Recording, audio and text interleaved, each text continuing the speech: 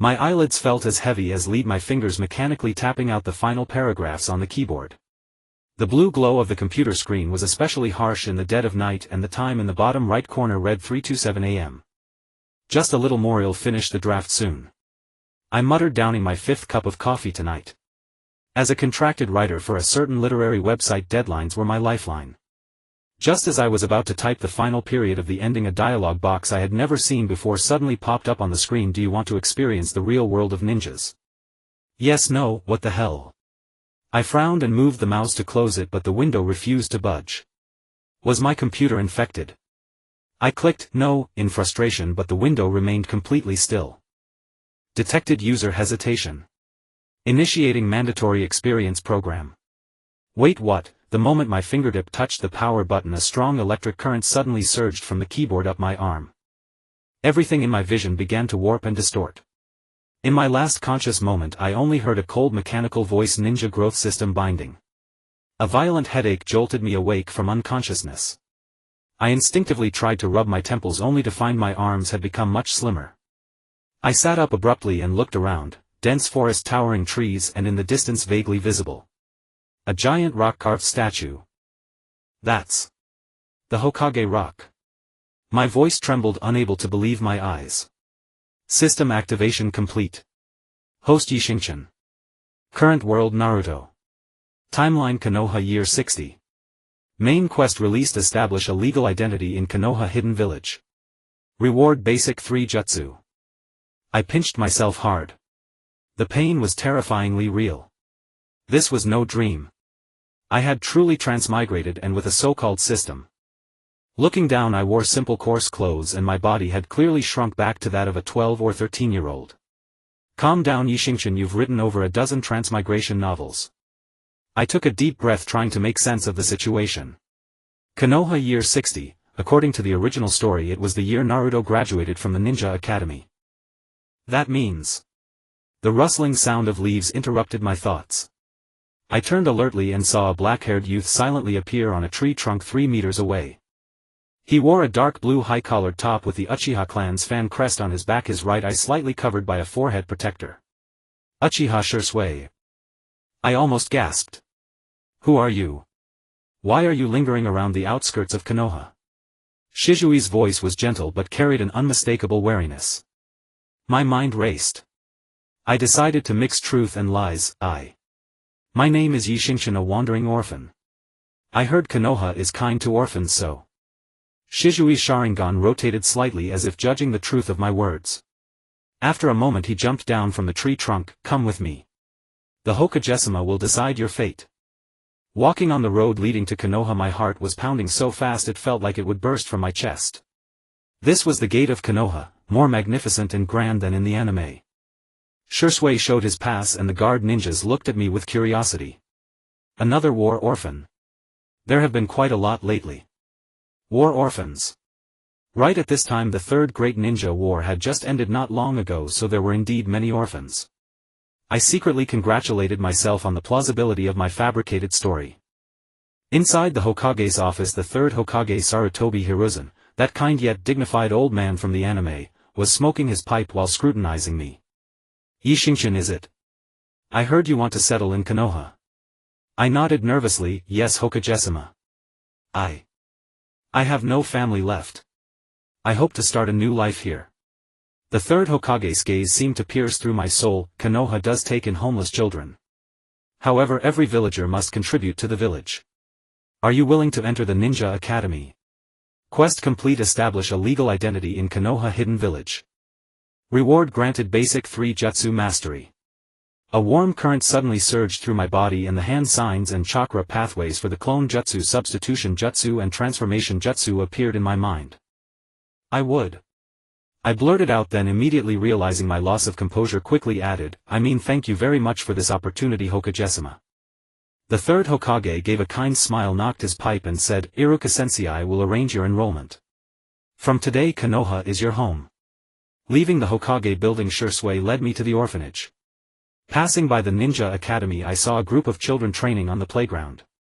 Among them a striking blonde hair and a cool black-haired boy stood out prominently. Uzumaki Naruto and Uchiha Sasuke. My heart raced again.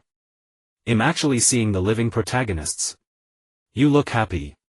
Shursui noticed my expression. Yeah. I nodded vigorously. I finally have a home.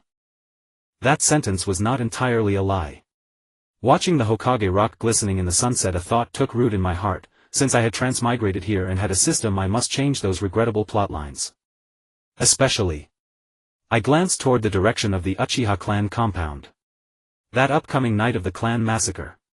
New quest released. Side quest, change the fate of the Uchiha clan massacre. Reward based on the degree of change. Warning: this quest is extremely dangerous. I took a deep breath and responded to the system in my mind. Accept quest. The wooden bed in the Konoha orphanage was as hard as stone. I turned over and by the faint moonlight gazed out at the Hokage rock outside the window. 3 days had passed, yet I still could not fully believe I had actually crossed into the world of Naruto and even carried a so-called ninja growth system with me. Current mission: attend ninja academy classes and complete basic training. Reward: increased chakra control. The system's cold prompt echoed in my mind. I sighed and touched the small notebook hidden beneath my pillow, the one I had bought with the allowance from the orphanage used to record crucial plots and timelines. According to my memories, there were less than 2 years left before the night of the Uchiha clan's massacre. Changing Sasuke's fate. I murmured, recalling that dangerous mission issued by the system.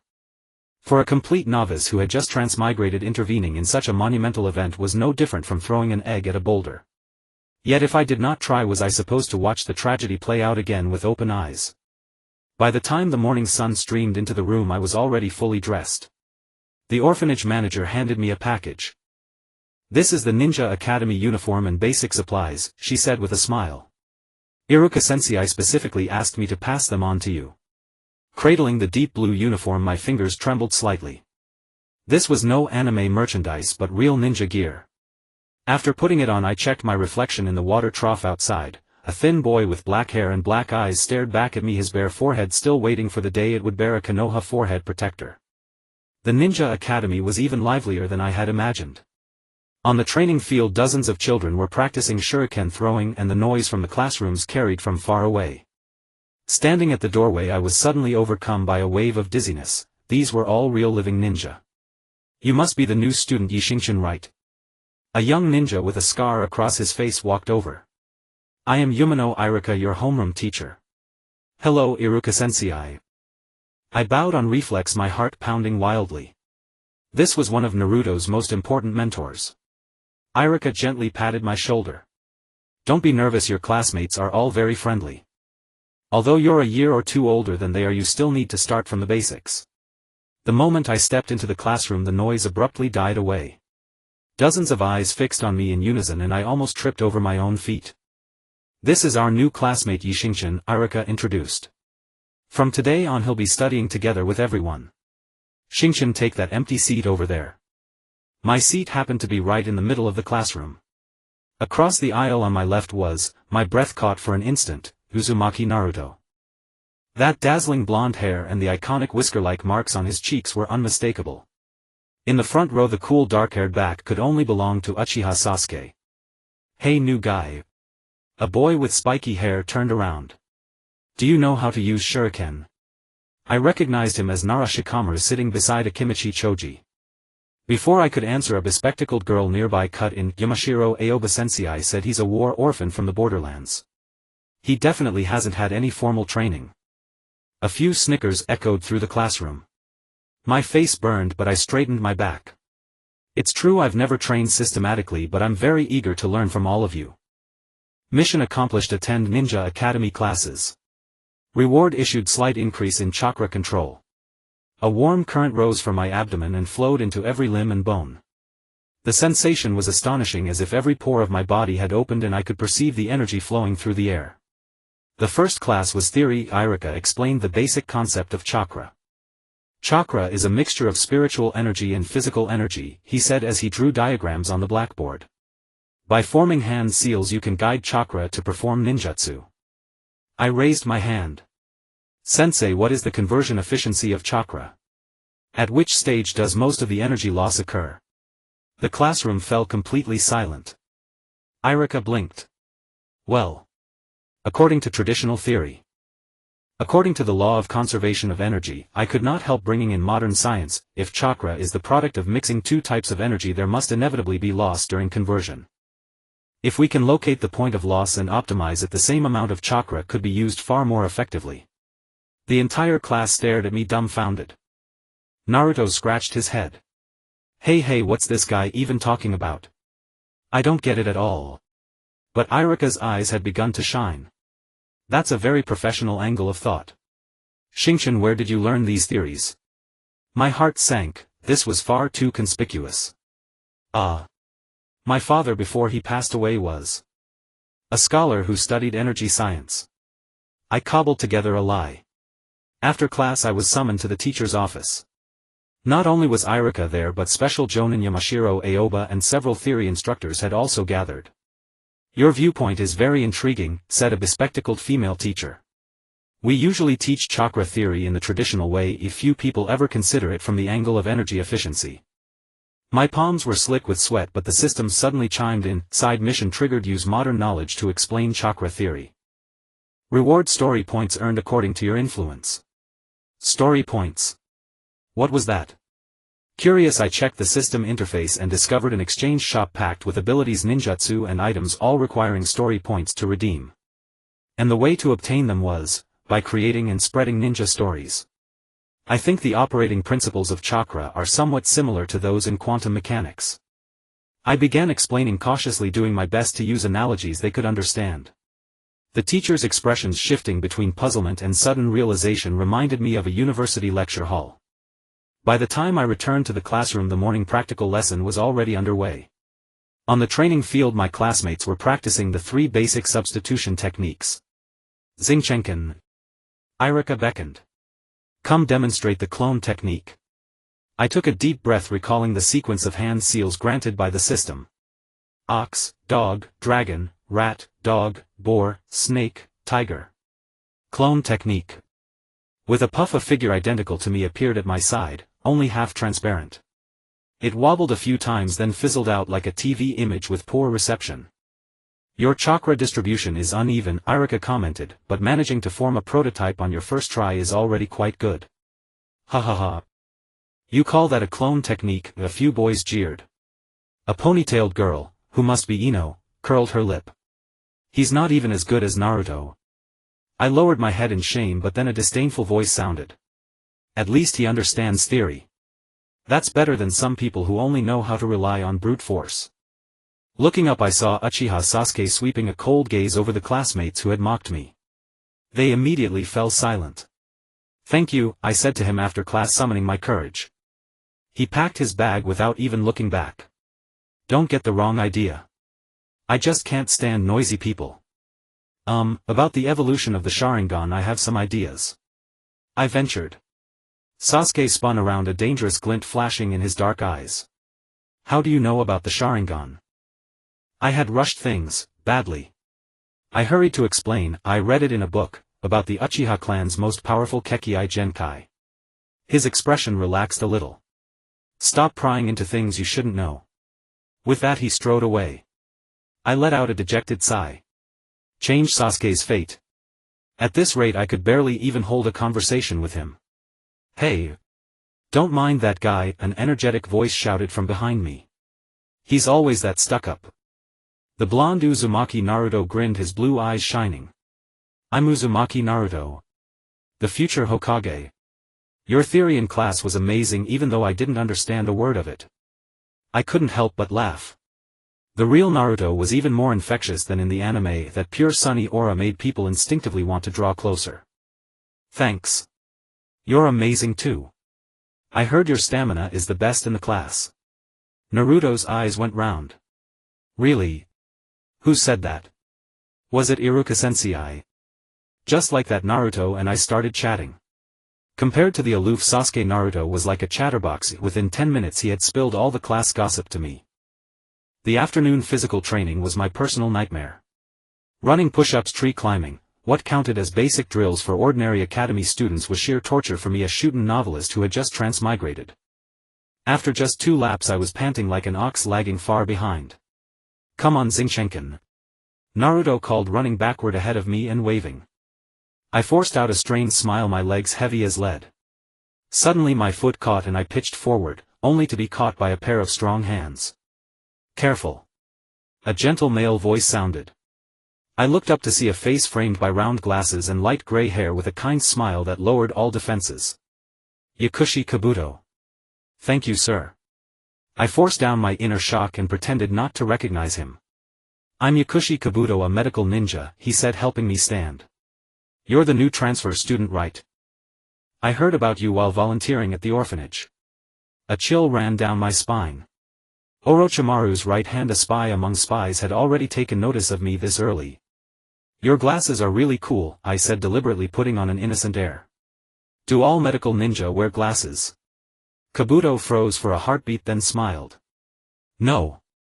Do you see things blurry? Maybe you should have your eyesight checked. No need, thank you. I refused in a rush. Who knew what he might do during an examination? Kabuto gave me a thoughtful look, then walked toward the teacher standing at the edge of the training field.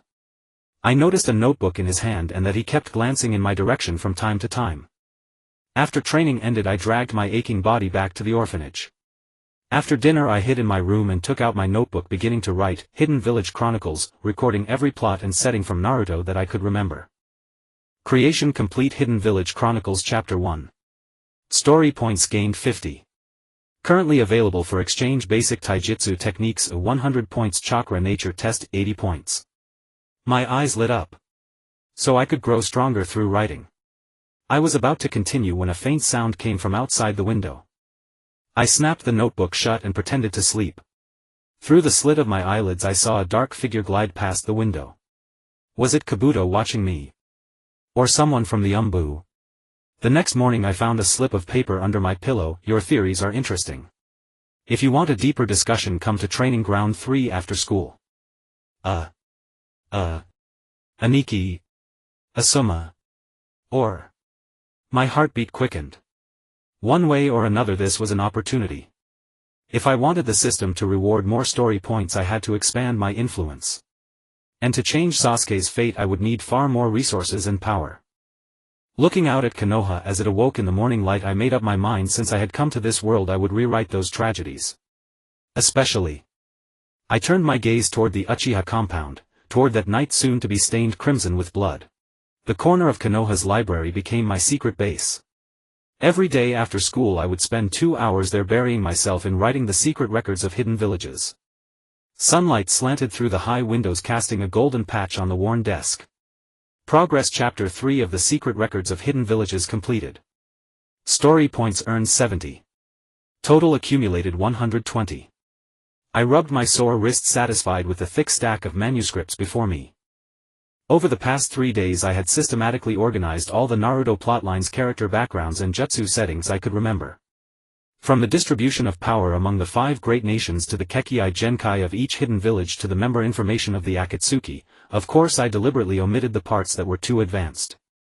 System exchange for chakra nature test. I murmured in my mind. Consumed 80 story points. Remaining 40. Initiating chakra nature test. A strange energy surged from within me and the air before me slightly distorted, revealing 5 translucent paper sheets. One wrinkled, another split in the middle, and a third became damp. Wind, lightning, water, 3 nature transformations. I muttered to myself. In the original work Kakashi once said that most jonin mastered 2 nature transformations. 3 was already quite impressive. This result was better than I expected. Just as I was about to continue writing I heard light footsteps behind me. I quickly shoved the manuscripts under my textbook and pretended to review ninja history. On the nature transformation and form transformation of chakra, a gentle male voice sounded. Such profound content is a bit advanced for a ninja academy student, don't you think? I looked up to see a middle-aged man with blonde hair leaning over my notes. He wore the standard Konoha jonin vest and a headband engraved with the character Oil, Yamanaka Inoichi, the elite of the intelligence division and Ino's father. Why Yamanaka-sama? I stood up hastily and the manuscripts under my textbook slipped to the floor. Several pages scattered, the top one reading, Research on Sunegakure's new type puppets, Structural Analysis of Crow. Inoichi's pupils abruptly contracted. He bent down and picked up the page, scanning its contents swiftly. My heart pounded like a drum. That page precisely detailed the internal structure and poison blade mechanism of Grandma Kyo's secret puppet, Crow, which should be Tsunagekyu's absolute classified information. These. Where did you get them?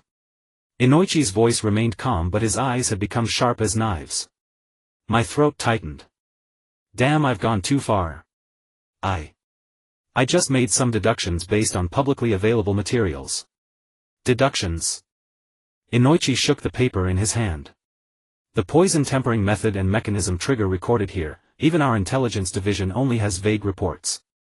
An orphan who just arrived in Konoha, how could you possibly deduce these? Cold sweat trickled down my back. I had been too cocky thinking no one would pay attention to a child's notes. What now? Make up a story. But facing the head of the Yamanaka clan, a master of mind-reading lies would likely be seen through immediately. Emergency quest triggered, resolve identity crisis. Suggested strategy, partial confession. Reward, increased favorability with Yamanaka Inoichi. The system's prompt sparked an idea. Taking a deep breath, I decided to gamble. Actually, I sometimes have strange dreams. I lowered my voice. In the dreams I can see things happening in other hidden villages. At first I thought they were just fantasies, but after writing them down the details became more and more realistic. Inoichi's eyebrows rose high. He pulled up a chair and sat down. Go on. For example this, I pointed to the notes about the crow puppet. In last night's dream I saw an old woman with white hair assembling this puppet. She has a red birthmark on the little finger of her left hand. Inoichi abruptly stood up, his chair scraping harshly against the floor.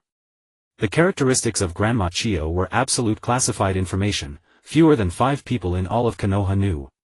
Pack your things, he said in a low voice. The Hokage wants to see you. My heart sank to the bottom. This is it, I'm going to be interrogated as a spy. The third Hokage's telescope technique was no joke. Following Inoichi through the streets of Konoha, I noticed he deliberately avoided the crowded main roads and chose secluded paths. This wasn't the direction to the Hokage building. Where are we going? I asked cautiously. Special interrogation room of the intelligence division. Inoichi replied without looking back. My legs suddenly felt like lead. Interrogation room. Were they going to torture me? System, you've screwed me over. Unexpectedly we finally arrived at an ordinary office. The walls were covered with maps and documents. Seated around a round table in the center of the room were 3 people: Third Hokage Sarutobi Hiruzen Shimura Danzo and an ANBU wearing an animal mask. Is this him? Danzo squinted his remaining eye, his gaze slithering over me like a venomous snake. The third Hokage blew out a puff of smoke. Inoichi, are you sure those intelligence reports are authentic? Absolutely. Inoichi handed over my notes. Especially the part about Tsunagekyu's puppet core. It closely matches the intelligence sent back by our spy planted in Suna. And he hesitated. He also accurately described Grandma Kyo's appearance. The third's gaze turned to me, kind but scrutinizing. Child, don't be afraid. Tell us, where did this knowledge come from? Facing the shrewdest old foxes of the Naruto world, I decided to stick with a partially truthful account. As I told Yamanaka-sama, I often have strange dreams, I said, lowering my head and appearing uneasy. In the dreams I can see things happening far away. At first it was just fragments, but lately they've become clearer. Kekei Genkai, the ANBU member, suddenly spoke, his voice mechanically cold through special processing. Danzo snorted. Or some kind of spy technique. Hiruzen, I suggest handing him over to Root for a thorough examination. My heart skipped a beat. Being taken away by Danzo. I'd rather kill myself than that. No need, the third said steadily. If it really is a Kekei Genkai, rough treatment might trigger unpredictable consequences. Ibiki, what do you think? The ANBU member, it was Marino Ibiki, pondered for a moment. His background check is clean, he's genuinely an orphan from the border war. If he were a spy he wouldn't be so blatant about leaking secrets. I have a proposal, Inoichi suddenly said. Test his premonition ability. Show him some targets for which we already have partial intel and see if he can fill in unknown details. The third nodded. A reasonable plan. Let's start with Kirigakure. Their Mizukage has been acting abnormally lately and we haven't been able to find the cause. Inoichi produced a scroll and unfurled it detailing Kirigakure's recent movements. I quickly scanned the contents, my mind racing. This was the period when the fourth Mizukage was under the control of Uchiha Obito. In the original work this intel wasn't revealed until much later, but now. In my dreams, I saw the Mizukage of Kirigakure being controlled by a masked man, I said cautiously. That man's right eye is a Sharingan capable of penetrating objects. The air in the room instantly froze. Danzo abruptly stood up. Absurd. The Sharingan is exclusive to the Uchiha clan, how could it appear in Kirigakure? But the third and Inoichi exchanged a shocked glance. Ibiki's voice also changed pitch. Hokage-sama, the intelligence about the masked man is in class secret. Enough, the third interrupted him, tapping his pipe lightly on the table. Xingchen-kun, every word you've said today concerns the village's security.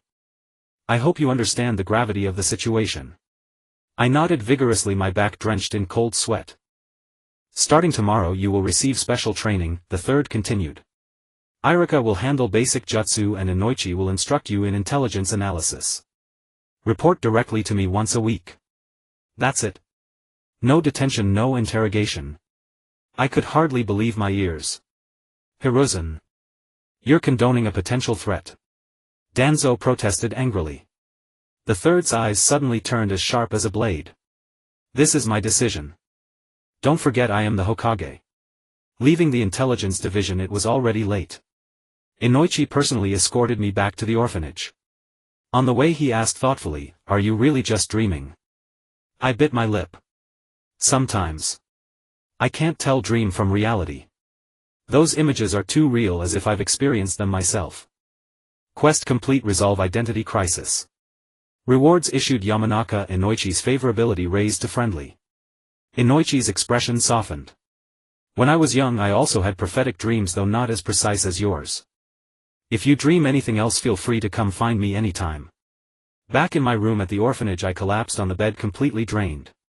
That was too close. I almost got treated as a spy. But the result turned out better than expected. Not only did I keep my freedom but I also gained access to the higher-ups. The next day after school Irika kept me behind. The Hokage has arranged special training, he said with a mysterious smile. Starting today an extra 2-hour lesson every day. The special training grounds were much better equipped than the school's facilities. Irika first tested my proficiency in the 3 basic jutsu, then began teaching the fundamentals of chakra control, tree climbing and water walking. Chakra control is the foundation of ninjutsu, he demonstrated by concentrating chakra on the soles of his feet. A skilled ninja can allocate every bit of chakra with precision. I tried walking up the tree trunk but fell off for the 3rd time. Yet Irika seemed satisfied. Much better than yesterday. Your theoretical understanding is strong, your body just needs time to adapt.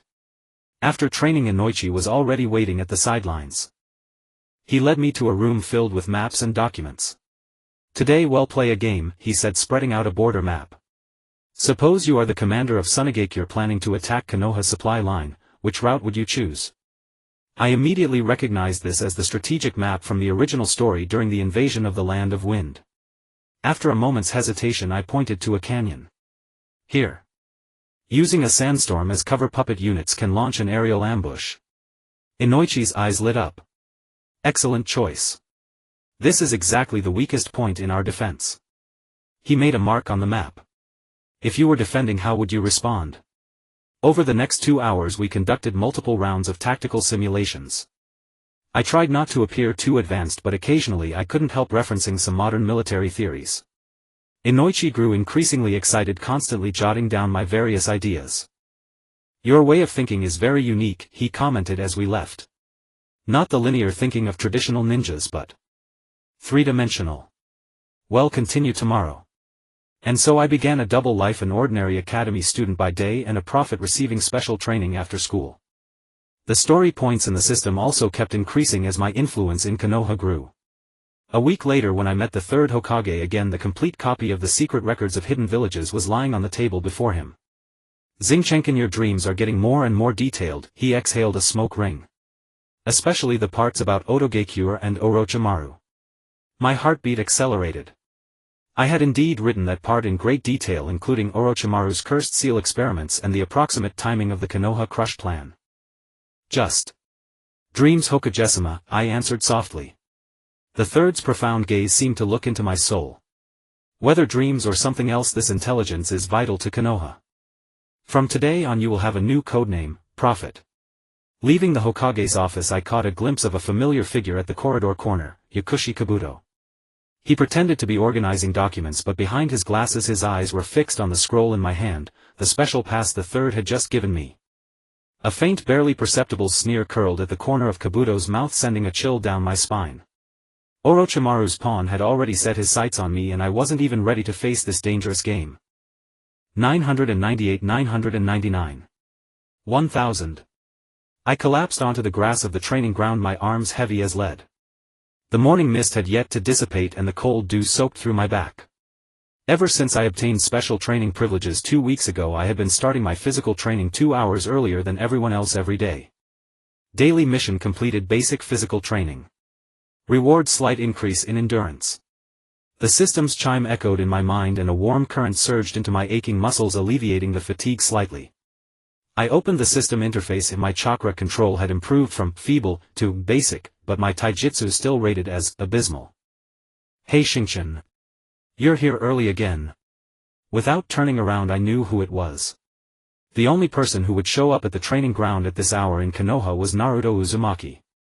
He wore his iconic orange tracksuit, his blonde hair sticking up like a rooster's comb, clearly having just woken up and rushed over. Morning, Naruto. I struggled to sit up, grabbed my water bottle from my bag and took a big gulp. Naruto plopped down beside me, curiously poking my arm. Did you really do 1,000 push-ups? That's amazing. I can only manage 300 at most. Quality matters more than quantity, I said with a wry smile as I rotated my shoulders. Your chakra reserves are 10 times mine, but your control is lacking. Naruto scratched his head, looking puzzled. Chakra control. Iruka-sensei always talks about it, but I still don't get it. My eyes lit up. This was a great chance to build a connection. I have a training method. Want to give it a try? I pulled out a rubber balloon filled with water from my bag, a chakra control training tool modified for modern physical therapy equipment. I placed the balloon in my palm. Try using chakra to make the water inside spin but without bursting the balloon. Naruto took the balloon, looking skeptical. What's the use of this? It's more fundamental than tree climbing or water walking, I explained. It's like learning to stand before you can run. Over the next half hour the training ground echoed with the constant popping of balloons and Naruto's groans. I patiently demonstrated the subtle control of chakra output. Though Naruto complained verbally, his eyes grew increasingly focused. I did it. Suddenly Naruto held the balloon aloft. The water inside spun slowly, forming a small vortex. Look. I did it. I smiled sincerely. You're improving fast. A few more tries and you can attempt tree climbing. Naruto's blue eyes sparkled. Xingchen, you know so much. Why is it that you're so weak physically yet understand all these principles? Because I stopped myself just in time. I almost said, because I've seen the script. Instead I changed it to, because I can only use my brain to make up for my Boda's shortcomings. Naruto nodded thoughtfully, then suddenly pulled me up. Then I'll help you train your physique. In exchange you teach me chakra control. And so we struck a strange friendship pact. Every morning we trained together. I taught him chakra theory and he dragged me through brutal physical training. Unexpectedly this mutually beneficial model proved remarkably effective. 2 weeks later my taijutsu rating finally improved from abysmal to barely passable. Side mission completed. Establish friendship with Naruto Uzumaki. Reward, slight increase in chakra reserves. The system notification lifted my spirits. Just as I was packing up to head to class, a cold voice came from the edge of the training ground. The dead last teaching another dead last. What a perfect match. Sasuke Uchiha leaned against a tree trunk, his black eyes full of disdain. Since our brief exchange in the classroom last time, this was my first encounter with him alone. Sasuke. Naruto immediately bristled. Who are you calling dead last? Sasuke ignored him, turning his gaze to me. Your theories are just armchair philosophy. A true ninja speaks with strength. My heart raced. This was a great opportunity to get close to Sasuke. The system immediately popped up a prompt, limited-time mission aroused Sasuke's interest in a practical sparring match. Reward psychology application skills. Taking a deep breath I looked Sasuke in the eye, how about a practical spar? I bet you can't take me down in 3 moves. Sasuke raised an eyebrow while Naruto tugged my sleeve in panic, hey Xingchen, are you crazy? Sasuke is the top student. What's the bet? Sasuke asked coldly. If I lose I'll bow to you and call you Sasuke-sama every time we meet. I paused, if I last 3 moves you have to answer one question from me. Sasuke snorted, fine. You attack first. I quickly formed hand signs, clone jutsu. 2 clones appeared beside me. This trick wouldn't work on a higher grade student but it would buy me a little time.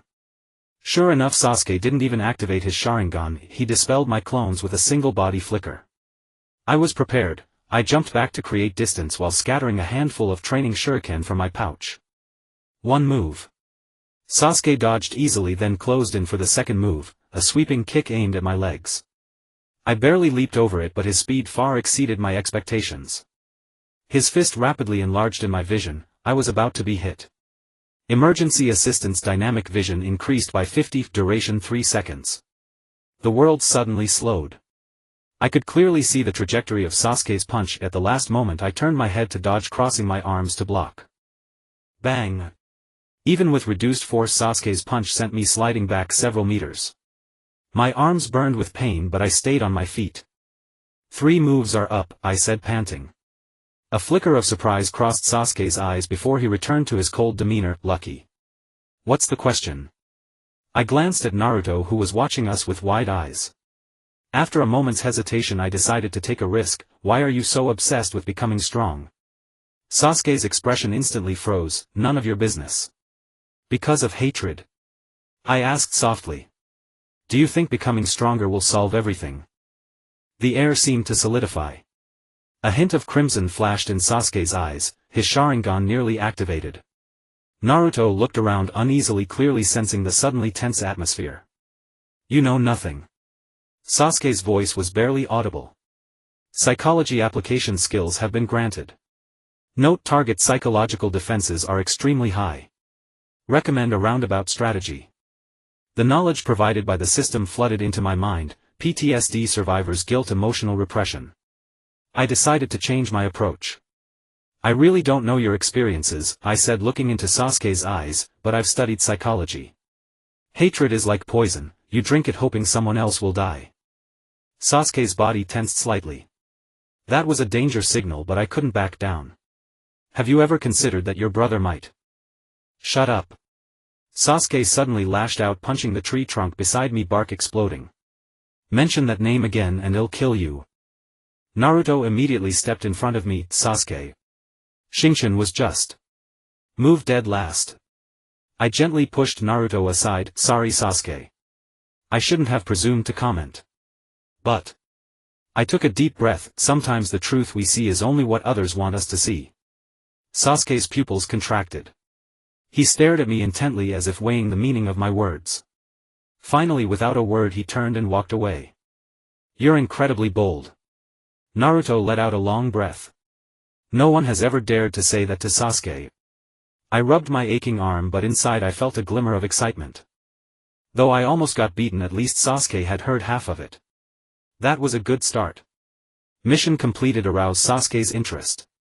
Reward granted. Note target's affinity level changed to mindful.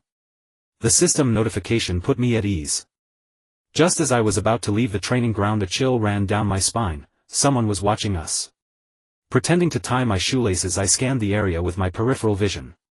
In the bushes at the edge of the training ground a flash of silver hair caught my eye. Kakashi. No, that's not right. That figure was too young. Was it Kabuto? Or an Umbu? During the afternoon theory class I distinctly felt Sasuke's gaze occasionally resting on me. When I looked back he would immediately avert his eyes. This continued until school ended when he suddenly appeared at my desk. What did you mean by those words? He asked in a low voice. My heart raced but the psychology techniques provided by the system helped me maintain a calm facade. I meant exactly what I said. Sometimes things aren't as simple as they appear. Sasuke narrowed his eyes, what do you know? How about this, I suggested cautiously, every Wednesday after school we'll be doing extra training at Training Ground 3. You could come along and we exchange ideas. Sasuke didn't agree, but he didn't refuse either.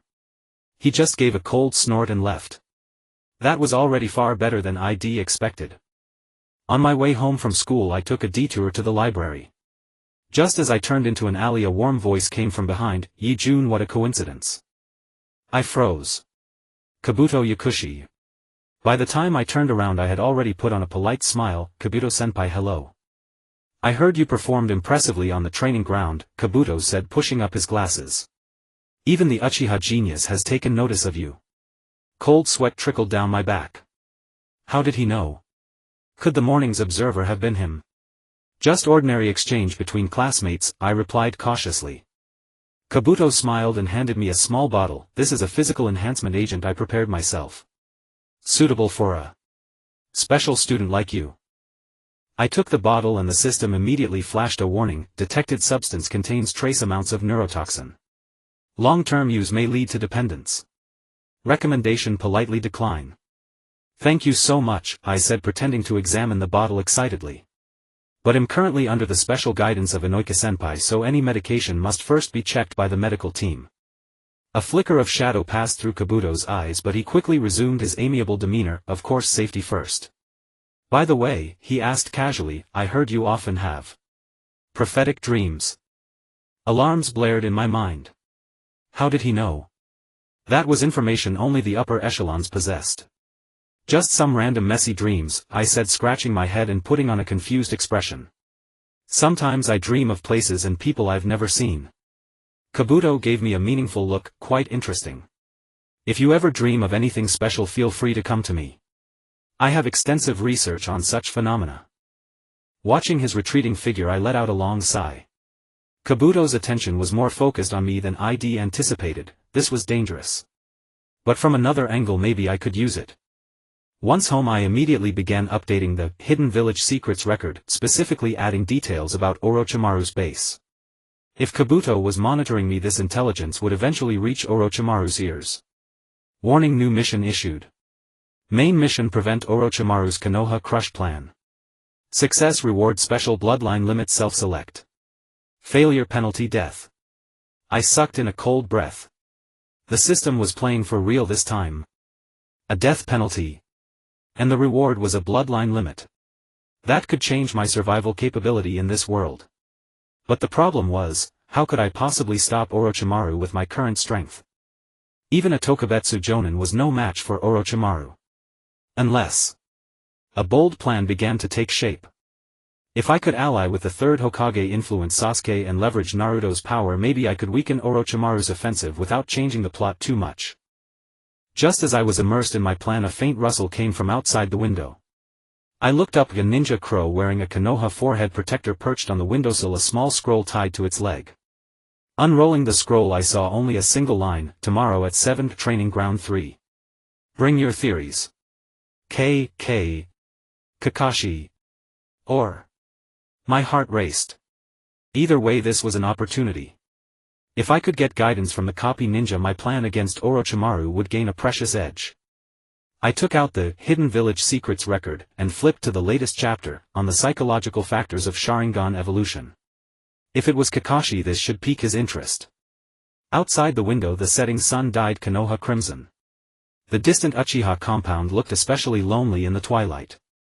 I couldn't help but think of Sasuke's back as he left, so angry yet so alone. Changing a single person's fate might be harder than changing the entire war situation. But since the system had given me this task, I had to try. Not for the reward, but because those characters were no longer just ink on paper, they were living people.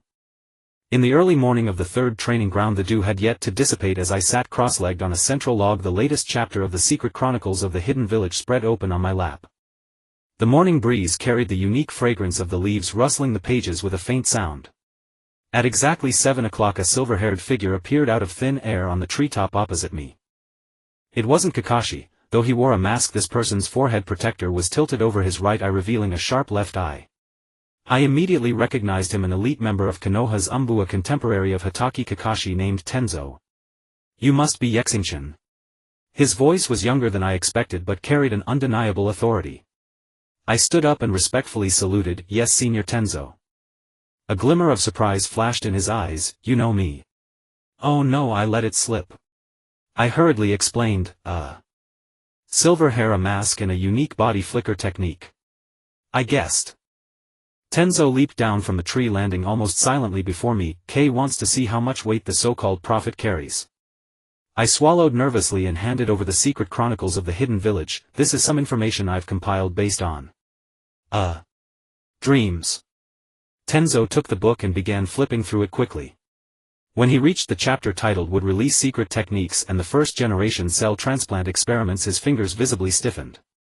That chapter detailed the wood release experiments conducted by Danzo and Orochimaru, including Tenzo's own experience as the only successful case. "These." His voice turned dangerous. "Who told you this?" I insisted. "I saw it in a dream, just like watching a movie. Some scenes were particularly clear." Tenzo stared at me intently as if judging the truth of my words. Suddenly he closed the book. "Follow me." We traversed several hidden passages before arriving at an underground training ground. This place was more than 10 times larger than the third training ground, with the walls covered in complex sealing techniques. In the center stood a figure, the third Hokage Hiruzen Sarutobi. "Lord Hokage!" I exclaimed in shock as I bowed. The third smiled and nodded. "Xingchen, I heard your dream has been updated again." Tenzo respectfully handed over my notes. The third read carefully, his expression gradually growing serious. When he reached the section about the new type of poison from Sunigakure and the sound ninjutsu seal experiments, his brows nearly knitted together. "This information is very detailed." The third closed the book, his gaze sharp, especially regarding the reorganization plan of the Puppet Master Corps in Sunigakure. "Our spies just reported similar news, but it pales in comparison to your details." My heart raced. This was the first time the third directly affirmed the accuracy of my prophecies. "Lord Hokage, I believe this information is highly credible," Tenzo said in a low voice, "especially regarding Orochimaru. Some details only insiders would know." The third pondered for a moment before suddenly turning to me. "Xingchen, if you were the Kazekage of Sunigakure, how would you plan the attack on Konoha?" I immediately understood this was an impromptu test. My mind raced as I recalled the details of the Konoha collapse plan from the original story. I would use the chunin exams as a cover, allowing the sound ninjas and sand ninjas to coordinate. First disrupt the barrier team, then unleash large summoning beasts to create chaos. As I described my plan, the expressions of the third and Tenzo grew increasingly serious. When I mentioned the one-tailed Jinchuriki, Tenzo even instinctively assumed a defensive posture. "Interesting," the third slowly exhaled a puff of smoke. "The results are remarkably similar to the simulations from the strategy department. However," he looked at me sharply, "you mentioned a critical point we have yet to confirm. Has the Kazekage really been replaced?" My palms began to sweat. This was crucial intelligence. According to the plot, Orochimaru had already disguised himself as the Kazekage, but Konoha should still be unaware. In the dream, the Kazekage's face turns into another person's, I said cautiously, with snake-like eyes and pale skin. "Orochimaru." Tenzo blurted out. The expression on the third's face grew unprecedentedly grave. "If this is true, Xingchen, from now on your security level will be elevated to A class. Tenzo will be responsible for your daily training and security." Just like that, I inexplicably gained an Umbu elite as my personal instructor, and the nickname Prophet began to circulate among the higher-ups in Konoha. As I left the underground training ground, Tenzo handed me a scroll. "Starting tomorrow, gather here at 5 a.m. Also," he hesitated, "the section in your book about wood release. Do not tell anyone." I nodded solemnly. "I understand." In the following 2 weeks my daily routine changed completely. I attended classes at school in the morning, strategized with Hai in the afternoon, trained with Naruto and occasionally Sasuke in the evening, and studied combat techniques with Tenzo late at night. My sleep was reduced to just 4 hours a day, sustained solely by the system's energy recovery function. Daily tasks completed 14 consecutive days of high-intensity training. Reward: Taijutsu improved to beginner, chakra control improved to intermediate. This morning I arrived at the underground training ground half an hour early, only to find someone already there, Nara Shikamaru, playing shogi with Tenzo. "Ah, you're here," Shikamaru lazily waved. "Senior Tenzo said we should have a tactical simulation today." I raised an eyebrow. The Nara clan is renowned for their high intelligence and Shikamaru is their standout. This would be a tough battle.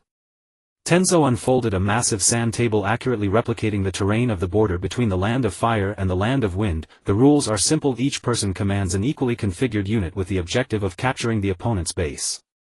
Shikamaru represents the strategy department while Xingchen represents himself. Shikamaru yawned, what a hassle. But the old men in the strategy department are eager to see the prophet's skills. In the first round I employed the classic pincer maneuver, drawing inspiration from the tactics of the German army during World War II. Shikamaru easily saw through it, surrounding my main force with a counter-ambush. Good attempt, he commented, but it's too textbook. In the second round I switched to guerrilla tactics, splitting my forces to incessantly harass Shikamaru's supply lines. This time it dragged on longer, but I was ultimately defeated by Shikamaru's trap tactics.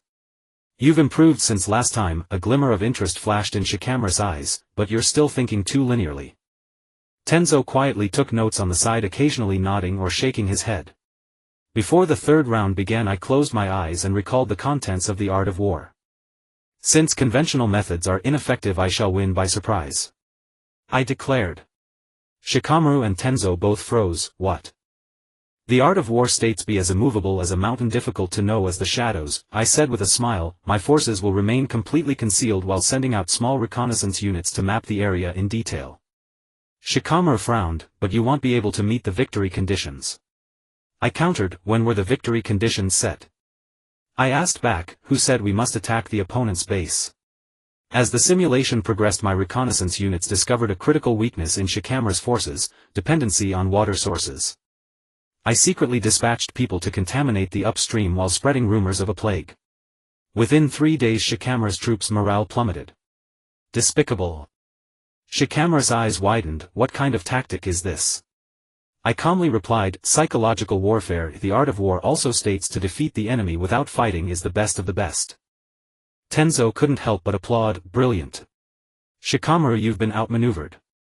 Shikamaru scratched his head and suddenly smiled. Interesting.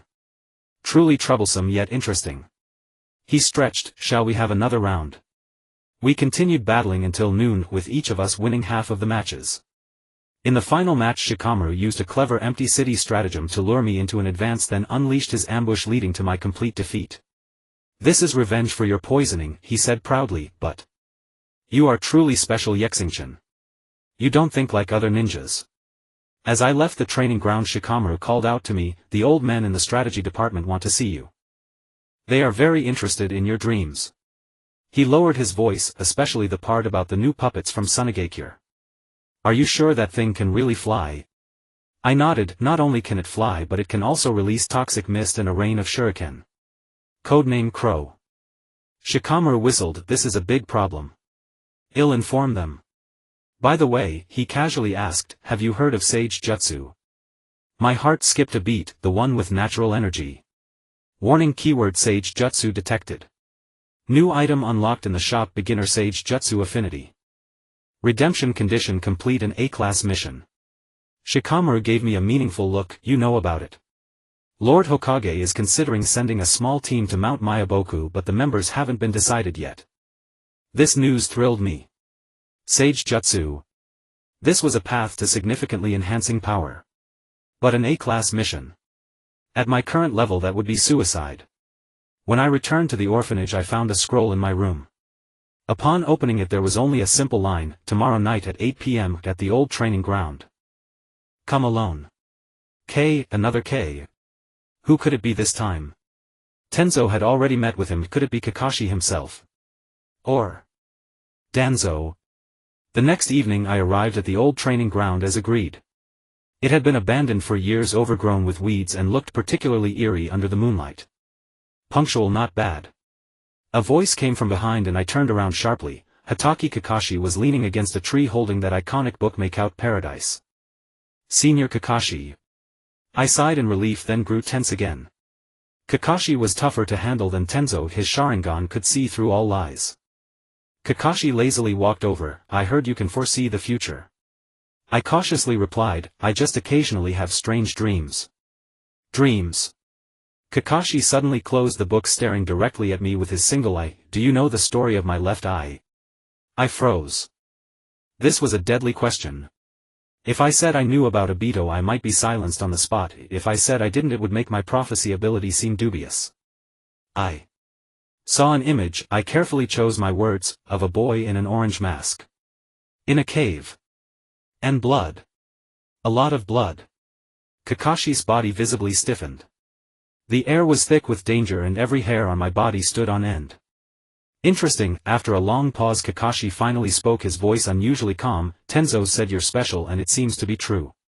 He pulled out a scroll and tossed it to me, a command from Lord Hokage. From today on you are assigned to a special operations team responsible for analyzing prophecy intelligence. Report to me once a week. I took the scroll and found it sealed with the Hokage's stamp. Upon unfolding it, I found a detailed training schedule which also included access to certain confidential documents.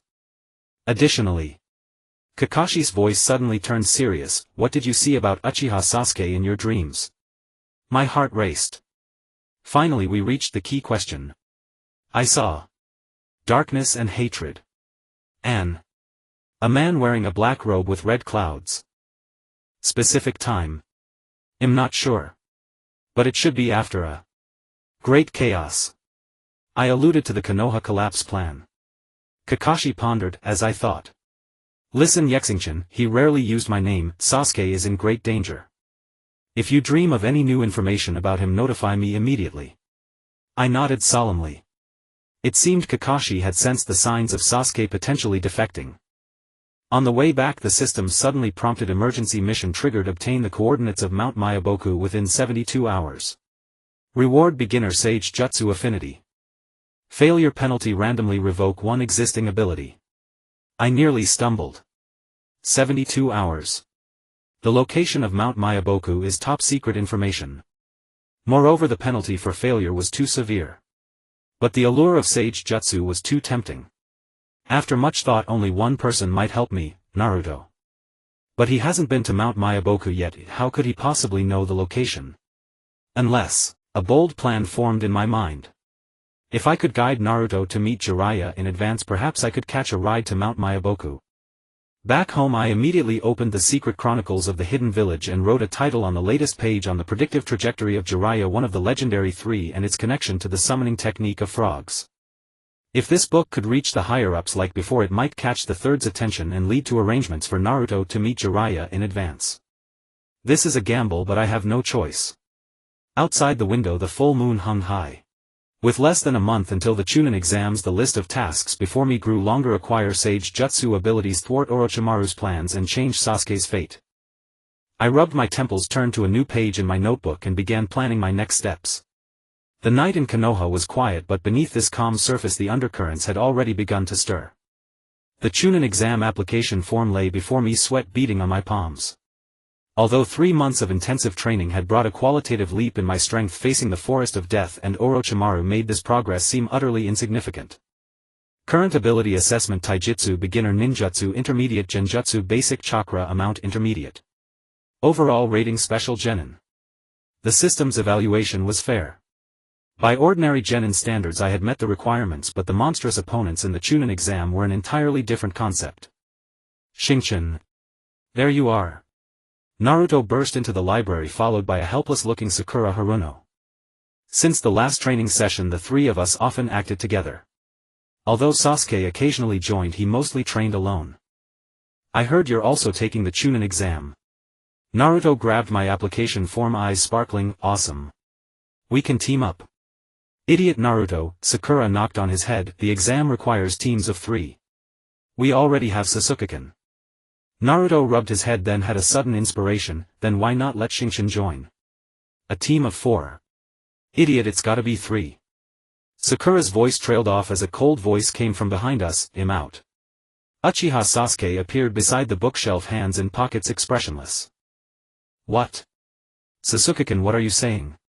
Sakura asked in panic. Sasuke's gaze fell on me. You team up with them.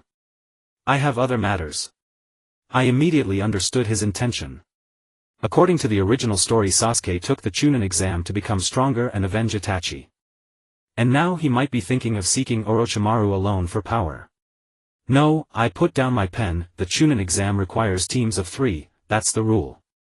Moreover, I met Sasuke's eyes, some shortcuts that seem like near paths are actually cliffs. Sasuke's pupils abruptly contracted. He suddenly closed in on me, voice lowered to a whisper, "What do you know?" Warning targets, emotional fluctuations intense. Suggestion, proceed with caution. I only know, I met his gaze without flinching, that true power comes from protection, not hatred. A glint of crimson flickered in Sasuke's eyes, his single Tomo Sharingan faintly emerged. The temperature in the library seemed to drop 10 degrees. Naruto and Sakura instinctively stepped back half a pace. Just as the atmosphere grew tense, a lazy voice interjected, "Yo, teenagers sure have great chemistry." Kakashi appeared by the window, still holding his copy of Makeout Paradise. His presence immediately diffused the tension. "Kakashi-sensei!" Sakura exclaimed with relief. "I heard you're all taking the chunin exam." Kakashi's gaze swept across the four of us, perfect timing. "I have a proposal." 10 minutes later we arrived at Training Ground 7. Kakashi tossed us 4 bells, same old rules, whoever grabs a bell gets to take the exam. Wait, I frowned, in the original. I mean, wasn't it just Naruto and the other 2 last time? Kakashi narrowed his eyes, "You sure know a lot. But the rules have changed this time, a 4-way scramble if the 3 who end up holding bells form the team." This was practically a deliberate challenge. I looked at Sasuke, battle intent already burned in his eyes. Naruto cracked his knuckles while Sakura nervously watched the 3 of us. "Begin." The moment Kakashi spoke, Sasuke transformed into a black blur charging at me. Battle assistance mode activated, dynamic vision enhanced by 100, duration 30 seconds. The world seemed to enter slow motion. I could clearly see Sasuke's hand seals, it was fire-style great fireball technique. I retreated swiftly while forming seals of my own, water-style water formation wall. A wall of water appeared out of nowhere, barely blocking the fireball. Amid the steam I heard Naruto shout, "Sasuke! Why are you attacking Xingchen? The weak have no right to take the exam." Sasuke's voice came from the smoke. I rolled to dodge a thrown kunai, cursing inwardly. Sasuke was clearly gunning for me. Suddenly a system prompt sounded, "Temporary mission, survive Kakashi's test for 5 minutes. Reward tactical analysis ability enhancement." 5 minutes. That's insane. My current chakra could support at most 3 minutes of intense combat. "Sasuke! Stop!" Naruto suddenly jumped between us, "If you want to fight, fight me." Sasuke sneered, "A deadlast wants to play hero." While they argued, I quickly plotted a strategy. A direct fight was impossible, I had to outwit them. Kakashi's rule was the 3 who end up holding the bells, it didn't say we had to fight. A bold plan formed in my mind. I quietly made hand seals, clone technique. 2 clones ran in different directions while my real body used the newly learned hiding technique to lie low. Sasuke was indeed fooled by the clones, after swiftly dispelling one he chased after the other. Remaining chakra 45, time ticked by. When all the clones were eliminated, Sasuke realized had been tricked, "Coward. Where are you hiding?" Just then Kakashi suddenly announced, "Time's up." I emerged from my hiding spot behind a tree, panting heavily. Sasuke looked annoyed while Naruto ran over excitedly, "Xingchen. You're so sneaky. But well done." Kakashi looked at us thoughtfully, "Sasuke, Naruto, Sakura, you 3 form a team." "Xingchen." My heart sank. "Follow me." Kakashi turned and walked deeper into the forest. Following Kakashi to a clearing, he turned to face me, "Your tactics were clever, but the chunin exam isn't a game of hide and seek. Why are you so determined to participate?" "Because." I took a deep breath, "There are things that can only be changed at that time and place." Kakashi's single eye narrowed slightly, "Another one of your dreams." I nodded, "Orochimaru. He will come." Kakashi was silent for a long moment, then suddenly pulled a scroll from his pocket, "In that case, take this. Learn it in 3 days or don't expect to walk out of the forest of death alive." Unrolling the scroll, it read, "Lightning-style lightning dash, a crank technique that concentrated lightning nature chakra at the soles to dramatically increase movement speed." Though not an offensive technique, it was exactly the mobility skill I lacked. "Thank you, Kakashi-senpai." I expressed my sincere gratitude. Kakashi waved his hand, "Don't get too happy. I just don't want to see promising rookies throw their lives away." The next 3 days I practiced lightning dash obsessively. Though my chakra control had reached intermediate level, this was my first attempt at lightning nature transformation. Only late on the night before the exam did I barely master the basics. Skill acquired lightning style lightning-beginner. Current proficiency 45. On the day of the chunin exam, the first written test proceeded exactly as in the original story. With my system-assisted memory I answered all questions easily, even having the leisure to observe the exam hall dynamics. Kabuto Yakushi still disguised himself as a helpful senior, but I noticed his gaze behind those glasses frequently sweeping toward me. Orochimaru's spy was indeed watching me. For the second exam, the Forest of Death.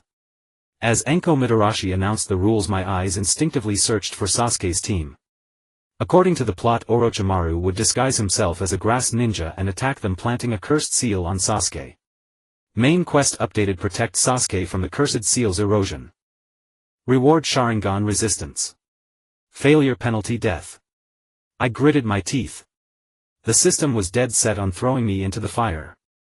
But the reward was indeed tempting. Sharingan resistance meant a greater chance of survival when facing Itachi in the future. Entering the Forest of Death, I immediately activated Lightning Dash and pursued the direction Sasuke's team might have taken. Trees blurred past my vision. Lightning nature chakra stimulated my leg muscles, granting an unprecedented sense of speed. 2 hours later I sensed intense chakra fluctuations ahead, found them. Bursting through the last bush, the scene before me made my blood run cold. Sasuke slumped under a tree trembling. Naruto was pinned to a trunk, severely wounded in the abdomen. Sakura stood in front of them, both facing that long-haired pale figure, Orochimaru. Another little mouse. Orochimaru turned his head, his golden vertical pupils chilling me to the bone. Quite a bountiful harvest today. Warnings: class threat detected. Emergency protocol activated. Temporarily grant cage level chakra control, duration 3 minutes. An unprecedented power surged through my limbs. The world suddenly became incredibly clear. I could even see the flow of chakra in the air. So this is the perspective of a powerhouse. Let them go. My voice was calmer than I expected. Orochimaru studied me with interest. Oh. Interesting. Your chakra suddenly spiked. Some forbidden technique.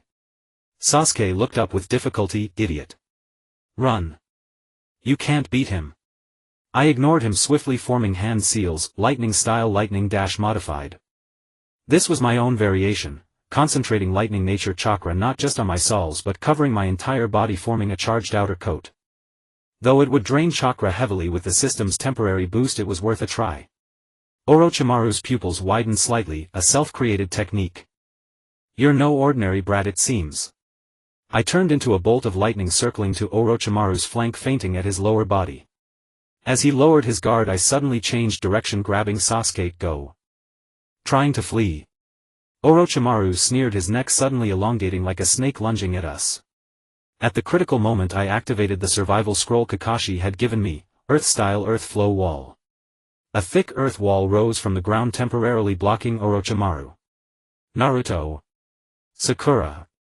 I shouted, run east. There are proctors there. Orochimaru shattered the earth wall with ease, but impatience now showed on his face. Enough of these boring tricks. He formed hand seals, summoning technique Rashomon of 10,000 snakes. Countless venomous snakes erupted from the ground, surrounding us in an instant. Sasuke struggled to stand. Put me down. I can fight. Shut up. I barked, do you want to die? Remaining temporary power 60 seconds. No time. I bit my finger and formed seals the way Tenzo had taught me, summoning technique Guardian Wood. A small sapling broke through the ground, rapidly growing into a barrier that blocked the snake swarm. This was Tenzo's lifesaver, usable only once. Orochimaru's expression flickered for the first time. Wood style. Impossible. Seizing his moment of shock, I hoisted Sasuke and sprinted at full speed. Lightning Dash ran beyond its limits. Every step left scorch marks on the ground. Do you think you can escape? Orochimaru's voice followed like a shadow. Suddenly a golden flash, Enko Mitarashi descended from above. Orochimaru. Your opponent is me. The proctor's appearance bought us precious time. I expended my last bit of chakra, finally bursting out of the Forest of Death and collapsing heavily in the safe zone. Medical team. Get the medical team. I vaguely heard someone shouting, then sank into darkness. The smell of disinfectant. That was my first perception of the world. Opening my heavy eyelids, I found myself lying in a Konoha hospital bed, my entire body wrapped in bandages. Awake. An aged voice sounded. I turned my head with difficulty and saw the third Hokage sitting by the bed, wisps of smoke rising from his pipe. Lord Hokage. I tried to sit up, but he gently pressed me back. Don't move. Your chakra pathways are severely damaged. The third's voice was unusually gentle, but you saved the Uchiha boy, that courage deserves praise. I asked urgently, Sasuke. Is he alright? Only minor scrapes thanks to you. The third looked at me meaningfully. You seem to know in advance that Orochimaru would attack them. I was silent for a moment, then decided to partially confess, in a dream. I saw Sasuke wounded by a snake-like man and then falling into darkness. The third exhaled a long plume of smoke, a prophet. As rumored. He stood up, rest well. The chunin exam is temporarily suspended. It will resume after you recover. At the door the third suddenly turned back. Oh, Sasuke-kun asked to see you. He said. He has something to ask you. Shortly after the third left, the door opened again. Sasuke stood at the threshold, his expression complex. Why? He asked bluntly, why did you save me? I gave a bitter smile. Does saving someone need a reason? Don't play games with me. Sasuke suddenly grew agitated. You know who Orochimaru is and why he targeted me. What else do you know? Seeing the pain and confusion in his eyes, I decided to take a risk. I know more than you think. For instance, the truth behind your brother's massacre of the clan. Sasuke's Sharingan activated instantly and he seized my throat. Speak. Or I'll kill you. I met his eyes without flinching. It's not what you saw. Itachi, he. Before I could finish, the door opened again. Naruto stood dumbfounded at the entrance holding a bouquet. Sasuke. What are you doing? Sasuke released his grip and rushed out without a backward glance. Naruto looked at me puzzled. What's with him now? I rubbed my aching neck and gave a helpless smile. It's nothing. He just needs time to digest some things. Outside the window the setting sun bathed Konoha in gold. Although the chunin exam was postponed, a greater storm was brewing. And I had already taken the first step to change fate. Sasuke hadn't accepted the cursed seal, the future had already been altered. Mission complete, protected Sasuke from the cursed seal's erosion. Reward issued, Sharingan resistance beginner. The system's notification let me breathe a sigh of relief. Though my whole body ached, it was worth it. Especially when a new message suddenly appeared on the system interface, turning all the pain into delight. Special achievement unlocked, altered key plotline. Bonus reward profits, I can predict opponents' actions within 3 seconds. I gazed at the Hokage monument beyond the window, a slight smile curving at the corners of my mouth. The game had only just begun. Orochimaru. Our account isn't settled yet. The hospital curtain swayed gently in the morning breeze. I leaned against the headboard, repeatedly examining the system interface. Ever since the battle in the Forest of Death, the ability of the Eye of Prophecy had been activated, but it could only be used 3 times a day, each time for 3 seconds. Although this precognitive ability was powerful, its limitations were also obvious. Physical recovery progress 78. Chakra meridian repair complete. Recommendation: continue to rest for 24 hours. The sound of the doorknob turning interrupted my thoughts. I looked up and saw an unexpected figure standing at the door, Uchiha Sasuke. He stood with his hands in his pockets, leaning against the doorframe, his expression even darker than usual. Sasuke. I greeted tentatively. He walked in, casually closed the door, and then did something that shocked me. He formed the hand seals for a soundproof barrier. No one can hear us now. Sasuke's voice was low and tense. About my brother. What else do you know? I took a deep breath. This was a dangerous topic, but also a crucial opportunity to change Sasuke's fate. The system promptly popped up a prompt. Critical decision point: whether to reveal the truth of the Uchiha clan massacre. This choice will significantly affect subsequent plot development. I decided to take a gamble. I know more than you think. For instance, on the night of the massacre, your brother wasn't the only one involved. Sasuke's pupils abruptly contracted and his Sharingan instantly activated. Who? Who else? The Konoha higher-ups. I met his eyes, Danzo and his root organization. Sasuke's body trembled slightly, the tomo in his eyes spinning rapidly. Impossible. Why would Konoha Because the Uchiha clan was planning a coup, I calmly revealed this shocking secret, and your brother. He chose the most extreme way to prevent a civil war. Sasuke punched the wall, the plasterboard instantly denting, liar. He killed everyone. Parents. Clansmen. Just to test his own capacity. That's the lie he made you believe. I struggled to prop myself up, to protect you. If Konoha knew there was still a surviving Uchiha filled with hatred. Sasuke's breathing became rapid and the pattern of his Sharingan began to change, the tomo connecting into a more complex form. This was a sign of evolution into a Tutamo Sharingan. Prove it to me, his voice was hoarse. If what you say is true, show me evidence. I gritted my teeth. Go find Kakashi. Ask him why he has the Sharingan. Then investigate the true purpose of the organization Akatsuki that your brother joined. Before I could finish, my Eye of Prophecy suddenly activated automatically. A scene 3 seconds later flashed through my mind. The hospital room door was pushed open, an ANBU ninja standing at the door, eyes beneath the mask filled with shock. Someone's coming. I warned in a low voice. Sasuke quickly dispelled the soundproof barrier. Sure enough, 3 seconds later the door was pushed open. But it wasn't an ANBU, but instead the third Hokage himself. Sasuke quickly resumed a cold expression, gave a brief bow to the third and strode away. As he passed by the third, the old man said meaningfully, Sasuke, the shackles of hatred will only bind you. Sasuke hesitated slightly but didn't turn back, walking straight out of the ward. The third Hokage came to my bedside and sat down, slowly rotating his pipe between his fingers, a secret conversation among young people. My heart raced. How much had the third Hokage heard?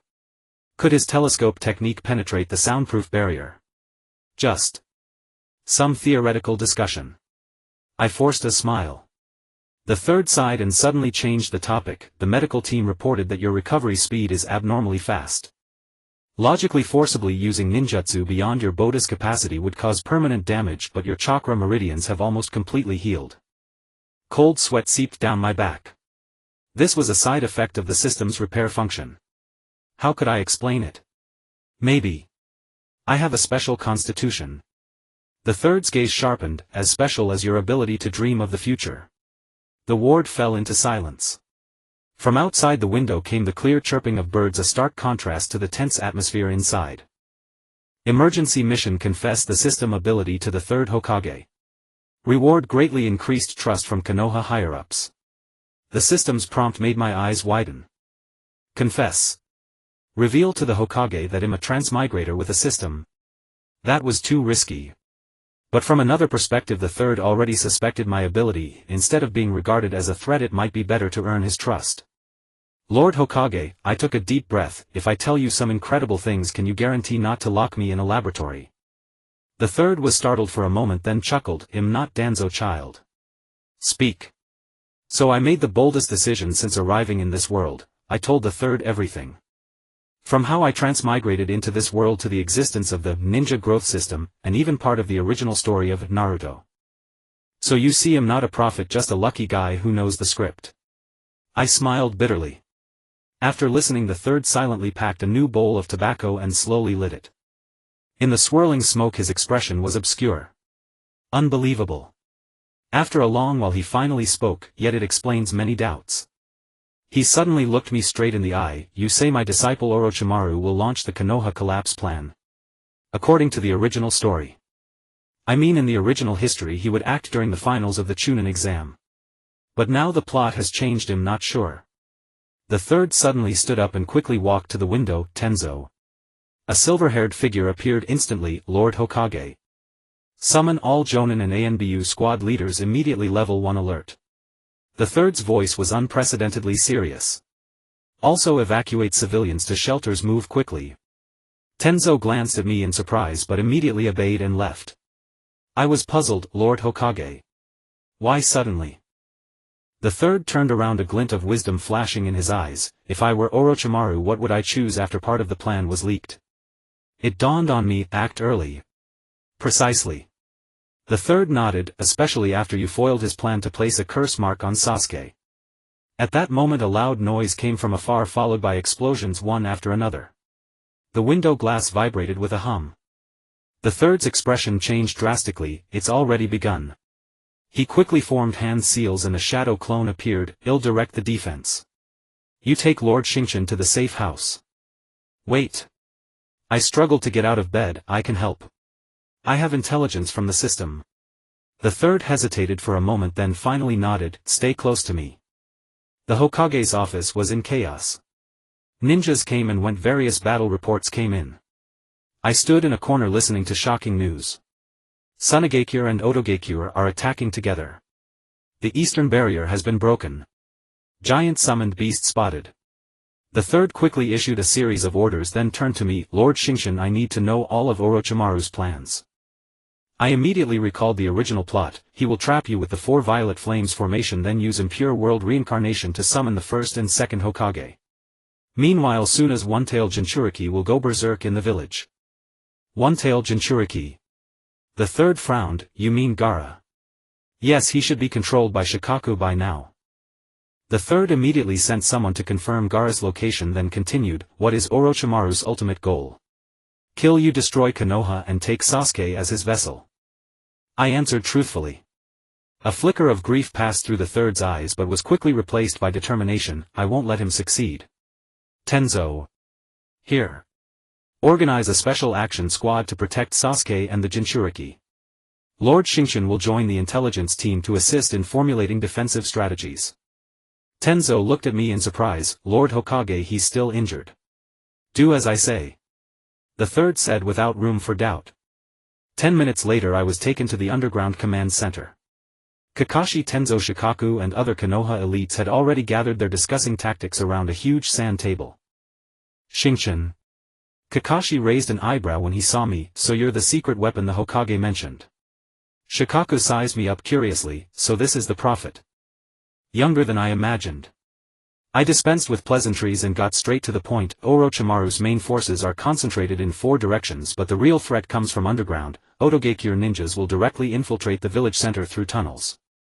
Shikaku immediately adjusted the sand table. "Approximate locations of the tunnels." Here. And here." I pointed to several key points. "Their target is to destroy the barrier squad and communication squad, creating chaos. Send squads to seal these areas immediately." Shikaku ordered and several ANBU ninjas swiftly left. Kakashi looked at me thoughtfully. "What else do you know? For example, the enemy's weaknesses." Sunagakure was actually deceived by Orochimaru. Their Kazekage has been assassinated and impersonated. If we can contact Granny Chiyo or Jonin Baki, we might be able to break the alliance. Shikaku immediately sent someone to try to contact the Suna commander. Over the next half hour I recalled as many battle details from the original story as possible, helping Konoha adjust its defensive deployment. Suddenly an ANBU ninja appeared via body flicker. "Report. Orochimaru's whereabouts found. He is on top of the central tower and has deployed a purple barrier. 4 violet flames formation." I murmured, "He's making his move." The third stood up, removed his Hokage robe revealing his combat attire underneath. "It's time to face my disciple." He turned to me. "Lord Xingchen, you and Kakashi are a team responsible for protecting Sasuke and Naruto." I was about to agree when the system suddenly popped up an urgent prompt. "Crisis mission, stop the one-tail Shikaku's rampage. Reward tailed beast chakra resistance. Warning, this mission is extremely dangerous."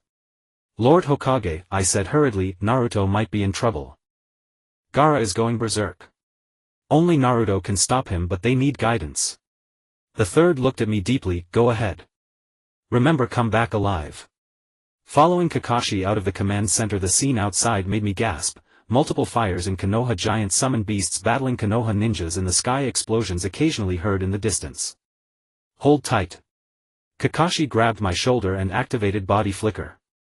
The world twisted before my eyes and the next moment we appeared on a rooftop. Kakashi pointed into the distance. "Sasuke and Naruto are over there, Sakura is with them. He'll go meet up with guy you're responsible for taking them to the safe zone." "Wait." I stopped him. "Don't you find it strange? Orochimaru launched the attack early, but the coordination between Oto and Suna is clearly not smooth." Kakashi narrowed his eyes. "What do you mean? This might be a diversion. Orochimaru's real target is still Sasuke. He needs an Uchiha body as a vessel." Kakashi's expression turned grave. "Makes sense. Change of plans." You go find Naruto and the others. I'll go to the central tower to support the Hokage. After Kakashi left, I immediately activated Lightning Dash and headed toward Sasuke and the others. The streets were full of fleeing civilians, so I had to take detours. Turning a corner, I suddenly felt a chill. Eye of Prophecy, automatically activated. 3 seconds later, a familiar figure would launch an attack from the rooftop on the left. I quickly formed hand seals, earth-style earth flow wall. The moment the earthen wall rose, several shuriken embedded into it. The figure of Yakushi Kabuto appeared on the rooftop, his glasses reflecting cold light. "Lord Yi, what a coincidence," he said with a smile, but his voice was icy. "Senior Kabuto," I forced myself to stay calm, "the medical team should be treating the wounded. What are you doing here?" "Looking for you, of course." Kabuto pushed up his glasses. "Lord Orochimaru is very interested in you. A boy who can foresee the future. Such precious experimental material." I quietly surveyed the surroundings, looking for an escape route. In my current state, facing Kabuto Hiden had almost no chance of victory. "I'm curious," Kabuto slowly approached, "can you really foresee the future, or?" His gaze suddenly sharpened. "Are you from another world?" My heart skipped a beat. How did he know? Warning: target danger level A. Recommendation: retreat immediately. Sorry, I don't know what you're talking about. I slowly stepped back while secretly gathering chakra. Kabuto sneered and suddenly threw out a scroll: barrier technique, four-sided seal array. 4 talismans flew to the surroundings, forming an enclosed space. It was over, no escape. "Now let's have a good chat." Kabuto began forming hand seals. "About your system." At the critical moment, a black shadow flashed by and the barrier talismans were neatly cut in two. "Bullying the wounded is dishonorable, Kabuto." Uchiha Sasuke stood in front of me, the kunai in his hand glinting coldly. Even more surprising to me was that his Sharingan had evolved into a Tutamo. "Sasuke," Kabuto's smile became strained, "I just wanted to take Lord Xingchen to a safe place." "Liar," Sasuke said coldly, "I heard everything. You're Orochimaru's man." Kabuto sighed. "What a hassle. I only wanted to take one." He suddenly threw out over a dozen shuriken while forming hand seals, medical ninja technique, cell destruction jutsu. Sasuke easily dodged the shuriken but didn't notice the subtle chakra threads on the ground. When the energy wave of the medical ninjutsu struck, he was unable to fully dodge in time. "Watch out." I lunged and pushed Sasuke aside but was hit by the residual wave on my right arm. Instantly a sharp pain shot through my right arm, felt like being stabbed by thousands of needles, completely powerless. Alert: right arm cells damaged. Initiating emergency repair. Repair failed. Insufficient chakra. A flicker of shock flashed in Sasuke's eyes, then turned to anger. His hand seal speed was astonishing, fire-style great fireball technique. The massive fireball forced Kabuto back. He cast a reluctant glance at us and quickly retreated. "Are you okay?" Sasuke pulled me up, his tone uncharacteristically concerned. Still okay." I struggled to stand, my right arm hanging limply. "We need to find Naruto quickly. Gaara is going berserk, only he can stop him." Sasuke frowned. "That red-haired Suna kid. What's wrong with him? He has the one-tail Shikaku sealed inside him, now it's out of control. We must." Suddenly a earth-shattering roar came from afar, followed by the sound of trees being uprooted. A gigantic figure was taking shape outside the village, the complete Shikaku. Sasuke's pupils contracted. "That's a tailed beast." No time to explain. I gritted my teeth. "Where's Naruto?" "Follow me." Sasuke grabbed my left hand and swiftly leaped across the rooftops with me. His speed was much faster than before, his Sharingan constantly scanning the surroundings. "Why are you helping me?" I couldn't help but ask along the way. "I thought you hated me."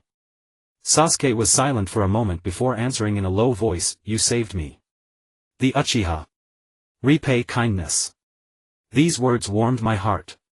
Perhaps the first step in changing fate had already succeeded.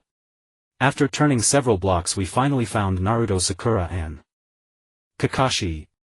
Wasn't he going to support the Hokage? "Kakashi-sensei!" I exclaimed in surprise. Kakashi turned around, his eyes grave. "The situation has changed.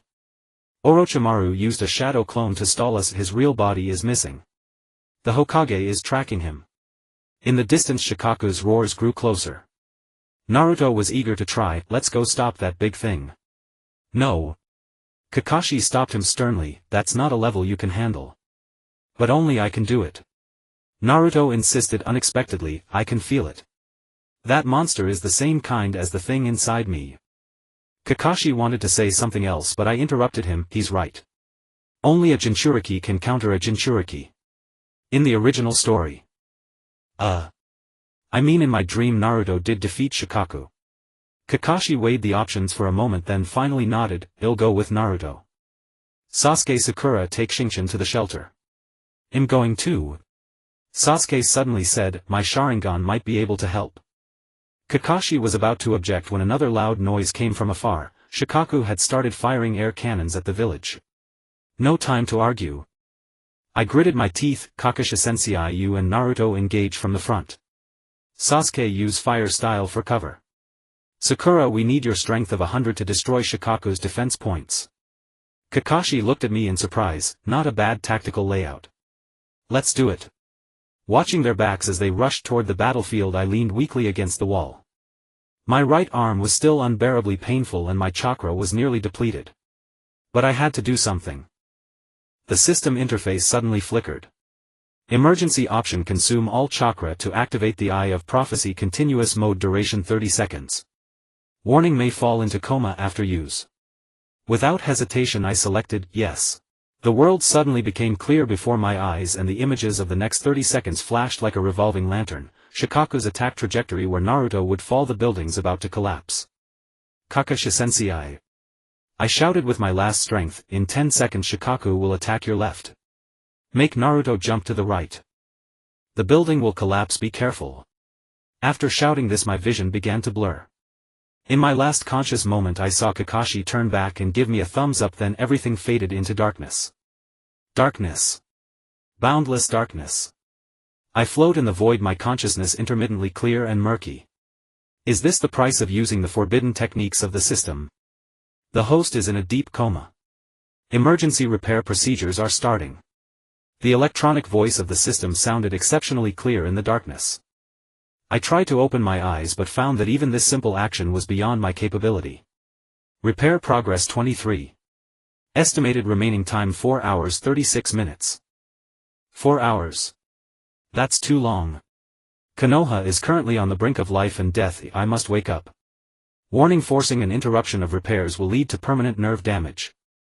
Suggestion wait for repairs to complete. Just as I struggled a point of golden light suddenly flickered in the darkness. The light gradually expanded forming a blurry silhouette, robe horns and the Rinnegan with 9 tomos. The Sage of 6 Paths. Interesting.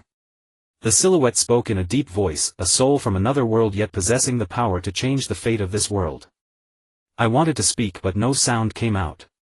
Every change comes at a cost. The silhouette continued, what you call the system merely extracts your soul energy to distort reality. What do you mean? The system is consuming my soul. If this continues you will disappear. Completely. The voice of the silhouette gradually faded away, choose outsider. To persist in change or. The voice abruptly cut off. I abruptly opened my eyes, the blinding white light forced me to close them again. He's awake. Hurry and notify Lord Hokage. This was the voice of an unfamiliar woman. I tried to open my eyes again, this time adapting to the light. A white ceiling and the smell of disinfectant. Am I in a hospital again? Lord Seishin. Can you hear me? A woman wearing a medical forehead protector leaned down to look at me, several medical ninjas standing behind her. I tried to nod, my throat dry as if filled with sand, water. Someone lifted my head and fed me a few sips of warm water. The moment the liquid slid down my throat I broke into a violent cough, my nerves screaming in pain as if they were on fire. Repair interrupted. Current status severe injuries not healed. Function limitations only perception and communication modules are open.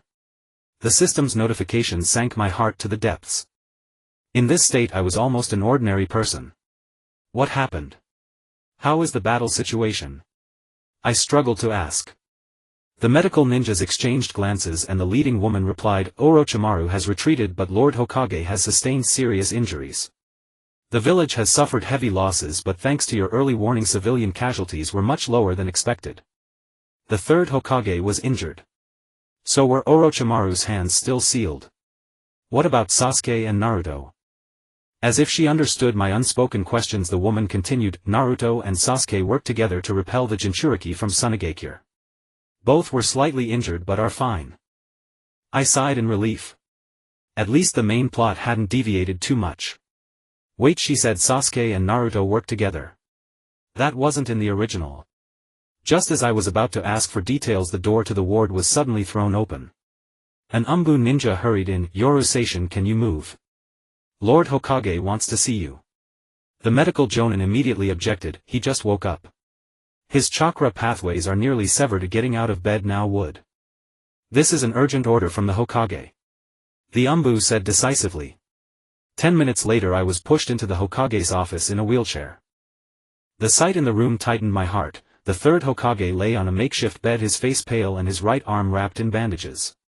Mito and Koharu stood at the bedside, their expressions grave. Seishin. The third Hokage's voice was weak but clear. I'm glad to see you awake. My throat tightened. Lord Hokage. Your hand. The third Hokage forced a wry smile. The cost of sealing Orochimaru's soul. However, thanks to your last warning, I successfully sealed his hands. Though not completely. My heart jolted. In the original, the third Hokage was supposed to sacrifice himself. Now he had only lost an arm. This is a significant change. Main quest update: the result of the Konoha collapse plan has changed by 67. Rewards pending distribution. The system's notification confirmed my suspicion. Seishin, the third Hokage said with difficulty as he sat up, I want to know what you saw before you fell into a coma. Your precognitive abilities seem to be more accurate than we imagined. I took a deep breath and decided to partially confess. I saw Orochimaru use the impure world reincarnation, summoning the first and second Hokage. The two advisors gasped. The third Hokage nodded. Continue. You originally planned to use the Shiki Fujin for a mutual demise, but changed strategies after my warning. A hint of surprise flickered in the third Hokage's eyes. To be precise, it was your warning that made me prepare a backup plan. When the Shiki Fujin was interfered with, I turned to use partial sealing, sacrificing my arm in exchange for sealing Orochimaru's ninjutsu abilities. So that's how it was. My intervention allowed the third Hokage to survive, though at a heavy cost. And one more thing. The third Hokage gestured for everyone else to leave, and when it was just the two of us, he continued, Sasuke and Naruto. Their cooperation is unusual. Sasuke even took a hit to protect Naruto. This news shocked me more than the third Hokage's survival. Sasuke protecting Naruto. This completely overturns the original. What did you say to Sasuke? The third Hokage asked sharply. Since the hospital conversation, his behavior pattern has changed noticeably. I pondered my words. I just helped him see another possibility beyond hatred. The third Hokage nodded thoughtfully. Whatever you did has changed that child's trajectory. This may be a good thing. He shifted the topic, but now we have more pressing issues. The sound ninjas and the remnants of Sunigakure are still active nearby. The command center needs your precognitive abilities. Thus, despite my poor physical condition, I was assigned to the temporary command center. It was a reinforced shelter located 30 meters underground, where dozens of ninjas were busy receiving and relaying frontline intelligence. I was placed on a chair in a corner facing a massive sand table. Nara Shikaku, Shikamaru's father, was coordinating defenses. Ah, the prophet has arrived. Shikaku smiled wearily upon seeing me. Just in time, we need your insights. He pointed at several red dots on the sand table. The remnants of the sound ninjas are stubbornly resisting at these locations. The command center is debating whether to concentrate forces to take them out one by one or to split our troops to encircle them. I carefully observed the sand table when the system suddenly activated. Tactical analysis module activated. Suggestion: concentrate forces to break through the weak point in the southwest and cut off enemy communication routes. West-southwest, I pointed to the corresponding location. The defenses here are the weakest. After breaking through, we can divide the enemy forces then. In the following hours, with the assistance of the system and my limited modern military knowledge, I provided multiple suggestions to the Konoha Command Center. Although the pain in my body was unbearable, seeing my opinions quickly adopted and yielding results was an indescribable sense of accomplishment. In the evening, an unexpected visitor arrived at the command center, Uchiha Sasuke. His right arm was in a sling and there were several scratches on his face, but he looked in good spirits. I heard you woke up. He stood before me, his tone still cold but lacking the previous hostility. Sasuke. I'm so glad you're okay. I said sincerely, I heard that you and Naruto. Don't misunderstand, Sasuke interrupted me, I just made the most reasonable tactical choice. If that idiot had died, who would deal with Shikaku? I suppressed a laugh. A typical Sasuke response, but the wavering in his eyes didn't fool me. Regardless, thank you for coming to see me. I said sincerely. Sasuke was silent for a moment, then suddenly lowered his voice. About my brother. I've been investigating some leads. My heart raced. What did you find? I can't say right now. He glanced around warily. Once you're healed, we'll meet at the usual place. After saying this, he turned and left, his black hair swaying gently behind him. I noticed his step seemed lighter than before, as if he had shed some burden. Just after Sasuke left, another familiar voice rang out, Yo, a patient exchange meeting. I didn't need to turn around to know who it was, Kakashi Hatake. He looked exhausted, but the one eye that was visible still held his signature lazy smile. Kakashi-sensei. I tried to stand up, but he pushed me back down into the chair. Don't overdo it. Kakashi handed me a scroll. Lord Hokage asked me to pass this to you. It's information on the study of precognitive abilities. Curiously, I opened the scroll and discovered it contained records of all known prophetic bloodlines in Konoha's history, with the most notable being detailed records about the Frog Sage prophecy. This is. Lord Hokage believes that your ability may be related to the prophecy system of Mount Myaboku, Kakashi explained. He suggests that you visit Mount Myaboku once you're healed. Mount Myaboku. This is exactly what I need. The system immediately popped up a notification. Quest updated. Go to Mount Myaboku to learn Senjutsu. Reward ability to control Sage Chakra. Just as I was delighted, the command center's alarms suddenly blared. An Umbu ninja appeared in an instant. Emergency report. Orochimaru's whereabouts have been discovered. He is gathering remnants 3 kilometers outside the village. Everyone immediately entered combat mode. Shikaku quickly deployed defenses while sending someone to notify the Third Hokage. Impossible. Kakashi frowned. Orochimaru's hands are sealed. He should have already retreated. Unless. I suddenly thought of a possibility. It's a decoy. His target is. Before I could finish my sentence, a deafening explosion sounded from afar, shaking even the underground shelter. Where was the explosion? Shikaku asked sharply. It's the hospital. The communication ninja answered in horror. Someone attacked the area for the severely injured. Sasuke. My heart tightened. In the original, Orochimaru had taken advantage of Sasuke's severe injuries to strike. Kakashi-sensei. I grabbed his arm. This is a diversion. Orochimaru wants Sasuke. Kakashi's expression sharpened immediately, understanding my intent. I'll go to the hospital. You stay here. Watching Kakashi vanish in an instant, I turned to Shikaku. Shikaku, please give me a team. I have a bad feeling. Shikaku hesitated for a moment, then nodded. Team 10 just returned to rest. They can accompany you. 10 minutes later, I sat in a wheelchair pushed by Yamanaka Ino, quickly making my way through the devastated streets with Nara Shikamaru and Akimichi Choji.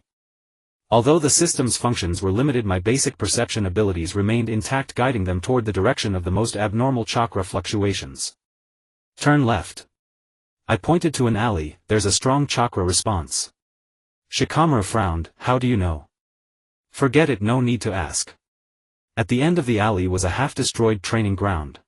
The sight before us froze all of us. Kakashi was entangled by several giant snakes, unable to move. Sasuke was half kneeling on the ground, clutching his neck in pain, where a black curse mark was visibly spreading, and standing before them was Orochimaru.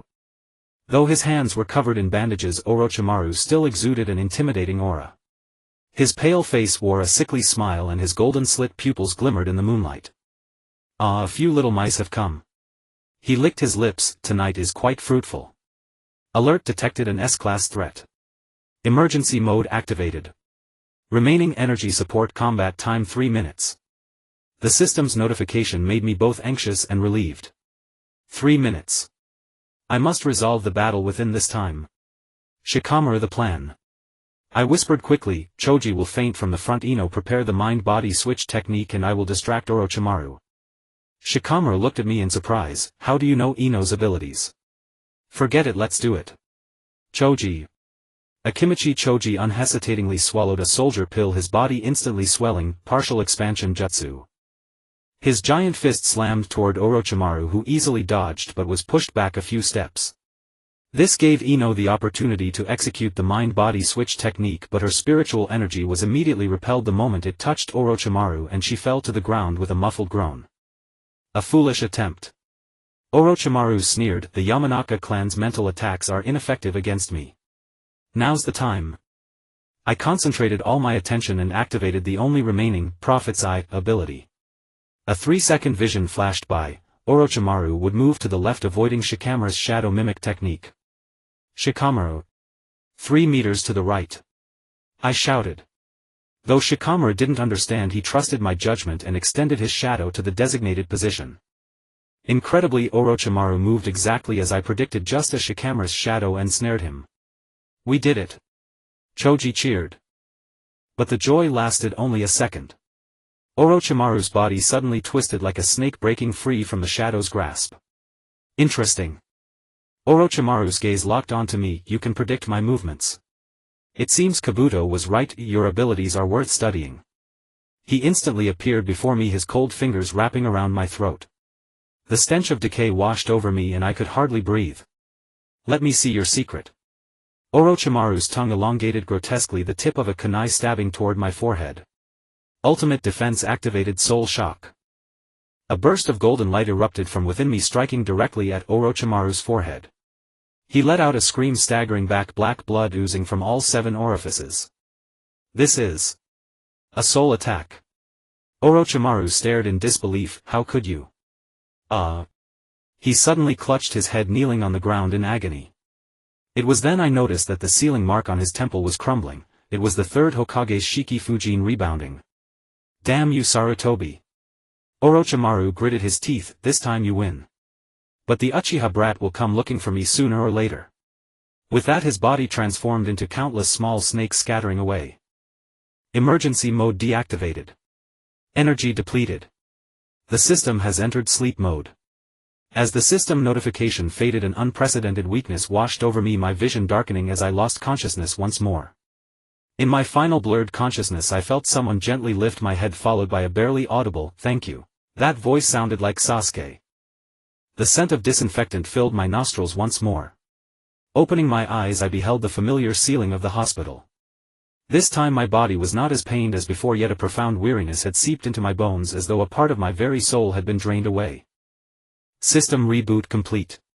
Current status extremely weak. Recommendation: avoid using any ninjutsu within 72 hours. Sunlight streamed through the blinds, casting striped shadows upon the floor. Judging by the light, it must be around noon. I tried moving my fingers. At least this time I could control my body.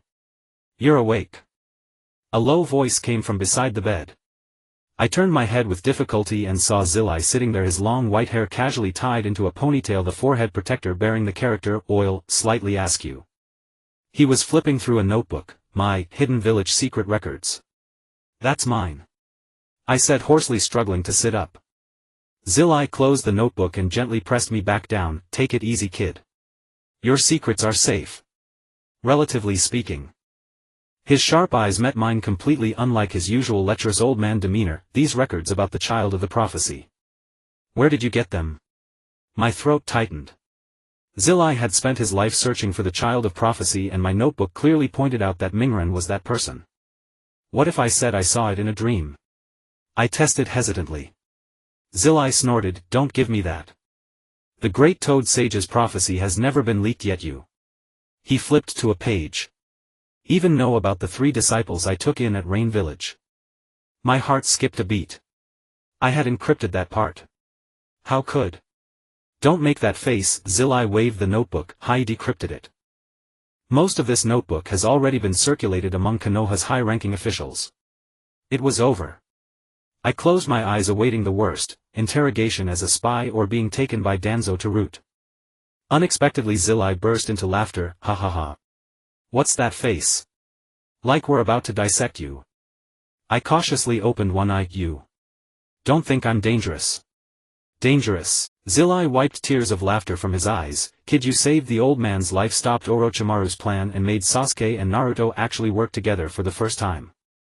If you were our enemy, the ninja world would already be at peace. I was dumbfounded, unsure how to respond. Zillai's expression gradually turned serious. Listen, Xingchen. Or should I call you prophecy bearer? The old man called a high-level meeting. Regarding your disposition. Opinions are deeply divided. I swallowed hard. Lord Danzo wants to lock me up for research. Worse, Zillai made a throat-slitting gesture, but don't worry, the old man Kakashi Hai and others are on your side. The final vote result was. He deliberately drew out the suspense, pulling a scroll from his bosom. Special promotion to chunin and appointment as strategic advisor assistant. I stared wide-eyed, incredulous as I took the scroll. Upon unrolling it, the Hokage's seal was clearly stamped, declaring my special promotion for exceptional strategic insight and courageous spirit during the Konoha collapse plan. This. Why? I asked in confusion. Zillai stood up and walked to the window. Because we need you, kid. The future of the ninja world is darker than you imagine. Orochimaru is just the beginning. The threat of the Akatsuki organization is approaching. And you seem to know all about it. He turned around, the sunlight forming a halo behind him. The old man believes you can help Konoha weather the coming crisis. So. Welcome to the team, Chunin Xingchen.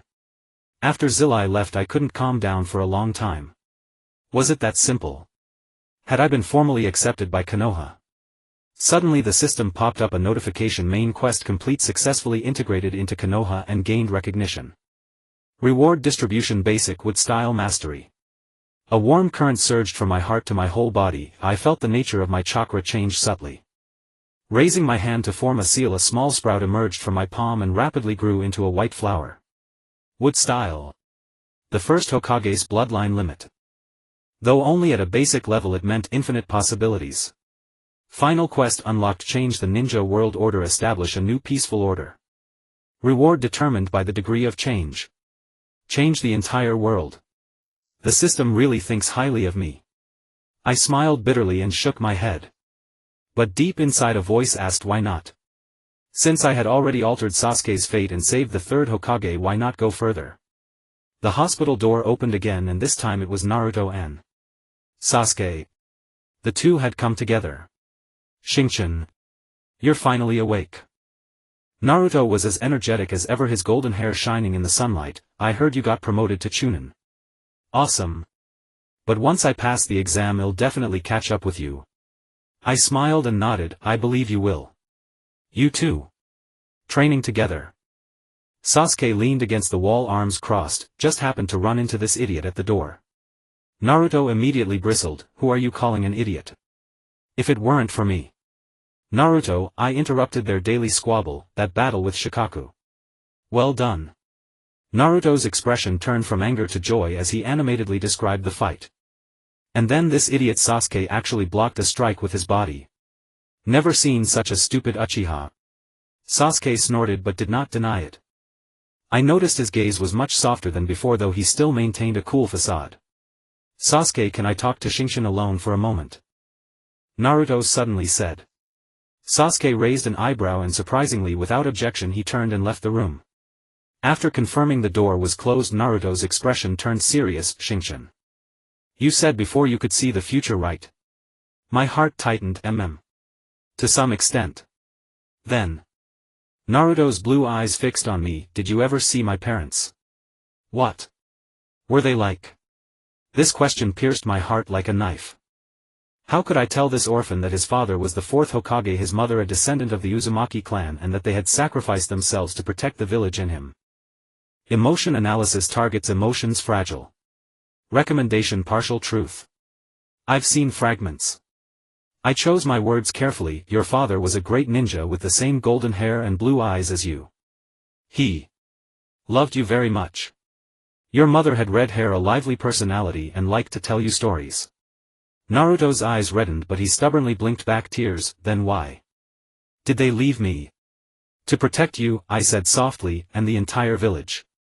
They made the greatest sacrifice.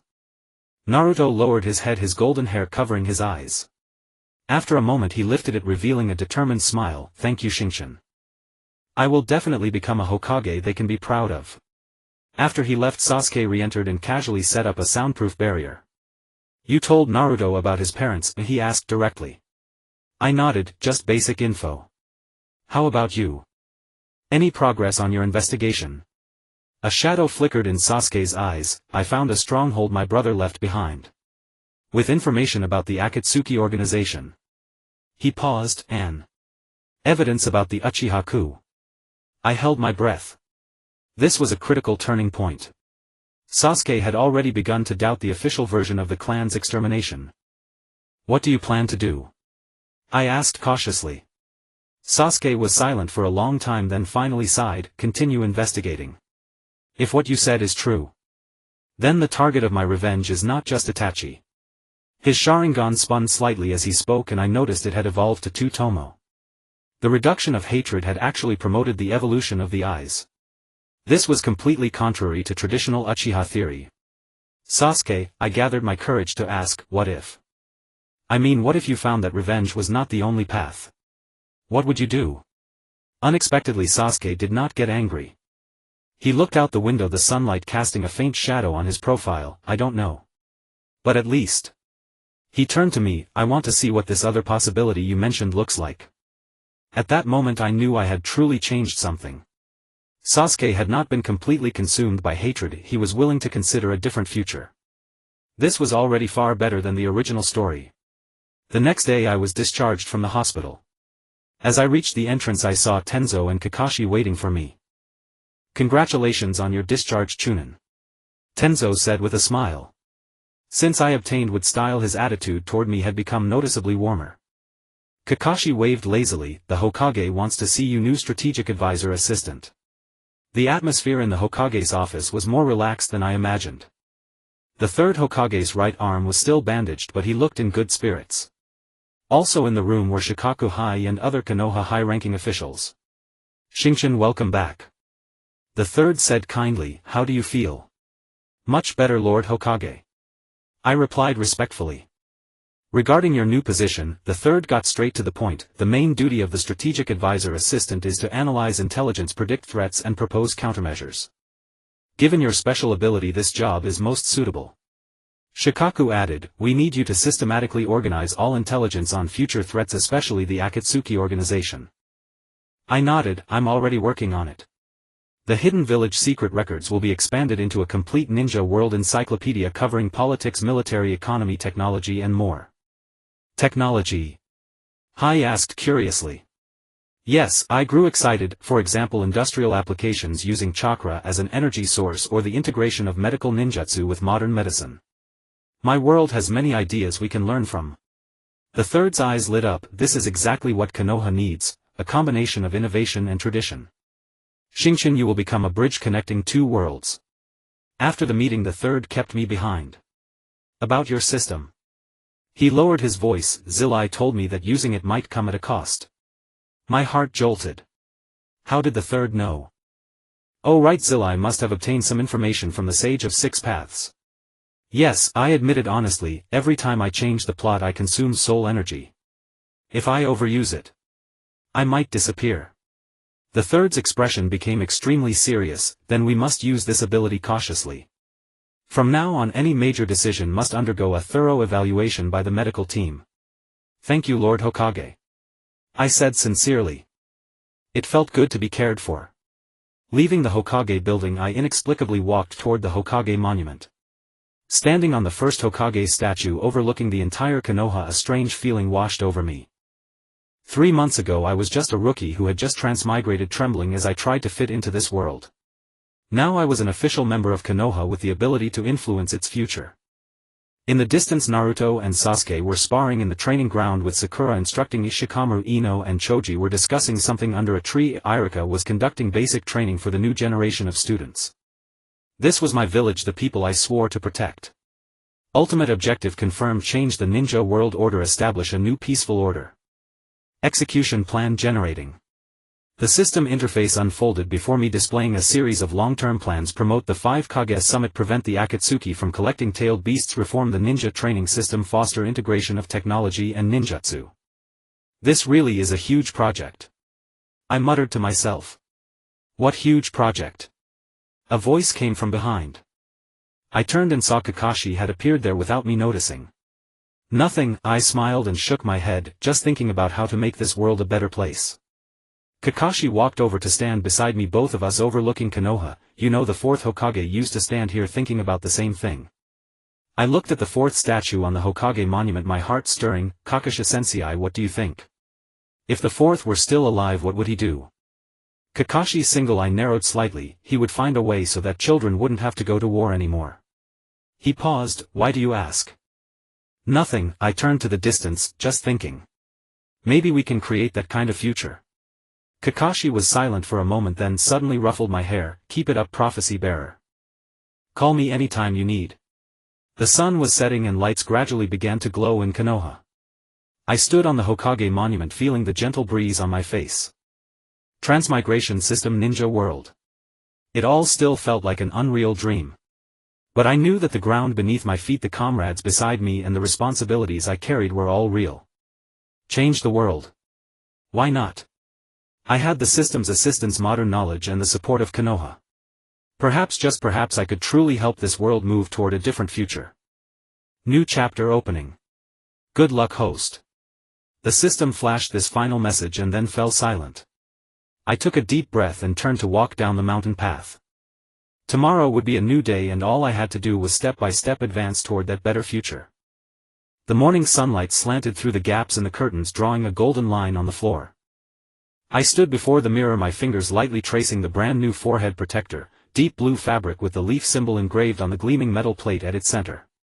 3 months ago I was a bewildered soul who had just crossed over, and now I had officially become Xingchen, a chunin of Konoha. Today's mission: attend the chunin appointment ceremony.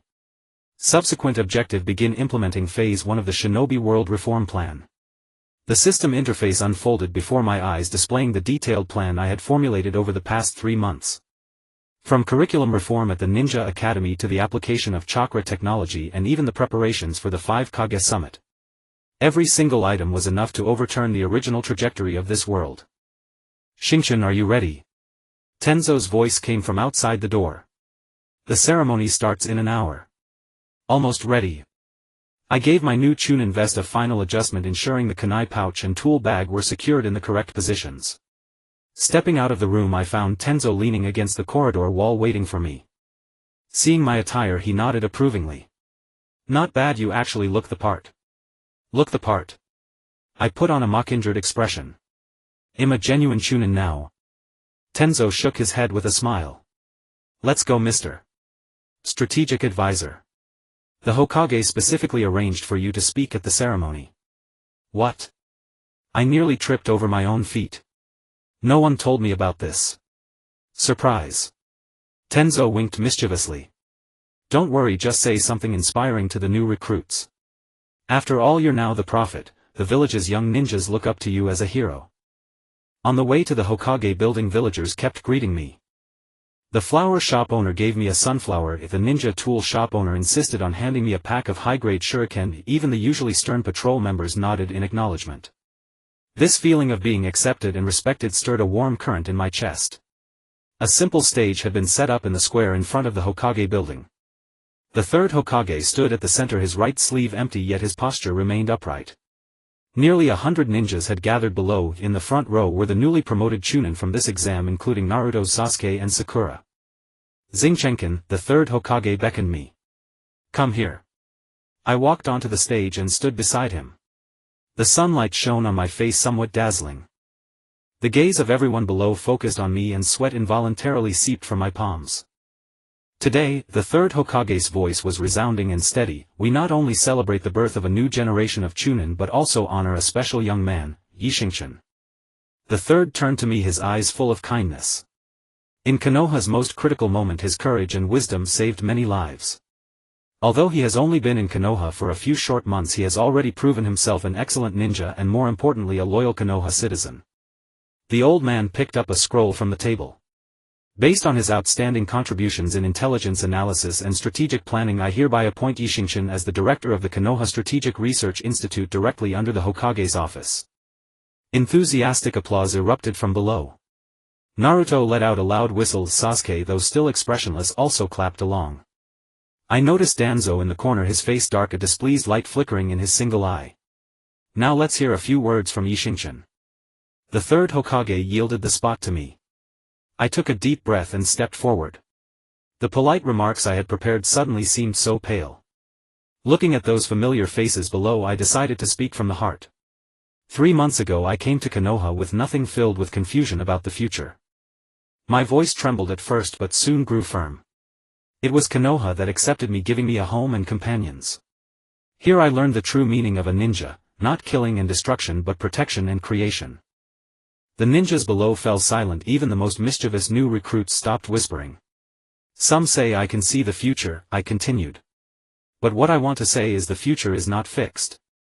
Every choice, every effort shapes what tomorrow will look like. Everyone standing here today has the power to create a better future, for Konoha, for the entire shinobi world. I looked at Naruto, his blue eyes shining with determination, at Sasuke, who nodded slightly, at Shikamaru, who gave a knowing smile, at Kakashi and Tenzo, whose eyes held the satisfaction of elders. As the first proposal of the Strategic Research Institute, I raised my voice. I announced the launch of the Sprout Project, selecting 10 elite genin to receive cross-disciplinary special training. Registration begins this afternoon. After the ceremony, the crowd gradually dispersed. The third Hokage patted me on the shoulder. Well said, Xingchen-kun. Especially the part about the future. It has the flair of the first Hokage. You flatter me, Lord Hokage. I lowered my head in embarrassment. Regarding your Sprout Project, a glint of cunning flashed in the third's eyes. I've already scouted a few suitable candidates for you. He handed me a list on which were written Uzumaki, Naruto, Uchiha, Sasuke, Haruno, Sakura, Nara, Shikamaru, Yamanaka, Ino, Akimichi, Choji, Hyuga, Hinata, Aburame, Shino, Inazuka, Kiba, Tenten. Isn't this? I stared wide-eyed. The 10 most outstanding genin of this batch, correct? The third said with a beaming smile. I believe you can bring them a different perspective. I suddenly felt the weight on my shoulders grow heavier. This was almost exactly the original 12 rookies minus Niji and Lee, who were already chunin. Teaching these future elites. Oh system, you really know how to pile work on me. In the afternoon, a long line formed outside the temporary office of the Strategic Research Institute, which was essentially a renovated warehouse. Not only the 10 recommended by the third but also many genin who had heard the news came. One at a time. I fumbled to distribute the registration forms. Shikamaru helped me organize the line. Okay. Shikamaru sighed. What a drag. But he still took the forms. Naruto pushed to the front. Xingchen. I must join your project.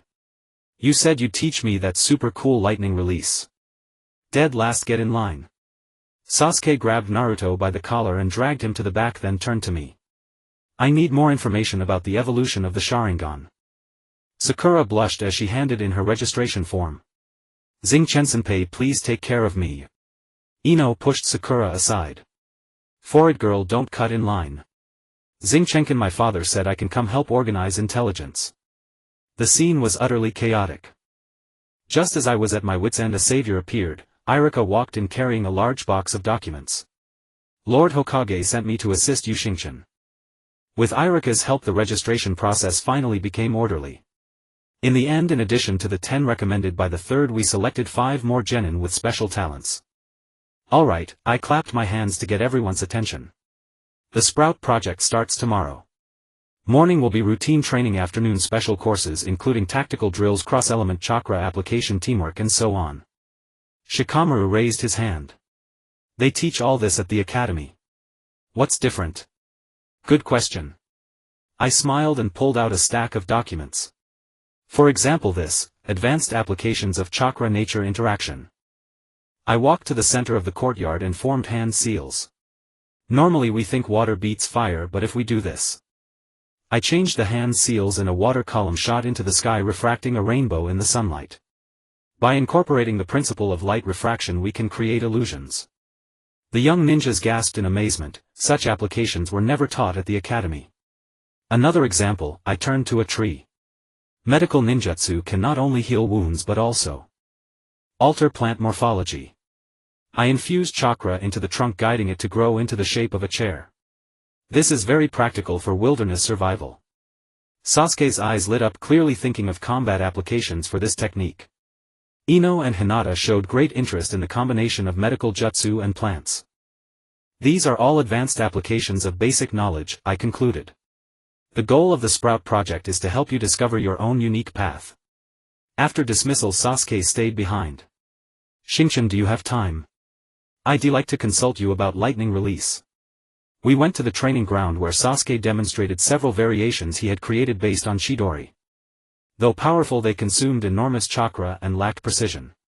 The problem lies in the shape transformation of your chakra, I analyzed. You focus too much on power, neglecting control. I demonstrated my own modified version, compressing the lightning release chakra into thin threads. Although the power was reduced, the precision and endurance were greatly improved. Sasuke tried it a few times and quickly grasped the knack. Watching his focused profile, I couldn't help asking, Sasuke, about your brother. Any new findings? Sasuke's hand paused and the lightning dissipated in the air. I found some of his notes. About the Akatsuki and the Moon Eye plan. His voice was low. You were right, things aren't that simple. What do you plan to do next? Keep getting stronger. Sasuke put away his kunai. Then. Find him and ask him clearly. Surprisingly, he added, but I won't be blinded by hatred anymore. You said a ninja should be a creator, not a destroyer. I looked at him in surprise. That phrase was a personal creed I had written in the Hidden Village secret records. I never expected Sasuke had not only read it but also remembered it. What's wrong? Sasuke noticed my expression. Nothing, I smiled and shook my head. I just didn't expect you to have read my book. Sasuke gave a light snort. Just browsing when I was bored. He paused, then rarely took the initiative to propose, training tomorrow. I want to try combining fire release and lightning release. I'd be delighted. I extended my hand. Sasuke hesitated for a moment, then grasped my hand. At that moment I knew I had truly changed something. Uchiha Sasuke, the Avenger driven by hatred in the original story, was now walking a completely new path. In the evening I returned to the Strategic Research Institute and found Jiraiya sitting cross-legged on my desk holding the latest chapter of the Naruto World Encyclopedia. Ah, the director returns, he said cheekily. Not bad writing, especially the parts about the Hidden Rain Village and the Akatsuki. Quite detailed. My heart tightened. That section contained a wealth of top-secret intelligence that even the Konoha High Command didn't know, including Nagato's Rinnegan abilities and Konan's paper-release secret techniques. Jiraiya-sama, that is. Relax, Jiraiya closed the book, his expression unusually serious. The old man has already approved your writing plan. However. He jumped off the desk. I think you need some field research. Field research? That's right. Jiraiya grinned. Pack your bags, kid. In 3 days we set out to travel the nations and collect first-hand material. I stared wide-eyed. Traveling with Jiraiya. That meant I would have the chance to visit other ninja villages and even the Akatsuki. Mission update: journey through the shinobi world with Jiraiya. Objective: establish a cross-border intelligence network and prepare for the 5 Kage Summit. Reward: unlock new abilities based on results. The system prompt made my heart race. This was not just an adventure but an opportunity to change the entire shinobi world's landscape. What do I need to prepare? I struggled to keep my voice from trembling. Change of clothes, ninja tools, and... Jiraiya winked. An open mind. The outside world is much more complicated than what's written in books. That night I burned the midnight oil, writing furiously, preparing a plan for the upcoming journey. Suddenly a soft tapping came from the window. Opening it, a familiar ninja crow perched on the sill, a small scroll tied to its leg. Unrolling it, there was only a single line: beware of Danzo. Do not act alone during the journey. I burned the note and looked out the window. Under the moonlight, Konoha was peaceful and serene, but I knew the games in the shadows had just begun. Danzo would not sit idly by as my influence grew, and I was no longer a greenhorn to be manipulated. The Eye of Prophecy ability allowed me to foresee danger would release, gave me the means to protect myself, and most importantly, I had the support of the entire Konoha. 3 days later, at Konoha's main gate. All set? Jiraiya asked energetically, slinging his trademark huge scroll over his back. I adjusted my backpack straps and took one last look at the people. Seeing me off, the third Hokage Kakashi Tenzo Irika and the students of the Sprout Project. Naruto waved his arms and shouted, "Make sure to bring back souvenirs." Sasuke stood a little further away giving a slight nod. Sakura and Ino had red-rimmed eyes as if seeing off a warrior on an expedition. "Ready." I answered loudly, then turned to Jiraiya. "Where's our first stop?" Jiraiya smiled mysteriously. "Let's go to the land of hot water for a hot spring first. I need some inspiration for my new book." Amid everyone's laughter we set off on our journey. Looking back, Konoha's gate gradually receded into the distance, but I knew this place was now my true home. No matter what lay ahead, I would use this power to create a different future, for Konoha, for the entire shinobi world. The air of the Tang country was thick with the scent of sulfur. As we ascended the stone steps along the mountain path, lanterns on both sides gradually lit up in the twilight, casting a warm amber glow over the path leading to the hot spring inn. "Ah, this is the life." Jiraiya stretched his yukata, hanging loosely, revealing a broad chest. After a whole day of travel, nothing beats a hot spring to wash away the fatigue. I adjusted the backpack on my shoulder, sweat already soaking through the back of my shirt. 3 days after leaving Konoha, traveling by day and resting by night, we had finally reached our first destination, the renowned Longji Tang Hot Spring Inn in Tangin Village. "Jiraiya-sama, are you sure this is just an ordinary hot spring inn?" I asked in a low voice, my gaze sweeping over a few heavily made-up women by the roadside. "It seems a bit." What did you say?" Jiraiya's attention was already captivated by a woman in kimono standing at the inn's entrance. The woman was about 25 or 26, with hair black as a waterfall and a teardrop mole at the corner of her eye. She was smiling warmly at us. "This esteemed gentleman, are you here to enjoy the hot springs?" Her voice was like a mountain spring, clear and melodious. Jiraiya immediately straightened his back, smoothing his white hair. "Indeed. I am a writer traveling the land collecting material for a new book." I rolled my eyes. The notorious lecherous habit of this sannin was truly legendary. The woman covered her mouth with a light laugh. "So you are a writer-sama?" "I am Sayo, the proprietress here. If you do not mind, please follow me. We have fine guest rooms and private baths." Jiraiya followed without a second thought, and I had no choice but to hurry after him. Passing through winding corridors, Sayo led us to a secluded courtyard surrounded by bamboo groves with a steaming stone hot spring pool at its center. "This is our finest moon viewing bath, reserved especially for you two tonight." Sayo bowed slightly. "Dinner will be delivered in an hour. Do you require any other services?" Her eyes glimmered meaningfully at Jiraiya. "Of course we. No." I quickly interrupted Jiraiya. "Well, just enjoy the hot spring, thank you." Sayo seemed a little disappointed, but she withdrew politely. Jiraiya complained, "Kid, you ruined my fun." "Jiraiya-sama," I lowered my voice, "don't you find it strange? Such a high class and yet so welcoming to two strangers." Jiraiya's expression suddenly turned serious, nothing like the lecherous old man from before. "Good observation. That woman's chakra flow is quite peculiar. As if deliberately disguised." He crouched down, dipping a finger into the spring water. "But the hot spring itself is fine, feel free to soak." Only then did I realize Jiraiya had been putting on an act. Truly a legendary sannin, his acting was so natural. Stripping off my clothes and immersing myself in the hot spring, all the fatigue of the day seemed to evaporate with the steam. I leaned against the smooth stones at the edge of the pool and let out a long sigh. Environmental scan: the hot spring water is rich in minerals, aiding chakra recovery. Recommendation: do not soak for more than 30 minutes. The system's prompt made me smile faintly. Over the past 3 months the system had become an indispensable companion. Though it occasionally issued dangerous missions, the help it provided was tangible. "Xingchen," Jiraiya suddenly spoke, his voice low, "do you know why I brought you to the Tang country as our first stop?" I shook my head. "Because the hot springs." Partly. Jiraiya cupped a handful of water, watching it trickle through his fingers. Tangin Village is one of the few neutral ninja villages. Their ninja specialize in medical techniques and intelligence trading.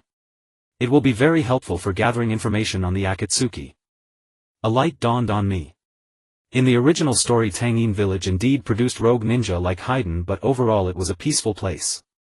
"Tomorrow we'll visit the leader of Tangin Village," Jiraiya continued. "He owes me a favor. But for tonight." He suddenly flashed his signature lecherous grin. "Let's just enjoy ourselves. Dinner was an exquisite kaiseki meal, each dish small and delicate yet surprisingly delicious. After the meal Seo appeared again, this time wearing a lighter kimono. "Writer-sama," she bowed slightly, "there is a guest in the front hall who claims to know you. She wishes to share a drink with you." Jiraiya raised an eyebrow. "Oh. What kind of person?" "A beautiful lady," Seo said meaningfully, "with red hair, claiming to be from the Whirlpool Village." Jiraiya's body stiffened for an instant.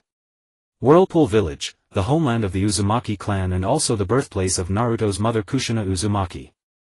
"I'll go see." Jiraiya stood up, giving me a meaningful glance. "Xingchen, stay here." I wanted to follow, but Jiraiya shook his head slightly, mouthing the word vigilance. After Jiraiya left, I was alone in the courtyard. Moonlight filtered through the gaps of the bamboo leaves, casting dappled shadows on the surface of the hot spring. I sat cross-legged on the veranda and activated the system's perception function.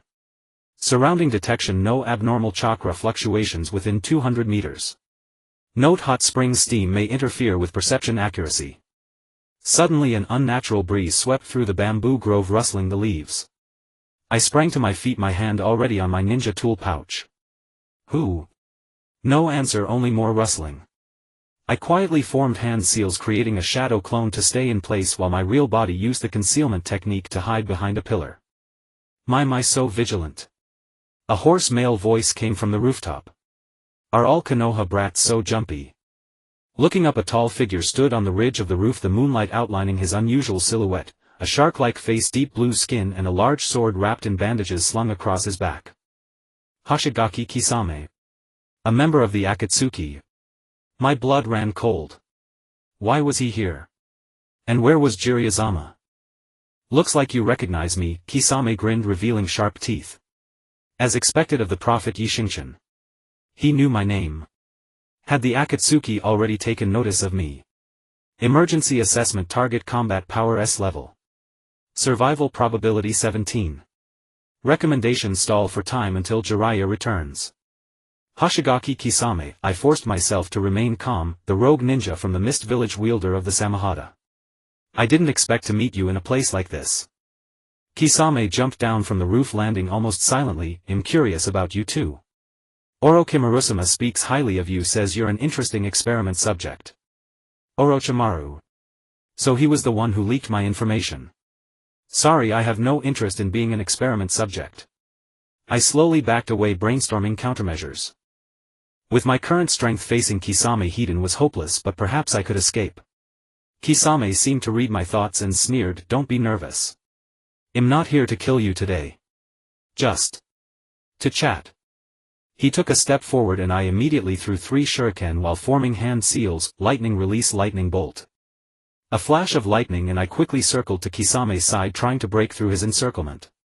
But Kisame's speed was astonishing. He appeared before me almost instantly, the bandages on Samahata already unwound, revealing the blade covered in spikes. Too slow. Kisame swung Samahata and the wind pressure alone made me unsteady. Prophets I activated. Predicting actions within 3 seconds.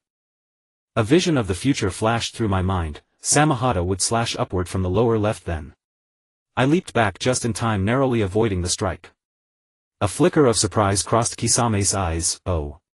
You predicted my move. Interesting." He attacked again, this time even faster. I barely dodged, but the wind blade still tore a gash in my clothes. Warning: continuous use of prophets I consumes too much.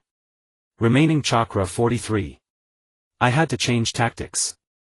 I quickly formed hand seals: wood release, wood locking wall. A row of wooden pillars rose from the ground, forming a defensive barrier. Kisame's Samahata struck it, sending wood chips flying. Wood release. Kisame's surprise grew. The first Hokage's bloodline limit. This is getting more interesting. I knew the wood locking wall wouldn't hold long. I had to find a way to call for help. My right hand quietly reached for the signal flare, the emergency contact tool Jiraiya had given me. Kisame seemed to sense my intention and suddenly formed hand seals: water release, explosive water collision wave. A torrent of water gushed from his mouth, instantly smashing through the wood locking wall. I was swept away by the current, crashing heavily into the bamboo grove. The signal flare fell from my hand, landing a few meters away. "Playtime is over, kid." Kisame dragged Samahata toward me. Come with me. Someone wants to see you. I struggled to my feet, soaked to the bone, my chakra nearly depleted. Was this the end? Just then a sudden change occurred. My prophet's eye suddenly activated uncontrollably, clearer than ever before. I could not only predict Kisame's movements but also see the flow of chakra within his body. Ability evolution: prophet's eye upgraded to true sight pupil. New function: brief observation of chakra flow. Duration 10 seconds. Kisame's chakra burned like blue flames inside him, concentrated mainly in his abdomen, then flowing to his arms and legs. Even more astonishing, I could see several weak points in his chakra flow. No time to ponder how this new ability came about. I acted immediately. My hands formed hand seals, rapidly channeling all my remaining chakra into my right hand. Lightning release, lightning arrow. This was a technique I had created myself, compressing lightning-natured chakra to a high density before firing it like an arrow of lightning. Under normal circumstances it would be difficult to hit a fast-moving target, but now, with the assistance of the true sight pupil, the lightning arrow shot precisely toward a node in Kisame's chakra flow, 3 inches below his right shoulder blade. Kisame clearly hadn't expected such accuracy. He dodged hastily but still got grazed on the shoulder. He grunted in pain and his movements noticeably slowed. Damn brat! Kisame roared in fury, all the spikes on Samahata standing erect. I'll chop you into mincemeat. Just as the situation was critical, a massive figure descended from the sky, landing in front of me. Sage Art Hair Needle Sanban. White hairs shot out like steel needles, forcing Kisame to retreat repeatedly. It was Jiraiya, and he had already entered sage mode. Are you all right, Xingchen? Jiraiya asked without turning around. Fine, I gasped. That innkeeper. A genjutsu clone. Already dealt with. Jiraiya's voice was filled with anger. Kisame, your Akatsuki is getting too bold. Laying a hand on my disciple. Kisame steadied himself, grinning. The legendary Sannin Jiraiya. I'm not here to fight you today. His gaze shifted past Jiraiya to me. Kid, remember this, someone is very interested in you. Well, meet again. With that he dissolved into a puddle of water, a water clone. The real Kisame had never even appeared. My legs gave way and I nearly collapsed. Jiraiya caught me just in time. Are you injured? Nothing serious. Just depleted chakra. I managed to straighten up. Jiraiya-sama, that red-haired woman. A diversion tactic. Jiraiya's expression darkened. She wasn't from the Uzumaki clan at all, a spy for the Akatsuki. They had been watching us all along. Back in the inn-room, Jiraiya examined my injuries and confirmed there were no poisons or internal damage before letting out a sigh of relief. You did well, he praised, rare for him. To hold out so long against Kisame and even wound him, that exceeded my expectations. Thanks to a new ability I awakened, I rubbed my still burning eyes. I suddenly could see chakra flow. Jiraiya looked thoughtful. It seems your prediction ability evolved at the brink of death. This might be a kind of bloodline limit. I hesitated, then decided to reveal part of the truth. I think it might be related to the system. The entity inside me that grants me special abilities. I carefully chose my words. Sometimes it provides new abilities when I need them. Jiraiya was silent for a long moment, then reached out and ruffled my hair. Everyone has their secrets. As long as you use them for the right purpose, I don't care where your power comes from. A warmth spread through my heart. This was the breadth of mind of a Sannin. However, Jiraiya's expression turned serious again. The Akatsuki has you in their sights. The journey ahead will be even more dangerous. Are you sure you want to continue? I nodded without hesitation. Of course. If I stop because of fear, I might as well have stayed in Konoha as a librarian. Jiraiya burst into laughter. Good. That's the spirit. Tomorrow we'll set out for the Rain Country. That's the Akatsuki's stronghold, the most dangerous place. The Rain Country. My eyes widened. Isn't that? Yes, the country ruled by my former disciple. Jiraiya's eyes flickered with sorrow. That's exactly why we must go. Some things need to be settled. That night I tossed and turned, unable to sleep. Kisame's appearance, the newly awakened true sight pupil, and the impending journey to the Rain Country, everything was happening too fast. Outside the window the moon was obscured by clouds, plunging the entire Tangin village into darkness. I gently touched the Konoha symbol on my forehead protector, feeling its indentations. No matter what lies ahead, I will continue walking this path. Not only to complete the mission but also for the people I care about, my comrades in Konoha, Master Jiraiya, and this ninja world that I am slowly changing. Mission Update: Investigate the Akatsuki in the Rain Country. Reward: Unlock new abilities based on intelligence value. Warning: this mission is extremely dangerous. Looking at the system prompt, I took a deep breath and closed my eyes. Tomorrow the real trial begins. The air of the Tang country was thick with the scent of sulfur. As we ascended the stone steps along the mountain path, lanterns on both sides gradually lit up in the twilight, casting a warm amber glow over the path leading to the hot spring inn. Ah, this is the life. Jiraiya stretched his yukata, hanging loosely, revealing a broad chest. After a whole day of travel, nothing beats a hot spring to wash away the fatigue. I adjusted the backpack on my shoulder, sweat already soaking through the back of my shirt. 3 days after leaving Konoha, traveling by day and resting by night, we had finally reached our first destination, the renowned Longji Tang Hot Spring Inn in Tangin Village. Jiraiya-sama, are you sure this is just an ordinary hot spring inn?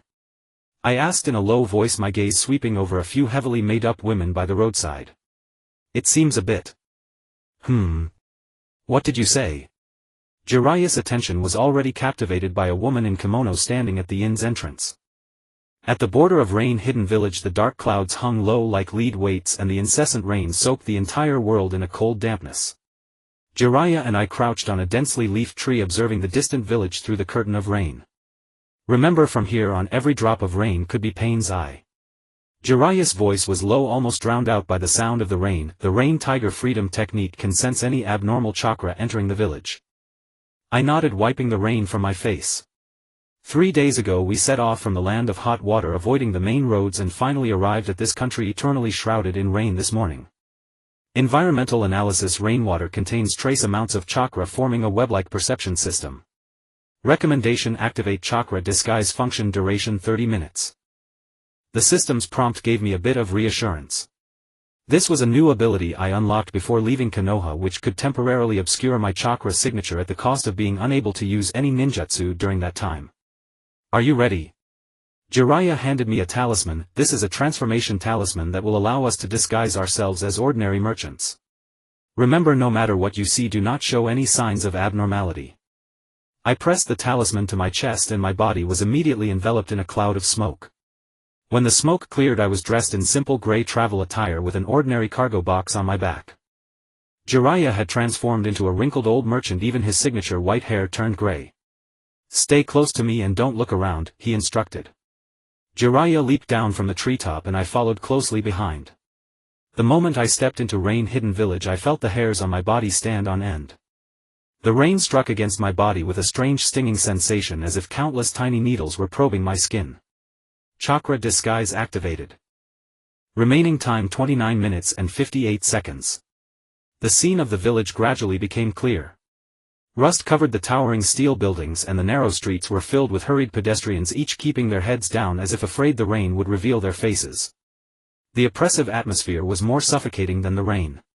This place is different from what I imagined, I whispered. Jiraiya nodded slightly. After Hanzo the salamander died, this became the Akatsuki's stronghold. Pain rules this country through fear. We walked along the main street pretending to be merchants selling herbs. The villagers we passed had vacant eyes, and occasionally patrolling ninjas went by, all wearing strange breathing apparatuses with the symbol of rain-hidden village on their forehead protectors, for diagonal lines resembling the trajectory of raindrops. First, let's go to the tavern, Jiraiya instructed quietly. That's the information hub. After turning a few corners, a small tavern called Water Spider Pavilion appeared before us. As we pushed the door open, a murky air rushed at us, mingled with the smell of cheap alcohol and mildew. A few customers sat scattered in corners, none of them looked up at us. We sat at the innermost table. Jiraiya ordered 2 cups of locally brewed rice wine, then casually asked the bartender, "Is there any news lately? I hear your new leader is quite impressive." The bartender, a one-eyed old man, scrutinized us warily. Outsiders should refrain from asking about the leader's affairs. Just drink your wine. Jiraiya chuckled awkwardly as he handed over a few coins. We're just curious. I heard he can bring the dead back to life. The bartender's face instantly turned pale. If you don't want to die, shut up. He hurriedly placed the wine glass down and left. It seems Pain's reputation is quite high, I remarked taking a sip of wine nearly choking. It was as strong as swallowing a ball of fire. Jiraiya's gaze swept across the entire tavern. These people have been tamed by fear. We need a more direct source of information. Detected abnormal chakra fluctuations. Source rooftop. Suspected observer. The system's warning made my back tense up. I pretended to fix my hair and glanced up. A paper butterfly quietly perched on the roof beam, almost blending into the background. It's Conan's paper jutsu. I immediately recognized this as an ability of Conan, a member of the Akatsuki. She is nearby. I kicked Jiraiya's leg, signaling him with my eyes. Jiraiya nodded slightly, indicating he had noticed. Let's finish this drink and head to the inn. He raised his voice intentionally. Traveling in the rain is quite exhausting. After leaving the tavern we found a shabby inn to stay in. The room was small and damp, but at least we could temporarily escape the rain. Conan is watching us, Jiraiya said after confirming that the doors and windows were securely closed. It seems the Akatsuki has noticed our arrival. Do you think she will recognize you? I asked anxiously. Jiraiya shook his head. With the transformation technique and chakra disguise, even she wouldn't easily see through it. But... He frowned, looking out at the rain. Pain's rain tiger freedom technique is a major problem.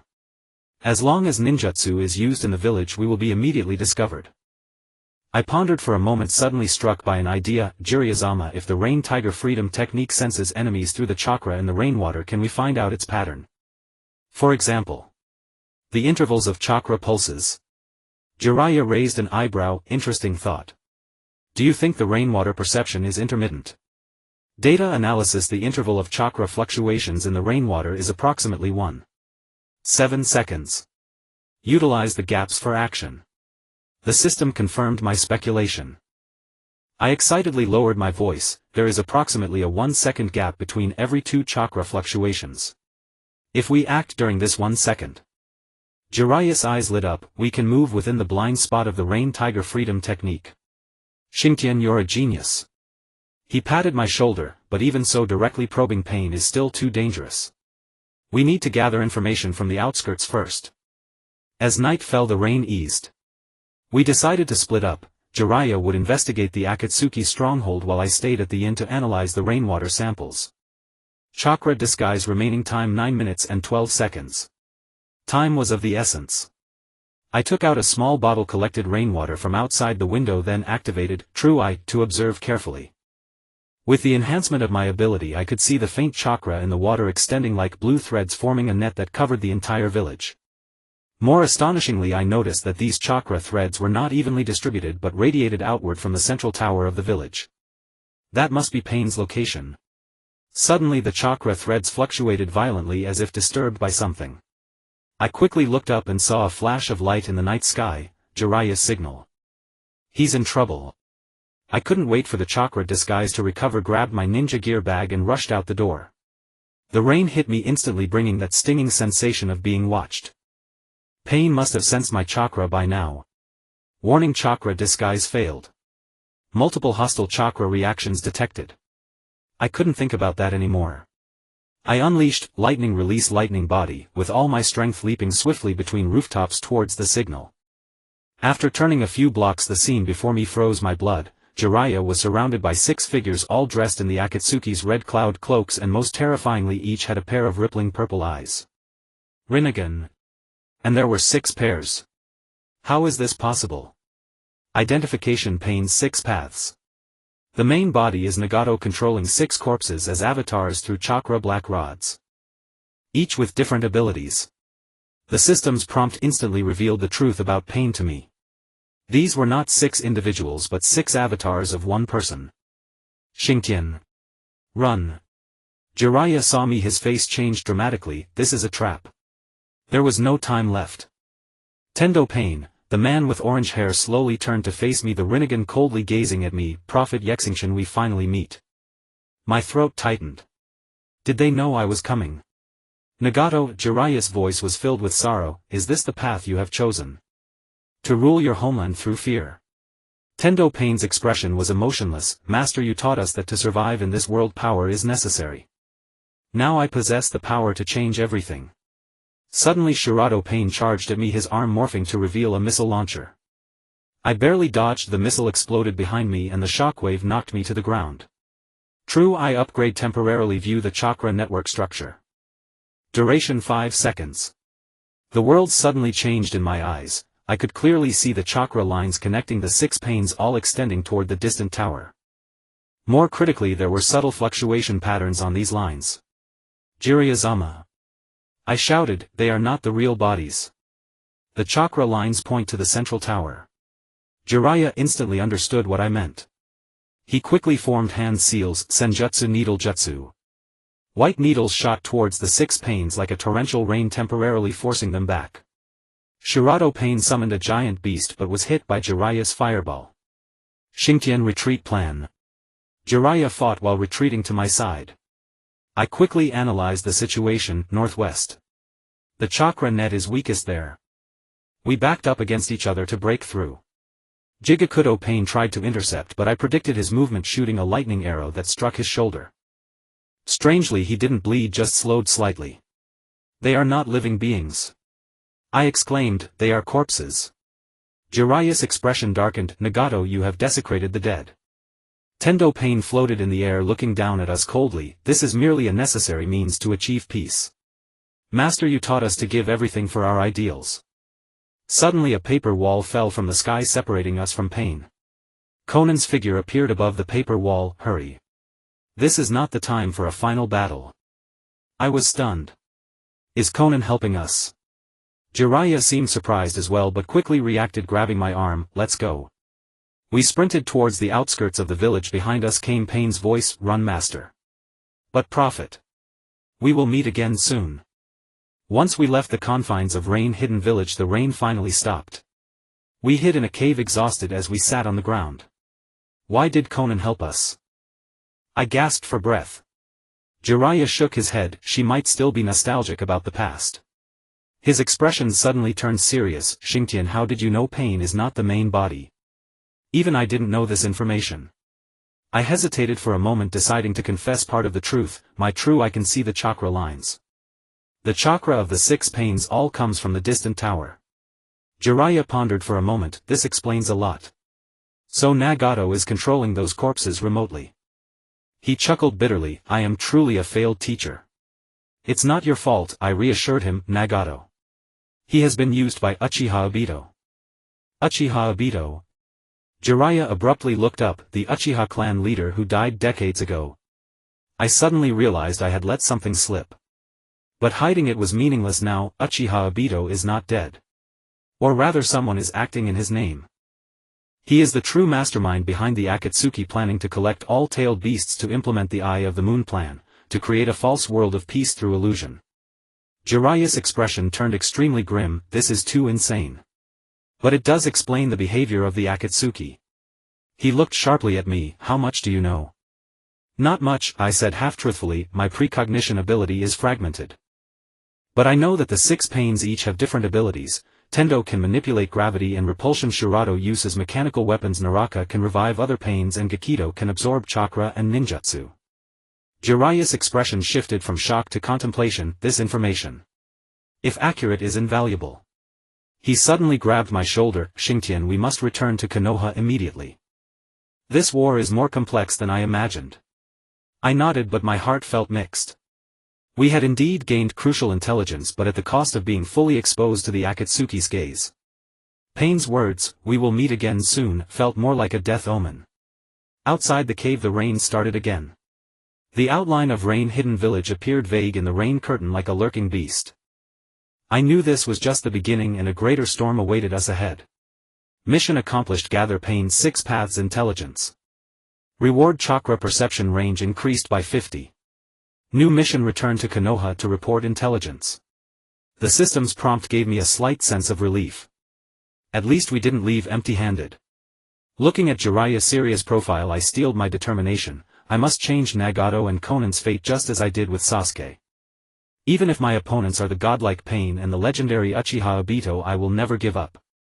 Because in this world I already have people and things that I must protect. The rain outside the cave gradually subsided, leaving only the occasional drip of water falling from cracks in the rock. Jiraiya leaned against the cave wall, unconsciously tracing intricate symbols on the dirt with his kunai, an ancient cipher I could not decipher at all. Environmental scan, no threats within 50 meters. Caution, weak chakra signature detected to the northwest approximately 80 meters away. The system's alert put me on high alert. Northwest. Wasn't that the direction we came from? I quietly crept to the cave entrance and activated the true sight eye to peer into the darkness. The forest after the rain was shrouded in thin mist. In my chakra vision the trees glowed with a faint green aura. Amid this natural chakra a discordant blue flickered in and out of sight. Someone was there. Jiraiya-sama, I whispered, we're being followed. Jiraiya instantly entered combat mode, kunai already in hand, direction. About 80 meters northwest. The chakra signature.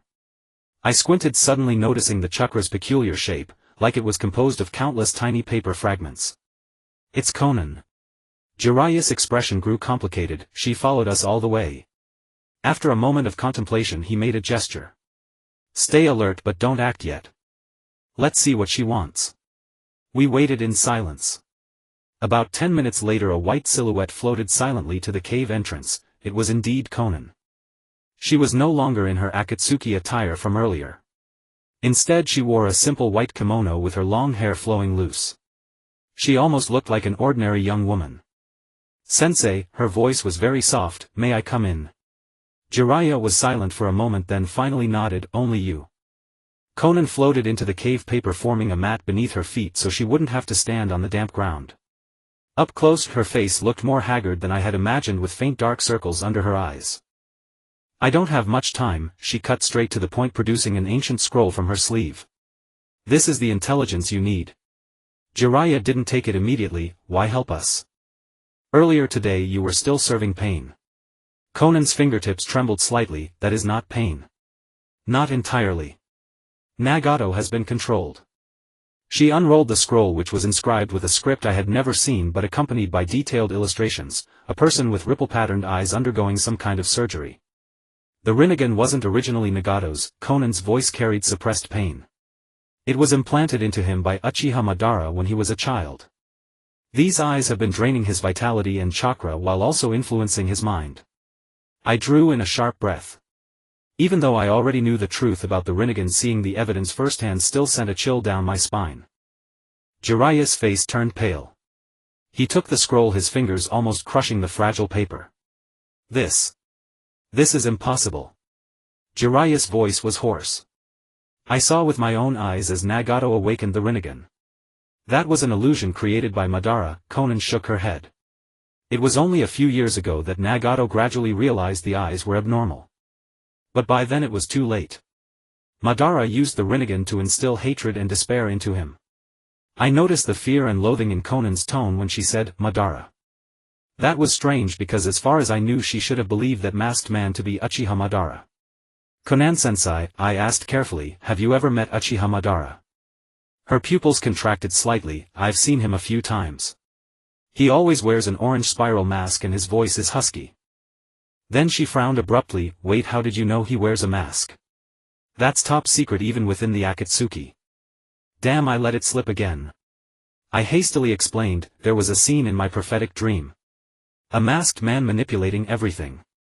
Konan gave me a long searching look as if about to say something, but in the end she just sighed. Regardless, you must understand that the Nagato now is no longer our comrade. The Rinnegan has completely taken control of him. He believes that only through pain can peace be achieved. Jiraiya suddenly punched the cave wall, cracks splitting the rock. I should have noticed. I failed them. Seeing the legendary Sannin in such pain, I couldn't help stepping forward. Jiraiya-sama, this isn't your fault. You taught them hope and courage. It was Madara who exploited their trauma. Psychological analysis target is in a state of severe self-blame. Suggestion guide them to focus on changeable factors. The system's prompt gave me direction. I continued, and it's not too late yet.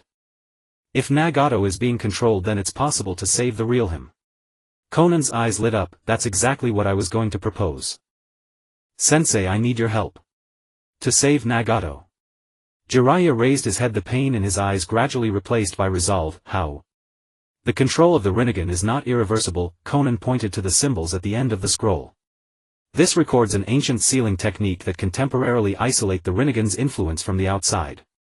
If we can perform this technique on Nagato, he would regain his self-awareness. Jiraiya finished her sentence, quickly scanning the symbols. But this technique requires close proximity and the caster will bear immense risk. I'm willing to take that risk, Konan said firmly, but someone needs to lure away the 6 paths of pain and Madara's surveillance. A heavy silence fell over the cave. This plan was nearly suicidal. Whoever went to distract pain and the so-called Madara, actually Obito, had almost no chance of survival. Mission triggered: assist in rescuing Nagato. Reward: Rinnegan resistance. Warning: this mission has a mortality risk of 89. The system's prompt made my heart race. An 89 death rate. Even more dangerous than facing Orochimaru Hiden. But the reward? Rinnegan resistance, an ability that even cage-level ninjas would dream of. I need time to prepare, Jiraiya finally said. This technique is very complex and we must formulate a thorough plan. Konan nodded, then suddenly turned to me. Xingchen, your ability. Can you see chakra flow right? I answered cautiously, to some extent. Then can you distinguish the difference between a controlled person's chakra and a normal person's? The question caught me off guard. I recalled the chakra threads of the 6 paths of pain. They indeed had an unnatural stiffness, not flowing as freely as a living person's. I think so, I replied. A controlled chakra seems pulled by something. Konan seemed relieved. That's great. Because Madara hasn't only controlled Nagato. There are also his pawns within the Akatsuki. Alert: abnormal chakra reaction detected. Location: directly above on the rock ceiling. Characteristic: high density in chakra. The system's warning made me jerk my head up. In the shadows of the cave roof a mass of pitch-black substance was slowly writhing, almost perfectly blending with the rock. If not for my chakra vision it would have been absolutely impossible to spot. Black Zetsu. That bastard was spying on us. I pretended to rub my eyes casually while rapidly searching for a countermeasure in the system. I had to warn Konan and Jiraiya without alarming Black Zetsu. Konan-sensei, I said abruptly, did you know that in ancient legends the crow is a symbol of deception? Konan looked at me with confusion. What do you mean? Because crows mimic the calls of other birds, I said meaningfully, just as some people disguise themselves as deceased ninjas. Jiraiya immediately understood my implication. He feigned a cough while quickly forming several hand seals. An almost invisible soundproof barrier enveloped us. Someone's listening, he asked in a low voice. I gave an almost imperceptible nod and mouthed, above. Black. Might be Madara's spy. Konan's face turned pale, but she quickly regained her composure. She deliberately raised her voice, in any case sensei, please consider my proposal. 3 days from now I'll be waiting for you at the border town of the grass country. If you don't come by then, I'll act alone. Jiraiya nodded gravely, I understand. Take care, Konan. Konan's body began to dissolve into countless sheets of paper. Just before she vanished completely she gave me a deep look, one that carried an emotion I couldn't quite read. Hope. Pleading. Or farewell. After the papers scattered in the wind, Jiraiya immediately reinforced the soundproof barrier. Is that thing still there? I reactivated the true sight eye and found the black chakra mass had disappeared, gone. Probably went to report. Jiraiya's expression was more serious than I had ever seen. Xingchen, what I'm about to say is important. If the situation becomes critical you must evacuate immediately. Understand?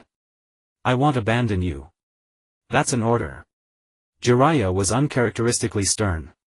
The intelligence Konan brought changes everything. If Uchiha Madara is truly still alive and has been manipulating Nagato, Konoha must know. Even if I sacrifice myself you must bring that intelligence back. I had never seen Jiraiya so resolute. At this moment he was not the pervy sage but one of the Sannin who had survived 2 great ninja wars. I understand. I agreed reluctantly, but in my heart I had already decided, no matter what I would find a way to save Jiraiya. Wasn't the foresight the system gave me meant to change these tragedies? Jiraiya's expression softened. Good kid. He unrolled the scroll Konan had left behind. Now let's study this sealing technique together. If something happens to me at least you'll know how to perform it.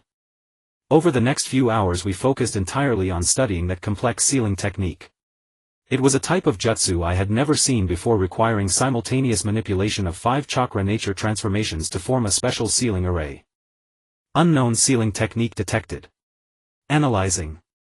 This is the heart shackle seal developed during the Sage of Six Paths era, capable of temporarily isolating external mental control. Learning requirement: advanced chakra control. Although my chakra control had reached intermediate level, it was clearly insufficient for mastering a seal of this caliber. Jiraiya, however, learned quickly, truly one of the legendary Sannin. The key lies in the vibrational frequency of chakra, he explained to me.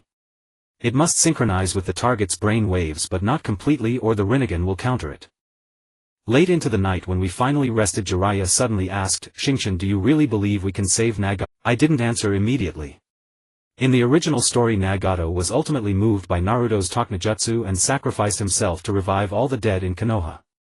But now the plot had changed a lot. Sasuke hadn't defected, the third Hokage was still alive, and this prophet had entered the fray. "I believe every soul has a light side," I finally said. "Even if it's been shrouded in darkness for so long, as long as there's a crack, light can shine in."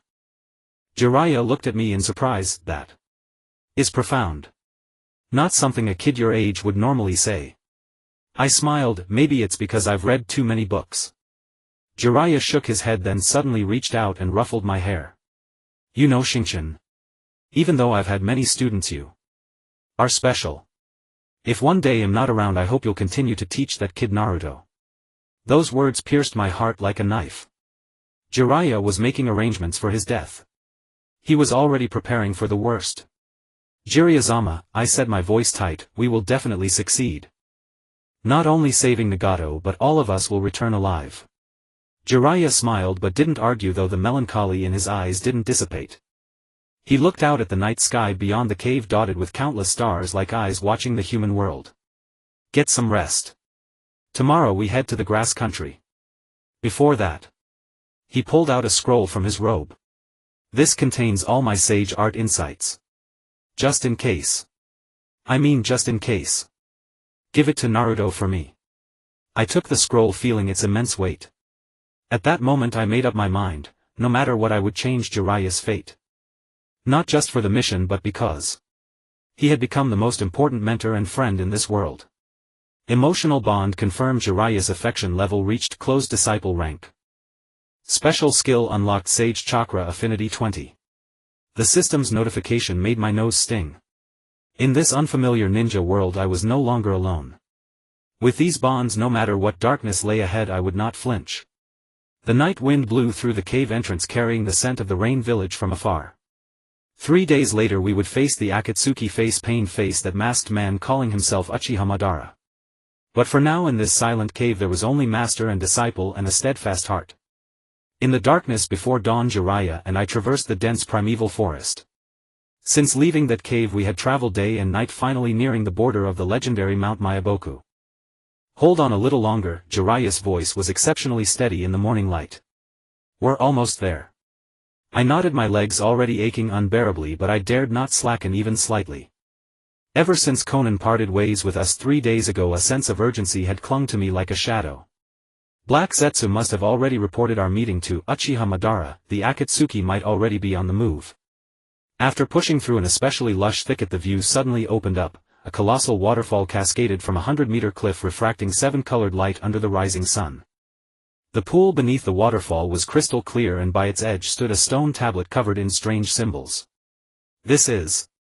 I unconsciously lowered my voice as if afraid to disturb something sacred.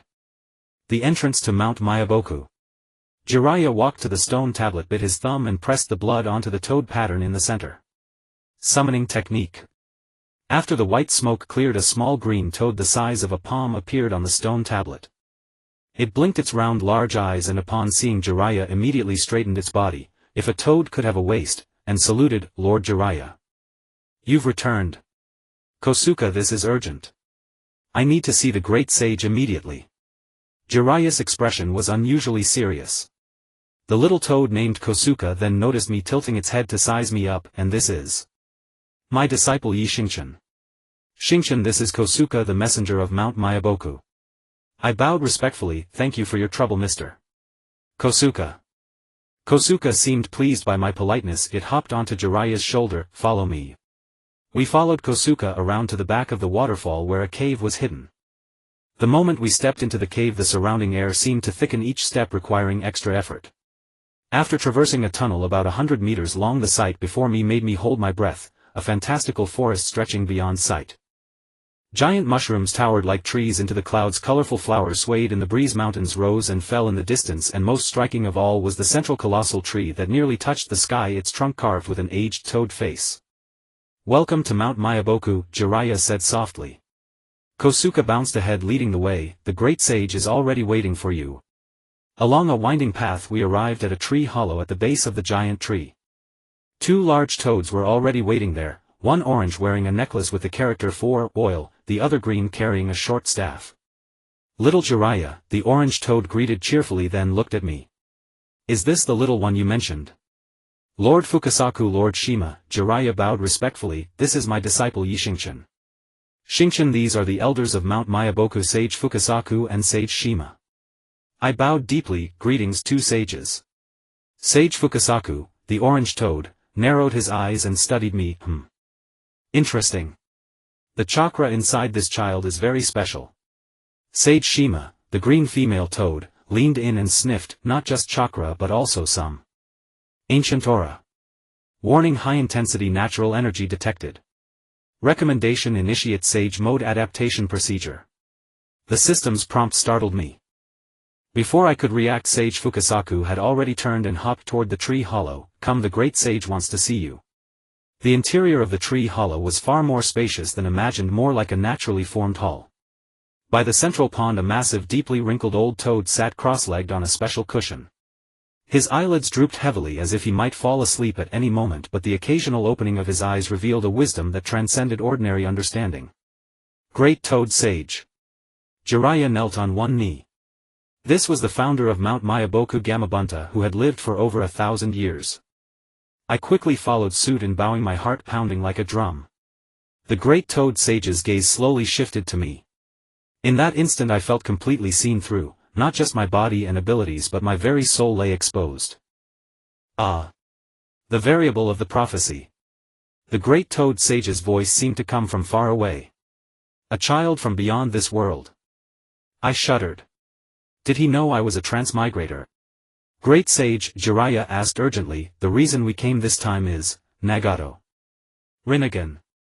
Uchiha Madara." The great toad sage interrupted as if already knowing everything.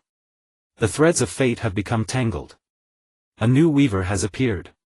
His gaze fixed on me. Your choices will determine the course of this world." Sage Fukasaku looked at me in surprise. "Great sage, is this child the new child of prophecy?" "No." The great toad sage slowly shook his head. "He is the one who guides the child of prophecy." Naruto's smiling face flashed through my mind. The one who guides the child of prophecy. Was that my role? The great toad sage seemed about to fall asleep again, but before closing his eyes completely he murmured, "An ancient power is awakening within you. Use it carefully. Changing fate comes at a cost." As the great toad sage's snoring began, Sage Fukasaku motioned for us to exit the tree hollow. "I roughly understand the situation," Sage Fukasaku said gravely. "Jiraiya, what do you plan to do?" "I need Xingchen to learn Sage Mode," Jiraiya said bluntly. "At least the basics. Against pain ordinary ninjutsu stands no chance." Sage Shima frowned. "Sage Mode cannot be mastered overnight. Even little Jiraiya took several months back then." "I have a way to accelerate the process." Jiraiya looked at me. "Xingchen's special constitution allows him to adapt to various energies quickly." He hesitated. The great sage seemed to suggest that he already has a similar power within him. Sage Fukasaku pondered for a moment, then suddenly jumped onto my shoulder and pressed his webbed claw against my temple. "Relax. Let me have a look." A warm energy flowed into my meridians and I followed the instruction to relax as much as possible. Sage Fukasaku's chakra traveled through my body, finally stopping near my lower abdomen. Unbelievable.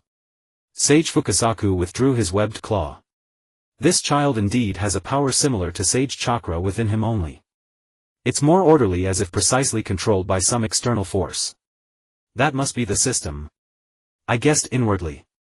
It seemed the system's energy and Sage Chakra shared some similarities. Confirmation system energy and natural energy share 30 similarity. Attempting fusion is possible. Risk level medium. Alright, Sage Fukasaku finally nodded. We can try emergency training. But we must be extremely cautious. If natural energy goes out of control. I understand the risks, Jiraiya said seriously. I'll supervise the entire process. And so my emergency Sage mode training began. Mount Myobaka's training ground was a huge stone platform with a large vat filled with special oil at its center. The basic principle of Sage mode is to absorb natural energy and balance it with your own physical energy and mental energy, Jiraiya explained. But natural energy is extremely dangerous. Excessive absorption leads to toadification, eventually turning to stone. I nodded, recalling the scene of Naruto's training in the original work. The difference was I didn't have the cheat of shadow clones to accelerate learning, but I had the system's assistance. First try the ordinary sensing method, Jiraiya instructed. Sit in the oil vat. The oil will help you perceive natural energy. I took off my shirt and sat into the oil vat. The thick oil enveloped my body. The sensation was strange but not uncomfortable. Closing my eyes, I tried to follow Jiraiya's guidance to feel the natural energy around me. At first I felt nothing, only the touch of wind on my skin and the slipperiness of the oil. But gradually, with the system's assistance, I began to perceive a certain otherness flowing in the air, like countless tiny specks of light trying to seep into my body. Natural energy detection beginning, slow absorption. Current ratio: physical energy 35, mental energy 35, natural energy 30. Status balanced. With the system prompt, I felt a warm current pouring in from the crown of my head, flowing through my limbs and bones. Unlike ordinary chakra, this energy was more lively, as if it had a will of its own, dancing through my meridians. How is it? Jiraiya's voice came from afar. I can feel it. I opened my eyes. Natural energy is entering my body. Sage Fukasaku looked at the oil vat in surprise. The oil inside didn't ripple at all, meaning my absorption was exceptionally stable. Normally a beginner would cause the oil to violently boil. Unbelievable. Sage Shima leaned in to observe. Absorbing natural energy so steadily on the first try. Even little Jiraiya splattered oil everywhere back then. Jiraiya scratched his head. Ahem. Let's not dwell on the past. Xingchen tried to balance the three energies. I closed my eyes again and carefully adjusted according to the system's guidance. The energy inside began to spin, gradually forming a stable triangle, physical energy as the base, mental energy and natural energy as the two sides. Sage chakra synthesis successful. Current Sage mode beginner. Duration 15 minutes. When I opened my eyes again, the world had become completely different. Colors were more vivid, sounds clearer, and I could even see the flow of natural energy in the air.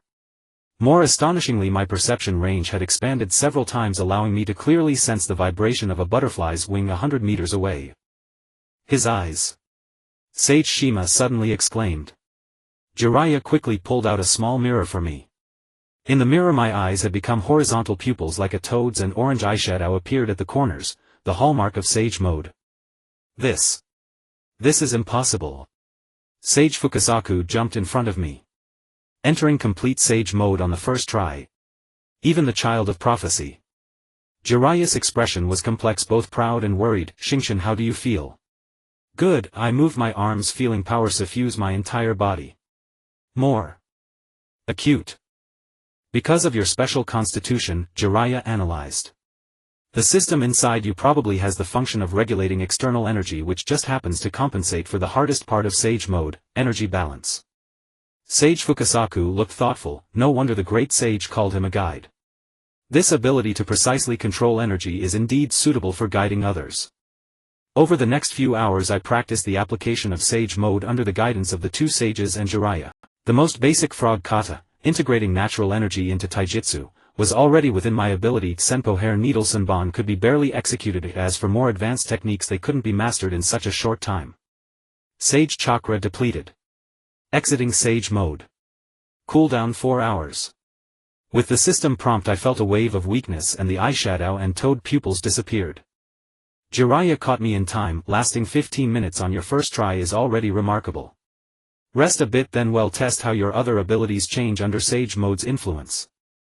While soaking in Mount Myobaka's special recovery pool, Jiraiya sat by the edge unusually serious, Xingchen about the great Toad Sage's prophecy. What do you think? I weighed my words. I'm not sure who I can guide. But if possible I want to help Naruto find his path. A flicker of relief passed through Jiraiya's eyes. Initially I thought it was Nagato. Then Naruto. And now the great Toad Sage has mentioned you. The identity of the child of prophecy seems to keep changing. Maybe. I pondered. The child of prophecy isn't a specific person but a kind of possibility. When someone takes on the responsibility of changing the world they become the child of prophecy. Jiraiya looked at me in surprise, a very profound insight.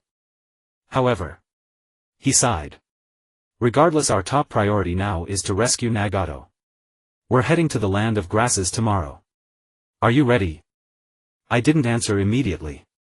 To be honest, facing Pain and Obito I had no confidence at all. But looking at Jiraiya's weary yet determined eyes I knew retreat was not an option. I'll do my best. I finally answered. Jiraiya patted my shoulder. Good lad. Now try activating your true sight eye under Sage mode and see what changes occur. I nodded, closed my eyes and entered a shallow meditative state. When I opened my eyes again, not only had I activated the true sight eye but I also retained a trace of Sage chakra. The world became even clearer. I could see the flow of the three energies within Jiraiya's body and even predict his breathing rhythm for the next second. True Sight Eye upgraded can foresee events up to 5 seconds into the future. New ability Chakra Emotional Color Identification. This new ability shocked me. In the chakra vision, Jiraiya's energy appeared as a warm orange-yellow with a touch of blue melancholy at the edges. Sage Fukasaku's chakra in the distance was a stable dark green. Sage Shima's was an active pink.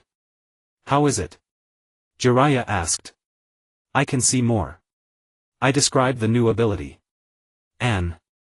Your chakra color is orange-yellow with light blue-like steadfastness mingled with sorrow.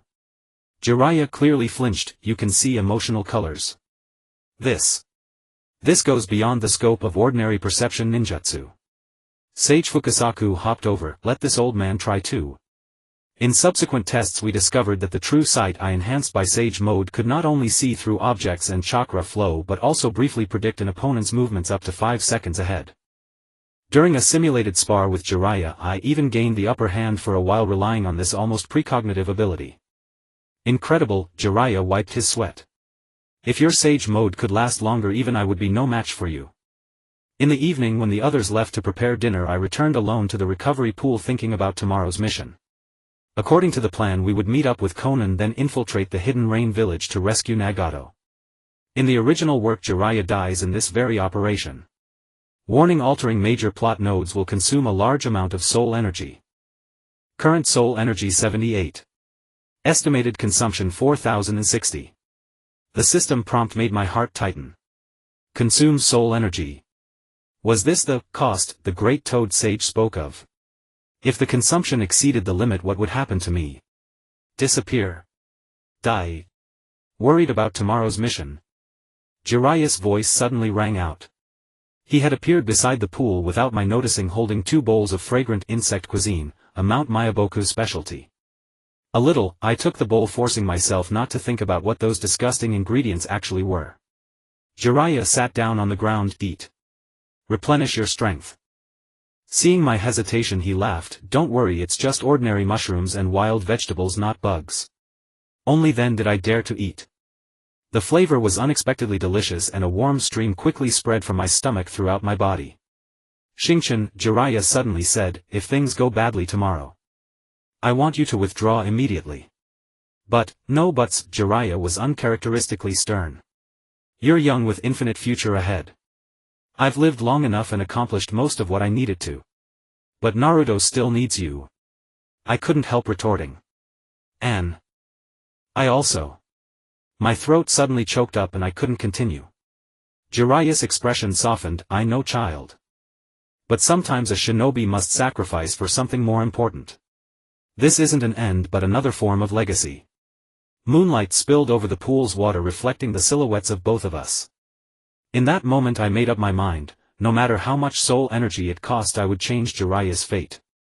Ultimate quest confirmed: change Jiraiya's fate trajectory. Reward unknown. Cost estimated 50 soul energy. Accept. In my heart I answered without hesitation, accept. The night wind brushed through Mount Myobaka's sacred forest, bringing the distant chorus of toads. Tomorrow we would step into danger, but tonight in this moment of tranquility master and disciple shared the last peaceful hours together. The morning on the border of the grass country was shrouded in mist. Jiraiya and I lay in ambush on a hidden hill overlooking the entire border town, the meeting point we had arranged with Konan. Environmental scan: no abnormal chakra reactions within a 500-meter radius. Note: mist may interfere with perception accuracy. The system's prompt brought me some reassurance, but my taut nerves remained unrelaxed. After departing from Mount Myaboku we traveled day and night, finally arriving before the appointed time.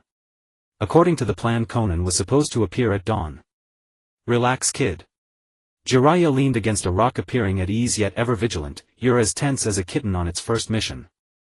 I tried to force a smile but failed. Jiraiya-sama, do you truly believe Konan will come? I mean, what if she's been discovered? That girl Konan is tougher than she looks. Jiraiya's gaze drifted into the distance. Since she risked contacting us, she won't give up easily. The morning light gradually dispelled the mist and the town began to stir.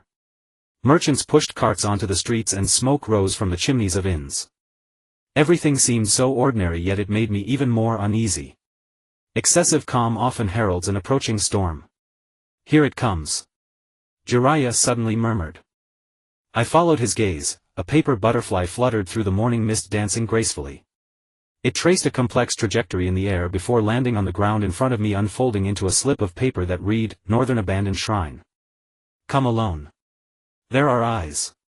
Jiraiya burned the note, pondering. It could be a trap. Or it could be that she's truly under surveillance.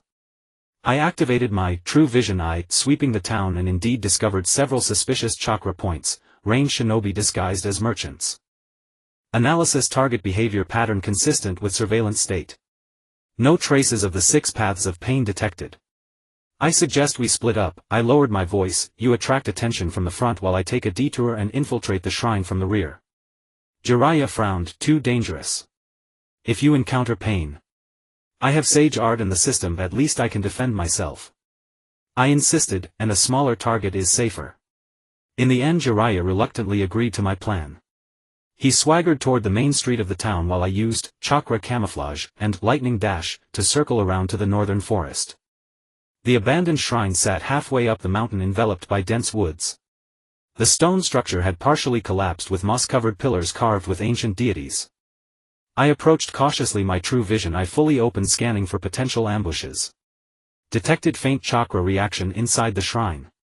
Features 87 match with Konan. I breathed a sigh of relief and was about to enter when the system suddenly blared a sharp alarm. Warning. Detected 6 high-intensity chakra reactions. Position surrounding the shrine. Distance 50 meters. Almost simultaneously 6 figures materialized from all directions, the 6 paths of pain. They landed silently on the boulders around the shrine, their Rinnegan staring at me with cold indifference. The chill of being targeted by the god of death shot up from my spine to my nape, and my breath nearly stopped. Prophet Star, you are braver than anticipated, or more foolish. Tendo Pain, the orange-haired man, spoke slowly, his voice as if from the abyss. Chikashodo Pain, a purple-haired woman, smirked as she formed hand signs, summoning jutsu. White smoke cleared, revealing 3 gigantic summoned beasts, a hellhound, an 8-headed bird, and a giant ox. They roared, drool dripping from their fangs, corroding small pits into the rock. Combat assessment: survival probability less than 5. Recommendation: immediate retreat. Retreat? How could I? Konan was still inside the shrine, and Jiraiya-sama could arrive any moment. Where is Konan? I feigned calm while secretly gathering chakra for sage art. Traitors meet their fate. Ninjendo Pain, a gaunt man, replied, you'll see her soon, in hell. At that critical moment a flash of white light streaked by, and one of Chikashodo Pain's summoned beasts was sliced in half. Sage art needle Jizo.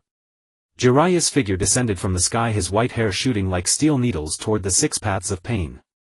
He had entered full sage mode, with Fukasaku and Shima standing on his shoulders. Sorry I'm late. Jiraiya stood back-to-back with me, ran into a little trouble on the way. I then noticed a tear in his sleeve, but he seemed uninjured. The appearance of the 2 sages boosted my confidence. Konan is in the shrine, she might be injured. First deal with the immediate trouble. Jiraiya formed hand signs, Sage Art Gomen. The combined oil fire and wind sage art created a towering wave of flames engulfing the 6 paths of pain. Gekido Pain immediately stepped forward extending both hands to absorb the jutsu. Now! Jiraiya shouted. I instantly understood his intent and quickly formed hand signs, lightning release lightning arrow. A highly compressed lightning arrow bypassed the front and shot toward Gekido Pain's temple from the side. But Tendo Pain merely raised a hand, Shinra Tensei. An invisible force repelled the lightning arrow and dispelled most of Gomen's flames. Beware of Tendo's repulsion and attraction, Jiraiya quickly warned, Shirato's missiles Gedo's resurrection ability. I nodded recalling the abilities of each of the 6 paths of pain from the original story.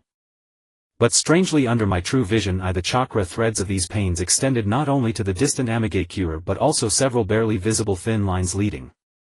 Underground. Anomalous discovery, a third source of control chakra. Origin approximately 20 meters below ground. Characteristics does not match known pain control patterns. The system's warning jolted me. This wasn't in the original setting. Was there a third party controlling pain besides Nagato and Obito? No time to ponder if the battle had erupted in full force. Fukasaku and Shima coordinated with Jiraiya in combined sage arts while I used Lightning Dash and the Prophet's Eye to weave across the battlefield disrupting the pain's attack rhythm. Sage Art Toad Singing. The 2 sages began chanting a genjutsu. It was a powerful illusion that could immobilize the pains but it required preparation time. Protect them. Jiraiya yelled to me as he charged toward Shirato and Gedo. I immediately turned to the 2 sages vigilantly scanning the surroundings. Chikishoto summoned new beasts, a giant centipede was crawling toward us. I quickly formed hand signs, fire release dragon flame bomb. The flames engulfed the centipede but it only paused briefly before breaking through the fire and advancing. Damn, the summoned beasts had too much resistance. Sage chakra remaining 38. Recommend concentrated usage. Taking a deep breath I channeled the remaining sage chakra into my eyes. The true vision I blazed brightly and everything in my field of view slowed down. I could see the next 10 seconds. The centipede would attack from the front left then. 3 steps left duck. I shouted rolling to the right myself. Fukasaku and Shima followed without hesitation. The moment they moved the centipede's venom shot through the spot they had just occupied corroding a large area of rock. That was close. Shima exclaimed, the kid's prediction is spot on. The genjutsu needed more time. I continued using my true vision eye to predict the summoned beast's attacks guiding the 2 sages to evade. However the pains also noticed the danger here. Tendo suddenly turned toward us palm-aimed, Bansho Tenon. A terrifying pull seized me, my body flew uncontrollably toward Tendo. At the critical moment Jiraiya's white hair wrapped around my waist and yanked me back. Don't get distracted, damn it. Jiraiya's forehead beaded with sweat, obviously fighting multiple pains simultaneously was taking its toll. Warning, underground chakra source moving. Target directly below. I instinctively leaped away with all my might shouting, everyone move. The ground exploded and a dark figure shot out, Black Zetsu. Half white half black it grinned and lunged at Fukasaku. What the hell is that thing? Shima cried out, quickly forming hand signs to defend. Black Zetsu's attack was blocked but it immediately merged into the ground and appeared elsewhere. This bizarre creature was clearly interfering with the completion of the genjutsu while the pain's attacks grew more ferocious. Star. Jiraiya's voice cut through the battlefield, the shrine. Save Konan. Well, hold them here. I looked toward the shrine entrance, indeed the defense there was weakest. But if I left, could Jiraiya and the others withstand the attacks of 5 pains plus Black Zetsu? Tactical analysis success rate of rescuing Konan 65. Intelligence value extremely high. The system's prompt steeled my resolve. I nodded to Jiraiya, then fully activated Lightning Dash and charged toward the shrine. Gedo Pain tried to intercept but was knocked back by a heavy punch from Jiraiya. Don't you dare mess with my disciple. Jiraiya's roar echoed behind me.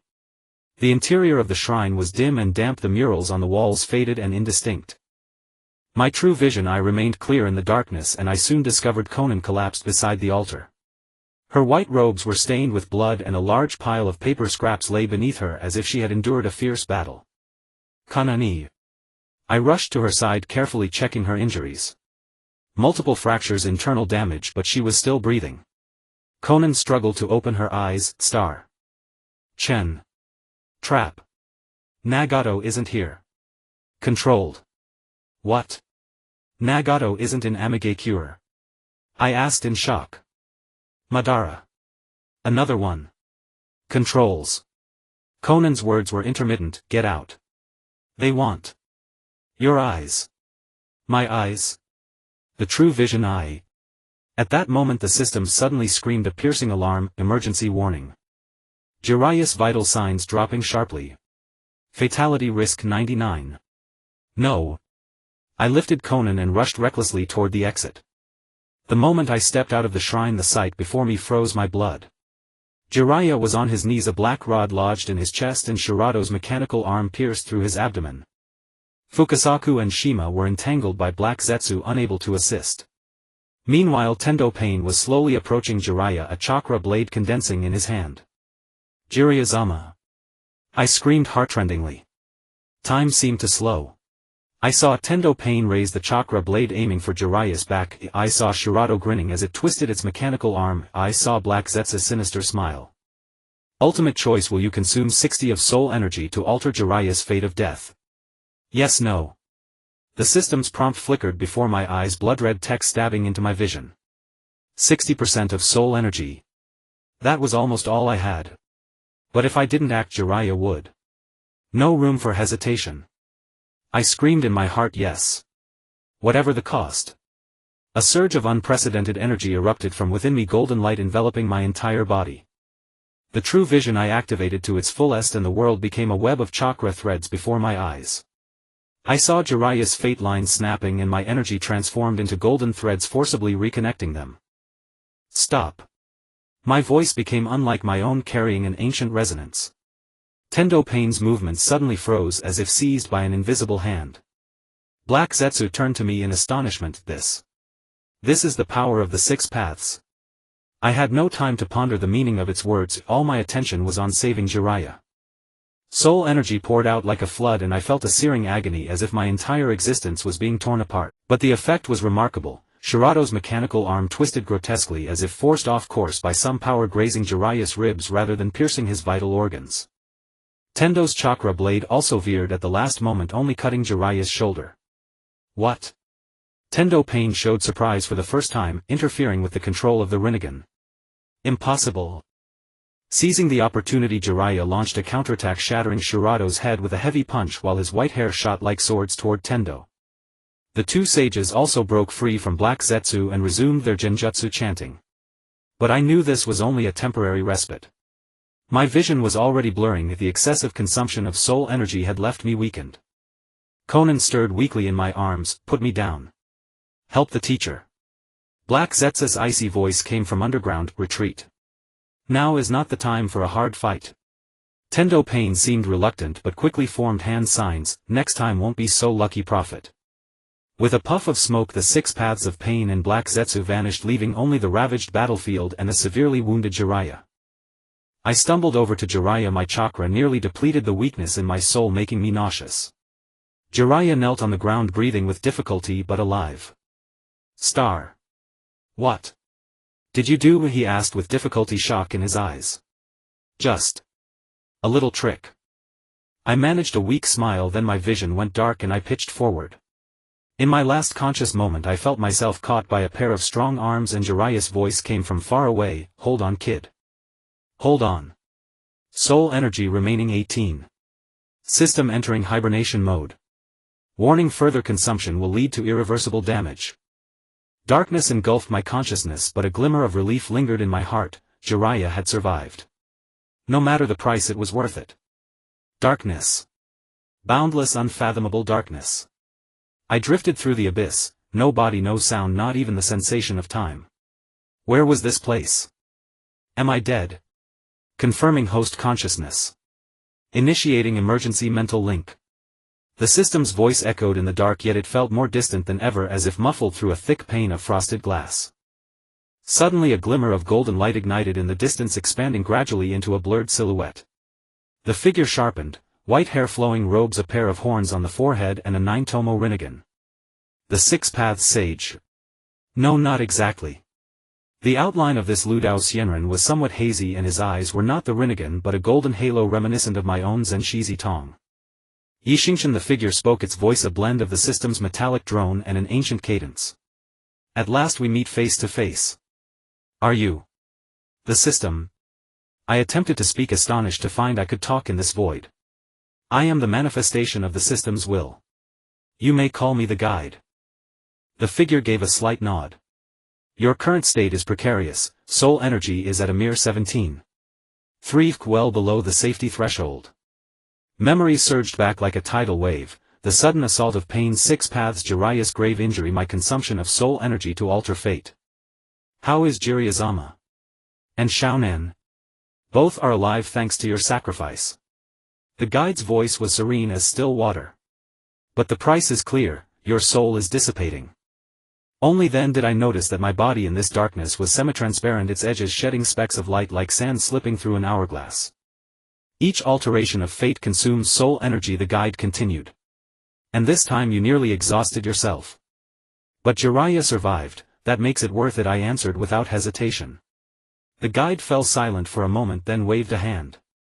Scenes unfolded in the darkness. Konoha village, where Naruto sweated in the training ground, Sasuke and Kakashi sparring with lightning release, the third Hokage reviewing documents in his office. Every scene was veiled in a faint golden net. What is this? I asked, perplexed. The web of the world's destiny. The guide explained, the original trajectory has been altered, by me, or rather by the system within you. But each change weakens the seal left by the 6 paths sage. The image shifted to a colossal shadow bound by golden chains at the planet's core, a pale long-haired woman with a sinister red eye on her forehead, Daitongyu Hui. After sealing his own mother, the 6 paths sage created the system to maintain balance. The guide's voice turned somber.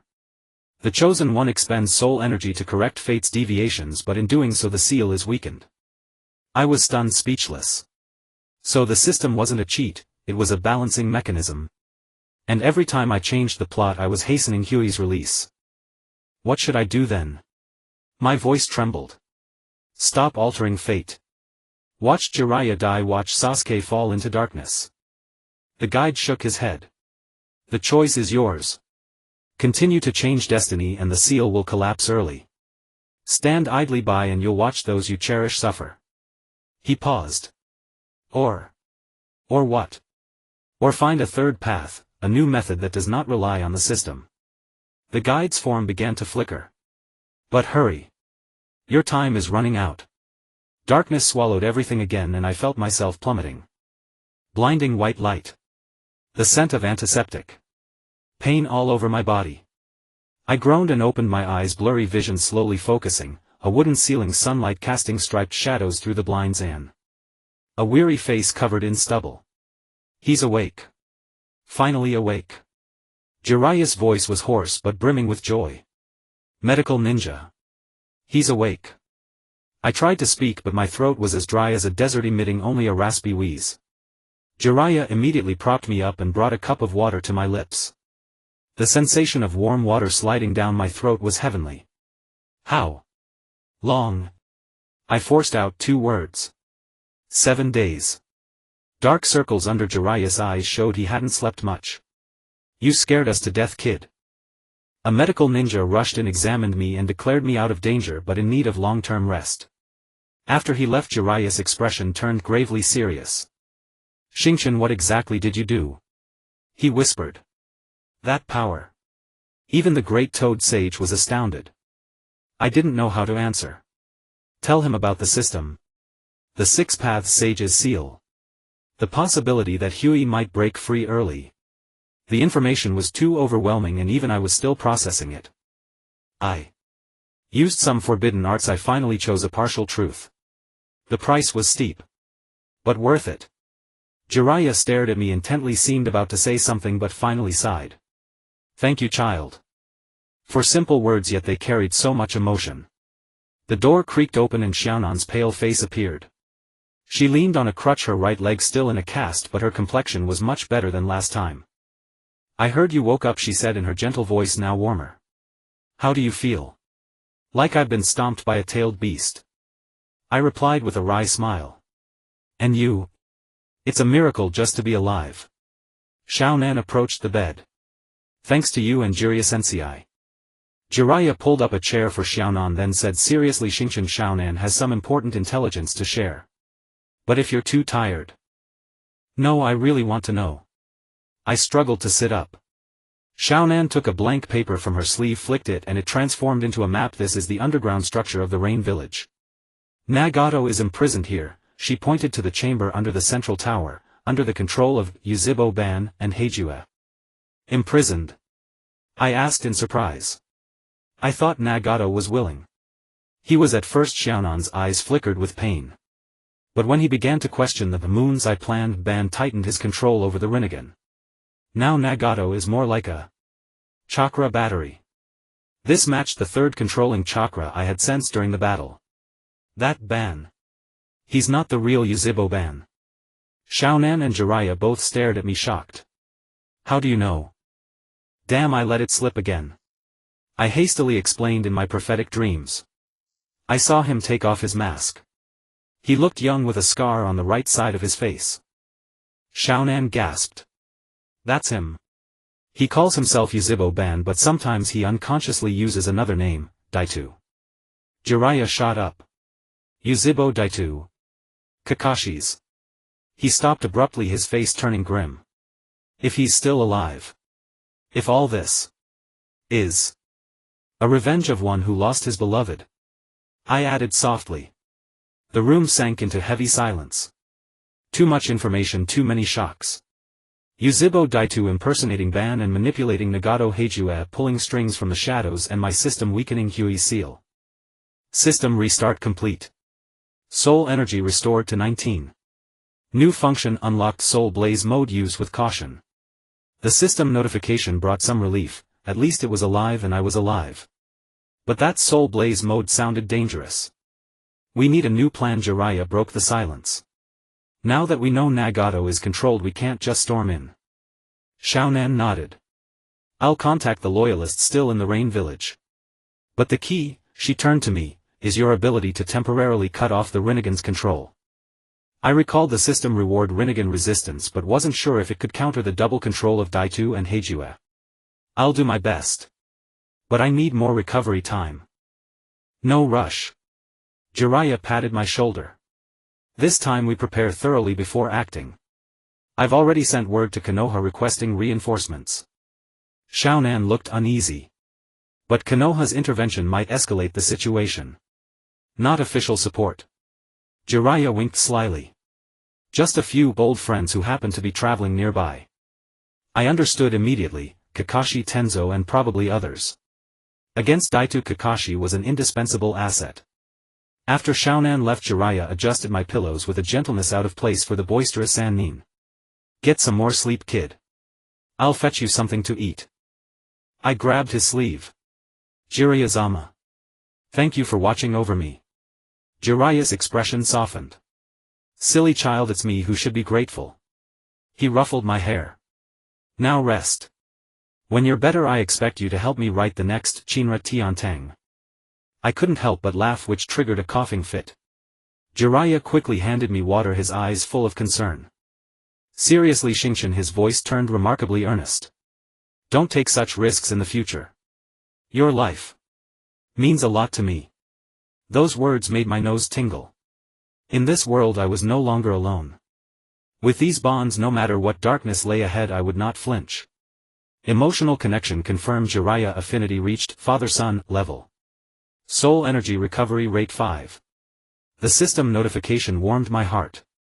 Watching Jiraiya's retreating figure, I silently resolved to find a way to change fate without relying on the system. For those I cherish and for this world that had become my home. Outside the window the sunset dyed the clouds a brilliant gold and crimson like a burning soul. I knew the true challenge had only just begun. Morning sunlight slanted through the gap in the curtains, drawing a golden line on the hospital floor. I tried moving my fingers, confirming that every joint obeyed my command before slowly propping myself up. A week of bed rest had left my muscles stiff, but it was far better than the frailty I'd felt upon first waking. Physical recovery 72. Soul Energy Recovery 23. Recommendation: continue bed rest and avoid using high-level ninjutsu. The system's prompt surfaced in my mind and I frowned instinctively. Ever since my conversation with the guide, my feelings toward the system had grown complicated. It was both a boon and a shackle, granting me the power to alter fate while exacting a toll on my very soul. I pushed open the window gently, taking in the full view of the border town in the land of grass. This town, named Kakareba, served as a buffer zone between the land of fire and the land of grass, a place of bustling crowds and perfect concealment. The clinic we were staying at appeared to be an ordinary medical facility on the surface, but it was actually a secret contact point for Konoha. "Yo, you can get up." Jiraiya's voice came from the doorway. He carried a tray with steaming porridge and herbal medicine. "Looks like you're recovering well." Much better." I took the tray. The fragrance of the porridge stirred my stomach. "What about Konoha? She went to contact her subordinates." Jiraiya sat on the windowsill, sunlight gilding his white hair. "Kakashi and Tenzo will arrive tomorrow. Until then." He handed me a small scroll. "Try to restore your chakra circulation, but don't push yourself." Unrolling the scroll, I saw it recorded a gentle chakra regulation technique. I nodded gratefully and eagerly began to practice. After lying down for so long, it felt good to finally do something productive. Jiraiya watched my focused expression and suddenly asked, "Seishi, that special ability of yours has any limits to its use?" My hand paused slightly. Was he probing for information about the system? "It consumes a lot. Each use saps my vitality." That wasn't a lie. Soul energy was indeed tied to the essence of my existence. Jiraiya's expression grew grave. I knew it. Power of that magnitude couldn't come without a price. He sighed. "Listen, kid, next time something like this happens, think about your own safety first. One of the iron rules of shinobi is to prioritize the mission, but some things are more important than the mission." His words warmed my heart. In this world, Jiraiya had already transformed from a mere mentor into a figure akin to a father and a friend. Precisely because of that, I couldn't bear to watch him walk toward his fate in the original story. Emotional connection confirms Jiraiya's trust has reached the highest level. Unlocked hidden knowledge: Sage Art and Tailed Beast Chakra Resonance Theory. The system's notification made my eyes light up. Sage Art and Tailed Beast Chakra Resonance. What was that? Just as I was about to delve deeper, a sudden commotion erupted outside the clinic. Jiraiya instantly went on alert, signaling me to stay put while he slipped to the window to observe. "It's Naruto," he exclaimed in surprise. "And Sakura-kun. How did they find this place?" "Naruto and Sakura." I struggled to the window and indeed saw that dazzling blonde hair and pink locks. Naruto was gesticulating wildly, explaining something to the medical ninja blocking his way, while Sakura pressed a hand to her forehead in exasperation. "Let them come up," I couldn't help but laugh. "Kakashi-sensei must have told them." Jiraiya shook his head and went down to fetch them. A few minutes later the ward door was flung open and Naruto burst in like a whirlwind. "Seishi. You're all right." He nearly lunged at the bed, but I blocked him with a pillow in time. "I heard you and the pervy sage defeated the leader of the Akatsuki." "That's awesome." "You idiot, Naruto. Sasuke is still recovering." Sakura grabbed Naruto by the collar and dragged him away, then turned to me with concern in her eyes. "How do you feel? I heard you overexerted yourself." "Much better, thanks." I smiled in reply. Seeing familiar faces felt like returning to daily life in Konoha. "What brings you here?" "Kakashi-sensei said we have a special mission." Naruto plopped down on the edge of the bed. "He told us to gather here first." "Oh. Right." He suddenly pulled a package from his backpack. "This is from Shikamaru," he said. "It's the latest report from the Strategic Research Institute."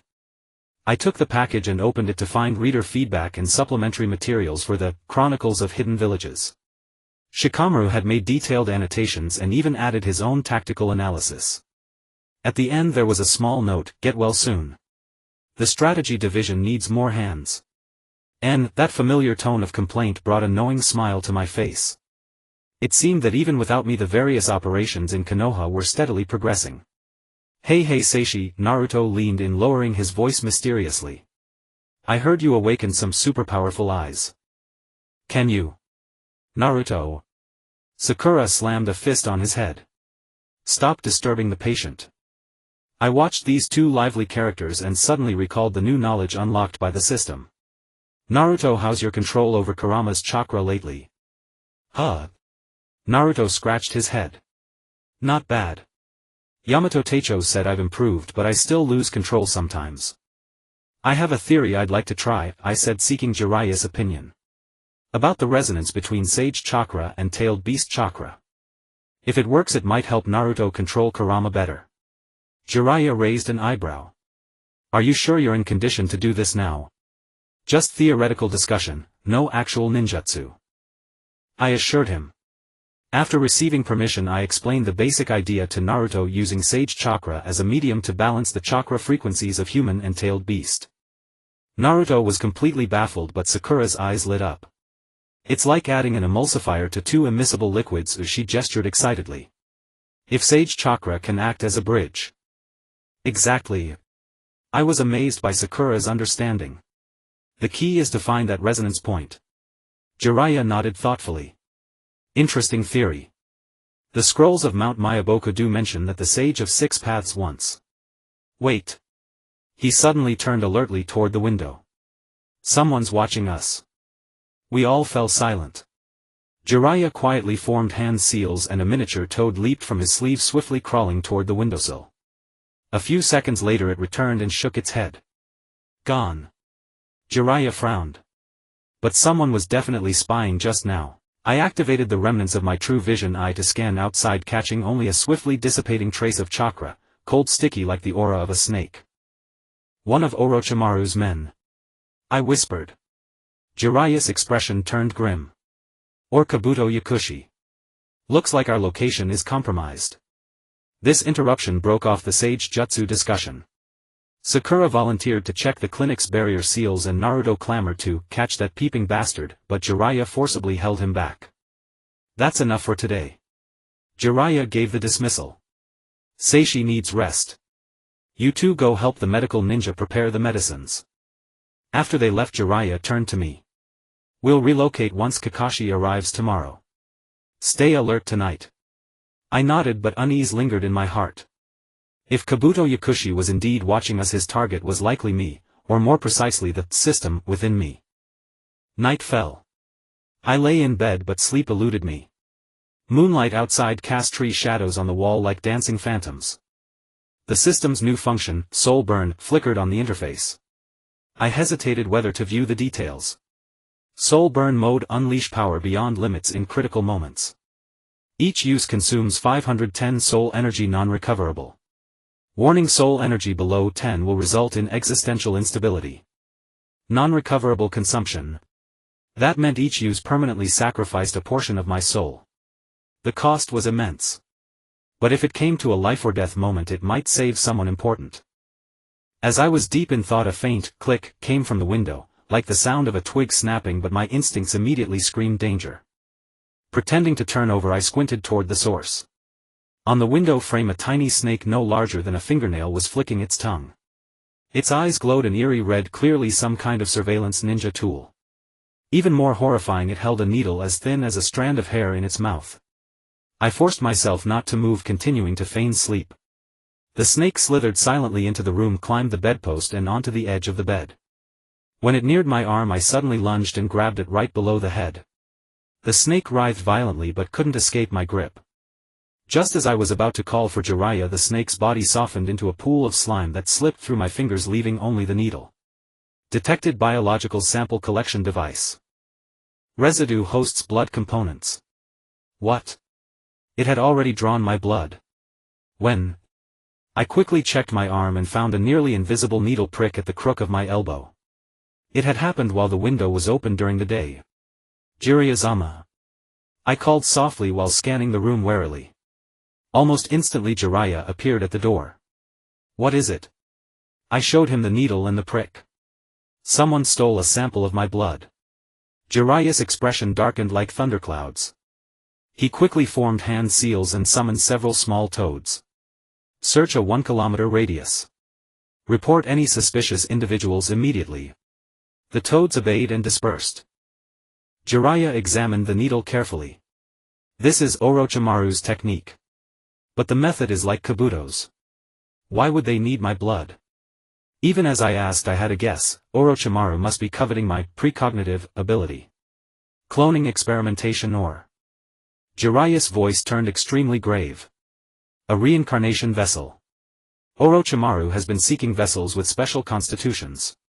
My stomach churned. Becoming Orochimaru's reincarnation vessel? Absolutely not. Emergency defense protocol activated, gene sample leakage detected. Countermeasure: infuse a small amount of system energy into the blood to interfere with most analysis results. The system's prompt brought me slight relief, but the sense of crisis remained. If Orochimaru and Kabuto had already set their sights on me, my next moves had to be even more cautious. We'll leave at dawn. Jiraiya made the decision. I'll inform Konan and the medical team. Pack your things and stay alert.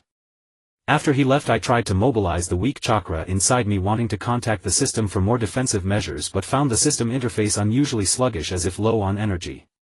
Insufficient energy. Suggested. Rest. It seemed the consumption of soul energy had indeed affected the system's functions. I sighed and instead turned to methods that didn't rely on the system. That theory of sage chakra and tailed beast chakra resonance.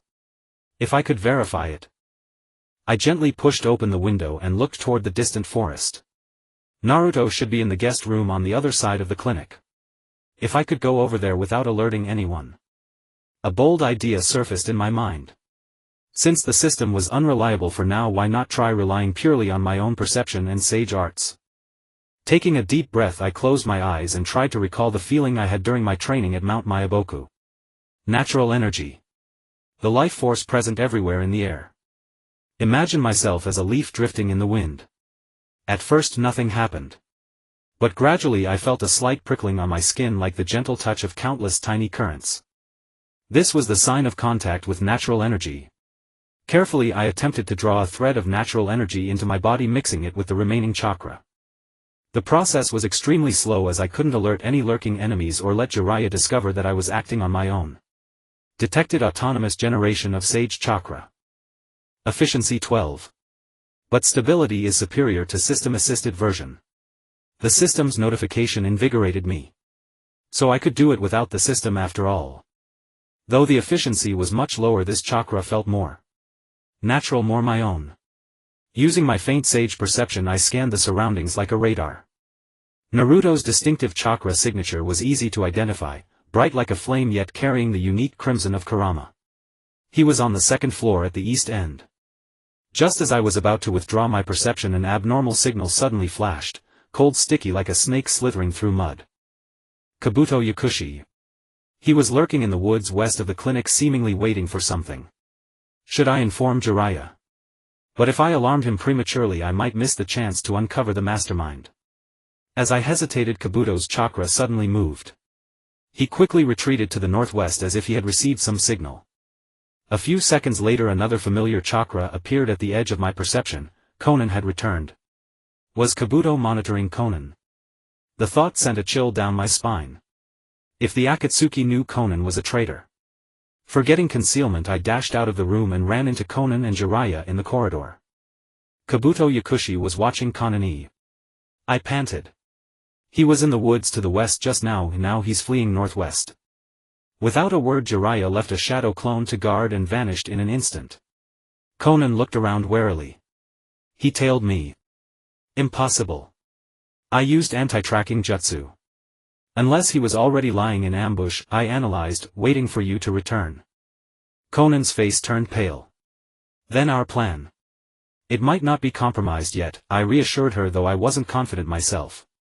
Jiraiya is pursuing him. Kabuto may be cunning, but against one of the three ninja. My words were cut off by an explosion in the distance. Konan and I both rushed to the window, seeing the night sky to the northwest lit up by flames. I'll provide backup. Konan's body began to dissolve into sheets of paper. Wait. I grabbed her arm. It might be a diversion. But it was too late. As Konan was distracted, a black shadow dropped from the ceiling, another small snake. It shot straight for the back of Konan's neck. Watch out. I instinctively pushed Konan aside, but the snake's fangs sank deep into my arm. A searing pain shot through me followed by rapidly spreading numbness. Alert: injected toxin is a nerve inhibitor mixed with a tracking marker. Recommendation: immediate detoxification. Detoxification failed. System energy insufficient. My vision began to blur. The last thing I saw was Conan's horrified face and countless paper blades slicing the snake into pieces. Darkness descended again. But this time I knew I wouldn't sleep for long. Because deep in that darkness the system's golden text still flickered: emergency plan activated. Soul energy conversion commencing. Estimated awakening time 6 hours. No matter what scheme Kabuto and Orochimaru had, I wouldn't let them succeed. Because in this world I already had too many bonds I couldn't afford to lose. Darkness. Once again it is that boundless darkness. But this time it is different. I can feel myself being pulled, torn apart and reassembled. It feels as if countless hands are fighting for my soul, each nerve screaming. Emergency state: external consciousness invading system space. Defense mechanism activated. The system's alarm sounds distant and near, like a radio with poor reception. I struggle to concentrate, wanting to see my surroundings, but all that fills my vision are distorted color blocks and flickering noise. At last we meet Soul from another world. A strange voice emerges, cold and ethereal like metal scraping against glass. I desperately turn my sight, finally catching a glimpse of a blurry white figure, tall and slender with pale skin, white hair cascading to the ankles, and those light purple reincarnation eyes. The Akatsuki clan. Fear floods my spine like ice water. This is impossible. How could an Akatsuki appear in the system space? Aren't they supposed to be on the moon or in distant outer space? Who are you? I try to speak only to realize I have no mouth, no body, only a drifting consciousness. The white figure drifts closer and a handsome yet eerie face reveals a smile. You may call me the Watcher. I am the observer left by the Akatsuki clan on this planet, responsible for monitoring the status of the Six Paths ceiling.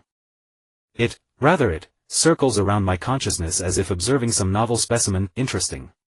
Very interesting. That brat from the Six Paths actually implanted a correction system within an otherworldly soul. No wonder the ceiling fluctuations have been abnormal lately. Warning: Akatsuki level chakra detected. Threat level: extinction level. Initiating ultimate defense protocol. The system's voice suddenly becomes clear and powerful. A golden light erupts from the depths of my consciousness, forming a shield that pushes the white figure back. A mere subsystem dares to resist me. The being claiming to be the Watcher sneers, raising a hand to shoot a beam of purple energy. The golden shield immediately develops cracks. Agonizing pain sweeps through the essence of my existence. This is not physical pain but a deeper, more fundamental suffering, the sensation of my soul being burned. Your resistance is futile. The Watcher's voice carries a cruel delight. The system is but a creation of my clan's technology. The Six Paths merely picked up a few superficial skills. Now let me see how much you have altered the threads of fate. The purple energy beam intensifies, causing the golden shield to begin to collapse. At this critical moment the system suddenly emits an unprecedented alarm. Detected Six Paths Sage's encrypted protocol. Activating final defense. Heaven's rock door. A voice ancient and majestic echoes in the darkness. You Akatsuki minions shall not lay a finger on my creation. The golden light surges, coalescing into a familiar figure, the Sage of Six Paths. Or rather, it is the fragment of his consciousness left within the system. He holds the heavenly spiral spear, standing between me and the Watcher. Yui. The Watcher shows surprise for the first time. You actually hit a consciousness clone within a subsystem. The Sage of Six Paths. Yui does not answer, merely swings the heavenly spiral spear, a pure white light slicing through the darkness, forcing the Watcher to retreat repeatedly. This is only a temporary victory, Yui. The Watcher roars, his body beginning to turn transparent. The ceiling is weakening. Mother is about to return. And this otherworldly soul, we will pay special attention to. With a twist of space the white figure vanishes. The darkness returns to calm, leaving only the Sage of Six Paths and me. If this drifting consciousness can even be considered as me. Night Star. The Sage turns to me, his voice more real than the Watcher's, filled with a human-like fatigue. Time is running short. The Akatsuki have already begun to act. You must hasten your pace. I don't understand. I ask in confusion. Why choose me? What exactly is the system? And who is that Watcher? The Sage of Six Paths sighs. The system is an apparatus I created to correct deviations in fate. But altering fate requires a price, the user's soul energy. I had hoped to guide the ninja world towards peace, but I underestimated the Akatsuki surveillance network. He reaches out to touch my consciousness and a stream of information flows directly into my mind. Thousands of years ago, after sealing his mother Kaguya, the Sage of Six Paths created the fate correction system, selecting specific individuals as guides to finely tune the direction of the world, preventing Kaguya's resurrection. However, every operation of the system consumes the user's soul while also slightly weakening the seal. And you are an accident. The sage continues, a soul from beyond this world unbound by the original fate is the perfect vessel for the system. But this has also drawn the attention of the Akatsuki. I have countless questions I want to ask, but the sage's figure begins to fade. Remember, true power does not lie within the system but in the bonds you forge. Now go back, they are waiting for you. Darkness once again engulfs everything, but this time it is warm and embracing, like returning to the womb. Pupil response restored. Quickly notify Lord Jiraiya. Blinding white light. Noisy voices. Pain throughout my body. I groan and open my eyes, my vision blurring for a while before focusing. A medical ninja surprised face, Sakura's tearful smile, Naruto's exaggerated cheer, and Jiraiya's exhausted yet suddenly brightened gaze. Welcome back, kid. Jiraiya's voice is hoarse beyond recognition. He looks 10 years older with dark bags under his eyes and messy beard. You've been unconscious for 3 days. 3 days. It feels like only a few minutes. That white Akatsuki, the Sage of Six Paths, warning. I want to speak, but my throat is as dry as a desert. Sakura immediately helps me up, feeding me a cup of slightly sweet liquid. It's a mixture of nutrients and painkillers that taste sickening, but quickly alleviating the pain throughout my body. The medicine. Kabuto. I managed to squeeze out a few words. He escaped. Jiraiya's expression darkens. That bastard used a diversion tactic. I soon discovered it was a clone, and by the time I returned you were already poisoned and unconscious. Sakura takes over the conversation. It was a compound neurotoxin mixed with a tracking marker. Under normal circumstances it would take at least 2 weeks for you to regain consciousness, but you. She looks at the medical chart in confusion. Your recovery speed is astonishing. I certainly know the reason. The system's consumption of soul energy accelerated my healing. But how much soul energy is left now? Current status: soul energy 18. 7. New warning: Akatsuki Watcher has marked host coordinates. Recommendation: enhance defensive measures. The system's prompt sends a jolt of anxiety through me. Being targeted by that kind of monster is 100 times more terrifying than being hunted by the Akatsuki. Sister Conan. Is she alright? I look toward the purple-haired woman in the corner. She looks even more haggard than when we last met, her right arm in a cast. Thanks to you pushing me away. Conan's voice carries a rare warmth, otherwise I would have been poisoned. Naruto suddenly jumps to the edge of the bed. Star. You won't believe what happened. Sakura and I caught a weird guy. What? I look at Sakura in surprise. Sakura nods. It was a white Zetsu clone. It infiltrated the clinic trying to steal something and was subdued by Naruto and me working together.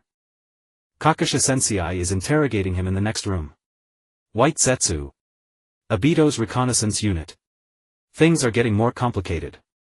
Jiraiya hands me a small mirror. Take a look at this. In the mirror my face is pale with deep-set eyes, but the most startling thing is my eyes. Around the pupils there is a ring of pale golden filigree like melted gold leaf.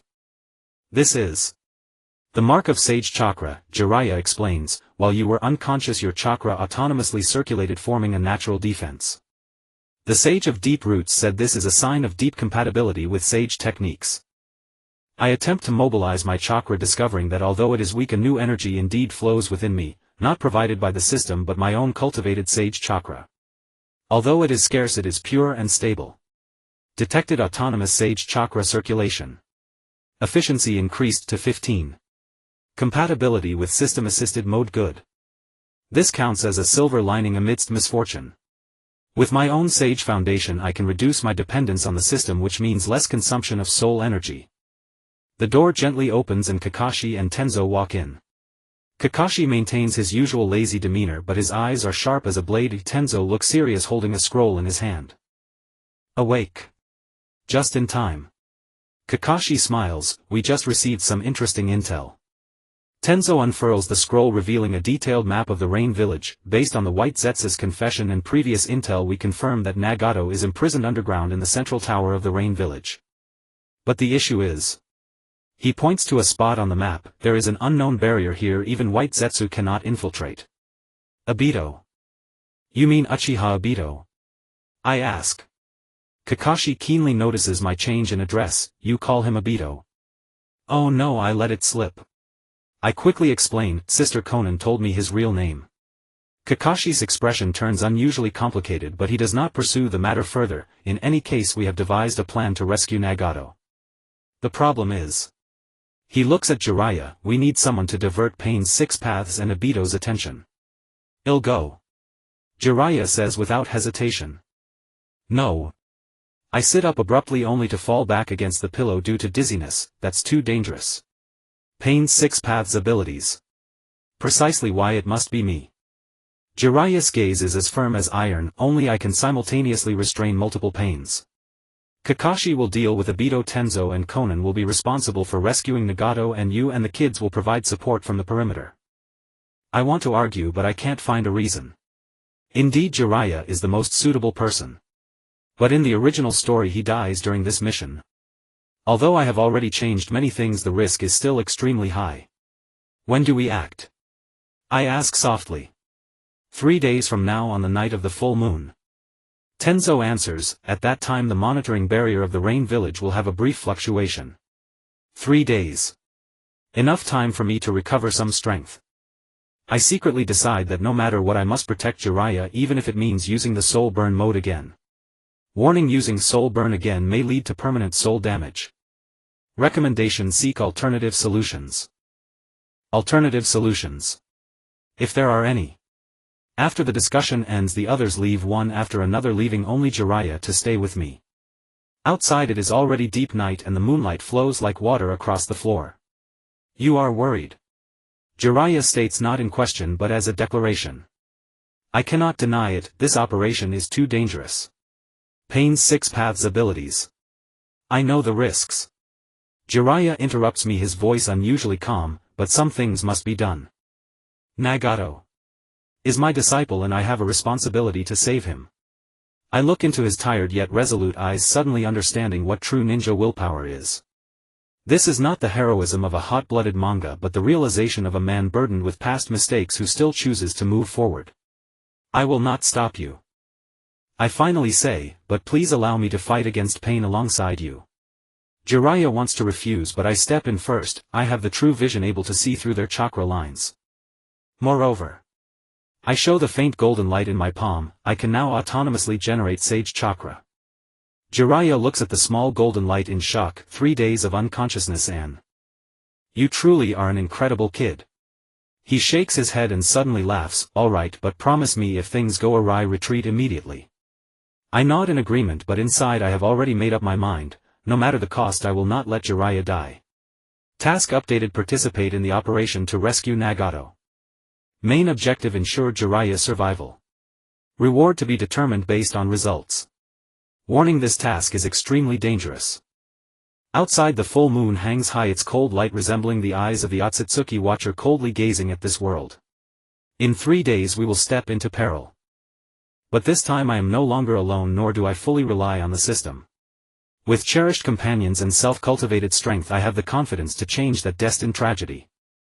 Jiraiya leans against the window, beginning to softly recount tales of his youth with Nagato, Conan and Yahiko. The night sky over the Rain Village was illuminated by the full moon, its silver light piercing the perpetual clouds and casting mottled shadows on the flooded streets. According to Tenzo's intel, the moonlit night marked the weakest point of the Rain Tiger at will technique, our best chance for action. I crouched on the roof of an abandoned building, rainwater dripping from my forehead protector. After 3 days of emergency recovery, my body barely met combat standards, but my soul energy remained at only 21. The system interface flickered intermittently, a stark reminder of the danger. Final check: autonomous immortal chakra reserve at 23, system assist mode on standby, soul ignition mode available, not recommended. Current mission: rescue Nagato. Estimated survival rate 34. 34. Higher than before but still unsettling. I steadied my breath and glanced at my teammates nearby. Jiraiya was fully armed and had already entered sage mode with the two sages Shima and Fukasaku perched on his shoulders. Kakashi had lifted his forehead protector revealing his Sharingan, a kunai glinting coldly in his hand. Tenzo maintained a hand seal ready to unleash would release. Konan had transformed into a semi-paper state drifting lightly through the rain. Remember the plan. Jiraiya gave his final instructions. I'll hold off the 6 paths of pain with Xingchen. Kakashi will deal with Obito and Tenzo, and Konan will rescue Nagato. Once successful, retreat immediately to point B. Everyone nodded. Naruto and Sakura were assigned to stand by outside the village. This level of battle was still too dangerous for them. Move out. We shot toward the central tower like arrows from a bow. The rain village was eerily silent that night, nothing but the sound of rain hammering against the iron roofs. My true sight eyes were fully open, capturing every chakra fluctuation. Detected 6 high-intensity chakra signatures top of the tower. Another anomalous chakra deep underground. The 6 paths of pain and Nagato. But strangely no trace of Obito's chakra. Where had he gone? As soon as we approached the 100-meter range of the tower, the alarm went off, not an ordinary alarm but the distinct frequency of the rain tiger at will technique. The rain across the entire village suddenly turned viscous like glue, trying to trap us. We've been discovered. Tenzo shouted. Proceed to Plan B. Jiraiya immediately formed hand sign Sage Art Hair Needle Senbon. His white hair shot toward the tower like a storm, disrupting the rhythm of the rain. We seized the chance to advance, but just as we entered the plaza, 6 black figures descended from the sky, the 6 paths of pain. Welcome, Sensei, the Deva path said coldly. And the prophet. Tonight you shall all witness the birth of a new world. Without further words, battle erupted instantly. Jiraiya engaged the Deva path, the Asura path and the Naraka path. I targeted the animal path, needing to stop it before it summoned its beasts. Lightning release, lightning arrow. I infused immortal chakra into the lightning release, the arrow's speed skyrocketing, piercing the animal path's shoulder in an instant. But it merely staggered the wound, mending with black rods. Reminder: the 6 paths of pain are corpses. It completely destroy the control rods or attack the original body. I needed a stronger attack. I switched hand signs to fire release, but the Preta path suddenly blocked in front, effortlessly absorbing the flames. Damn elemental disadvantage. Xingchen behind you. Jiraiya's warning made me instinctively duck, a blade grazing my scalp, a sneak attack from the human path. I rolled aside while flinging 3 shuriken. The human path easily deflected them, but it was a feint. Explosive tags hidden behind the shuriken detonated at close range, sending it flying. Panting, I glimpsed Kakashi charging into the tower while Tenzo and Konan circled to the back door. The plan was proceeding, as long as we held off the 6 paths. Suddenly an ear-piercing serpent hiss rang out. From the shadows at the plaza's edge, dozens of giant snakes burst forth, lunging at both the 6 paths and us. Orochimaru. Jiraiya swore through gritted teeth. What the hell does that bastard want? Sure enough, Orochimaru and Kabuto emerged from the snake swarm, followed by a squad of sound ninja. Orochimaru's golden slit eyes gleamed in the moonlight. Good evening, Jiraiya-kun. It seems our goals align. Nonsense. Jiraiya roared. What scheme are you plotting now? Orochimaru laughed darkly. The Rinnegan. Such a magnificent specimen, how could I miss it? He suddenly formed hand signs. Impure world reincarnation. 3 coffins rose from the ground, their lids slowly opening. Revealing the first Hokage Hashirama Senju, the second Hokage Tobirama Senju Gan. The 4th Hokage Minato Namikaze. No. Jiraiya's eyes nearly split. How dare you defile Minato? The situation deteriorated instantly. The impure world reincarnation warriors under Orochimaru's control joined the Chaos 3 factions entangled. I barely blocked a strike from the human path, but was caught by the second Hokage's water release, my left arm going numb. Crisis level escalated. Suggestion: activate soul ignition mode. No, not yet.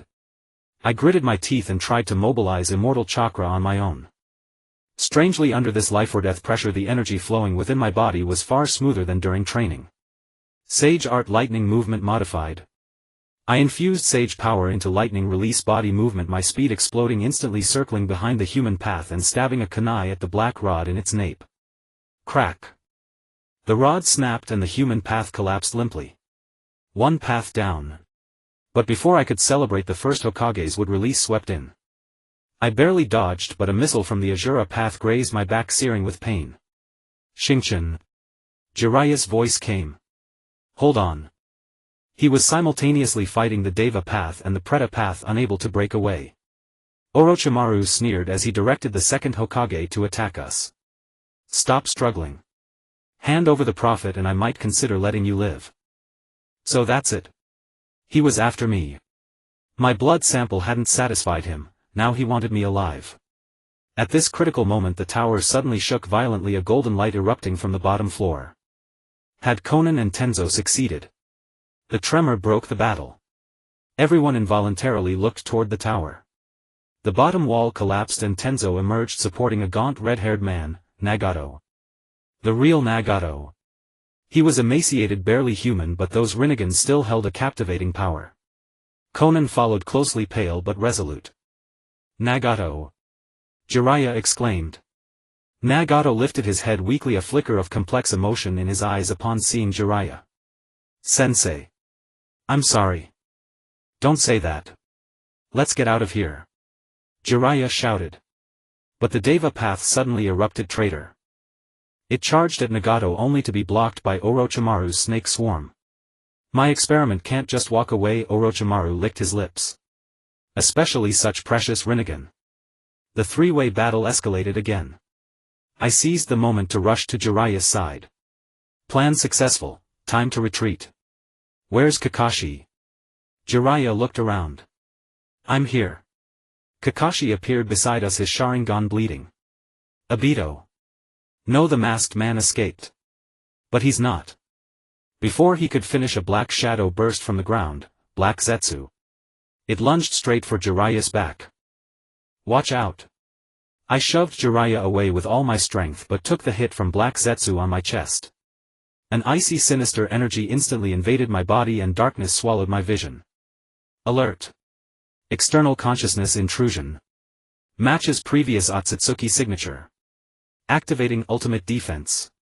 The system's shriek echoed in my mind, but I could no longer respond. Black Zetsu, no, that so-called surveyor Otsutsuki, was fighting me for control of my body and the system. The pain far exceeded any physical injury, as if every cell was being torn apart.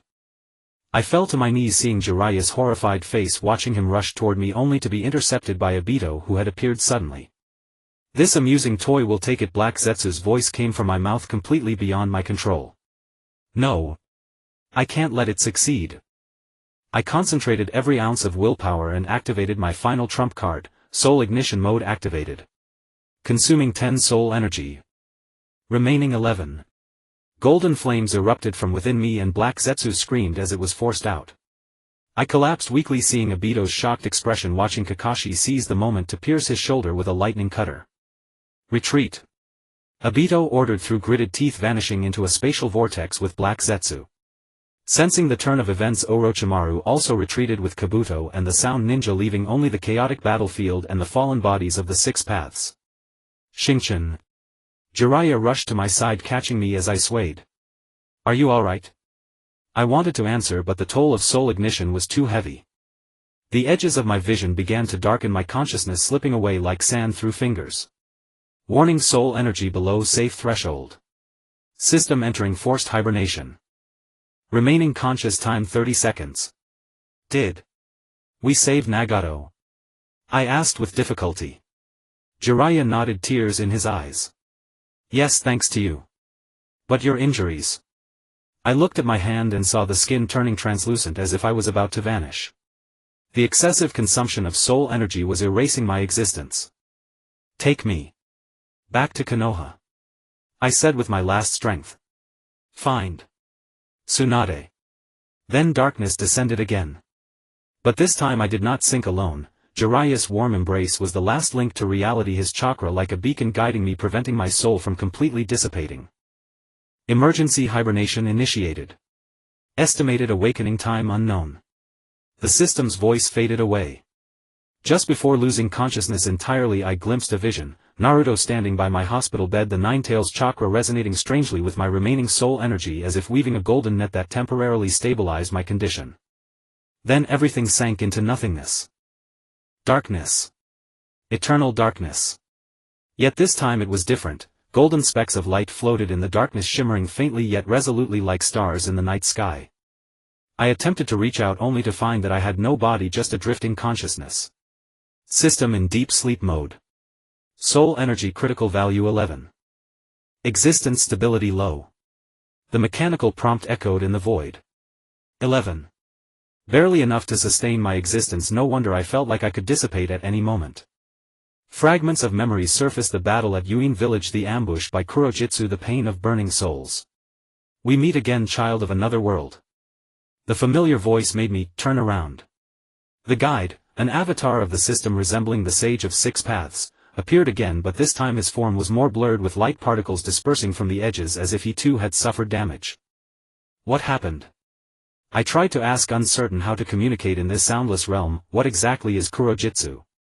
Kurojitsu is a product of the will of Akatsuki Kagaya. The guide's voice carried an unprecedented fatigue, but the one who attacked you is a more dangerous existence. A Akatsuki observer sent by Kagaya to monitor this planet. He waved his hand to reveal an image. Thousands of years ago, after sealing his mother, Kagaya, the Sage of Six Paths, secretly created the fate correction system, appointing specific individuals as guides to subtly alter the course of the world. However, each operation of the system consumes the user's soul while also slightly weakening the seal. And you are an anomaly. The guide continued, a soul from outside the world, unbound by the original fate, is the perfect vessel for the system. But this has drawn the attention of the observer. The image shifted to the fate nodes I had altered. Sasuke did not accept the curse. Marked Jiraiya survived. Nagato was successfully rescued. Each change rippled out like stones thrown into water, spreading ripples throughout the entire spacetime. These changes are accelerating Kagaya's unsealing. I asked in terror. The guide nodded, but that is not a reason to give up. Fate does not only have two paths, submission or destruction. There is a third path. His words suddenly cut off, his form flickering violently. From the depths of the darkness came a sense of oppression from some colossal being, nearly shattering my consciousness. Alert. External interference intensified. Suggestion: establish a soul anchor point immediately. Listen to me, the guide urgently conveyed his final message. The Nine-Tails chakra within Naruto resonates with your soul wavelength, which can temporarily stabilize your state. Hold on, do not sink into the darkness. The world needs you. His figure suddenly vanished and darkness swallowed everything again. But this time I vaguely heard a voice coming from afar, real tangible sounds from the material world. You must save him. Tsunade. Please. Was that Jiraiya's voice? So hoarse, so desperate, utterly unlike that boisterous Sannin. I've done all I can. Another weary female voice responded. His body has no injuries, but his soul is like torn paper, dissipating bit by bit. I've never seen this kind of situation. Let me try, a young determined voice interjected. If it's a soul issue, as you said, perhaps Kurama's chakra can help. Naruto. What does he want to do? That's too dangerous, Naruto, Jiraiya objected. Even Tsunade can't. He's my friend. Naruto almost shouted this, and he saved you, perverted sage. I can't just stand by. After a moment of silence, Tsunade sighed. All right. But only try for 1 minute and stop immediately if anything abnormal occurs. What followed was hard to describe. A warm yet violent energy gently touched the edges of my consciousness, Kurama's chakra. It was as hot as lava, yet bore a strange vitality. Initially it was excruciating, as if being thrown into a steel furnace. But gradually the pain subsided, replaced by a stable frequency, rhythmic like a heartbeat. The edges of my consciousness ceased to dissipate, and those floating golden specks were strung together by the Nine-Tails chakra, forming a fragile net that temporarily anchored my soul. Detected external stabilizing source: Nine-Tails chakra. Soul energy decay paused. Estimated awakening probability present. The voice of the system was weak yet clear. I tried to extend outward along the line of the Nine-Tails chakra, yearning to reconnect with the material world. The smell of disinfectant. A soft bed. The rhythmic beep-beep sound. I slowly opened my eyes. The blinding white light blurred my vision for a while. When my vision cleared, the first thing I saw was Jiraiya sleeping at the edge of the bed. He looked haggard, with disheveled white hair, uneven beard, and his forehead protector casually thrown aside. Most astonishingly, he was holding my hand, as if afraid I might disappear in my sleep. Looking around, I recognized this as a special ward in the Konoha hospital. Outside the window was the familiar Hokage rock, sunlight streaming through the blinds and casting stripes on the floor. The ECG beside the bed displayed stable fluctuations, various devices connected to me. Carefully moving my fingers, I confirmed that every joint could respond to commands. My body seemed uninjured, but there was a strange, hollow feeling as if the core part had been hollowed out. System partial reboot completed. Soul energy stabilized at 11. Body functions restored to 78. 11. Just slightly better than before my coma. But at least I was alive. Jiraiya. I tried to speak, my voice hoarse and barely recognizable. But this faint sound immediately awakened the three Sannin. Jiraiya shot up, his bloodshot eyes widening, quickly replaced by overwhelming joy. Star. He nearly jumped up, cradling my face in his hands. You're awake. Really awake. Medical team. Tsunade. He's awake. The ward door was flung open and Tsunade rushed in with Shizune and another medical ninja. She quickly checked my pupil's pulse and various device readings, her expression shifting from shock to confusion. Incredible. She murmured. The soul was clearly shattered, yet it managed to reassemble itself.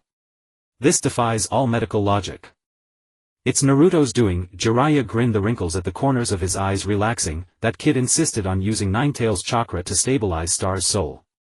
We all opposed at first, but it was indeed effective, Tsunade conceded, then looked at me sternly. But don't get too happy too soon. Your soul is like paper with a big hole burned through it, and it could tear again at any moment. No ninjutsu for at least a month, especially those that consume life force. I obediently nodded. Tsunade's expression softened a bit as she gestured for everyone to leave, leaving only Jiraiya. Now tell me the truth. She folded her arms. What forbidden technique did you use? I've never seen this kind of soul damage unless. Shiki Fujin. I weakly shook my head. Not that. It's my special ability. Each use consumes life force. Or rather soul energy. Tsunade and Jiraiya exchanged glances. Eventually Tsunade sighed. Rest well.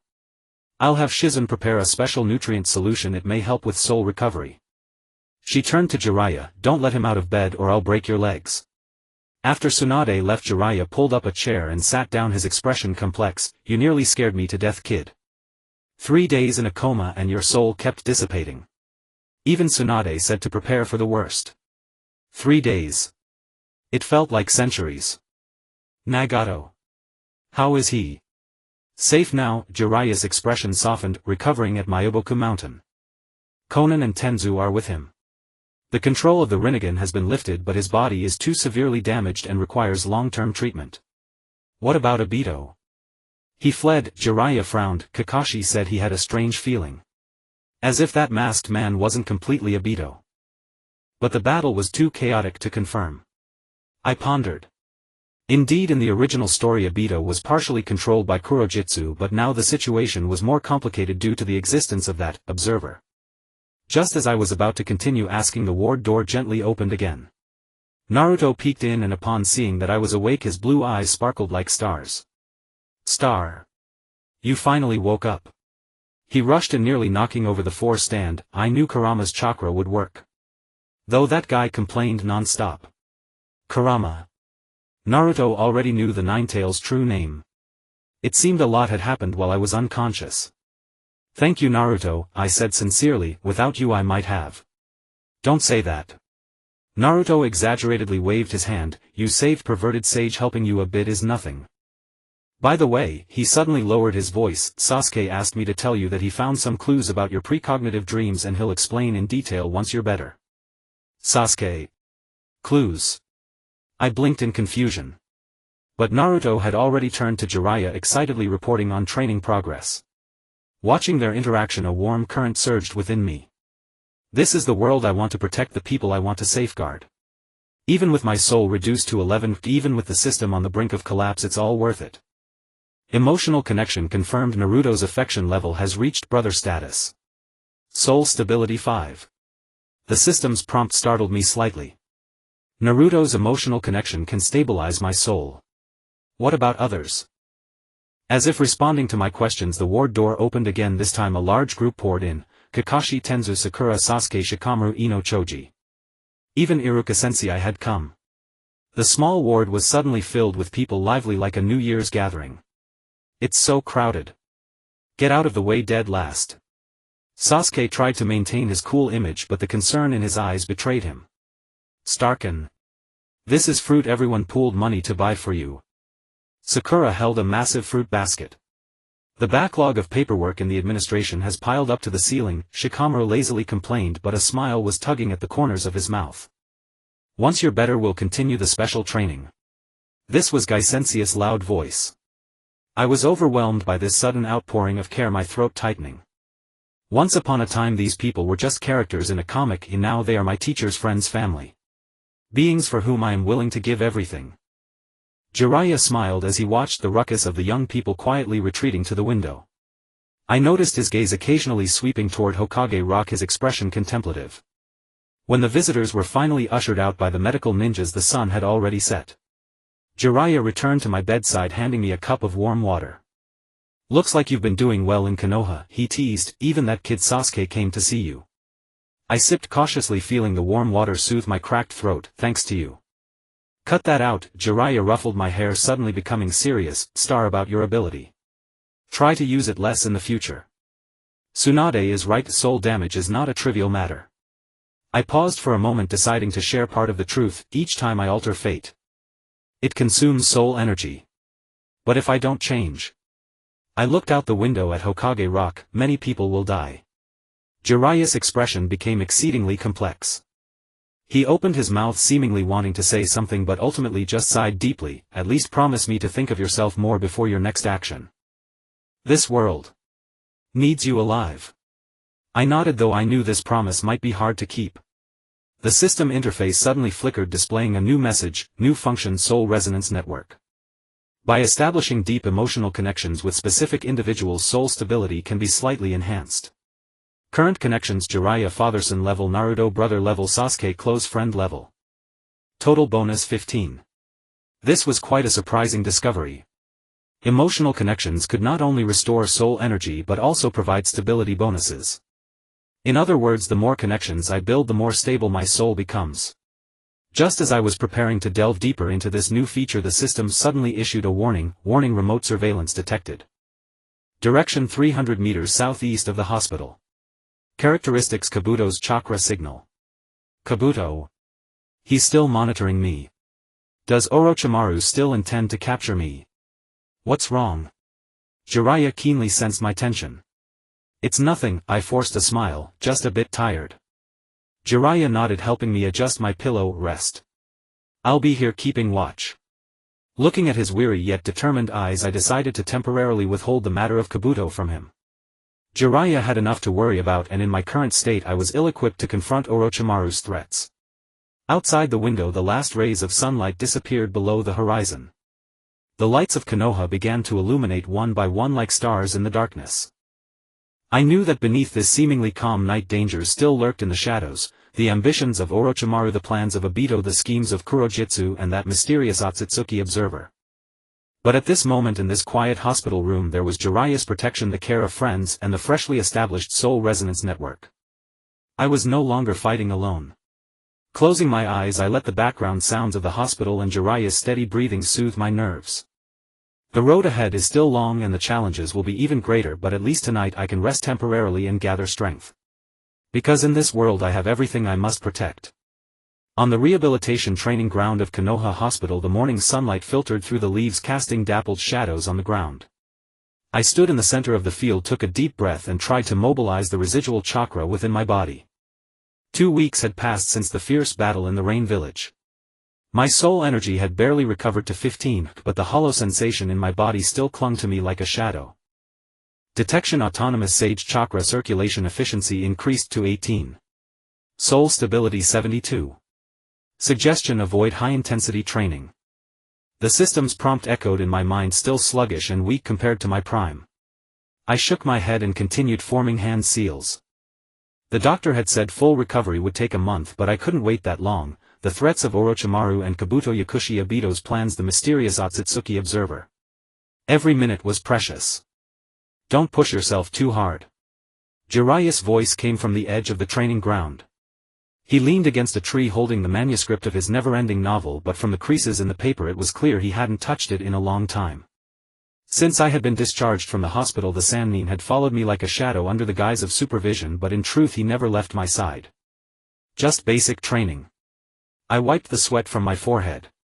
If I don't move around, my body will rust. Jiraiya walked over and handed me a towel. Soul damage is no joke. Tsunade said, I know. I took the towel. At least a month without using ninjutsu. But I need to see how far I can go without relying on the system. This sentence made Jiraiya's expression complicated. Ever since I had partially revealed the truth about the system, he had been unusually sensitive to the matter of consuming the soul. Then at least let me be your sparring partner. He finally relented, retreating to the other end of the field. Only basic taijutsu, no chakra. I nodded and assumed a starting stance.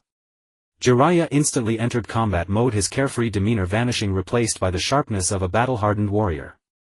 Our fists and feet clashed in the air, producing crisp sounds of impact. Even without chakra, the strength of a Sannin was suffocating. I focused all my attention on predicting his every move, barely managing to keep up with the remnants of my true sight ability. Not bad, Jiraiya chuckled after one exchange. Your reaction speed is faster than before. All thanks to the teacher's guidance. I gasped for breath while sidestepping an elbow strike. Just as we were training intensely, the training ground door was suddenly pushed open. Naruto burst in enthusiastically, his orange figure strikingly bright under the sunlight. Xingchen. Pervy sage. He waved his arms. Look at the new jutsu I learned. Before we could respond, Naruto formed hand seals, shadow clone jutsu. Dozens of clones appeared instantly, each beginning to gather chakra, the starting form of the Rasengan. But to my surprise, these Rasengans were more stable than those of Naruto from the original story at the same period, and faint red chakra coiled around their surfaces. This kid is improving fast. Jiraiya rubbed his chin in admiration. Take this. All the Narutos charged at once. Jiraiya laughed and engaged them, easily neutralizing most of the attacks. I dealt with the remaining ones, but the moment my palm touched a clone's Rasengan, a sudden change occurred. The chakra within me boiled uncontrollably, resonating violently with Naruto's Nine-Tails chakra. Golden light burst from my palm, intertwining with the red light of the Rasengan to form a bizarre energy web that enveloped the three of us. What the? Naruto cried out in surprise, and all his clones vanished. Within the golden radiance I saw strange images: the Nine-Tails lifting its head abruptly in the sealed space, the Eight-Tails Gyuki in the faraway cloud village suddenly stopping its performance and looking east, Sasuke Sharingan involuntarily turning into 3 Tomohan. A blurry white figure standing in a laboratory with a silver-white liquid writhing in a test tube before it. Alert! Detected Otsutsuki-level energy resonance. Source: depths of host's bloodline. The system's shriek pulled me back to reality. The golden light dissipated and the three of us stared at each other, shocked by the bizarre phenomenon. What was that? Naruto's eyes widened. Your bloodline limit? Jiraiya asked sharply. I shook my head, equally puzzled.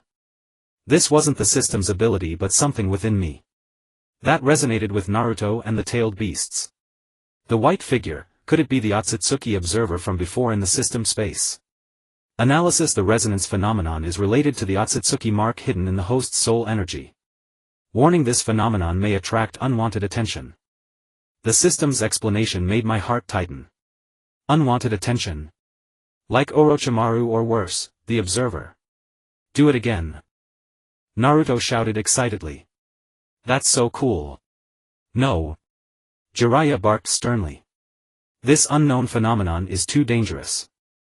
Xingchen's body hasn't recovered, and you can't control the Nine-Tails chakra well either. Naruto pouted but didn't insist. He looked at me curiously. Xingchen, your eyes. I touched my eye corners, not remembering anything unusual.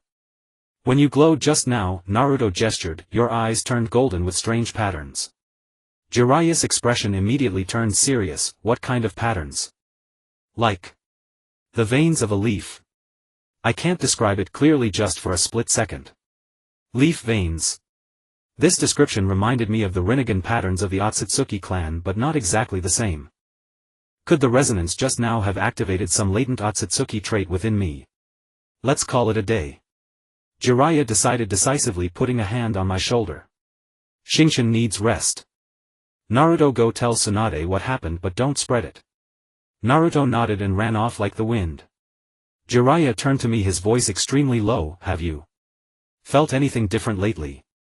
I knew what he was asking. Since the battle in the Rain Village, I had indeed occasionally had strange dreams, endless starry skies, enormous divine trees, and bound white figures. Some fragments, I replied cautiously, but very vague. Jiraiya pondered for a moment. Go back to the hospital for a thorough checkup. If this truly is related to the Akatsuki. He didn't finish, but we both understood the gravity. The threat of Kagaya Akatsuki was already terrifying enough. If other Akatsuki members were involved, the situation would be 100 times more complicated. On the way back to the hospital, I kept replaying the images I had seen, the white figure in the laboratory, the silver-white liquid in the test tube. Could Kabuto Yakushi be experimenting with my blood sample? Warning: remote surveillance detected. Direction 400 meters northeast. Characteristics 89 match with Kabuto Yakushi's chakra. The system's alert confirmed my guess. I forced myself not to look back, but my fingers clenched involuntarily. What exactly had Kabuto found in my blood? Who was that white figure?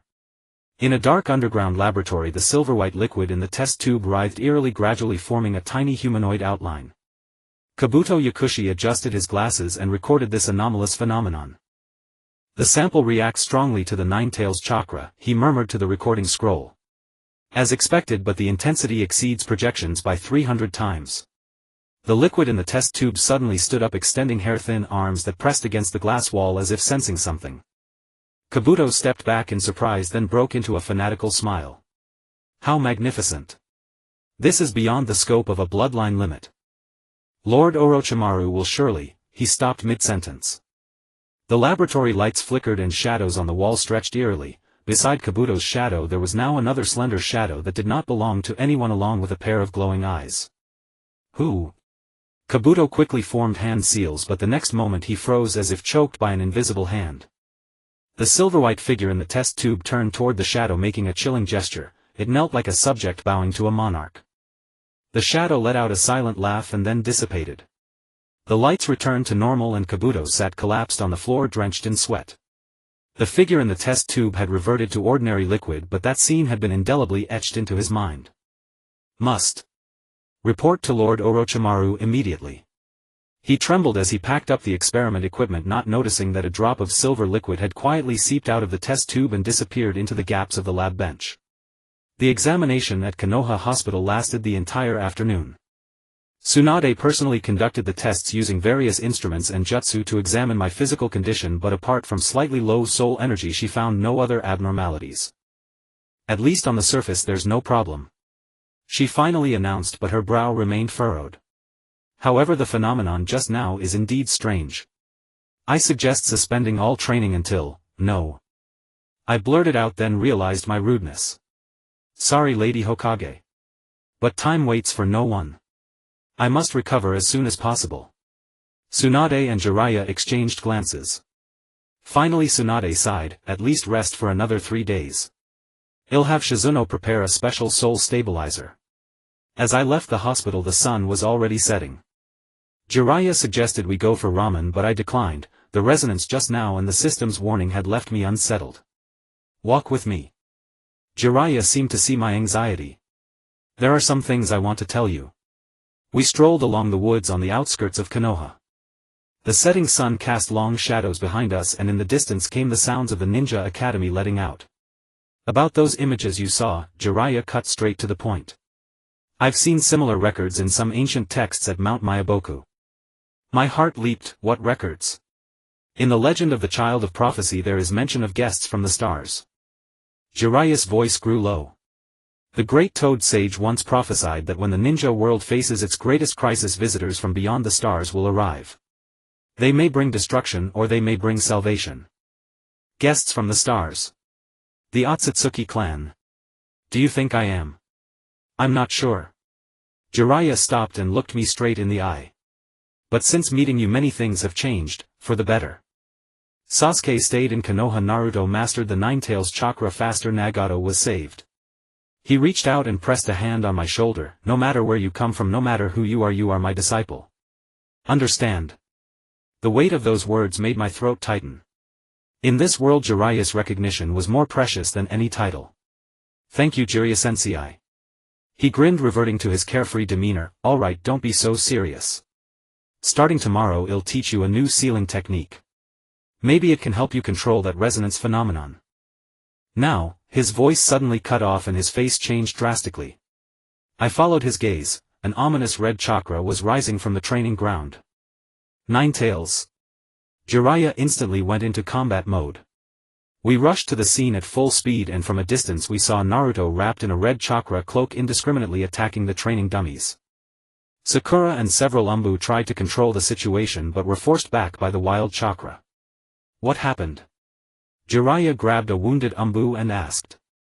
Don't know. Naruto-kun was training normally just now and suddenly. I activated my residual true sight and saw that the Nine-Tails chakra inside Naruto was abnormally agitated and the seal seemed loosened. Detection: the Nine-Tails seal has been intentionally disturbed.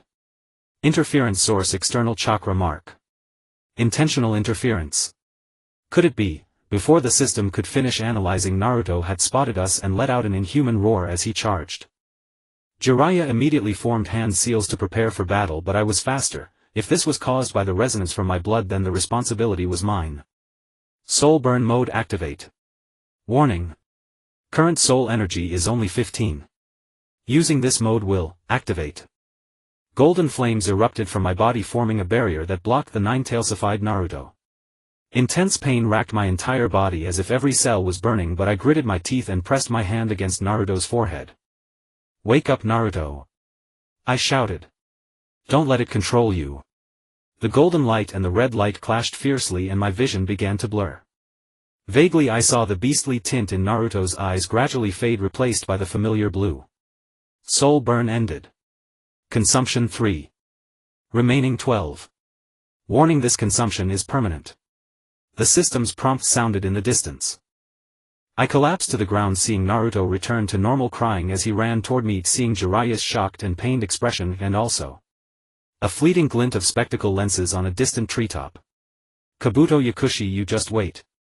I swore before darkness claimed me. No matter what you are plotting, I will stop you.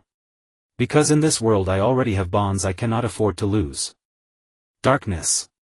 Viscous darkness, as tangible as substance. But this time it was different. Silvery white specks floated in the dark like stars in the night sky, cold and distant. I could not feel my body, only a drifting consciousness sinking and floating in this void. Deep coma state. Soul energy 12. System emergency maintenance. The mechanical beep echoed in the depths of my consciousness. 12. 3 less than before the coma, and the system had explicitly stated that this was permanent loss. I tried to recall the scene before the coma, Ming Ren's rampage, my use of soul burning. What happened next? The memory felt like a torn page, leaving only blurred fragments. Was this the price of soul depletion? Finally we meet my child. A strange voice suddenly rang out, cold and elegant with an inhuman rhythm. I strained to open my eyes, and saw a tall figure emerging in the darkness, skin pale as the moon, waist-length white hair, 2 small horns on the forehead, and those pale purple Luan Hui Yen. The Tong Mu clan. Fear poured into my spine like ice water. This person resembled the patroller I had seen in the system space, yet different, more majestic, more familiar. Who are you? I tried to speak, unsure how to communicate in this formless realm. The white-haired man smiled a chilling smile. I am your creator, your origin. You may call me Father. Father. This absurd claim instinctively repelled me. I was just a transmigrator, an ordinary person from Earth. How could I have blood relations with these cosmic monsters? Impossible. I said. I am just a soul that accidentally transmigrated. He interrupted, his smile widening. Do you think that system chose you by chance? Why can your soul perfectly adapt to Lu Dao's device? He waved his hand, revealing a scene in the vast universe. A wedge-shaped spaceship streaked across the starry sky. Inside the cabin, a young man with 7th resemblance to me slept with closed eyes. De Tong Mu Xingchen, the youngest of my offspring. The man's voice carried an eerie tenderness. During a routine patrol, your ship encountered a spacetime turbulence and your soul was cast into another world. I searched countless dimensions to find you. The scene shifted. Earth, an ordinary college student died in a car accident, but his soul was captured by a silver light. That system is originally a creation of my clan's technology, and Lu Dao only crudely imitated it. The man continued. I slightly adjusted its search parameters to let it find you. My mind was in chaos. Was this true? Was I really the reincarnation of an alien prince? Then why did I have no memories? Why? Warning. Detected Datong Mulavel's spiritual intrusion. Initiating defense protocol. The system's alarm suddenly blared and golden light erupted from the depths of my consciousness, forcing the white-haired man back several steps. Stubborn little thing. The man frowned, his figure starting to blur. Remember, Xingchen, when your soul energy is exhausted, that will be the time for you to return to the clan. We will eventually meet again. With a distortion of space he disappeared, leaving only his final words echoing in the darkness, beware of the patroller. He serves my clan but has his own plans. I floated alone in the darkness, my thoughts tangled. Was this truth or another deception? If what he said was true, then wouldn't my actions of using the system to change fate be accelerating my own demise? Urgent reminder, external stimulus detected. Recommendation, return to the material world. The system's voice grew urgent. I felt a pulling force, as if someone was dragging my consciousness upward. The smell of disinfectant. The beep of the electrocardiogram monitor. An intermittent sobbing. I struggled to open my eyes, my vision blurry for a while before focusing. Mingren was lying by the bedside, his golden hair messy, shoulders trembling slightly. Xiaoying stood beside him, gently patting his back as Wu Zhu leaned against the corner, pretending to be indifferent but occasionally glancing at the hospital bed. Ming. Run. I croaked, my throat feeling like sandpaper. The three of them froze simultaneously, then burst into exclamations. Xingchen. Mingren nearly lunged forward but was pulled back by Xiaoying. You're finally awake. It's all my fault, don't press on the patient. Xiaoying scolded, then turned to me, her medical ninja professionalism immediately showing. How do you feel? Any place particularly painful? I shook my head, trying to sit up, but was defeated by the soreness all over my body. Zhuo Zhu silently handed me a cup of water. I took it gratefully, the feeling of warm water sliding down my throat like a godsend. How long? I asked briefly. 3 days. Xiaoying answered while checking the 4-line. Shorter than the last coma, but the soul damage is more complex. Gang Shisama said. The door was suddenly pushed open and Zilayi rushed in flamboyantly, his white hair disheveled, dark circles under his eyes. Clearly he had stayed up all night again. Kid. He bounded to the bedside in 2 steps, pressing his hands on my shoulders and looking me up and down. You're finally awake. His palms were warm and strong and his eyes held undisguised concern. Looking at this Sannin, who was both teacher and father, I suddenly recalled the cold gaze of the Datong Mu clansman who called himself father, and my stomach churned. Im fine Zi Lai Sensei. I forced a smile. How is Mingren? I'm here. Mingren squeezed to the front, his eyes red and swollen. I'm sorry, Xingchen. I don't know why I lost control. Zi Lai ruffled Mingren's head. It's not entirely your fault. Gang Shou discovered that someone tampered with your Jiao Wei seal, an external Cha Kula marker. My heart tightened. So someone had deliberately triggered Ming Ren's rampage. Was it Yao Shidou? Or that Datong Mu patroller? Reminder, detected Yao Shidou's Cha Kula signal before coma. Correlation 87. The system's prompt confirmed my guess. It seemed Shiwan's group had a strong interest in my bloodline. Where is Gang Shou? I asked.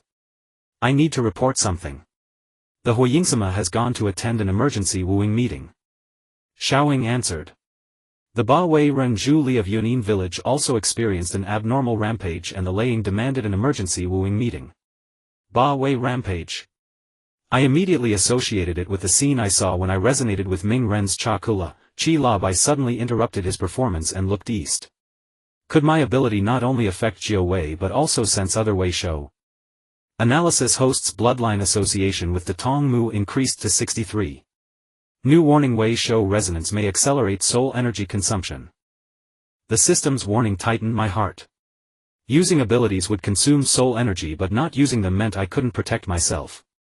A dilemma. Zilai keenly noticed my unease. What's wrong? I need to talk to you alone, I said in a low voice. Xiaoying immediately understood and pulled the reluctant Ming Ren and Zhuo Zhu out of the ward. After the door closed, I took a deep breath and decided to confess part of the truth. Zilai sensei, when I was in a coma, I met a Datong Mu clansman. Zilai's pupils suddenly contracted. Hui Yi. No, a male. He claimed to be my father. This sentence exploded like a bomb in the ward. Zilai's expression shifted from shock to doubt, then to deep worry. Tell me everything in detail. He pulled over a chair and sat down, his voice unusually serious. I recounted the dream content as completely as possible, only omitting my identity as a transmigrator, simply saying that the Datong Mu claimed I was his lost offspring. After listening, Zilai was silent for a long time, his fingers unconsciously tapping the hospital bed rail. This explains your special abilities and why you can resonate with the Wei Shou. He finally said, but I don't believe this nonsense about father-son reunion. The Datong Mu clan views us as ants. A sudden recognition of kinship must have a conspiracy. I breathed a sigh of relief. Zilai's suspicion coincided with mine. The appearance of that father was too coincidental and his attitude was eerie. I need to see the great toad sage. Zilai suddenly decided. It is the oldest wise being in the ninja world, perhaps it knows something.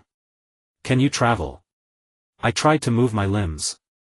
Short distance should be fine. Good, well, set off early tomorrow morning. Before that, Zilai took out a small scroll from his bosom. I improved a Feng Yin Shu that might help you control that resonance phenomenon. I took it gratefully, but the moment I touched the scroll a sharp pain shot through my fingertips. The seal patterns on the scroll were similar to the Datong Mu characters I had seen in my dream. Alert! Detected Datong Mu energy signature. Source Feng Yin Shu scroll. The system's screech almost made me drop the scroll. How could Zilai use Datong Mu's technique? Could it be? What's wrong? Zilai asked with concern. Nothing. I forced myself to stay calm. Just a little dizzy. I had to confirm the source of this Feng Yin Shu. If it was developed by Zilai himself it would be fine, but if someone like that patroller had secretly guided him. Meanwhile, in the underground base of Yinren village, De Shiwan's golden vertical pupils sparkled under the dim light. On the experimental table before him a silvery white liquid in a test tube was writhing eerily, gradually forming a small humanoid outline. Too wonderful. He hissed, his long tongue sweeping over his lips. This has surpassed the scope of ordinary bloodline limits. Yao Shirdo stood by his glasses reflecting cold light. According to the data, the sample's reaction intensity to Jiu Weiss Cha Kula is more than 10 times that of the first Huiying cells. But the strangest thing is, he pulled up a record. It seems to have its own consciousness. As if to prove this, the little figure in the test tube suddenly looked at De Shiwan and extended a hair-thin arm. De Shiwan opened the test tube without hesitation, letting the drop of liquid fall into his palm. Instantly his body trembled violently and his snake pupils contracted into thin lines. Ah! This is... memories. Blurred images flashed in his mind, a vast starry sky, a giant divine tree, and a white figure extremely similar to Xingchen-kun bound by chains roaring in agony. De Shiwansama. Do rushed forward in panic but was repelled by an invisible force. The laboratory lights flickered and the shadows on the walls twisted grotesquely. Beside De Shiwan's shadow another slender figure appeared along with a pair of eyes that belonged to no one. Finally. Found. De Shiwan said hoarsely, his voice mixed with another inhuman tone. The perfect vessel. The liquid in the test tube had completely disappeared, seemingly merging into De Shiwan's body. Do watched his superior's transformation in horror. De Shiwan's skin was gradually taking on an eerie silver glow and 2 small bumps were faintly visible on his forehead as if horns were about to grow. At that moment the laboratory door was knocked. De Shiwansama, the materials for the Hui Tu Zhuan Sheng you requested are ready. The external interruption broke the eerie atmosphere. The anomalies on De Shiwan's body quickly subsided. He shook his head as if waking from some state. Bring them in, he ordered, his voice returning to normal. After the assistant left, De Shiwan turned to Do, his eyes gleaming with fervent ambition. Speed up the preparation. I will personally go to Muyi to meet this child of prophecy. But the Akatsuki organization, Dai too can wait. De Shiwan sneered. Compared to the Luan Hui Yen, this is the true treasure. He looked at his palm where no liquid residue remained, but a strange symbol had appeared on his palm, strikingly similar to the clan emblem of the Datongmu. Inform our spy in Muyi to closely monitor all of Yi Xingchen's movements. Especially any contact he has with the Wei Shou. Do nodded and withdrew, not noticing that the extra shadow on the wall had not completely disappeared but left behind a pair of eyes watching everything through the darkness. Muyi Hospital, deep in the night and quiet. I lay alone on the hospital bed, repeatedly studying the Feng Yin Shu scroll given by Zilai. The system had confirmed that the patterns indeed contained Datongmu energy characteristics, but very faint, as if deliberately diluted. Speculation: this Feng Yin Shu may originate from the basic technology of the Datonggu clan, a human applicable version after multiple improvements. If so, Zilai might have obtained relevant ancient texts by chance or been guided by someone. Outside the window the moonlight was like water. I quietly got up and walked to the window. The night view of Muyi was peaceful and serene. Who would have thought that beneath this calm surface the undercurrents were already so turbulent? The warning from the Datongmu, father, the surveillance of Yao Shirdo, the covetousness of De Shiwan, and that mysterious patroller. I was being targeted by multiple forces and my soul energy was only 12. Gently spreading my palm, I tried to mobilize the remaining Xian Shu Cha Kula in my body. A faint golden light flickered in my palm, more stable than before. Perhaps without relying on the system I could. Warning: using Xian Shu independently still consumes soul energy with efficiency only 1/3 of the system's. I smiled bitterly. Truly a dilemma. Using the system consumes soul energy, not using it reduces strength greatly. The only way out is to find a method to become stronger without consuming soul energy as soon as possible. In the distance the Huaying rock stood quietly under the moonlight. I thought of Zilai's trust, Ming Ren's friendship, Xiao Ying's cares, Hua Zhu's awkward concern. These bonds were my anchor in this world and also my reason to fight. Regardless of whether that Datongmu, father, spoke truth or lies, regardless of where my soul came from at this moment, I, Yi Xingchen, am a ninja of Muyi Zilai's disciple and a comrade of Ming Ren and the others. Clenching my fist, I made a decision. Tomorrow I will accompany Zilai to Miaomu Mountain to seek the wisdom of the great Toad Sage. At the same time I must accelerate the development of combat methods that do not rely on the system. Because in this world I already have everything I must protect. The morning mist shrouded my gate, casting a hazy veil over the farewell. I adjusted my backpack straps, feeling the weight of the sealed scroll and supplies within. Although Tsunade vehemently opposed my departure less than 24 hours after being discharged, she relented under Jiraiya's insistence, on the condition that I take the specially made soul stabilizers from the medical unit. Are you sure I shouldn't come with you? Naruto scratched his hair, reluctant. I haven't seen the Toad Sage in a long time. Jiraiya ruffled his blonde hair. Some other time, kid. This is a secret mission, too many eyes and ears. Sasuke leaned against a distant tree trunk pretending indifference, but I noticed his gaze drifting over occasionally. Ever since I woke from my coma, this Tsundere Uchiha had grown unusually attentive to my condition, though his expression remained as awkward as ever. Here. He suddenly walked over and tossed me a small scroll. An Uchiha secret technique for stabilizing chakra. Might be useful. I took it in surprise. The touch was cool. Unrolling a corner, I saw densely packed sealing formulas inside. This was no mere minor technique but a high-level fire style and Sharingan coordination skill. Sasuke, this is too precious, don't misunderstand. He turned his face away. I just don't want to see you holding us back. Sakura snickered beside him, then turned serious. Take care on the road, Xingchen. Your soul injury requires regular medication. I've marked the doses. I nodded, accepting these warm gestures of care one by one. The bonds I had forged in this world were my most precious treasure and the reason I fought. Emotional link detection: Naruto brother level, Sasuke close friend level, Sakura soulmate level. Soul stability 9. The system notification warmed my heart. It seemed emotional connections did help stabilize the soul even if they couldn't replenish what was permanently lost. Let's go. Jiraiya patted my shoulder. We need to reach the first rest point before dark. We bid farewell to the others and set off on our journey to Mount Miamu. The silhouette of my gradually disappeared into the morning mist while my thoughts drifted to the Akatsuki who called himself father. His appearance had complicated everything. Was my transference an accident or a design? Why had the system chosen me? Most importantly, was I truly just a vessel? What are you thinking? Jiraiya's voice interrupted my train of thought. I hesitated for a moment, then decided to be honest. Master Jiraiya, that sealing technique you gave me. Where did you learn it? He raised an eyebrow. Why the sudden interest? The patterns on it. They're very distinctive. Jiraiya pondered for a while, as if choosing his words carefully. 15 years ago, during a mission in the Land of Rain, I discovered it in an ancient ruin. At the time I thought it was just an interesting old technique. It only came to mind recently when I was studying your condition. He stopped walking and looked at me seriously. Is there a problem? Those patterns. I chose my words carefully. They resemble the Akatsuki script I saw in my dreams. Jiraiya's pupils suddenly contracted. He swiftly formed hand seals to set up a soundproof barrier. Are you sure? Not certain, but my instinct, I mean the system, thinks so. Interesting. Jiraiya stroked his chin. That ruin was indeed strange, with walls covered in unknown script. I thought it was just ancient ninja clan cipher. He suddenly lowered his voice. Listen, Xingchen. When we reach Mount Miamu, no matter what you see or hear, stay calm. The great Toad Sage's prophecies can sometimes be overwhelming. I nodded, but my unease only deepened.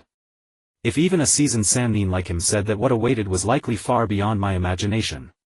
The 3-day journey was eerily peaceful. We avoided the main roads, traveling through forest trails, and the occasional bandits or wild beasts were easily dealt with by Jiraiya. I used the time to practice the chakra stabilization technique Sasuke had given me. The results were surprising. The Uchiha techniques had a strange synergy with my true vision, increasing the utilization rate of my remaining soul energy by nearly 20%. Efficiency boost. Independent Sage chakra utilization increased from 18 to 22. The system's statistics were encouraging.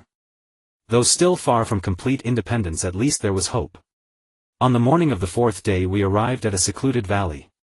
Jiraiya bit his finger and quickly formed hand seals. Summoning technique. White smoke dispersed, revealing a small toad before us. It wore goggles and carried a mini backpack, the liaison toad of Mount Miamu, Toad Kosuke. Little Jiraiya. Kosuke greeted cheerfully. Lord Fukasaku has been waiting for you. Jiraiya nodded, gesturing for me to step closer. Hold on tight. Reverse summoning feels a bit intense. As soon as I grabbed his shoulder, Kosuke formed hand seals and activated the reverse summoning technique. After a dizzying whirl, the scene before me had completely transformed. Giant mushrooms like towering trees, colorful toads frolicking in ponds of faint mist drifting in the air, and a waterfall cascading like silver silk in the distance. Mount Miamu, one of the 3 great sacred lands of the shinobi world, was more dreamlike than any description. Welcome to Mount Miamu, little Xingchen. An aged voice spoke. I turned to see Fukasaku Sannin leaning on a staff atop a stone step, beside him the equally elderly Shima Sannin. The 2 toad elders' gazes were kind yet scrutinizing, as if they could see through my soul. Child, the aura about you is quite unique. Shima Sannin twitched her nose. It resembles sage chakra, yet different. Jiraiya patted my back. That's why I brought him here. Is the great toad sage awake? He just woke up. Fukasaku turned to lead the way. Follow me. But. He glanced back at me. The prophecy may astonish you. We climbed along winding stone steps, the scenery growing ever more fantastical, singing flowers, glowing mushrooms, and even a few curious small toads trailing behind us, whispering, "Is that the child of prophecy?" Finally we reached the temple at the mountaintop. The massive door was engraved with intricate patterns, and I instantly recognized elements of Akatsuki script among them. Jiraiya noticed my expression and shook his head slightly, signaling me to stay silent for now. The door slowly opened, revealing a spacious interior. At the center, on a high throne, sat the master of Mount Miamu, the great toad sage. His body was enormous, his skin wrinkled like ancient tree bark, and around his neck hung a string of beads inscribed with the character immortal. His eyes were half closed, as if on the verge of slumber. Ah! Little Jiraiya has come. The great toad sage's voice echoed like an ancient relic from the past. And brought an interesting guest. His eyes suddenly opened fully. In that instant I seemed to glimpse the pattern of the Rinnegan flashing. Warning. Otsutsuki level energy fluctuation detected. The system's shriek nearly made me jump. Was the Great Toad Sage connected to the Akatsuki clan? How could that be? Honored Great Toad Sage, Jiraiya saluted respectfully, we have come seeking your wisdom, about this child and the special ability within him. The Great Toad Sage's gaze fell upon me. In that moment I felt my soul laid bare and even the system fell momentarily silent. Child of the starry sky.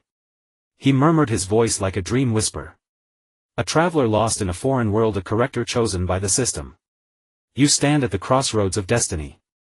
My blood nearly froze. He knew I was a transmigrator. He knew about the system. Great Toad Sage, I forced myself to remain calm, can you tell me my true identity?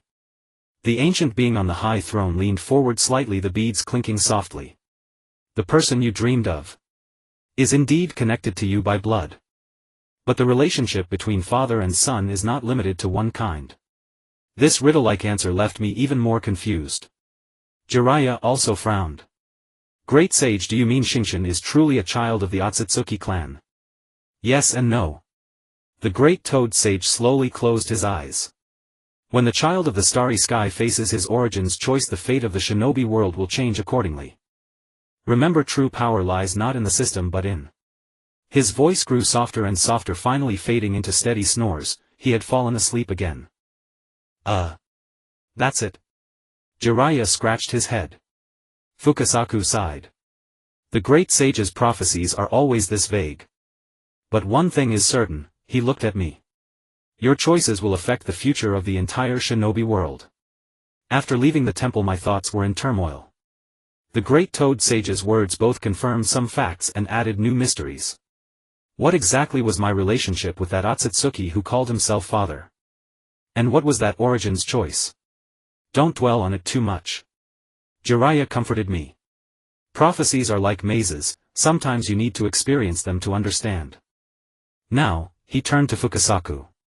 Could you guide Xingchen in training? He needs to learn methods of absorbing natural energy without relying on the system. Fukasaku nodded. Follow me, child. Let's see your potential. The training ground of Mount Miaomu was a ring-shaped valley with a clear spring in the center and strange plants growing around. Fukasaku had me sit cross-legged by the spring and began explaining the basics of natural energy. Ordinary sage art is about balancing one's own chakra with natural energy. He tapped the water surface lightly with his staff, creating ripples. But your case is special, the system has been doing most of the work for you, causing your body to lack independent regulatory ability. I nodded. This was precisely my dilemma, the system was like a crutch and using it too long had caused the muscles to atrophy. Today you will try to perceive natural energy purely through your body without any external aid. Fukasaku smeared some toad oil on my nose. This will enhance your sensitivity. Remember, don't force it, let it be as natural as breathing. I closed my eyes and tried to empty my mind. At first there was only darkness and silence, but gradually my skin began to sense the pulsations in the air. That was natural energy, like countless tiny lives dancing. Autonomous perception mode activated. System entering observation state. Without the system's assistance, the stinging sensation of natural energy on my skin was more pronounced, like being pricked by countless tiny needles. I gritted my teeth and persisted, attempting to guide a strand of energy into my body. Suddenly the surrounding toads gasped. I opened my eyes to a stunning sight. Centered on me, plants within a 10-meter radius were growing and blooming at a visible speed. The spring surface bubbled with fine bubbles as if boiling, yet without heat. This. Fukasaku's eyes widened. I've never seen such a reaction. Jiraiya hurried over. What's happening?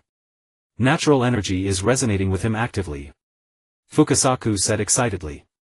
As if it recognizes him.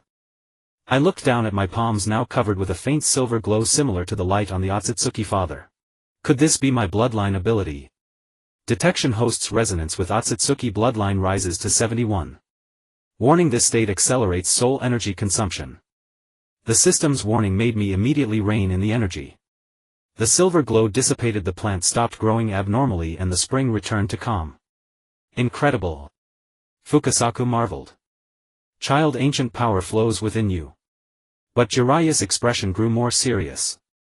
Xingchen, did you feel Discomfort just now. I knew what he was worried about, the consumption of soul energy. I shook my head. It's okay, but I can't sustain it for long. Training continued until sunset. Under Fukasaku's guidance I gradually mastered the technique of absorbing natural energy independently. Though far less efficient than with the system's assistance, it was more natural and consumed slightly less soul energy. Statistics: autonomous sage chakra utilization rate increased to 25, soul energy consumption reduced by 15. In the evening we rested by a campfire. Jiraiya was uncharacteristically silent, staring into the dancing flames. "Master," I asked softly, "what are you thinking about?" He snapped back to reality, offering a weary smile. "I was thinking of the first time I came to Mount Miyamu as a young man. Back then I was obsessed with power, wanting to prove myself. Not knowing what true power meant." The firelight cast flickering shadows on his face, outlining the marks of time. "Xingchen, no matter where your bloodline comes from, remember, the choice is always yours." This unexpected sincerity warmed my heart. Jiraiya continued, "I've had many disciples, but you are the most special. Not just because of your abilities, but more because..." He paused. "You remind me of myself when I was young, always wanting to change everything, to bear everything." He looked me straight in the eye. "But some burdens don't have to be carried alone. Understand?" My throat tightened, I could only nod. In that moment our relationship seemed to transcend that of master and disciple, resembling father and son. Emotional link upgrade: Jiraiya father-son level elevated to maximum stage. Soul stability 10. The system notification confirmed my feelings. Just as I was about to say something, an anomalous chakra fluctuation caught my attention. "What's wrong?" Jiraiya asked sharply. I pointed to a pool of toad oil nearby. "There. Something is there." We approached cautiously. The oil surface, which should have been calm as a mirror, was now writhing eerily, gradually forming a blurry face, pale skin, snake-like golden eyes, and a familiar cold smile at the corner of the mouth. "Orochimaru. Good evening, Jiraiya-kun, Xingchen-kun." The image and the oil emitted a hoarse voice. "It seems my little gift has already taken effect." "What gift?" Jiraiya immediately entered combat readiness. "That sealing scroll." Orochimaru's laughter was chilling. "I must say Xingchen-kun's bloodline is truly remarkable. Through just the trace residue on the scroll I saw interesting things. I instantly realized, the sealing technique scroll Jiraiya gave me had been tampered with. No wonder it had traces of Akatsuki energy. "What did you do?" I demanded sharply. Orochimaru's image twisted into another scene. In a laboratory, a silvery white liquid in a test tube was gradually forming a human shape, its outline strikingly similar to mine. "Well, meet soon, Xingchen-kun." His voice gradually faded. "Then you will know the full truth about your father." The image dissipated and the toad oil returned to stillness. Jiraiya and I looked at each other, both seeing shock and worry in the other's eyes. Orochimaru had not only been watching us but had also conducted some forbidden experiment using my blood sample. Even more frightening, he seemed to know about that Akatsuki father. "We returned to Mai at dawn," Jiraiya said in a grave tone. "The situation is more complicated than we thought." I nodded, gazing at the brilliant starry sky over Mount Miyamu. That Akatsuki who called himself Father Orochimaru's experiment, the great Toad Sage's prophecy. Everything was converging toward a vast mystery. And I, Xingchen, stood at the very center of this mystery. The Mai village's main gate looked especially familiar in the morning light. Zilai and I returned weary from travel, and the trip to Miyamu Mountain had brought more questions than answers. When the gatekeepers Chuyun and Zidi saw us, they immediately straightened their backs. "Lord Zilai." "Lord Xingchen." Chuyun waved. "The Hokage ordered that you report to her as soon as you return." Zilai nodded but didn't hurry to leave. He turned to me, frowning. "You look terrible. Go to the hospital first. I'll see Gangsho alone." I shook my head. Ever since leaving Miyamu Mountain, a strange energy had been stirring inside me like a beast awakened. The system barely suppressed it, but the rate of consumption was alarming. Warning: Daitongmu bloodline activity continues to rise. Soul energy remaining 11. "I'm fine," I forced myself to say. "We must report about Dashuan immediately." Zilai was about to say more, but his face suddenly changed. He grabbed my wrist tightly. "Your body temperature," before he could finish a sharp pain exploded in my chest. I looked down, silver patterns were spreading from my heart like vines crawling over my whole body. The blood vessels beneath my skin glowed with an eerie silver light and every heartbeat felt like a hammer blow. Xingchen. Zillai's shout seemed to come from far away. The world spun. I fell to my knees feeling something inside me about to burst out. The system alarms screeched but I could no longer distinguish their content. In the last shreds of consciousness I saw Chuyun sprinting for help and Zillai's hands glowing with the light of Senjutsu chakra. The smell of disinfectant. The beeping of the electrocardiogram. An argument. Must be isolated immediately, a strange male voice said sternly. This energy reaction has exceeded the safety range. Shut up, Shanben. That was Gang's voice. He is a ninja of my not an experiment. I struggled to open my eyes and it took a while for my blurry vision to focus. A white ceiling and 4 stand and several figures gathered around the bed. Gang's stood at the foot with her arms crossed next to her, a tall thin man in a white coat furiously waving charts. Zillai sat beside the bed, his palm pressed to my forehead, pouring a steady stream of Senjutsu chakra into me to barely suppress the rampaging energy.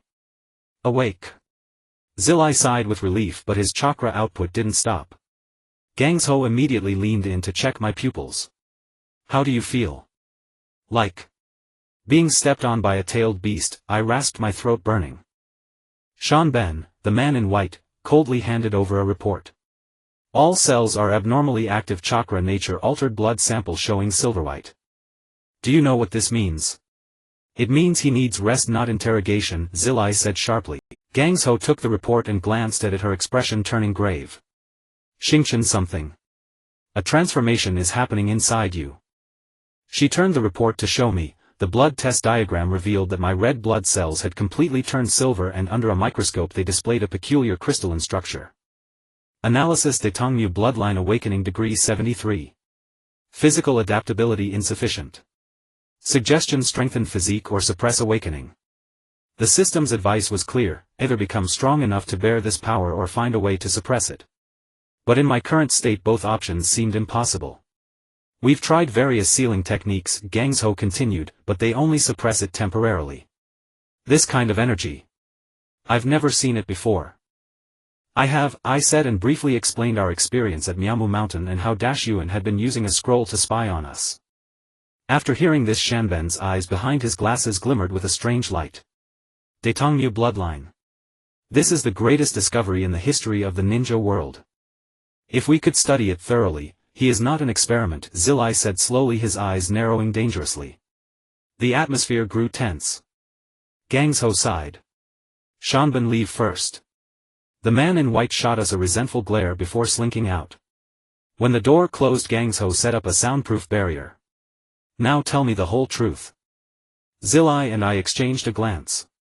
Encouraged by him, I recounted as fully as I could about the Daetongmu clan member who called himself my father, the prophecy of the great toad sage and the gradually awakening bloodline power within me. I only held back one thing, my identity as a transmigrator. After listening, Gang's was silent for a long time. So you might be a descendant of some alien race undergoing a bloodline awakening and Dashyuan wants to exploit this. Basically correct, I said with a bitter smile.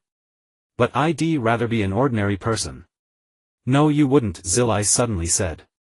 Otherwise you wouldn't have chosen to change your destiny back then. His words stunned me. Yes, if I were content with mediocrity I could have hidden behind the system and watched the original plot replay. But I chose to intervene, chose to take risks. Because I care about every person in this world. Emotional connection confirmed, willpower increased. Soul stability 5. Gang's rubbed her temples. I need to consult the advisory council. Zillai continued using Senjutsu chakra to stabilize his condition. Notify me immediately of any changes. After she left, the ward quieted down. Zillai's chakra flowed like a warm stream, temporarily calming the restless energy inside me. I noticed his pale complexion, he was clearly drained. Master, you should rest. Spare me, he said with a feigned light-hearted laugh.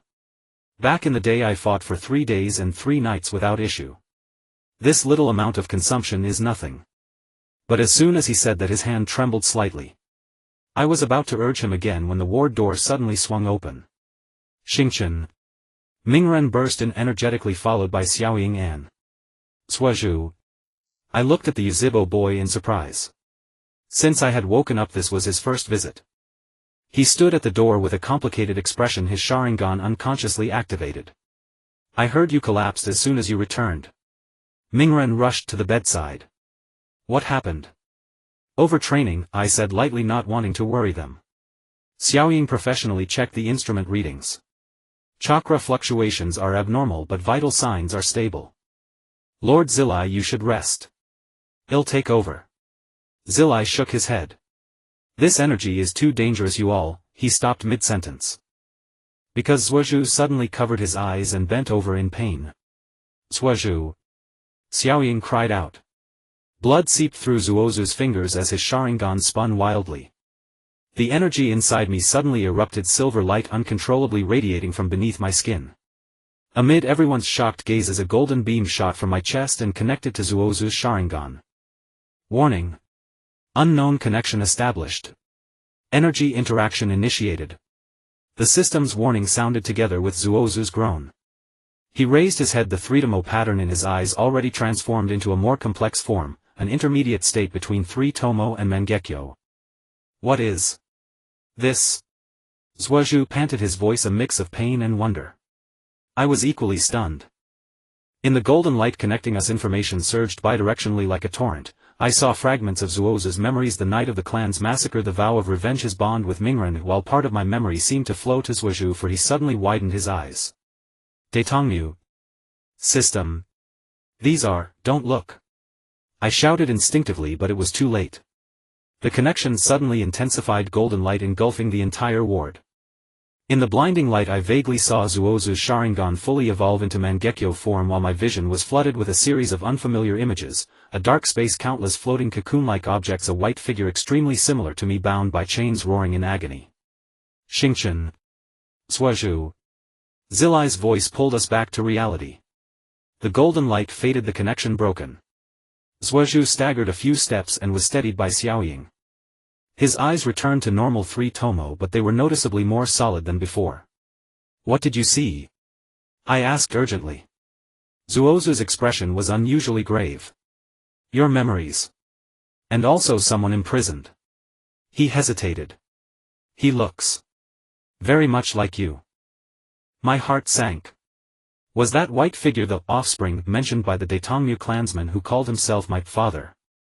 The mystery I was caught in grew deeper. Warning detected, third-party peeping during the connection. Signature match, Daitongmu observer. Message intercepted, the time of harvest is at hand. The system's alert sent chills down my spine. Someone was watching us through my connection with Suozhu. What exactly did that mysterious observer want? Mingren looked left and right, completely confused. Can someone tell me what's going on? It is recorded in the Yuzhibo clan genealogy, Suozhu suddenly said, his voice low. In extremely rare cases the Sharingan can establish an Amaterasu bond with a specific target, a soul connection that transcends blood. But the last occurrence was in the Warring States period. Amaterasu bond. Me and Suozhu. That's absurd. We are friends, but definitely not to the level of soul mates. Unless it's related to my Daitongmu bloodline. Zilai's expression turned unusually grave. Suozhu, that person who looked like Xingchen, did he say anything else? Only one word repeated over and over. Suozhu met my eyes. He said, save me. The ward fell into dead silence. Everyone was shocked by this eerie message. The energy inside me temporarily calmed, but the system's alarm still flashed. The danger was far from over. Meanwhile, in the underground lab of Inren village, Deshuan's golden slit pupils gleamed with ecstatic light. In the cultivation chamber before him, a silver-white humanoid with a seven-etoften resemblance to Yi Xingchen was gradually taking shape. Suddenly all the mirrors in the lab simultaneously reflected an image, the ward at my hospital, the moment when Yi Xingchen established the connection with Suozhu. How wonderful! Yuan hissed, his long tongue sweeping across his lips. The Amaterasu bond, the legendary bridge of souls. Yao Shirdo adjusted his glasses, their lenses reflecting eerie light. According to the data, this connection is based on the resonance between the Daitongmu bloodline and the Yuzhibo Dojutsu. Should we replicate it? No, we will exploit it. Deshuan's gaze did not leave the mirror. Lord Observer's plan is accelerating. Soon we will. He stopped mid-sentence. Because the image in the mirror suddenly changed, no longer the My Hospital but a dark space with countless cocoon-like objects floating within it. A figure identical to Dashuan was bound by chains writhing in agony. What is this? Even the always calm Dashuan showed shock for the first time. The Dashuan in the mirror lifted his head, his mouth twisted into a sinister smile. You think you are the controller? With a sharp cracking sound, all the mirrors shattered simultaneously. Among the glass shards, the cultivation chamber in the lab trembled violently. The silver-white humanoid inside suddenly opened its eyes, a pair of pure white eyes without pupils yet seemingly able to see through souls. My hospital deep in the silent night. The others had been forced by Gangsho to go rest, only Zilai insisted on keeping vigil. I lay on the hospital bed, my mind racing. Who was that person Zhuozhu saw? Why was he calling for help? What did the Amaterasu bond mean? Deep scan complete, connection with Yuzhibo Zhuozhu stabilized. Data transfer efficiency 0. 7. Potential risk third-party intrusion. The system's analysis indicated that this connection could become a weakness, giving that observer a chance to exploit it. But intuition told me it could also be the key. The imprisoned Daitongmu Xingchen might hold crucial information. Can't sleep? Zilai asked softly. I shook my head. Too many questions. Sometimes answers come looking for you, he said mysteriously. The point is, are you ready to face them? I looked at the moon outside the window, recalling the trip to Miamu Mountain, the prophecy of the great toad sage, the awakening bloodline within me. All of this was pushing me toward some unknown conclusion. I don't know if I'm ready, I said honestly. But I will protect everyone no matter what the cost. Zilai's hand rested on my shoulder, warm and firm. That's why I believe you will find the answers. The night grew deeper and I was immersed in tranquility. But beneath this calm surface, undercurrents were surging. Deshuan's experiments, the observer's schemes, the imprisoned Daitongmu clansmen. And Yi Xingchen was destined to stand at the center of the storm. The lights of Konoha Hospital appeared particularly glaring in the deep night. I stared at the ceiling, unable to sleep. Sasuke saw the imprisoned Akatsuki Shinjutsu, his cries for help, and that mysterious Amaterasu link. All questions swirled in my mind like a flock of sleepless crows. Alert detected that the Amaterasu link is currently active. Current connection strength 23. The system's voice startled me slightly. Is the connection still there? Sasuke had clearly returned. I tried to focus, feeling that invisible bond. It was like a thin golden thread extending from my chest, passing through the wall, disappearing into the night. Gently lifting the blanket, I cautiously got up. Jiraiya was dozing in the corner, exhausted from days of watching over me. I didn't want to wake him, but I had to confirm a few things. The corridor was empty, with only the emergency lights casting a pale glow. Following the guidance of the Amaterasu link, I made my way to the training ground behind the hospital. Under the moonlight, a familiar figure had already been waiting there. Sasuke, I called softly. He turned around, his Sharingan glowing faintly in the darkness. You felt it too. It was not a question but a certainty. The connection between us clearly resonated for both parties. That connection. I approached him. Do you know how to control it? Sasuke shook his head, his expression unusually puzzled. The Uchiha scriptures only mention that the Amaterasu link is the result of soul resonance with no detailed records. But ever since the connection was established, I've been seeing images. What images? A dark space, countless cocoon-like objects, and he hesitated. You. Or rather, someone who looks like you. My heart raced. This was the very vision I had seen in the connection. Warning: connection strength continues to rise. Current 37. Risk potential third-party intrusion. The system's alert made me vigilant, but curiosity overwhelmed everything. If that imprisoned person truly had something to do with me, perhaps he could answer the mysteries of my lineage. Can we actively strengthen the connection? I proposed. Let's see if we can contact that space again. Sasuke's Sharingan flickered slightly. It's dangerous. But it's worth a try. We sat facing each other, palms pressed together. Sasuke's chakra was cold and sharp, contrasting sharply with the restless silver energy within me. But when the two forces converged in the Amaterasu link, they produced a wonderful harmony. Connection strength 45. 52. 68. The system's readings soared. The surrounding scenery began to distort. The training grounds, lawn, trees and distant hospital buildings all looked like a canvas being crumpled by an invisible hand. A blinding golden light erupted from our touching palms, the world turned upside down.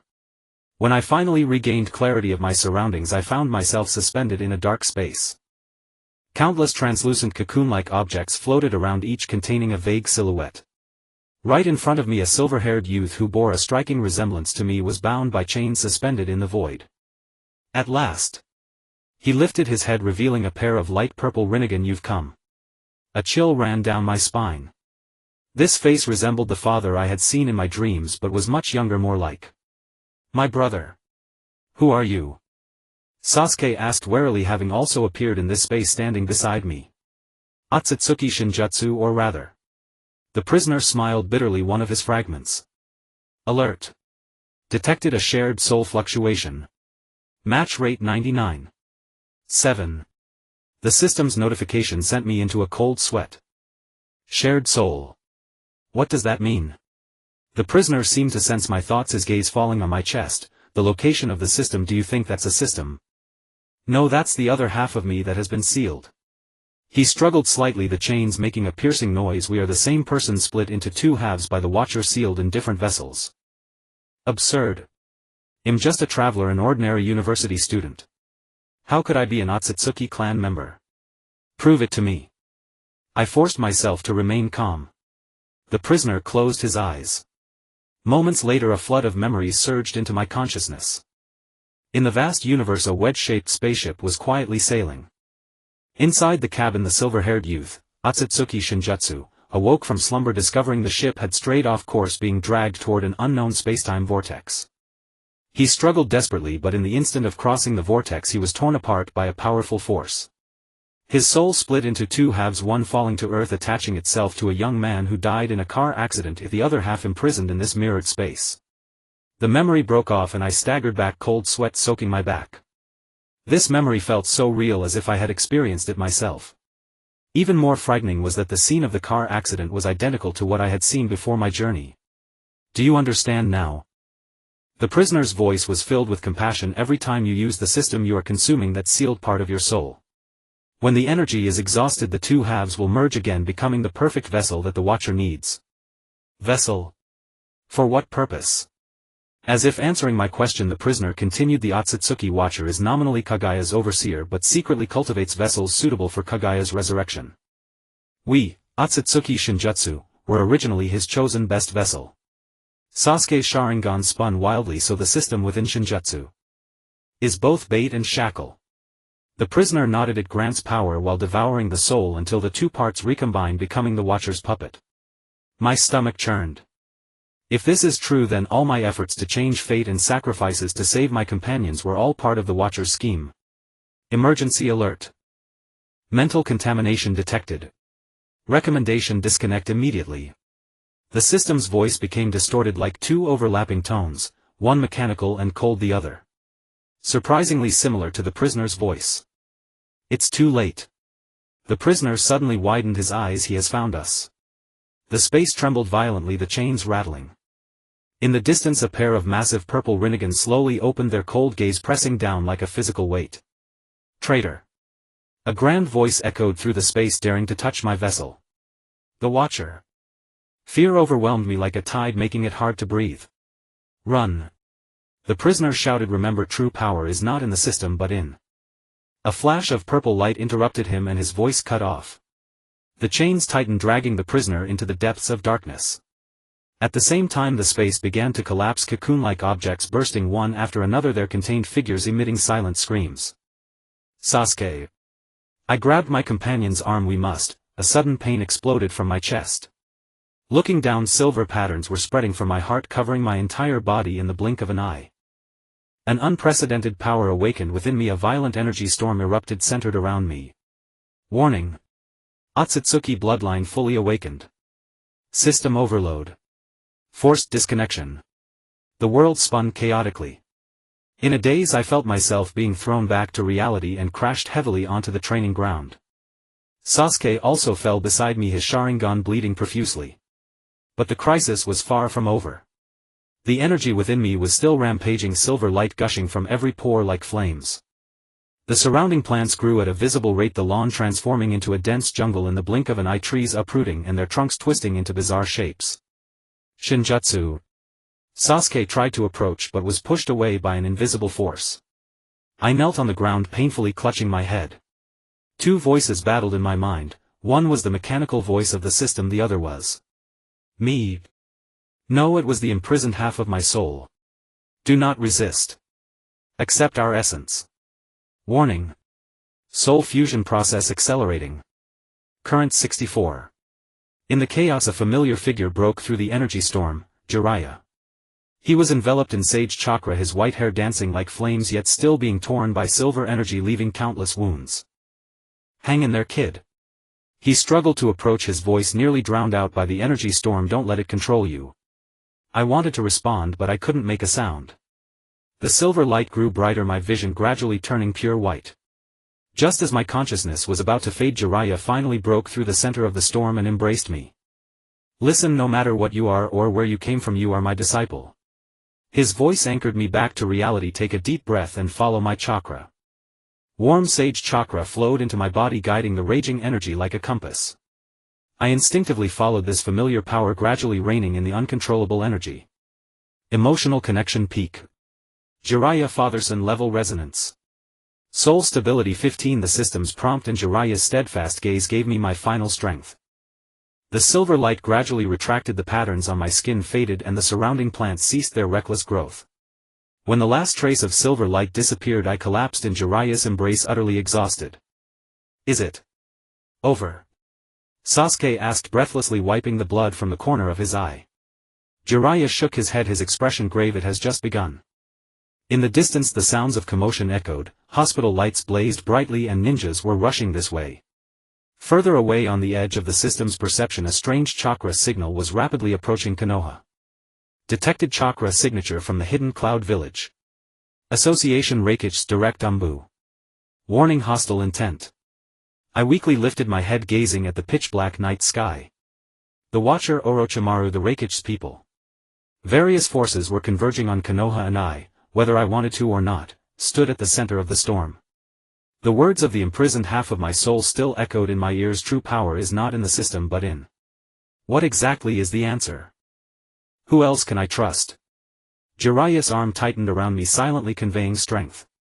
At least for now the answer to that question was very clear. I trust this man who rushed into the energy storm and called me disciple. No matter how dark the road ahead may be, at least I am not alone. The morning light slanted through the gap in the curtains, painting a golden line on the hospital floor. I stared at that beam of light, having not slept all night. After last night's chaos, Tsunade ordered my transfer to a special isolation ward surrounded by sealing techniques, both to prevent another rampage and to block outside prying eyes. System self-check complete. Akatsuki bloodline awakening 79, soul energy remaining 10, connection strength with mirror space 12. Warning, divine tree reaction detected. Location 500 meters southeast of Konoha Hospital. Divine tree. I sat up abruptly, pulling on the wires of the monitoring equipment. The overgrown plant cluster had formed a divine tree at its center. That's impossible. According to the original story, the divine tree required the Ten-Tails chakra to. The door was gently pushed open, cutting off my thoughts. Tsunade and Jiraiya entered, both with grim expressions and dark circles under their eyes. How do you feel? Tsunade immediately assumed her doctor role, checking my pupillary response. Much better, I replied softly, then cut to the chase. I heard something formed at the center of the plant cluster. They exchanged a glance. Jiraiya sighed. Knew we couldn't hide it from you. Yes, at the center of the overgrown plants a miniature divine tree appeared. Despite having mentally prepared, the words still made my stomach clench. Divine tree, the tool of the Akatsuki clan for harvesting planetary energy, the medium for Kagaya's revival. How big? I forced myself to stay calm. Only about 3 meters tall for now. Tsunade handed me a report with a hand-drawn diagram. But its growth rate is astonishing, roughly 15 centimeters per hour. What's even stranger, it bore fruit. Jiraiya interjected, his expression more serious than ever. An eyeball-shaped fruit. My fingers trembled and the report slipped to the floor. The divine tree fruit, the source of Kaguya's power in the original story. Although this miniature fruit couldn't possibly have such immense power, what did its appearance mean? Correlation analysis: the divine tree fruit resonates with the host's split soul. Speculation: it may contain traits from the imprisoned half of the soul. The system's prompt jolted me. Did that fruit contain a part of that Akatsuki Xingchen from the mirror space? I need to go see it. I struggled to get out of bed. No. Tsunade pressed me down. Your current state, that's exactly why I have to go, I said, looking her in the eyes. If that thing is connected to me, maybe I can control it. Otherwise it could become an even greater threat. I left the words unspoken, but both Tsunade and Jiraiya understood. After a moment of silence, Tsunade released her grip. 30 minutes. Under full supervision of the medical team. The isolation zone was more fortified than I had imagined. A triple-layered barrier encircled a radius of 100 meters around the divine tree, with dozens of ANBU ninjas standing guard in shifts. As we passed through the barrier, I felt a sharp sting on my skin. A special seal against Akatsuki energy had been woven into the barrier. And then I saw it. A strange tree about 3.5 meters tall, its trunk silvery white, covered in vein-like patterns. The canopy spread like an umbrella, and among the branches hung a fist-sized fruit shaped indeed like an eyeball, its surface shimmering with an eerie metallic luster. Most unsettling of all, as I approached, the patterns on the trunk suddenly emitted a faint glow as if welcoming my arrival. Warning: divine tree resonance detected. Akatsuki bloodline activity increasing. I gritted my teeth, suppressing the surging energy within. Sasuke had appeared beside me unnoticed, his Sharingan already active, fixed on the fruit. Any findings? I asked softly. Sasuke's expression was unusually complex. My Sharingan can see chakra flow. Inside that fruit, there's a figure. What kind of figure? My heart skipped a beat. Silver hair, purple eyes. He turned to me, his voice low. Looks like you. The prisoner from the mirror space. Was part of my other half of the soul actually here? What was going on? Emergency quest generated. Choose a path. Option A: destroy the divine tree fruit and absorb its energy. Reward: Akatsuki bloodline awakening to 90. Unlock new abilities. Cost: accelerated soul fusion. Option B: protect the divine tree fruit and delay its maturity. Reward: extended time for soul split. Cost: slowed ability growth. The system's prompt put me in a dilemma. Choosing A meant gaining power faster to confront the Overseer and Orochimaru, but also accelerating the process of becoming a vessel. Choosing B meant the opposite, maintaining a longer sense of self, but with stagnant strength. Xingchen. Jiraiya's hand rested on my shoulder. You okay? I snapped back to reality, finding everyone looking at me. Sasuke's Sharingan flickered slightly as if sensing my hesitation. I need to be alone with this tree for a moment, I requested. Tsunade wanted to object, but Jiraiya surprisingly nodded. Give him space. But no more than 10 minutes. Everyone retreated to the edge of the barrier, leaving only me and the divine tree. I took a deep breath and pressed my hand against the trunk. Instantly a stream of consciousness flooded my mind. In the mirror space, the imprisoned Akatsuki Xingchen opened his eyes. You came. The Overseer is temporarily away, we have limited time. What is all this? I demanded in my mind. Why is my soul split? Why did the divine tree appear? The answer is simple, the prisoner said with a bitter smile. The Overseer needs a perfect vessel, but the complete Akatsuki Xingchen is too powerful to control. So he designed to split us. Your part carries memories and humanity, my part retains power and knowledge. He struggled to show more memories: how the Overseer tampered with the Sage of Six Paths system, how he guided Jiraiya to discover that sealing scroll, how he even influenced the Great Toad Sage's prophecy. Everything was to gradually bring the two parts of our soul closer, ultimately to refuse within the divine tree fruit. The divine tree is a catalyst, the prisoner continued. It absorbs your energy fluctuations, nurturing a fruit that can harbor part of my consciousness. When the fruit matures, I will be transferred to your world, accelerating the fusion process. So this was the Overseer's true plan. To make me voluntarily absorb the fruit and complete the fusion. Then what should I do? I asked urgently. The system gave me two options. The system itself is a trap. The prisoner interrupted. It's a guidance program implanted by the Overseer. It appears to give you a choice, but no matter which you pick, it's within his calculations. This was too despairing. If even the system couldn't be trusted, what weapons did I have left against the overseer? A third path, the prisoner suddenly said, his voice firm. Refuse to choose. Let the fruit wither naturally sever the connection between the divine tree and the mirror space. But it will require immense willpower because, the connection suddenly broke. I snapped back to reality, finding my palm had become stuck to the trunk. A silvery white substance was creeping up my skin. Alert. Forced fusion process initiated. Current progress 21. Xingchen. Jiraiya's shout came from afar, but it sounded as if through thick frosted glass. I struggled desperately but couldn't break free. The patterns on the trunk grew brighter and the fruit began to pulse like a real heart. What was worse, I sensed a certain consciousness flowing into my body through the connection, not the prisoner but something more ancient, more frigid. The overseer. Detection of external consciousness intrusion. Defense system activating. The system's alarm and a splitting headache struck simultaneously. Countless images flashed through my vision, vast starry skies, worlds cocooned in silk and earth. No, it was the world of Naruto wrapped in a huge transparent cocoon floating in a dark space. Finally, found you.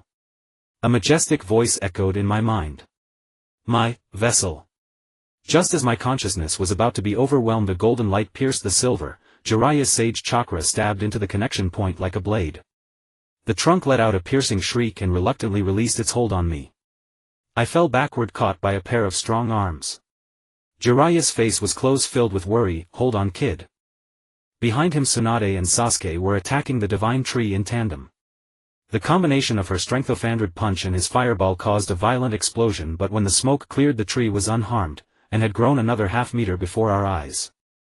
It's useless. I gasped. Ordinary ninjutsu can't harm it. Emergency suggestion: use Sasuke Uchiha's Sharingan in conjunction with the host's bloodline power to temporarily seal the divine tree's activity. The system's hint gave me a glimmer of hope. I struggled to stand. Sasuke. I need your help. He immediately came to my side, his Sharingan having evolved to the limit of 3 tomo. What do I do? The Amaterasu bond. Try again, I panted. But this time we do the opposite. We pressed our hands together again, actively activating that soul connection. The golden light reappeared, but this time we deliberately guided the energy flow toward the divine tree, not the mirror space. Connection established. Current intensity 89. Agony surged like a tidal wave, but I gritted my teeth and endured. Sasuke wasn't faring much better. Blood trickled from the corner of his eye, but the light of his Sharingan blazed even fiercer. The divine tree began to tremble, the fruits pulsing, becoming erratic. Cracks appeared on the silvery white bark, oozing a blood-like liquid.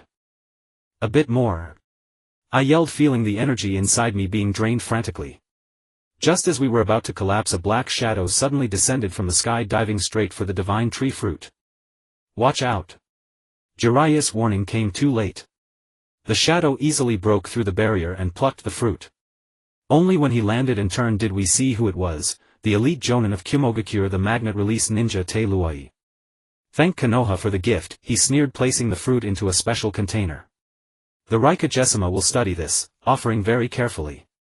So this was the Konoha team's true objective.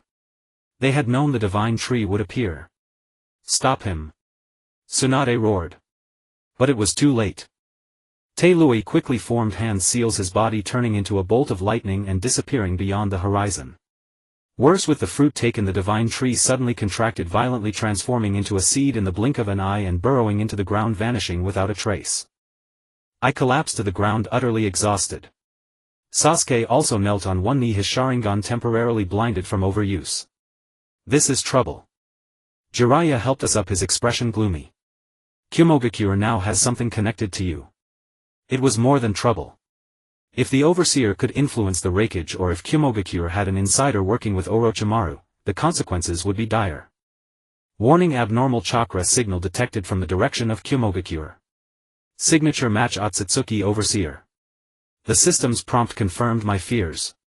The chessboard of this game was expanding and my time was running out. Back in the hospital room, Tsunade urgently summoned the Konoha High Command.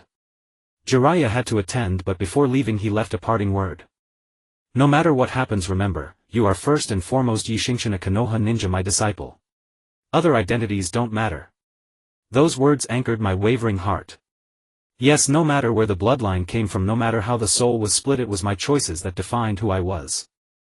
Before Sasuke was taken away by the medical team, he told me quietly, that figure inside the fruit, spoke to me at the last moment. What did he say? Beware the scroll, Sasuke frowned. I don't know what it means. But I understood.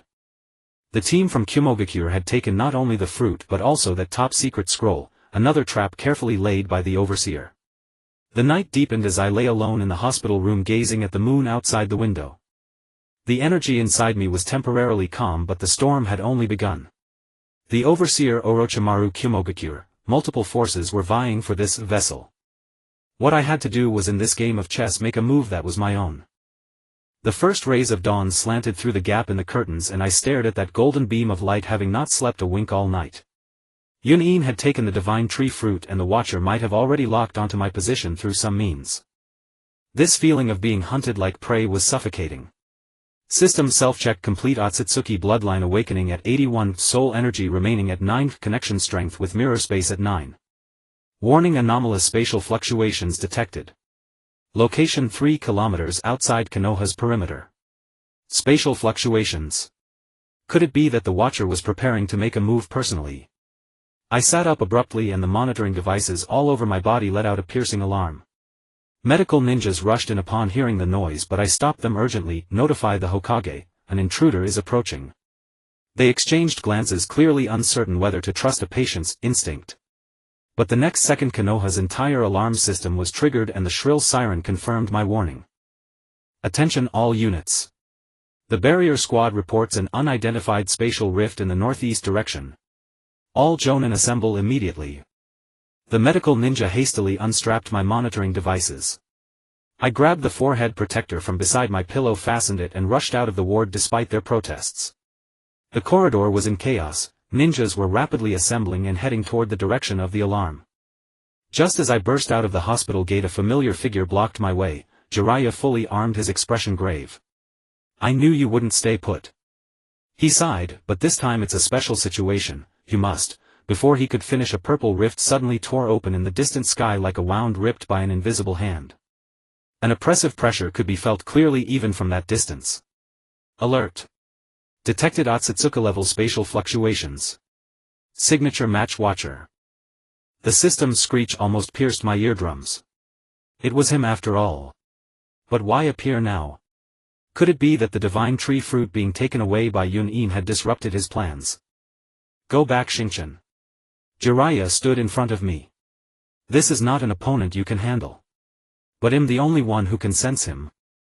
I argued, and he's targeting me. A flicker of struggle passed through Jiraiya's eyes.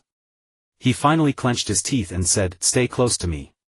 Don't leave my side even for a step." We dashed toward the direction of the spatial rift. Along the way, civilians had already been evacuated and Konoha's defense system was fully activated. When we arrived at the scene, the rift had expanded to about 10 meters in diameter. Dozens of Konoha elites had gathered around, with Tsunade standing at the forefront, her entire body enveloped in a faint green chakra. Situation? Jiraiya asked quickly. Appeared 3 minutes ago. Tsunade stared intently at the rift. Nothing has come out yet, but the chakra reaction is growing stronger. I activated my true sight eye and looked into the depths of the rift. Chaotic energy roiled there, but I could vaguely make out a familiar figure, Akatsuki Xingchen, bound by chains, struggling desperately as if trying to stop something. It's not the Watcher, I muttered. It's a trap. As soon as the words left my mouth, a purple beam shot out from the rift, soaring straight into the sky. Within the light an image emerged, the laboratory of the Cloud Village, with the Hokage standing in front of the divine tree fruit holding that top-secret scroll in his hand. Is this a real-time projection? Jiraiya asked in shock. In the image, the Hokage slowly unrolled the scroll. The writing on it suddenly came to life, slithering up his arm like small snakes. He trembled violently, his eyes rolling back.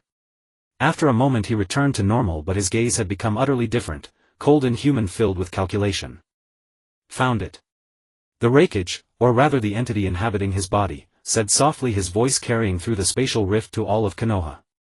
My vessel. The Watcher. He had taken control of the Hokage through the scroll. What was even more terrifying was that the Hokage's hand was slowly rising, pointing at some point beyond the projection, and that angle was precisely aligned with where I was watching. As if he could see me in the real world through the projection. Sever the connection. Tsunade made a decisive call. Sealing squad. Dozens of sealing ninjas formed hand signs simultaneously and a massive sealing array covered the spatial rift. The image began to distort, but just before it vanished completely the Raikage, the watcher's lips curled into an eerie smile, silently mouthing two words, "Wait." The rift closed, but the chill lingered. Everyone understood that this was not just a threat, it was a declaration of war. An emergency meeting was convened in the Hokage's office.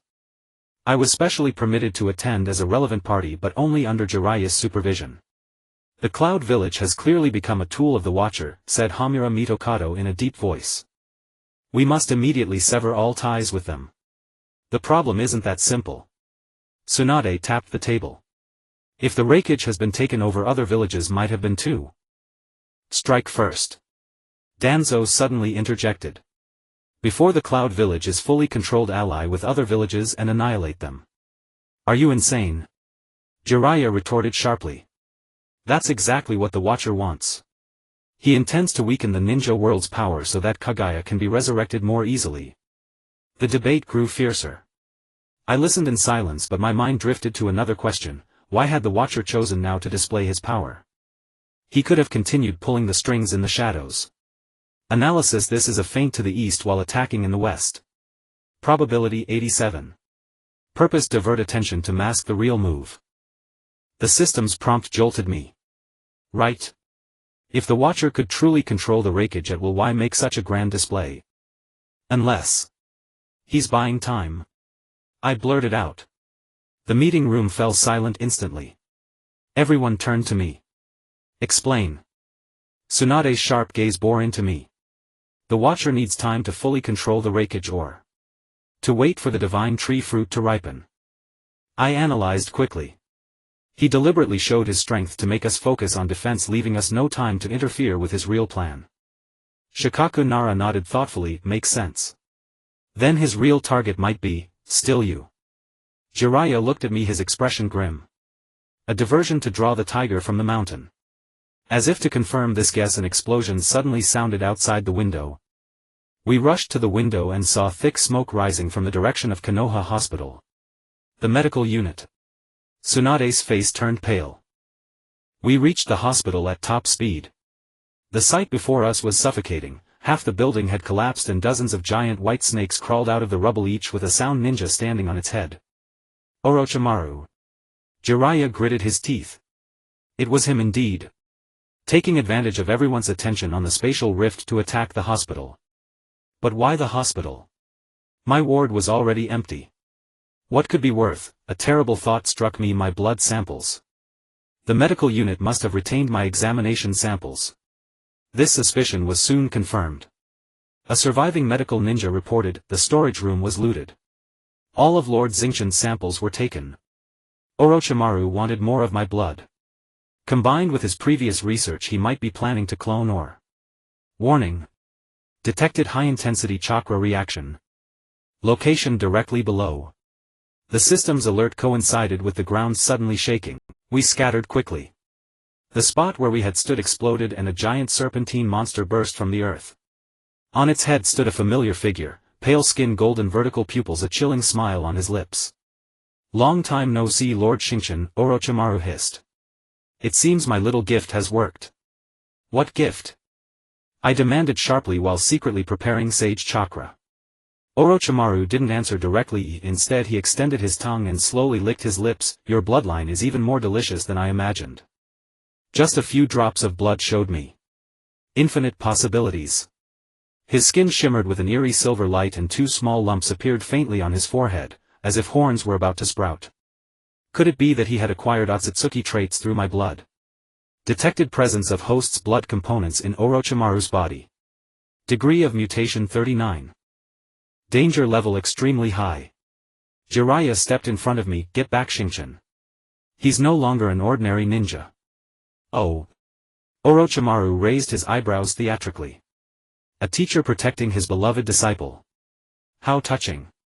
"But today I'm taking Lord Xingchen away no matter who tries to stop me." His harsh words suddenly cut off as his body convulsed violently. Silver light rippled violently beneath his skin, his expression twisting as if he was struggling against some invisible force. "No. Not yet." He murmured painfully, but his voice had become a double tone, another voice more ancient and more frigid. That voice was all too familiar to me, the Watcher. He was also trying to take control of Orochimaru. Orochimaru's struggle grew fiercer, culminating in an inhuman shriek. Silver light exploded. When he raised his head again, his eyes had completely changed, cold, hollow, filled with an inorganic sheen. "Vessel." He spoke in an utterly unfamiliar voice. "Come with me." This was no longer Orochimaru. The Watcher had temporarily taken over this body through the components of my blood inside him. Jiraiya struck without hesitation, Sage Art Needle Jizo. His white hair shot like a storm of needles toward the possessed Orochimaru, but the latter merely raised a hand and all attacks were blocked by an invisible barrier. "Ant." The Watcher sneered, raising his hand toward Jiraiya. "Shinra Tensei." A terrifying repulsive force erupted, sending Jiraiya flying like a broken kite, crashing heavily into a distant wall. I watched in horror as something inside me went click, like the sound of a chain breaking. Warning. The other half of the soul is beginning to awaken. Suppression system failing. Before the system's alert had even ended, my vision was flooded with silver light. My body was no longer under my control, as if another consciousness had taken over the controls. I felt myself float to the depths of my consciousness, becoming a mere observer. And I stood up, facing Orochimaru, controlled by the Watcher. "A mere clone dares to command me." I sneered, my voice completely unfamiliar, more mature, more arrogant. This was the imprisoned half of my soul. How could he be controlling my body? The Watcher, Orochimaru, showed a surprised expression. "Lord Xingchen. How can you?" "Silence." I raised a hand and silver light lashed out like a whip toward the other. "Who allowed you to directly contact the vessel?" "Orochimaru." The Watcher dodged hastily, but the silver light still grazed his shoulder. The contact point immediately began to crystallize, and without hesitation he severed his entire arm. "Plans have changed." I continued, my voice cold. "Go back and tell the main body that I will return in my own way." The Watcher's expression twisted into a snarl. "You have overstepped. Without the main body's permission, do I need his permission to act?" I raised my hand again, this time with silver light condensing into the shape of a sword. Final warning: disappear. The standoff lasted a few seconds, then the silver light within Orochimaru faded. He staggered, regaining his own consciousness, his face deathly pale. "Interesting." He hissed, his golden vertical pupils gleaming with mad light. "How interesting. This is true power." He quickly formed hand signs and began to sink into the ground. "Well, meet again soon, Lord Xingchen." With a puff of white smoke, Orochimaru and all the sound ninjas vanished. And I turned toward Jiraiya's direction, my expression complicated.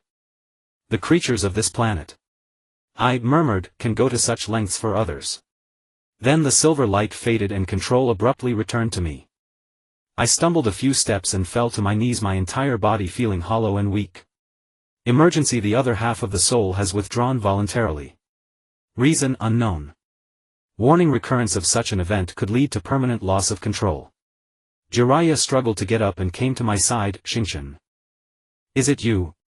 I nodded weakly. "It's me. For now." He hugged me tightly, his voice trembling. "What was that just now?" "My other half of the soul," I said with a bitter smile. "It seems he's not entirely on the Watcher's side." Tsunade and the other ninjas gathered around, all looking at me with doubt and uncertainty. I understood their concern. What had just happened looked too much like being possessed. "I need an explanation," Tsunade said sternly. I explained the truth of the soul split and the Watcher's plan as concisely as possible. After hearing it, Tsunade's expression grew even graver. "So you are now a battlefield of two consciousnesses," she cut to the core. "You could say that," I admitted. "But what just happened proves that the other half of the soul is not entirely controlled by the Watcher. This might be the only hope. If Akatsuki Xingchen also has his own will, perhaps he can be won over as an ally rather than an enemy." Back at the temporary shelter, Jiraiya stayed behind alone. He was silent for a long time, then finally seemed to make up his mind. "Xingchen, I have a proposal." "What proposal?" "The Uzumaki clan has a forbidden technique that can split a portion of a person's soul as a buffer." He looked into my eyes. I want to try acting as a mediator between you and the other half of your soul. I stared at him in shock. That's too dangerous. A soul split could lead to, I know the risks, he interrupted. But compared to you being completely controlled, it's worth a try. I shook my head in refusal. No. If it fails, you will. I am your teacher. Jiraiya pressed his hand on my shoulder, his voice firm as iron. Protecting my disciple is my duty. Looking at his determined eyes, my throat tightened. This bond that surpassed master and disciple was more precious than any power. Emotional bond upgrade. Jiraiya father-son level has reached maximum stage. Soul stability 20. The system's prompt made my nose tingle. Perhaps it was bonds like these that were the true power to defy fate. Night deepened. After a day of turmoil, Konoha had temporarily regained calm. But everyone knew this was merely the calm before the storm. The Watcher Orochimaru, the Cloud Village. Multiple forces were converging on Konoha. And I, Xingchen, no matter what bloodline flowed within me, was determined to fight as a Konoha ninja to the very end. The morning mist shrouded Muyi, draping an ethereal melancholy over the village that had just endured an attack. I stood by the window of the temporary shelter watching the medical team search through the ruins for possible survivors. Although Dashiwan's assault was repelled, the cost was severe. 7 medical ninjas fell, all my blood samples were stolen, and most importantly Muyi's defensive weaknesses were laid bare. System self-check complete. Datong Mu bloodline awakening 83, soul integrity 85, connection strength to the mirror space 7. Warning, soul fusion process accelerating. 85. That number sent a spasm of pain through my stomach. Every crisis I experienced accelerated the fusion with my other half. At this rate the existence of Xingchen would soon vanish, replaced by the complete Datong Mu Xingchen. The door was gently pushed open and Jiraiya entered. He looked utterly exhausted with heavy dark circles under his eyes, yet his gaze was extraordinarily resolute. I found a way, he said in a low voice, pulling an ancient scroll from his robe, the Xianhua clan's soul-splitting technique. I took the scroll, and the moment my fingers touched it a sharp pain shot through me. The chakra contained within was ancient and powerful, carrying a tragic aura. Where did you? The ruins of Wachao village. Jiraiya sat down, his voice hoarse. I went there last night with reverse summoning.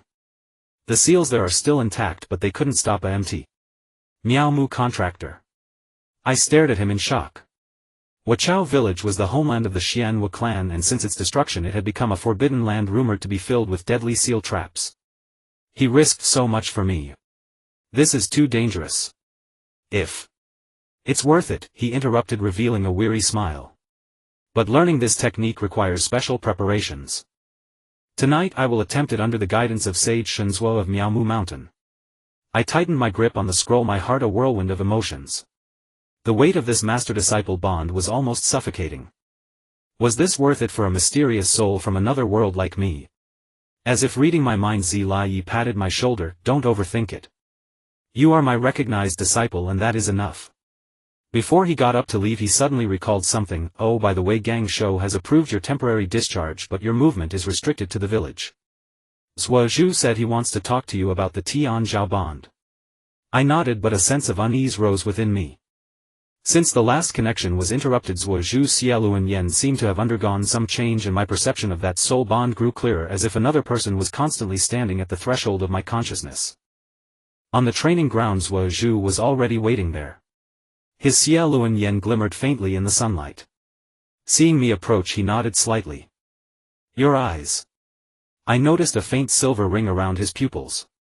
An after-effect of the connection, he said calmly, but it's not just that. He gestured for me to sit, then formed hand seals. His Xiaoluan Yen spun rapidly, projecting a blurry image in the air between us, a dark space chains and a prisoner who resembled me. Since the last connection broke, I occasionally see these, Zuo Zhu explained. At first they were just fragments, but now they are becoming clearer.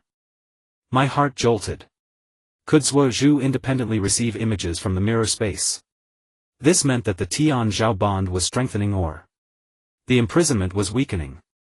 Analysis: Uchiha Xiaoluan Yen resonates with Datong Mu bloodline. Possible cause: both share the same origin.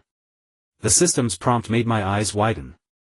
Xiaoluan Yen and Datong Mu bloodline share the same origin. How could that be? Unless Zuo Zhu, does the Uchiha clan's genealogy mention the origin of the eyes? He frowned and thought. Legend says that the eldest son of the Six Paths sage In Tua Luo inherited the power of the eyes and is the ancestor of the Uchiha. But earlier records have been lost. The eldest son of the Six Paths sage. And the Six Paths sage himself was the son of Datong Mu Huiyi. If the Datong Mu bloodline could influence descendants in some way, then the Xiaoluan Yen could indeed resonate with my power. I need to try the connection again, I resolved. But this time not passive reception but active communication. Zhuo Zhu did not immediately respond. He looked at me quietly, his dark eyes fathomless. The risk. The other half of my soul might seize control again, I confessed honestly. But rather than wait for the fusion to complete, I'd rather take the risk. After a moment of silence, Zhuo Zhu nodded in agreement. We sat cross-legged facing each other, our hands touching as before. This time I deliberately relaxed my suppression of the energy within, allowing the silver-white chakra to flow naturally.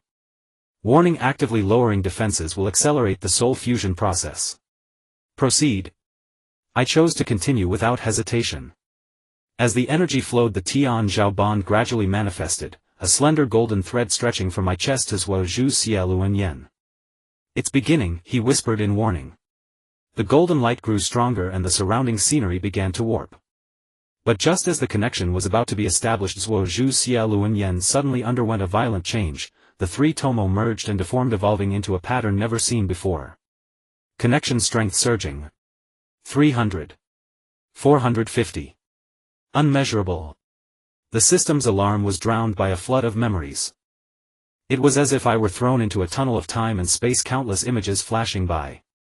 A vast starry sky, a wedge-shaped spaceship sailing silently. Inside the cabin, a silver-haired youth, the real Datong Mu Xingchen, awoke from hibernation, discovering the ship being pulled by an unknown force. He tried to resist but was controlled by a purple Rinnegan that suddenly appeared. Scene shift.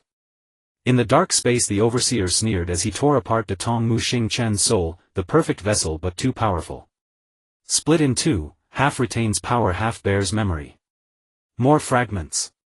How the overseer tampered with the system left by the Six Paths sage, how he guided Zi Lai Yi to discover that scroll, even how he influenced the prophecy of the great toad sage. The most crucial scene: before sealing half the soul into the body of a young man from Earth, the overseer said contemptuously, "Emotion is the greatest weakness. Let them form bonds, when fusion comes the pain will be deeper." The torrent of memories abruptly cut off. I found myself standing in a pure white space opposite the silver-haired youth who resembled me, Datong Mu Xingchen. But this time there were no chains, no imprisonment. Finally, face to face, he gave a slight smile, his voice identical to mine but calmer. It seems Suazukan's Xiaoluan Yen evolution helped greatly. Those memories. Are they real? My voice trembled. He nodded, his expression turning serious. The overseer is my kin, but our ideals differ. He believes Datong Mu should rule all dimensions, while I just want to go home. Home. A distant galaxy where the Datong Mu have long abandoned plunder and turned to creation. A trace of nostalgia flashed in his eyes. I was a member of the exploration team responsible for finding habitable new worlds, not conquering.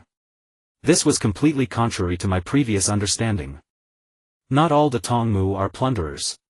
After the overseer discovered my ship, he decided to transform me into Huiye's vessel, he continued. But my soul was too strong, so he could only split and seal it. Your part carries memory and humanity, my part retains power and knowledge. Then the system. A trap, he sneered. Disguised as help but in reality a bait to guide us to refusion. Each use consumes the sealed part of the soul. This explained why the soul energy was irreversibly decreasing. But there was one key question. Why tell me this now? Because time is running out. His figure began to fade. The overseer has locked onto this world's coordinates. When the fusion is complete, he will descend through our bodies and revive Huiyi. You must. His voice cut off abruptly. The pure white space shook violently, a purple rift appearing from nowhere. The overseer's consciousness was invading. Go now. Datong Mu Xingchen pushed me away. Remember, he fears emotional bonds. That is our greatest weapon. The world flipped again. I snapped back to reality, finding Zhuo Zhu collapsed and unconscious, his Xiaoluan Yen bleeding profusely. Meanwhile, my entire body was enveloped in silver light and the patterns on my skin emerged again. Alert. Soul fusion degree at 88. The other half of the soul is gaining control. No. I can't lose myself here. I desperately recalled my bonds with the people of Muyi, Zlai's trust Ming Ren's friendship Zhu's support. The spread of the silver light indeed slowed. Just then a figure rushed in like lightning, Zlai. He was covered in injuries, clearly having just returned from Miaomu Mountain, his palm shining with a peculiar chakra glow. Hold on, kid. He pressed his hand against my forehead. Soul division technique. A warm and unfamiliar energy flowed into my consciousness. This was different from ordinary chakra, more fundamental, more personal. I realized with shock that this was a part of Zlai's soul. External soul intervention detected. Fusion process paused. The silver light receded like a tide.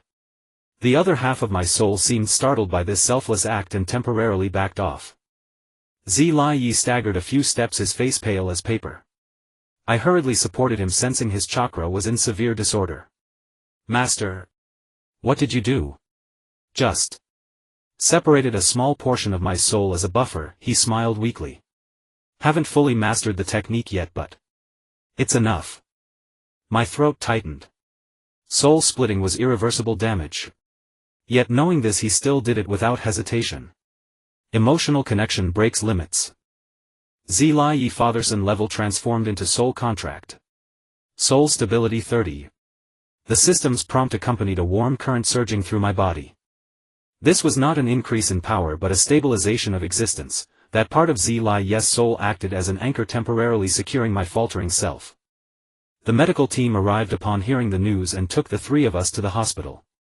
On the way, Zlai asked in a low voice, "Did you meet him?" I nodded. The overseer fears emotional bonds. That is our weapon. He revealed a relieved smile. I knew it. Love can overcome everything. The examination results showed that Zhu was temporarily blind from overusing his Xiaoluan Yen, but no permanent damage. Zlai's soul deficit required long-term care, and I, miraculously, had stabilized with the fusion process paused at 88. In the dead of night I lay alone on the hospital bed, reflecting on today's discoveries. The overseer's weakness, the true identity of my other half, Zlai's sacrifice. Everything pointed in one direction. The real battle had just begun. Outside the window, moonlight flowed like water. I inadvertently caught a glimpse of a dark figure flashing by, Tuanzang's silhouette. Where was he going at this late hour? Detecting abnormal chakra fluctuations. Characteristics: mirror space resonance. The system's warning alerted me. Was Tuanzang connected to the mirror space? Could it be? A horrifying speculation surfaced in my mind. The overseer also had eyes inside Muyi. And Tuanzang, this ambitious schemer who had always coveted the position of Hokage, might have already allied with him. I must warn Zlai and Gang Shou. But first, solid evidence was needed. Under the moonlight I clenched my fist, silently determined. No matter how many difficulties and obstacles lay ahead, I would protect this world that had become my home and protect those precious to me. Because in this world I already had everything I could not afford to lose. The icy moonlight seeped through the gaps in the blinds, carving pale stripes across the hospital floor. I stared at the boundaries between light and shadow, my fingertips unconsciously tracing the edge of my forehead protector. Danzo's suspicious movements last night pierced my heart like a venomous thorn, and the persistent mirror space resonance detected by the system only confirmed my worst fears. Warning: high-intensity spatial fluctuations detected near the root base. Feature match Ascendant Summoning Ceremony. The summoning ceremony. I shot up the monitoring devices, screaming with shrill alarms. There was no time to wait. Evading the patrol of the night shift medical ninjas, I slipped out of the room like a shadow. The night in my was eerily silent. Not even the chirping of insects could be heard, as if the entire village was holding its breath. As I approached the dense forest hiding the root base, a cloying, sickly sweet stench began to permeate the air, the unmistakable scent of Akatsuki energy. Suddenly a shadow staggered out from the thicket and collapsed heavily before me. The moonlight illuminated his pale face and the signature smile mask. Zhuo Jing. Go, quickly. He spat out a mouthful of blood, his trembling hand offering a tiny scroll. Evidence. Lord Danzo, betrayed. Before his words faded, 3 kunai shot through the air. I instantly activated Raikiri, rolling aside with Zhuo Jing in my arms. The pursuers were 4 root ninjas, their eyes glowing with an ominous purple light, clearly under control. Detection: mental manipulation state. Caster Ascendant Remote. There was no time to hesitate. I drew on the remaining strength within me, silver-white pattern surfacing beneath my skin. Sage Art Thunderlight Arrow. The fused Sage Art Thunder Arrow precisely pierced the shoulders of the pursuers, temporarily paralyzing their movements. But more footsteps echoed from the forest. The entire root division had been mobilized. Go. Zhou Jing pushed me. The scroll, deliver it to the Hokage. Struggling to his feet, he unrolled a water ink scroll. Super Beast pseudo-drawing Wild Lions Dance. Ink lions roared and charged at the pursuers, buying me precious time. I cast one last glance at him before turning and sprinting toward the Hokage building. The wind howled past my ears, the scroll in my hand burning like a red-hot coal. The Hokage's office was ablaze with light. When I burst through the door, Tsunade was engaged in a heated argument with Jiraiya while Kakashi and Shikaku stood by with grave expressions. Danzo has betrayed us. I slammed the bloodstained scroll onto the table. He's performing the summoning ceremony. Tsunade immediately unfurled the scroll. A dynamic image rendered in ink appeared, Danzo kneeling before a bizarre altar with a purple crystal suspended at its center, the very energy core of the Ascendant. Even more suffocating was the sight of unconscious villagers piled around the altar, their chakra being slowly drained. Bastard! Tsunade punched the desk, splitting it in two. Jiraiya's face turned ashen. We must stop the ritual immediately. Kakashi assembled the Umbu. It's too late, Shikaku said, pointing out the window. Look! Above the root base, the sky shattered like fragile glass and a terrifying purple rift spanning hundreds of meters gaped open like a maw. Countless chakra tentacles emerged from the rift, greedily absorbing the streams of energy rising from the ground. Warning: Ascendant's true body descending. Spatial stability 32. Amid the system's screeching, a majestic voice resounded across my vessel: return. An indescribable pressure descended, forcing ordinary ninjas to their knees. The silver-white patterns on my body spread wildly, the other half of my soul raging violently. Fusion process resuming. Current 90. No. I gritted my teeth and resisted, using the fragment of soul Jiraiya had given me as a warm anchor to barely steady my consciousness. Tsunade erupted with golden chakra, activating the strength of 100. Seal all forces of my first level alert. The battle erupted instantly. The Ascendant's chakra tentacles attacked like living creatures, buildings collapsing and flames erupting everywhere. Coordinating with Kakashi, I barely managed to sever a few tentacles, but more poured out from the rift. We must destroy the altar. Jiraiya entered sage mode, his white hair bristling like steel needles. I'll provide cover. We charged toward the root base. The closer we got, the stronger the oppressive pressure became. When I stepped into the base hall, the sight was suffocating. Hundreds of root ninjas stood like puppets, channeling their chakra into the altar. Danzo stood at the center of the altar, his right eye transformed into a purple rinnegan. Welcome vessel. Danzo, or rather the Ascendant controlling him, turned slowly. The ritual is nearly complete. Jiraiya's Sage Art Jutsu and Kakashi's Kamui simultaneously struck the altar, but were blocked by an invisible barrier. The purple crystal in the center of the altar grew brighter, and the entity within the rift was gradually solidifying. Useless, the Ascendant's voice dripped with mockery. The energy of this planet will eventually. His words were abruptly cut short. Because the other half of my soul at that moment let out an unprecedented roar. Now. Accept me. Silver light erupted like a volcanic blast. This time I did not resist.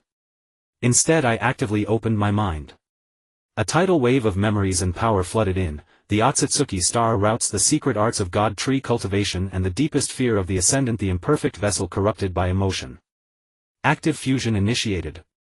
Soul integrity 95. 98. My vision was swallowed by silver light. When the light faded, my body floated in midair, silver hair stirring without wind, skin covered in flowing patterns, my eyes transformed into pure purple. Unprecedented power surged through my veins. Foolish, the Ascendant sneered.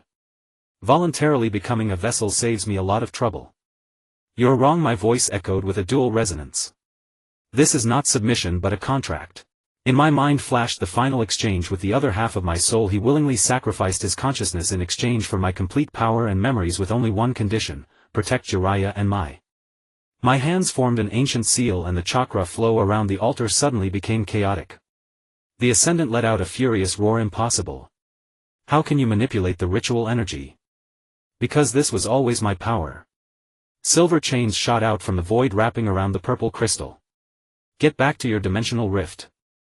The crystal trembled violently and the space rift began to warp. But the Ascendant was not one to sit idly.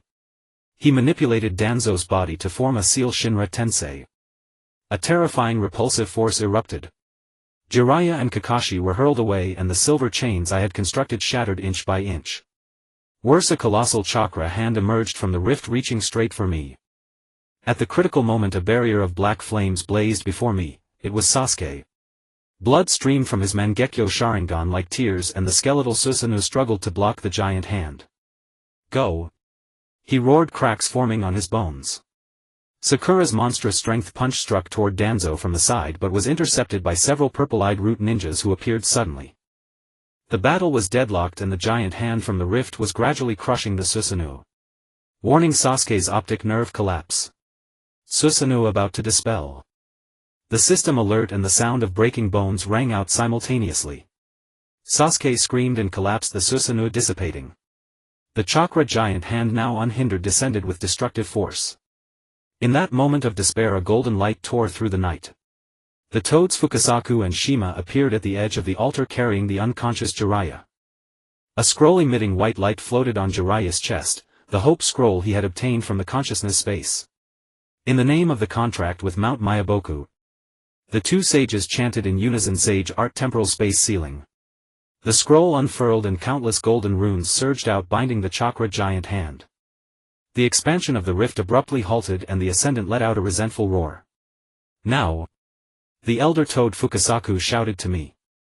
No words were needed. I channeled all my power into my hands, the silver light blazing like a sun. Akatsuki Secret Art Dimensional Banishment. The silver light engulfed the purple crystal, engulfed the space rift. In the Ascendant's furious howl the rift was forcibly closed and the altar exploded in a thunderous blast. When the dust settled nothing but devastation remained. Danzo lay in the ruins, his life uncertain, and the root ninjas all fell unconscious. I crashed heavily to the ground, my silver hair fading back to black, the purple light in my eyes dissipating. Fusion completion 100. Confirmation of other half-soul consciousness dissipation. Soul stability critical. The system's voice was cold and cruel. The other half of my soul was gone forever. I stumbled toward Jiraiya. The elder toad Fukasaku was checking his condition, soul deficiency compounded by sage art backlash. The situation is dire. Tsunade knelt beside Jiraiya, the light of the strength of 100 seal pouring into him frantically. Bastard, don't you dare leave like this. In the distance Sakura's sobs could be heard. Sasuke-kun. Hang in there. I stood amid the ruins looking at the unconscious Jiraiya, the blind Sasuke, the severely wounded Kakashi and the countless burning buildings and fallen ninjas. The price of victory was too heavy. I lifted Jiraiya's cold hand and pressed it to my forehead. The fragment of his soul within me pulsed with a warm rhythm. Sensei. I whispered softly. I did it. Cold raindrops began to fall from the night sky, washing away the flames and blood. But I knew this was not the end. The Ascendant would return. And when that moment came I would protect this world he loved so deeply in the name of Xingchen. On the 7th day after the war the dawn light pierced through the smoke of Konoha, gilding the clamor of reconstruction with a shallow gold. I stood atop the newly built hospital looking down at the ant-like bustling crowd below. Jiraiya's ward was just downstairs. 3 days had passed and he still lay in an unbroken slumber. Tsunade's 100 healings and Fukasaku's natural energy barely sustained his life, but the defect in his soul was like a funnel, no amount of chakra could fill it. System self-check complete. Otsutsuki bloodline stability 92, soul integrity 100. Warning: residual energy fluctuations detected from the Watcher source lunar orbit. The moon. Danzo's blood-red eye turning toward the moon before his death surfaced again in my mind. What was he warning? Could the Watcher's true trump card be there? Xingchen. Kakashi appeared behind me without a sound, his voice carrying a rare exhaustion. Sasuke is awake. He wants to see you. Sasuke's ward was thick with the smell of medicine. He leaned against the headboard, both eyes wrapped in heavy gauze, his face pale to the point of translucence. Sakura kept vigil by the bedside, the dark circles under her eyes showing she had not slept for days. What did the medical team say? I asked softly, unable to bear seeing him like this. The optic nerves are completely necrotic. Sakura's voice was choked with suppressed sobs. Even Lady Tsunade can do nothing. The room fell into silence. Sasuke turned his face toward my direction, faint traces of blood seeping through the gauze. Orochimaru sent a scroll. He pulled a small scroll from under his pillow, the winding serpent mark on it seemed alive. Unrolled, it contained a map of terrifying precision, marking the exact hiding place of Uchiha Itachi along with detailed steps and precautions for eye transplant surgery. At the end a scrawled character, "Snake," was like a provocation. A trap. Kakashi frowned. Or maybe an opportunity. Sasuke's voice was unnaturally calm. My eyes went blind because of protection. His eyes should also pay the price for protection. Beneath that calmness seethed a storm. I knew he meant Itachi's eyes, the eternal Mangekyo Sharingan. What Orochimaru offered was a double-edged sword. Analysis scroll information credibility 87. Orochimaru's intentions unclear. Speculation using Sasuke to restrain the host or counter the watcher. The system's speculation matched mine. Orochimaru was like a snake lurking in the shadows, always waiting for a chance to muddy the waters. "I'll go with you." I took the scroll, it was cold to the touch. Sasuke shook his head slightly. "This is a path I must walk alone. Just." He paused. "Guard the village. Wait for my return." He meant Jiraiya and also Konoha. This entrustment weighed like a mountain. I was about to say something more when sudden shouts and chaotic footsteps came from downstairs. "Lord Jiraiya is awake." We rushed into the ward and the sight before us left everyone rooted to the spot. Jiraiya was sitting up against the headboard, Fukasaku and Shima guarding his side while Tsunade held his wrist checking his pulse. He still looked weak, but those eyes, always full of vitality, were open. Yet the gaze held no familiar boldness or affection, only a void of strangeness and wariness. His eyes swept over us, lingered briefly on Kakashi, passed over Sakura and finally settled on me. In that instant his entire body tensed visibly like a beast encountering a natural enemy. "Who are you?" His voice was hoarse and dry, laced with undisguised caution. The air seemed to freeze. Tsunade's hand stopped midair and Fukasaku let out a mournful sigh. "Teacher Jiraiya, it's me, Xingchen." I suppressed the pain in my heart and stepped forward. That name did not evoke any familiarity in him, instead it deepened the wariness in his eyes. "Xingchen. I don't know you. Your chakra is very dangerous." He turned to Tsunade. "Tsunade, who is this man? Why let him near me?" Tsunade's lips trembled, finally turning into a heavy sigh. "He is a ninja of Konoha Year, Xingchen. He is our comrade." "Comrade?" Jiraiya's brow furrowed deeply, his scrutinizing gaze like a cold blade scraping across my skin. "This inhuman chakra, are you sure?" Every word stabbed like an icicle into my heart. The Jiraiya who had stormed the Whirlpool village for me, who had split his soul to protect me, now looked at me as if I were a monster. The dormant Akatsuki power within me began to surge due to the violent emotional fluctuations, and silver-white patterns uncontrollably appeared on the back of my hand. Warning: excessive emotional fluctuation. Akatsuki power about to go out of control. I clenched my fist fiercely, digging my nails deep into my palm, trying to suppress the rampaging energy with pain. But Jiraiya's wary eyes acted as a catalyst, driving the cold power to surge wildly. "Get out!" Jiraiya suddenly shouted, instinctively releasing the pressure of Sage Mode. "Now!" Those words were the last straw. Silver light erupted violently. The ceiling runes on the walls flashed to their peak, then shattered like fragile glass. The entire newly built hospital building shook violently, with dust falling from the ceiling. "Xingchen. Calm down." Kakashi's Kamui I activated instantly. Sakura cried out, shielding the blind Sasuke. Fukasaku and Shima simultaneously formed hand seals, creating a barrier of natural energy that barely held back the spreading shockwave. I gritted my teeth so hard they might crack, my vision filled with silver light, my ears only the roar of surging power and the pounding of my heart. On the verge of losing control, a warm, calloused hand suddenly pressed down on my shoulder. It was Tsunade. No chakra, no reproach, only pure, heavy trust transmitted through her palm. "Control it, child. For him and for yourself." Those words were like a clear spring pouring into boiling magma. The raging power miraculously calmed and the silver light receded. I gasped, seeing the shock and uncertainty in Jiraiya's eyes and the firmness in Tsunade's. Deep in his soul, Fukasaku spoke gravely, breaking the dead silence. All memory nodes related to Xingchen are sealed by an extremely delicate Akatsuki seal. Forcibly breaking it might damage his foundation. Not accidental amnesia, a deliberate seal. Was it the final protection from the half of his soul that had dissipated? Or another venomous scheme of the Watcher? Just then an Umbun ninja covered in blood burst through the door. Hokage-sama. The Northern Patrol Squad, annihilated. Cause of death, full-body crystallization.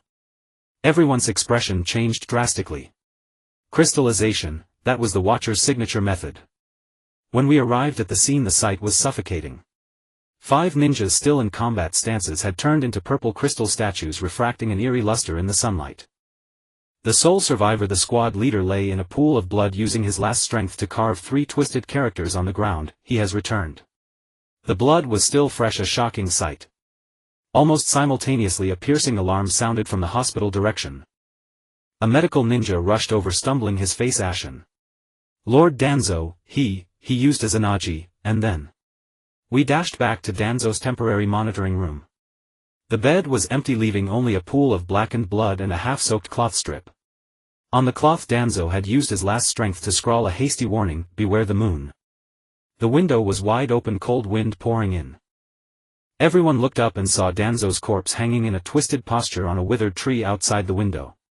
His head was unnaturally craned toward the sky, and the transplanted Mangekyo Sharingan of Shursui was staring straight at the full moon in the sky. And deep in his dilated pupils there seemed to be a reflection of a gigantic golden wheel-like object, the Tensigan. Emergency alert: high purity Akatsuki energy reaction locked. Source: moon. Feature: Tensigan activation. The system's shriek coincided with the upheaval in the sky. At the center of the bright full moon a piercing golden light suddenly flared up like a cold divine eye, slowly opening, looking down mercilessly upon the entire shinobi world. The Watcher had returned. And his gaze was firmly fixed on this war-torn land. The night wind blew, lifting the blood-stained cloth strip on which the words, "Beware the moon," were like a weeping curse. I clenched my fist, the surging Akatsuki power within me no longer raging but transformed into a cold surging tide. The master who had forgotten me, the blind friend, the looming threat, this war was far from over. The blood-stained cloth rubbed between fingers, the words "Beware the moon" seared like a red-hot iron. I looked up. At the center of the full moon in the night sky a piercing golden light slowly opened like a cold indifferent divine eye, the Zhuansheng eye. The power of Akatsuki Tonari now became the clarion call for the return of the patroller. Everyone take shelter. Barrier squad maximum output. Tsunade's roar pierced through the long wail of Konoha's alarm. A pale blue chakra shield swiftly ascended, enveloping the village that had yet to recover from the flames of war. Yet a heavy despair weighed on every heart, facing the power of the moon capable of annihilating an elite squad in one blow. How long could mortal barriers endure? Warning: Zhuansheng eye energy focusing. Target Konoha Center. Estimated impact time 120 seconds. The cold countdown echoed in my mind. I summoned the surging Akatsuki power within me, silver-white patterns flowing hot beneath my skin.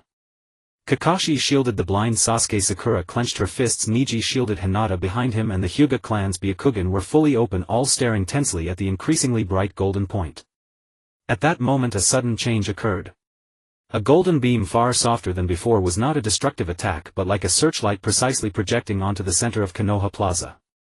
Within the beam a petite figure slowly materialized, Hyuga Hanabi. She floated in a translucent golden energy cage, eyes tightly shut, with a bizarre purple samsara eye mark branded on her forehead. Hanabi. Niji and Hinata cried out in shock. At the top of the beam a voice cold as moonlight echoed through Konoha, carrying an unearthly ethereality, Yi Xingchen, vessel of the Akatsuki power. The owner of the voice did not appear but everyone knew who it was, Akatsuki Tonari. Exchange yourself for this girl and she may live. Refuse and Konoha and the Hyuga princess shall be buried here together. The beam rippled slightly, reflecting the surface of the moon. Beneath the gigantic golden Zhuansheng eye countless puppet armies stood like waiting vultures, their cold weapons gleaming with eerie light. The deal expires at the peak of the full moon. Tonari's voice was calm as if pronouncing a predetermined fate. Choose. The beam dissipated and Hanabi's image vanished.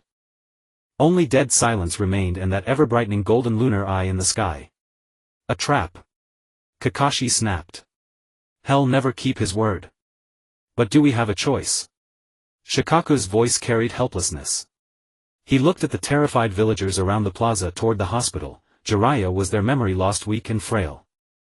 Niji's body trembled violently. Around his pure white pupils pale blue chakra uncontrollably overflowed, forming behind him a blurred phantom halo like a miniature Xuancheng eye. Extreme anger and the obsession to protect triggered an unbelievable mutation in his Byakugan. Detection: Hyuga Niji bloodline mutation. Energy signature: Xuancheng eye prototype incomplete. The system's prompt startled me. The Hyuga clan's bloodline too harbored the possibility of opposing the moon's power. Xingchen. Tsunade looked at me, her expression complex. As Hokage she had to consider the entire village's survival, but as an elder she could not bring herself to demand a sacrifice. I closed my eyes. The last words of my other half before dissipation echoed in my ears: protect Jiraiya and Konoha. When I opened them again a decision had been made in my heart. I'll go. My voice was calm but resolute. No. Niji stepped forward abruptly, the pale blue halo flickering violently. That's suicide. There must be another way. There must be another way. Hinata clutched my sleeve tightly, tears welling in her eyes. Xingchen-kun. Don't. I gently brushed her hand away, my gaze sweeping over Kakashi, Sakura, Shikaku and finally resting on Tsunade by some time. Evacuate all civilians, prepare. The final defense. Without bold declarations I turned and walked toward the center of the plaza. With every step the silver-white light grew stronger. The patterns on my skin spread like living things, finally converging on my forehead into a vertical purple eye mark, the Akatsuki power fully unleashed. Soul energy output maximized. Warning: overuse will cause irreversible damage. Ignoring the system's alerts I stood in the center of the projected beam looking up at the Judgment Moon. Tonari. I infused my voice with power piercing through the clouds. I am here. Release her. The golden giant eye on the moon's surface suddenly blazed to its utmost intensity. A destructive beam of light over 100 meters in diameter tore through the night sky, carrying the aura of annihilation, and crashed down. Its target was not the center of Konoha but me standing in the plaza. Too fast. A full minute earlier than expected. Tonari had never intended to trade, he wanted to obliterate the vessel before all eyes. Xingchen. Countless cries erupted. Time seemed to stretch. I could see Kakashi's Kamui eye spinning wildly in an attempt to distort the beam's path, Sakura rushing toward me desperately, and the pale blue halo behind Niji expanding as he tried to interfere with the beam. But it was all too slow. As the golden light of destruction engulfed my vision, a horse-torn roar like the last lament of a trapped beast exploded from the direction of the hospital. Get out of the way, you idiot. Jiraiya. The heart-wrenching urgency in that voice shattered the walls of oblivion and broke the seal deep within my soul. A torrent of memories surged in. Training at Mount Myaboku, fighting side by side in the Rain Village, the agony of splitting the soul, and those words: you are the disciple I acknowledge. At the same time the anchor formed by Jiraiya's soul fragment within me erupted with unprecedented warmth. This power collided and merged fiercely with the surging Akatsuki power, giving birth to a new understanding under the pressure of death. No evasion, nor was evasion possible. Facing the destructive golden light I pressed my hands together sharply before my chest. Akatsuki secret art, divine sky strike. Unlike Tonari's all-destroying golden flood, silver-white chakra erupted from my palms, instantly condensing into a colossal hand that covered the sky. Its palm lines were as clear as mountain ridges, and within the palm a rotating galaxy swirled. The silver-white giant hand and the golden beam collided like two meteorites. Boom! An indescribable thunder. A violent shockwave of energy exploded in a circular blast. Konoha's pale blue barrier shattered like an eggshell in an instant. Kakashi's Kamui twisted a black hole before him to barely shield Sasuke and Sakura. Tsunade withstood the impact using the 100 healings technique, blood seeping from her mouth and nose. Countless houses were uprooted, dust and smoke soaring to the sky. A stalemate. Silver and gold struggled in the air, stray energy streams cutting the earth like thousands of blades. On the moon's surface a crack first appeared on Tonari's calm face. Divine sky strike. A mere vessel. How could? He raised his hand again, the Xuancheng eye blazed even brighter. The golden beam suddenly thickened, the silver-white giant hand began to tremble and crack. Ugh! I fell to one knee, blood flowing from my 7 orifices, feeling body and soul being torn apart. The divine sky strike consumed not only chakra but the very essence of life. Warning. Soul damage escalating. Remaining stability 41. At this critical moment a determined figure like a moth drawn to the flame blocked the path of the golden beam's residual, targeting Hinata. Lady Hinata. Niji roared, pushing the gentle fist to its limit, but that faint light before the Xuansheng eye's residual was like a firefly. In the throes of life and death the blurred pale blue halo behind him spun madly, forcibly extracting all his chakra and life force, condensing into a miniature yet immensely concentrated pale blue beam shooting straight toward the moon. PFF. The beam was weak, but it precisely pierced the edge of the golden Xuansheng eye. On the moon's surface Tonnerus' body jolted violently and his control over the beam flickered for an instant. Right now. Hanabi in the cage seemed to sense the opportunity created by her brother's life sacrifice. She suddenly opened her eyes, the purple samsara eye mark on her forehead flashing intensely, letting out a piercing cry. Brother Xingchen. It's a trap. He wants to use you to resurrect Kagu. Her voice cut off abruptly. The purple mark exploded in a cloud of blood. Hanabi collapsed limply. Hanabi. Niji's eyes cracked, the pale blue halo extinguished completely and he fell like a kite with a broken string. But it was enough. That interrupted half-sentence of warning, that momentary loss of control and tonery bought me a fatal sliver of hope. Break. For me. Draining every last ounce of strength, the star vortex in the palm of the silver-white giant hand reversed. An all-devouring suction force erupted, twisting and shredding the remaining golden beam. Rumble. The last of the golden light exploded into a rain of light. The silver-white giant hand also disintegrated. I crashed heavily to the ground, darkness swallowing my vision. The last sensation was a pair of trembling but infinitely familiar large hands clutching me tightly, hot liquid dripping onto my face. Hold on. Kid. I'm here. Jiraiya's choked voice filled with endless fear of having almost lost me pierced through the darkness of consciousness. The moonlight remained cold, Konoha lay in ruins. But the glow of that golden lunar eye in the sky seemed to have dimmed a few degrees. This calamity, with the moon as the anvil and all living beings as the fish, had only just begun its bloody curtain. The morning mist of Miamu Mountain carried a refreshing fragrance of grass and trees, yet it could not disperse the heavy frost in Zilai's heart. Each step he took on the slippery stone steps was accompanied by the slight convulsions of the body on his back. Xingchen's body was scorching like a charcoal, with silver-white patterns writhing like living snakes beneath his skin. Each flicker of light drained away a measure of life's warmth. System crash, soul stability 19. 17. The intermittent alarms flickered in the depths of Xingchen's consciousness like a dying candle in the wind. He could feel himself disintegrating like a sandcastle washed away by the tide. The void left by the dissipation of half his soul, coupled with the overdrawn essence from the divine sky strike, made his very existence precarious. Hold on, kid. Zilai's voice was hoarse, mingled with heavy panting. His chakra was equally depleted. The cost of carrying someone through the reverse summoning far exceeded imagination, not to mention the searing pain from the seal that had been forcibly torn open in the depths of his soul. Yet he dared not stop. Immortal Shenzuo's warning still echoed in his ears: if Xingchen did not receive the nourishment of the sacred land's origin before sunset, his soul would be scattered to the winds. Finally the sacred hall lined with toad stone statues came into view.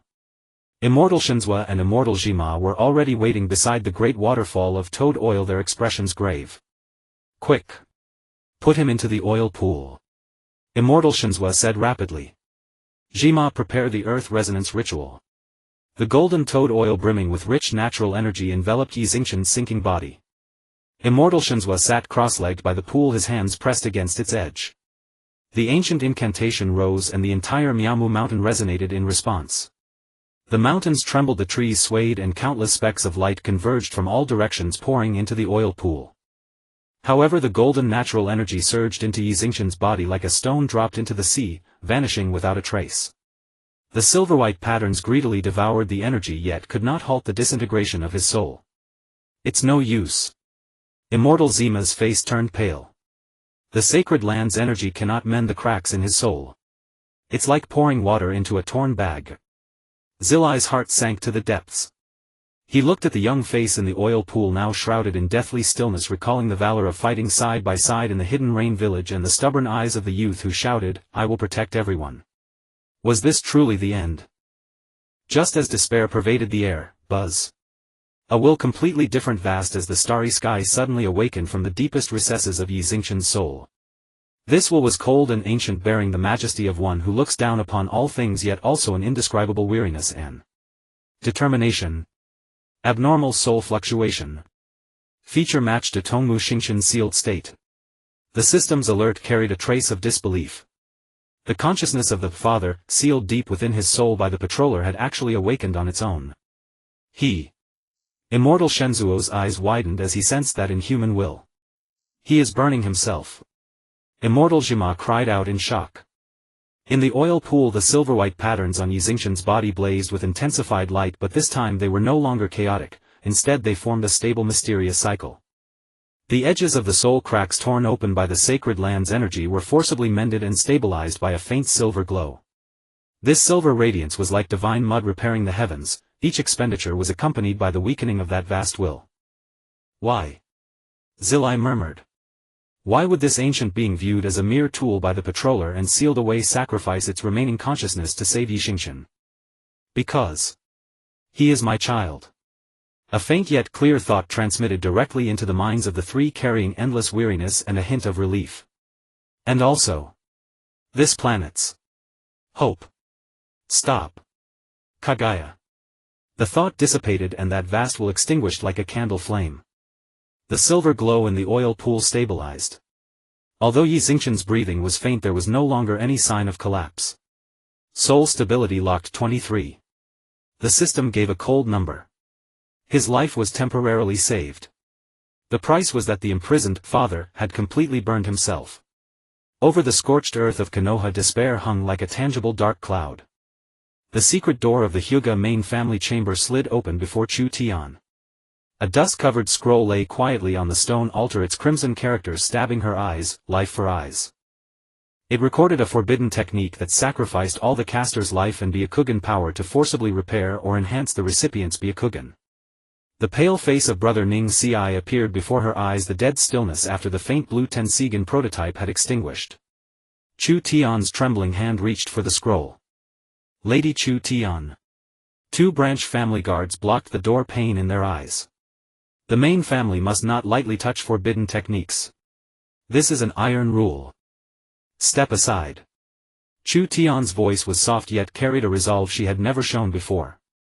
Around her Byakugan pale green chakra flowed silently. The will to protect at this moment overwhelmed all cowardice. The guards, daunted by her aura, instinctively stepped back half a pace.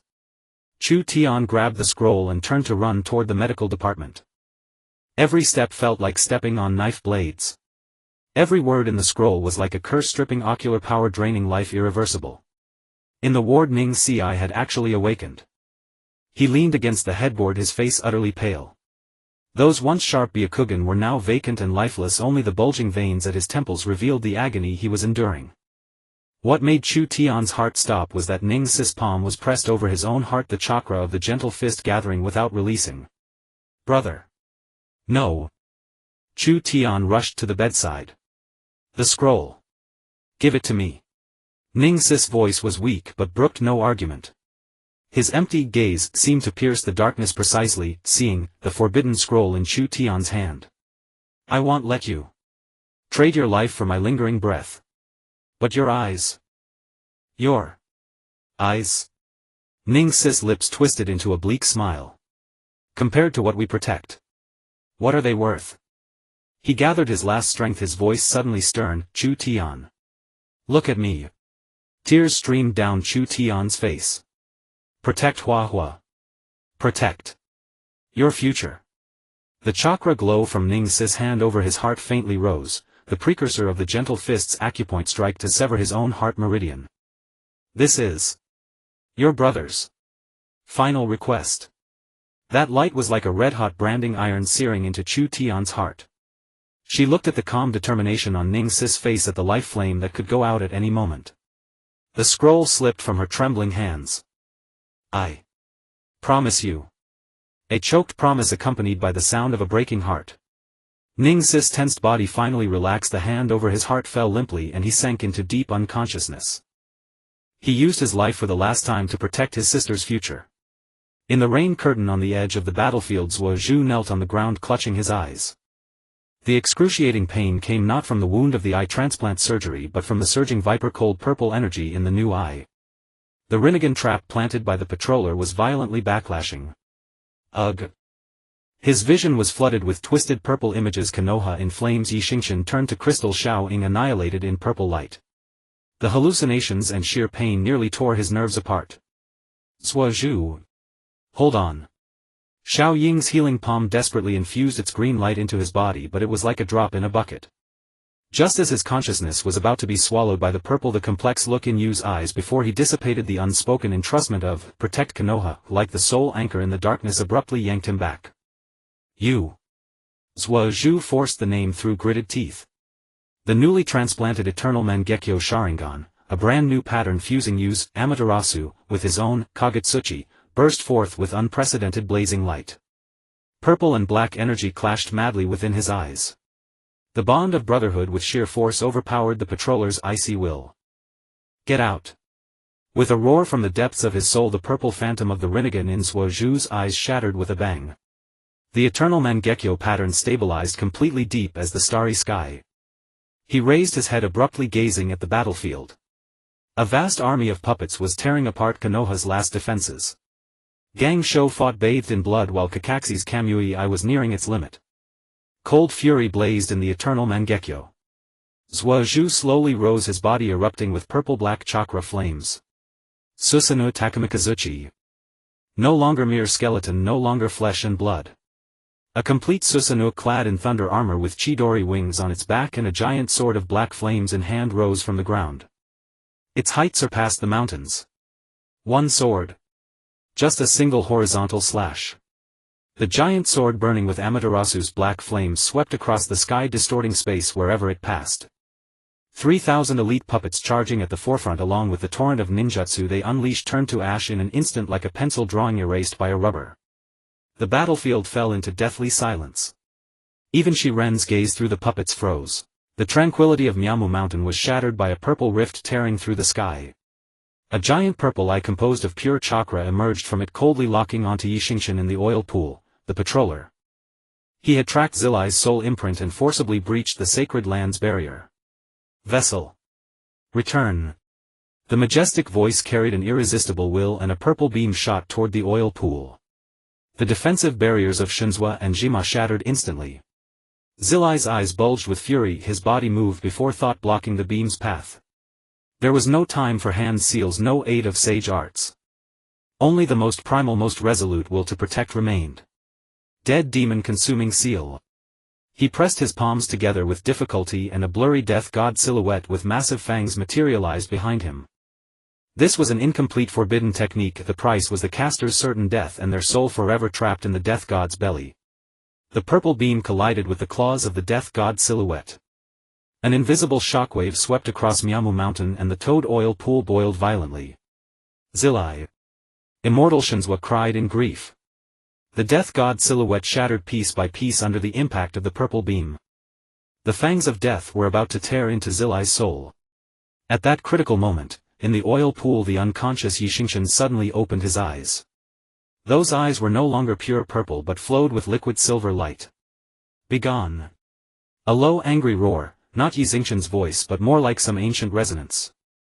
A pure silver-white beam shot up from his body, not attacking the patroller but crashing fiercely into the death god silhouette. Boom! The death god silhouette let out a silent shriek and was shattered by the silver light. The contract of the dead demon-consuming seal was forcibly broken. Zillai spat blood and collapsed limply. Though his soul was not devoured, the backlash of the forbidden technique had drained him to the brink. Meanwhile, the silver light on Xingchen's body quickly dimmed after the burst. His skin cracked inch by inch and blood instantly dyed the golden toad oil red. Warning. Soul overload. Cracks expanding to collapse threshold. Stability 3. The patroller's giant purple eye flickered with surprise, then deeper greed. So that's it. This is the perfect. The purple beam gathered again, this time targeting the dying Xingchen directly. Deep within the moon's core, the giant golden Tensigen had merged with the entire lunar core. Shiren floated in the blazing torrent of energy, his body covered in layers of crystal, transforming into a towering kilometer-tall crystal giant. At the giant's chest was the Tensigen, now one with the moon core. It's over, vessel. Shiren's voice echoed across the battlefield through the giant. The crystal palm blotted out the sky, slamming down violently toward the defenseless remnants of Konoha and the direction of Miyamu Mountain. This strike was enough to shatter a continent. On the ruins of Konoha, Gangsho closed her eyes. By the oil pool of Miyamu Mountain, Zilai struggled to rise. His Waju Susanoo raised its black flame giant sword again, yet it seemed so insignificant. In the oil pool, Xingchen's pupils had begun to dilate. The pain of a shattered soul overwhelmed everything. But in the moment before his consciousness sank into eternal darkness, he seemed to hear immortal Shenzuo's final desperate incantation and felt the gentle yet vast pulse of life from the sacred land beneath his feet, a pulse that had beaten for eons. Not summoning, not taking. It was instinct. Like a baby returning to its mother's womb. A faint silver glint flickered in his dilating pupils. His blood-soaked hand pressed unconsciously onto the toad oil pool beneath him, onto the earth of Miyamu Mountain. Sacred land. Grant me. A silent plea rippled at the brink of soul annihilation. The entire Miyamu Mountain fell abruptly still for a moment. Then, mountains roared. Forests howled. Waterfalls reversed. The most primordial, most vast natural energy accumulated over countless epochs, never before so docile, so joyous in answering a being's call. They broke free from the constraints of immortal Shenzuo's ritual, transforming into a surging silver torrent that madly poured into the broken body. Xingchen's body levitated within the oil pool. The silver light was no longer mere patterns, it became solid flowing liquid flame enveloping him. A giant hand composed purely of the most pristine silver natural energy spanning the sky materialized above Miyamu Mountain. No roar, no declaration. The silver-white giant hand simply raised calmly, crossing the bounds of space, appearing beyond the moon's orbit, and then gave a gentle squeeze. Like a mischievous child crushing a clay pellet. Crack. A crisp yet universe-shaking sound of shattering spread through every corner of the battlefield via chakra fluctuations. That towering kilometer-tall crystal giant, that huge golden Tensigan merged with the moon core, instantly became riddled with web-like cracks between the silver giant hand's fingers.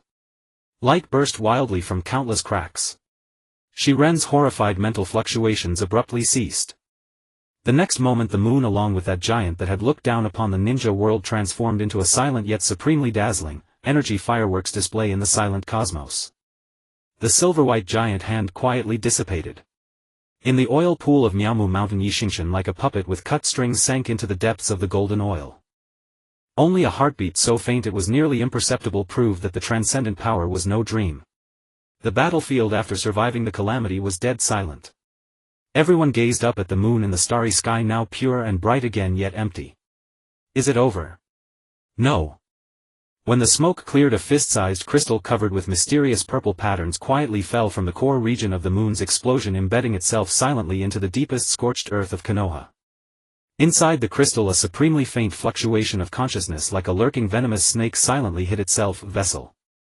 We will meet again. The oil pool of Mount Mayaboku returned to stillness, only occasional fine ripples glided across the surface of the golden liquid. Xingchen lay submerged at the bottom like an ancient creature sealed in amber. The silvery white flames had long been extinguished, the cracked skin slowly healed under the infusion of dense natural energy, yet the sense of desolation reaching deep into the marrow pierced Jiraiya's heart as he stood guard beside the pool.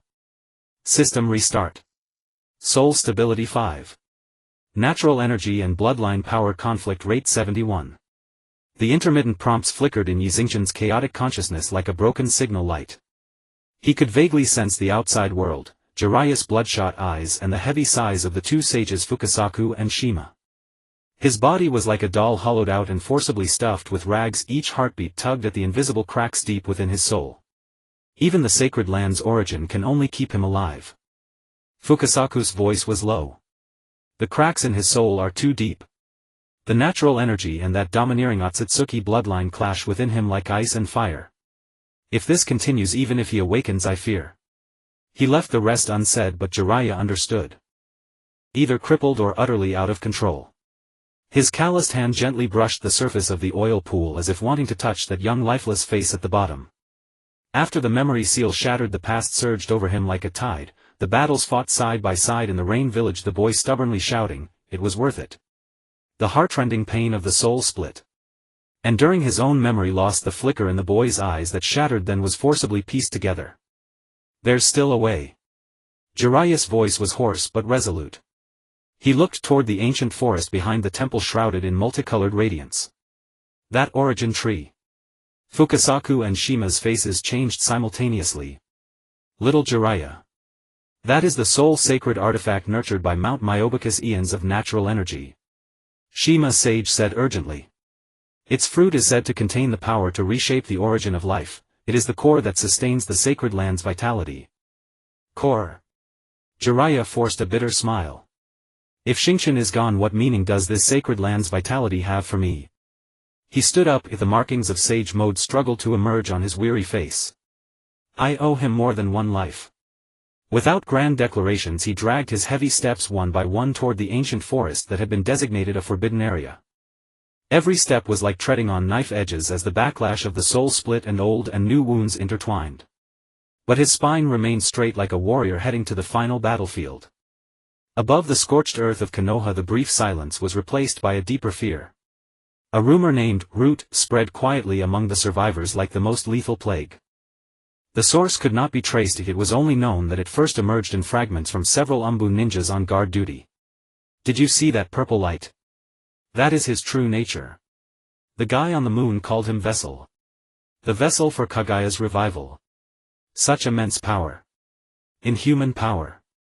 Is it really to save us? Suspicion and fear bred among the ruins. When Sasuke, controlling the battered Takamikazuchi Susanoo, carefully lifted another batch of wounded and women and children from the crumbling building, he was met not with gratitude but with dodging glances, vigilance and even fear. Stay away from us, or a woman clutching a child suddenly screamed, staring in terror at Susanoo's giant purplish-black hand. You're all monsters. Sasuke's movement froze in midair. The eternal Mangekyo spun coldly beneath his mask. He could clearly see the survivors' racing hearts, trembling muscles, and the deep fear buried in their eyes. This fear was not only directed at him but even more at the person whose fate was still unknown in Mount Myoboku. Kakashi appeared with a body flicker on Susanoo's shoulder, his voice coming through the mask with weary reassurance. Everyone calm down. It was Sasuke and Xingchen who protected. Protected? A one-armed ninja interrupted him excitedly, pointing at the bottomless black chasm in the distance, the trace of Sasuke's sword that annihilated 3,000 puppets, and then at the sky where the moon that had brought destruction once hung. Look at all this. This power. Who can control it? That Yi Xingchen, what exactly is he? Wasn't it he who brought these calamities? Tsunade punched and shattered half a broken wall beside her, sending debris flying. Shut up. Without them Konoha would have turned to ashes. But her roar could not suppress the panic spreading through the crowd. The foundation of trust in the face of absolute power and the fear of the unknown was fragile and vulnerable. Sasuke remained silent. He controlled Susanoo to gently place the last group in a safe area, then the giant form slowly dissipated. He landed beside Tsunade, his voice cold as ice. Someone is spreading rumors. The source carries a nauseatingly cold chakra. Tsunade's face was livid. How could she not know? But beneath the ruins, the strange crystal embedded in the earth's core, covered in purple patterns, quietly extended countless fine roots like a living thing, greedily absorbing the chakra residue of the fallen and the pervasive negative emotions.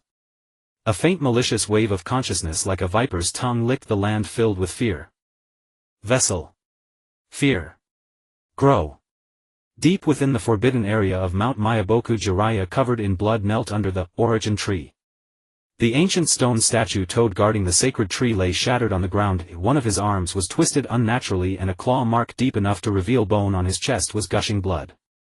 But his hand fiercely protected the fruit in his arms, which emitted a soft multicolored halo and was shaped like a heart. Was it worth it? Fukasaku appeared beside him, looking at the fruit with a complex tone. Forcing your way into the forbidden area and angering the guardian spirit. The sacred tree will need at least 1,000 years to recover without this fruit. Jiraiya coughed up a mouthful of blood staining the multicolored fruit in his arms but grinned. Old man. Enough talk. Quick. Give it to him. He struggled to stand, but his vision darkened and he pitched forward. When that multicolored fruit was crushed by Fukasaku and transformed into the purest life origin merging into Yi Xingchen's body, an indescribable warmth instantly swept through his shattered soul. The cracks were soothed and sealed by the soft multicolored light like parched earth meeting a timely rain. The intense pain in his body quickly receded and a sense of power surged anew. Warning cleared. Soul crack repair complete. Stability 85. New conflict compatibility of sacred tree origin nature aspect and Akatsuki bloodline stellar aspect 41. Conflict risk flagged. Xingchen's eyes snapped open. The first thing he saw was Jiraiya lying not far away, barely breathing. Master. He struggled to stand up from the oil pool. Unprecedented power surged within him, but accompanied by a strange incongruous sense of resistance, as if two distinct kinds of blood flowed in his body. He rushed to Jiraiya's side. The green light of medical ninjutsu instinctively shone. But when he probed his chakra into Jiraiya's body, he was violently repelled by a violent chaotic vortex energy. That was the backlash of the whirlpool sealing technique Jiraiya had forcefully cultivated in an attempt to suppress the conflict within his own body. Ugh! Jiraiya's body shuddered violently. Blood once again oozed from his 7 orifices as the old wound of the soul split intertwined with the new technique's backlash like fire burning him. Seeing Jiraiya's face twisted in agony, Xingchen's heart felt as if gripped by an icy hand. Without hesitation he pressed both hands firmly on Jiraiya's chest. Instead of medical ninjutsu, he actively guided the newly born natural energy within him, bearing the gentle aura of the sacred tree, mixed with the domineering Akatsuki bloodline power, and forcibly poured it into Jiraiya's chaotic meridians. Are you mad? Fukasaku exclaimed in alarm. The two forces colliding inside him will. Before he finished, a sudden change occurred. When Xingchen's dual force blending nature and starlight collided with the violent whirlpool sealing backlash within Jiraiya, instead of a destructive explosion a strange painful resonance emerged.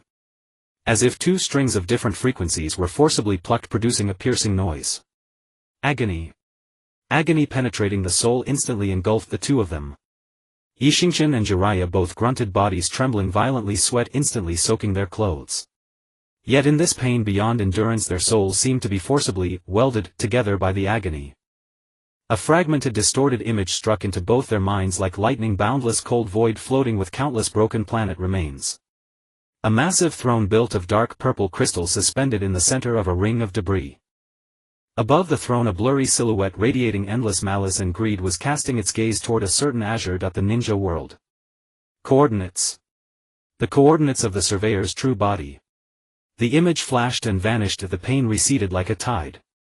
Xingchen and Jiraiya collapsed to the ground, gasping for breath, soaked as if pulled from water. But the gazes they exchanged were filled with unprecedented shock and resolve. Found him. Jiraiya's voice was broken yet carried a fiery battle intent. Inside the temporary Hokage tent, Tsunade stared at the messenger who had appeared silently before her wearing a snake-pattern mask and the ancient scroll he presented. Her brows furrowed deeply. Orochimaru's gift, she sneered, gathering chakra at her fingertips as she cautiously opened the scroll. Inside there was no trap, only lines of cold technical explanations and complex jutsu diagrams. The title was shocking: Ultimate Reconciliation Plan for Bloodline Conflict, Synergistic Application of Soul-Body Separation and Impure World Reincarnation. The core of the plan was brutally direct: to separate Xingchen's soul from his body containing the conflicting powers. The soul would be temporarily sealed and protected, while the dangerous body containing the Akatsuki bloodline and sacred tree origin would be used in the impure world reincarnation technique to summon a sufficiently powerful, perfect vessel, capable of withstanding the conflict, to control and stabilize it until the conflict is resolved or the body is destroyed. Tsunade's gaze swept to the recommended vessel candidate list. At the end of the plan, her pupils abruptly contracted. On the list, names of powerful figures from past generations were listed. And the name ranked first was heavily circled in glaring cinnabar red: Minato Namikaze. Outside the tent the ruined remains of Konoha were bathed in the cold moonlight. A broken war fan half buried in the rubble, the crest of the Uchiha clan, its center distorted tomo pattern in an unnoticed corner, was emitting a faint red glow barely perceptible, in sync with the frequency of the moonlight. The gentle morning light of Mount Mayaboku could not dispel the chill that had settled in Xingchen's heart. Jiraiya sat cross-legged opposite him, their palms pressed together. Chakra flowed arduously through each other's meridians as they struggled to stabilize the soul contract accidentally forged amidst their shared agony. This bond, like an invisible chain, temporarily riveted their fractured souls together, allowing them to faintly sense each other's state, the lingering sting of the Uzumaki sealing technique within Jiraiya's body and the unsettling friction between the powers of nature and the starry firmament deep within Xingchen's bloodline. Soul contract synchronization rate 37. Spatial coordinate analysis progress 12. Warning: internal energy conflict rate risen to 53. The system's prompt was cold and precise. Each attempt to mobilize power to decode the coordinates of the Watcher's lair intensified the conflict between the two primal forces within him. The gentle restorative power of the sacred tree fruit was being eroded and repelled by the domineering Akatsuki bloodline bit by bit. Cough. Jiraiya suddenly let out a muffled cough, a trace of blood seeping from the corner of his mouth as he forcibly interrupted the chakra flow. No. If we force the deduction, your body will give out first. He wiped away the blood, deep concern etched in his eyes. We need to resolve the civil war inside you first. Xingchen nodded silently. Beneath his skin, silver-white and emerald green lights flickered alternately like an unstable neon. He was more aware than anyone of the peril of this conflict. Every heartbeat felt like walking a tightrope. The atmosphere in Konoha's temporary medical zone was heavier than the rubble. On the experimental table before Tsunade, a row of test tubes held serums of varying concentrations, derived from the first batch of ninja infected by the purple crystal tendrils. Her face was unusually grim. The latest inspection report in her hand read like a death sentence: the serum is ineffective. The parasitism rate has accelerated. Her voice was dry. The tendrils are adapting. They are learning. Beside the report lay a scroll sent by Orochimaru's messenger. Synergistic application of soul separation and impure world reincarnation, those words were like poisoned daggers. Her gaze locked onto the name Minato Namikaze circled in red cinnabar. Strip Xingchen's soul. Defile Minato's remains with impure world reincarnation. Use her husband's departed spirit to control her disciple's crumbling body. Every thought churned her stomach. Lady Hokage. Shizen burst in frantically. The Western Isolation Zone. 3 infected ANBU. They've merged. Tsunade's pupils constricted and she vanished in an instant. Arriving at the scene, the sight before her was nauseating. The bodies of the 3 ANBU had twisted and merged together like melting wax statues, while violet-black crystal clusters burst from their fused joints, forming a pulsating 3-meter-wide tumor. On the surface of the tumor, dozens of murky eyes opened and closed erratically. Below, a maw lined with fine sharp teeth split open, oozing purple mucus and emitting meaningless shrieks. Purification Squad. Tsunade roared, the golden light of the strength of 100 technique engulfing her body instantly. But the fused monster reacted even faster. Several tentacles composed of crystals and flesh shot out like lightning, easily piercing the 2 leading Purification Squad members. The tentacles retracted, dragging the screaming members toward that horrifying maw. 8 trigrams, palms revolving heaven. A pale blue chakra sphere appeared in time, spinning at high speed to deflect the tentacles. Niji stood before Tsunade, his face pale, yet a more refined pale blue aura now surrounded his Byakugan, a subtle evolution born from Hinata's relentless chakra transfer to sustain his life. It is absorbing chakra-based attacks. Niji's Byakugan clearly saw that when the Purification Squad's fire and lightning technique struck the monster, the energy was rapidly absorbed and converted by those crystals. Physical attacks are more effective. Before his words faded, a massive purple sword wreathed in black flames descended like divine punishment. SHRRK. Sasuke's Susanoo, clad in the blade of Takamikazuchi, struck fiercely.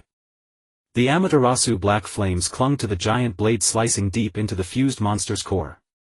The black fire blazed, crystals shattered under the destructive force, and the stench of burnt flesh and blood filled the air. The monster let out a deafening scream, its massive form writhing violently as it was temporarily suppressed. But Sasuke's expression did not relax. Through the monster's twisted body, his eternal Mangekyo perceived something deeper, countless fine hair-like purple crystal tendrils extending from the monster's base like a vast underground network spreading throughout the earth beneath the ruins of Konoha.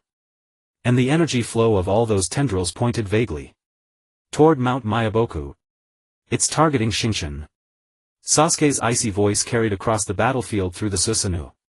In the deepest recesses of the Otogakure underground there was no light, only the dim glow of countless screens. Orochimaru lounged on a throne crafted from bone, his golden slanted eyes scanning the largest monitors with evident interest. One showed the grotesque merged monster locked in fierce battle with the Susanoo on the ruins of Konoha, another focused on the conflicting silver-green light beneath Xingchen's skin beside the oil pool in Mount Myaboku, and the last vividly displayed Tsunade's anguished expression in the Hokage's tent as she stared at the forbidden scroll. What a magnificent chaos! Orochimaru's long tongue licked his lips, emitting a pleased hiss. Fear nourishes the tendrils. If the tendrils locate the vessel, if the vessel's suffering makes our dear Lady Hokage waver on the edge of morality. Truly a work of art where every link connects. Kabuto Yakushi stood silently nearby, his glasses reflecting the cold light of the screens. Konoha's resistance is tougher than expected. Sasuke's eternal Mangekyo Nijis mutated Byakugan, they are variables. And Jiraiya. Orochimaru sneered.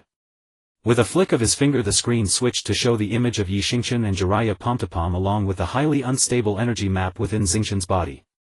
He's nothing more than using his own shattered soul as glue to barely patch up a powder keg on the verge of detonation.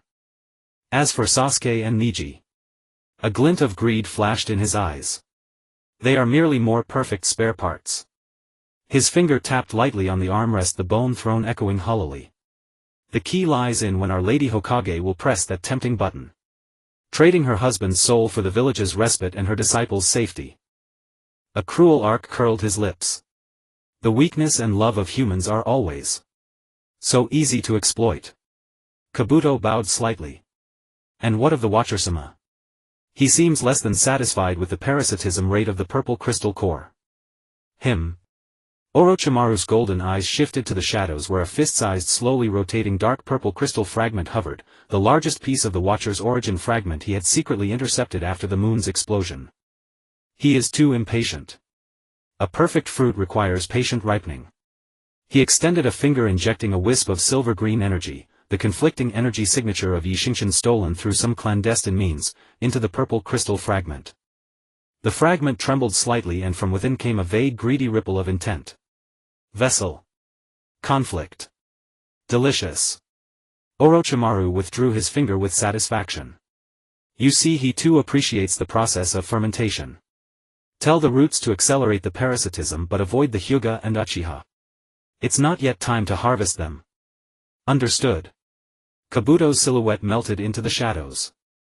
Orochimaru turned his gaze back to the screen, fixing it on Xingchen's pained yet resolute face. His pupils gleamed with the patience and fervor of a hunter struggles. Xingchen-kun. The more you suffer, the higher your value.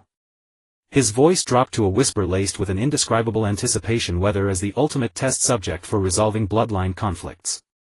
Or as the final key. To the mother Kaguya-sama. Xingchen suddenly clutched his chest as a sudden cold sticky sensation of being watched coiled around his soul like a venomous serpent. The already unstable energy within him instantly went berserk. Silver and green lights clashed violently, his skin cracked inch by inch and blood seeped from his mouth and nose. Xingchen. Jiraiya cried out in alarm, ignoring his own backlash as he forcibly activated the soul contract to share the violent impact. Amidst the chaos, Xingchen's unfocused gaze inadvertently swept across the mirror-like surface of the oil pool. In the reflection, the lush scenery of Mount Myaboku twisted and shifted, finally settling into a cold basement room filled with monitors. At the center of the screens was a pair of golden snake eyes brimming with greed and calculation. Orochimaru.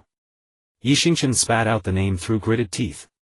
The intense pain and towering rage acted like fuel, igniting the already conflicting energies within him to their extreme. He could no longer suppress it. His hand slammed uncontrollably onto the edge of the oil pool.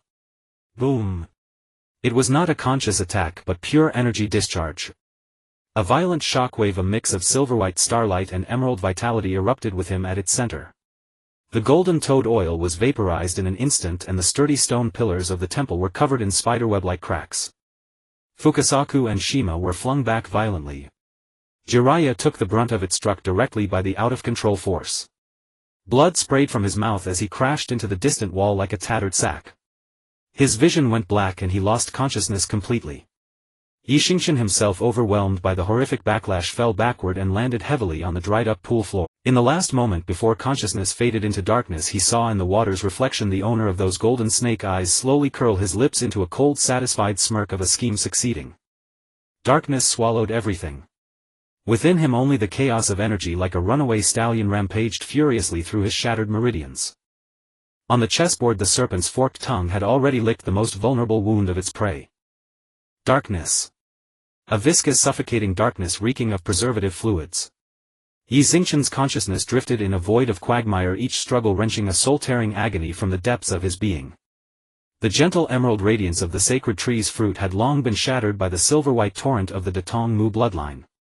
The two primal forces like rampaging beasts within his ravaged meridians tore and clashed in a frenzy. Warning: energy conflict rate 98. Body tissue breakdown critical. Soul link connection weakening. The system's alert sounded intermittent like a dying buzz. He forced his heavy eyelids open. His blurred vision was dominated by the harsh glare of surgical lights. Cold metal restraints bit deep into his wrists and ankles, and beneath him lay the unyielding frigid surface of a metal operating table. The air was thick with the pungent stench of blood, disinfectant, and something else, a suffocating aura of despair, the sediment left after countless lives had screamed in agony. This was deep beneath the Inran village. The blood nest of the great Snake King. Ah! You are finally awake, Xingchen-kun.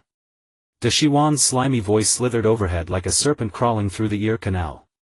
His pale face leaned in golden slit pupils flickering with morbid excitement under the surgical light. Welcome to the Hall of Evolution. Xingchen tried to move to gather chakra, but his body felt filled with lead. Every attempt to channel power brought searing pain, as if his organs were being ground, and beneath his skin the silver-green light clashed even more violently. The connection of the soul bond was as faint as a candle flicker in a storm, only barely sensing Zilaye's presence but unable to transmit any message. Don't waste your strength. De Shiwan's fingertip traced the cracked skin on Xingchen's arm, feeling the turbulent energy beneath. My meticulously concocted neural inhibitors mixed with silent spores that suppress natural energy resonance and void dust that disrupts Datong Mu energy frequencies. Specially prepared for you. He inhaled deeply with intoxicated relish. What a perfect conflict, what surging power. This pain is but the prelude to metamorphosis. He straightened up and made an elegant gesture toward a massive screen beside him. The screen lit up, split into several images. One showed Mui's temporary medical area, where Gang Shou, her face ashen, was staring at a communication scroll clearly forcibly transmitted by Zilaye with a grim expression. Spread before her was the scroll titled Spirit-Flesh Separation and Impure World Reincarnation Cooperative Application. Another image depicted the outskirts of Inran village, where Zilaye, drenched in blood with his sage mode patterns dim, was being fiercely besieged by a multitude of fearless Inran puppets and giant summoned serpents. Zhuoju's purple Susanoo was tightly entangled by three mountain-like serpent clones of the 10,000 snakes, the black flames burning but unable to break free instantly. Ningxis Byakugan flashed with frantic blue light around his eyes, but his movements were noticeably sluggish as he struggled to defend against a torrent of poison Sanban.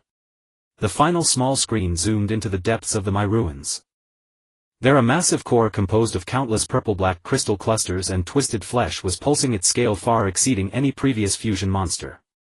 On the core's surface, agonized human faces emerged and faded. They were the completely devoured, parasitized hosts. Countless thicker purple crystal roots like living things spread from the core, plunging deep into the earth, greedily sucking the residual chakra of the fallen and the pervasive fear. The core of the root network vaguely pointed toward Xingchen's location. They were locating, anchoring. Look, Xingchen-kun. De Shiwan's voice carried cruel delight. Your teacher, your companions are burning themselves out for a faint hope. And your village is being gnawed from within by the root. As for Gang Shuhim. He pointed at the scroll. In the end she will understand how worthwhile it is to sacrifice one dead soul and one unstable factor in exchange for the village's survival and another stable vessel. Bo Feng Shui Men. Impure world reincarnation. Manipulating his body. A surge of icy fury mixed with the humiliation of desecration instantly overwhelmed the physical pain. Xingchen let out a beastly growl from his throat. The restraints groaned under the assault of his explosive power, the silver-green light under his skin like a volcano about to erupt. Anger. Excellent. De Shiwan, far from fearing, grew even more excited. Keep it. This emotion is the best catalyst for the conflict. He turned and walked toward a massive cylindrical container covered in complex tubes and runes. Inside, immersed in pale green liquid, was the largest fragment of the patroller's original purple crystal, which he had secretly intercepted. At that moment the fragment pulsed faintly in response to Xingchen's anger, emitting a greedy wave of consciousness. Kabuto. De Shiwan commanded, initiate the first phase of spirit-flesh separation. Extract the conflict-dispersed energy and inject it into the origin core purple crystal fragment. Yes, De Shiwan-sama. The voice of Yakushi Kabuto emerged from the shadows. A complex humming of instruments arose. Several gleaming metal probes like venomous fangs slowly rose from both sides of the operating table, precisely aimed at the key chakra nodes at Xingchen's temples, heart and spine. PFT. Pain, 100 times more intense than any previous conflict. The probes not only brought physical stinging but also seemed to stir brutally within his soul wounds. The violently clashing energy within his body was forcibly channeled and extracted by the probes, turning into two raging streams of silver and green energy guided by the instruments and forcibly poured into the purple crystal fragment in the cylindrical container. Buzz! The purple crystal fragment suddenly erupted with a blinding evil light. The liquid in the container boiled violently. The fragment swelled and squirmed at a visible rate, its surface sprouting countless tiny purple eyes. A wave of consciousness, colder, greedier and more malicious than before, swept through the entire laboratory like a tidal wave. Vessel. Conflict. Power. More. It was the patroller's will. Though only a fragment, its primal greed had been fully awakened by the top-level conflicting energy within Xingchen. Perfect. Absolutely perfect. Dashiwan watched with fervor the soaring energy readings on the instruments and the changes in the purple crystal fragment. Conflict is the bridge. Your pain is the nourishment for the god.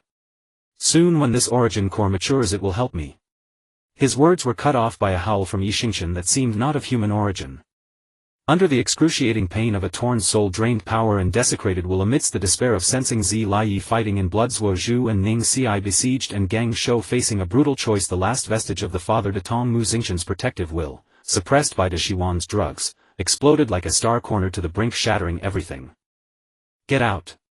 A roar ancient and majestic originating from the soul's core exploded within the laboratory, not through sound but directly as a mental shock wave. Boom! All the delicate instrument screens on the operating table burst into blinding sparks. The probes embedded in Xingchen's body were twisted and snapped by an invisible force. The restraints shattered into pieces. The cylindrical container shook violently, spiderweb cracks appearing on the reinforced glass wall. The purple evil light within flickered wildly, and the will of the patroller's fragment let out an angry, agonized shriek. Dashiwan was flung backwards by this sudden mental storm, crashing into the distant metal wall. A trickle of blood seeped from the corner of his mouth, and for the first time his golden slit pupils showed shock. And a trace of incredulous delight. This is the true power of the key. He gasped, staring at the figure slowly levitating above the operating table. Xingchen hovered in midair, his eyes a chaotic silver-white. The cracks on his skin no longer bled but instead flowed with molten silver-green light. The frenzied natural energy and the domineering power of de Tongmu formed a devastating energy storm around him. He was no longer a vessel but more like a forcibly detonated, uncontrollable energy core. Yet the price of this power was visible disintegration. His body became somewhat translucent in the radiance, and light particles began to scatter from the edges, a sign of the dissolution of his very existence. Ultimate alert. Soul overload. Existence dissolution rate 15. 20. The laboratory's heavy alloy door was blasted away by the violent energy shockwave. Through the swirling dust, three figures charged in, exuding overwhelming bloodlust and reckless determination. Leading was Zhi, battered and bloodstained, his white hair soaked in gore. His sage mode was pushed to the limit, with Shima and Fukasaku on his shoulders bleeding from their mouths, clearly having paid a tremendous price for an ultra-long-range reverse summoning. Right behind him was Zuo Zhu, protected by Susanoo. The purple armor was scarred with marks from serpent bites, his eternal Mangekyo burning with cold fury. Finally came Ning Xi, his face pale as paper, supported by Chu Tian. But his mutated Byakugan was locked firmly on the floating Xingchen and the sinister purple crystal fragment, the pale blue chakra ring rotating at an unprecedented brightness. Dashiwan. Zhi's roar was like a wounded lion's howl, filled with heart-wrenching agony and all-consuming rage. Give me back my disciple. Deep within the blood nest, the final battle erupted amid the out-of-control energy storm and the burning bonds of master and disciple. And at the storm's center, the levitating figure balanced on the razor's edge between existence and annihilation. The sound ninja underground lair groaned in agony. The violent energy storm raged with the suspended Xingchen at its core, silver-white starlight and emerald vitality interweaving into a vortex of destruction, tearing apart alloy walls and melting precision instruments. The air screamed, metal twisted, and the entire laboratory was like a furnace cast into hell.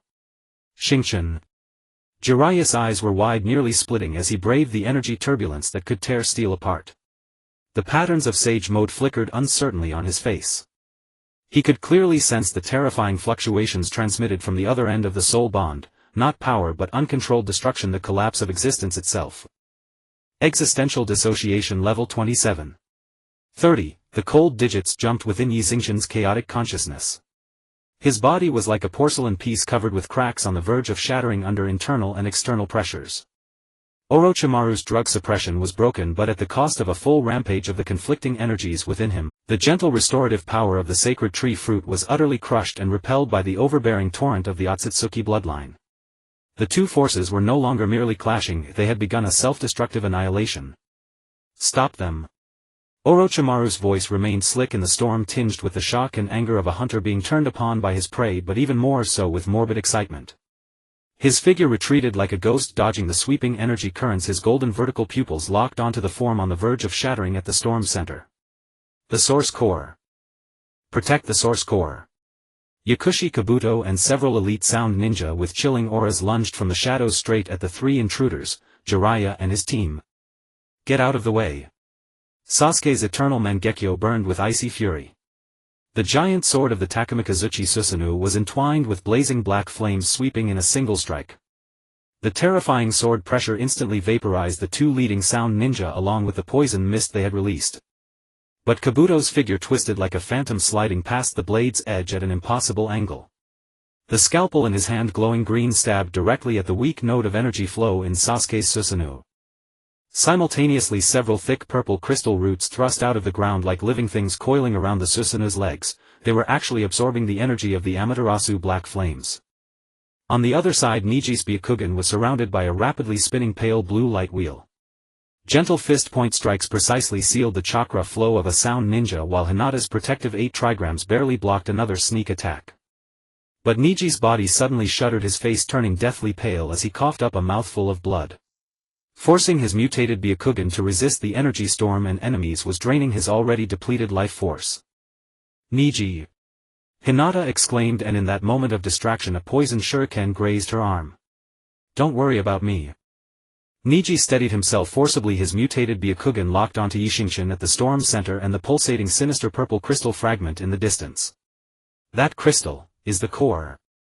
It is absorbing Xingchen's power and also fear and pain. His voice pierced the storm. Jiraiya's heart sank heavily. He saw it, the purple crystal fragment Orochimaru called the Source Core under the impact of Xingchen's out-of-control energy storm was not damaged, but instead greedily devoured the dissipated silver-green energy like a sponge absorbing water. Its volume swelled and the purple pupils appearing on its surface multiplied and brightened. A more powerful, more chilling malevolent will emanated from it. Pain, power, vessel, destruction. Orochimaru. You madman! Jiraiya roared, charging recklessly toward the storm center to approach Xingchen. You're feeding that thing with his life. This is the necessary price for evolution.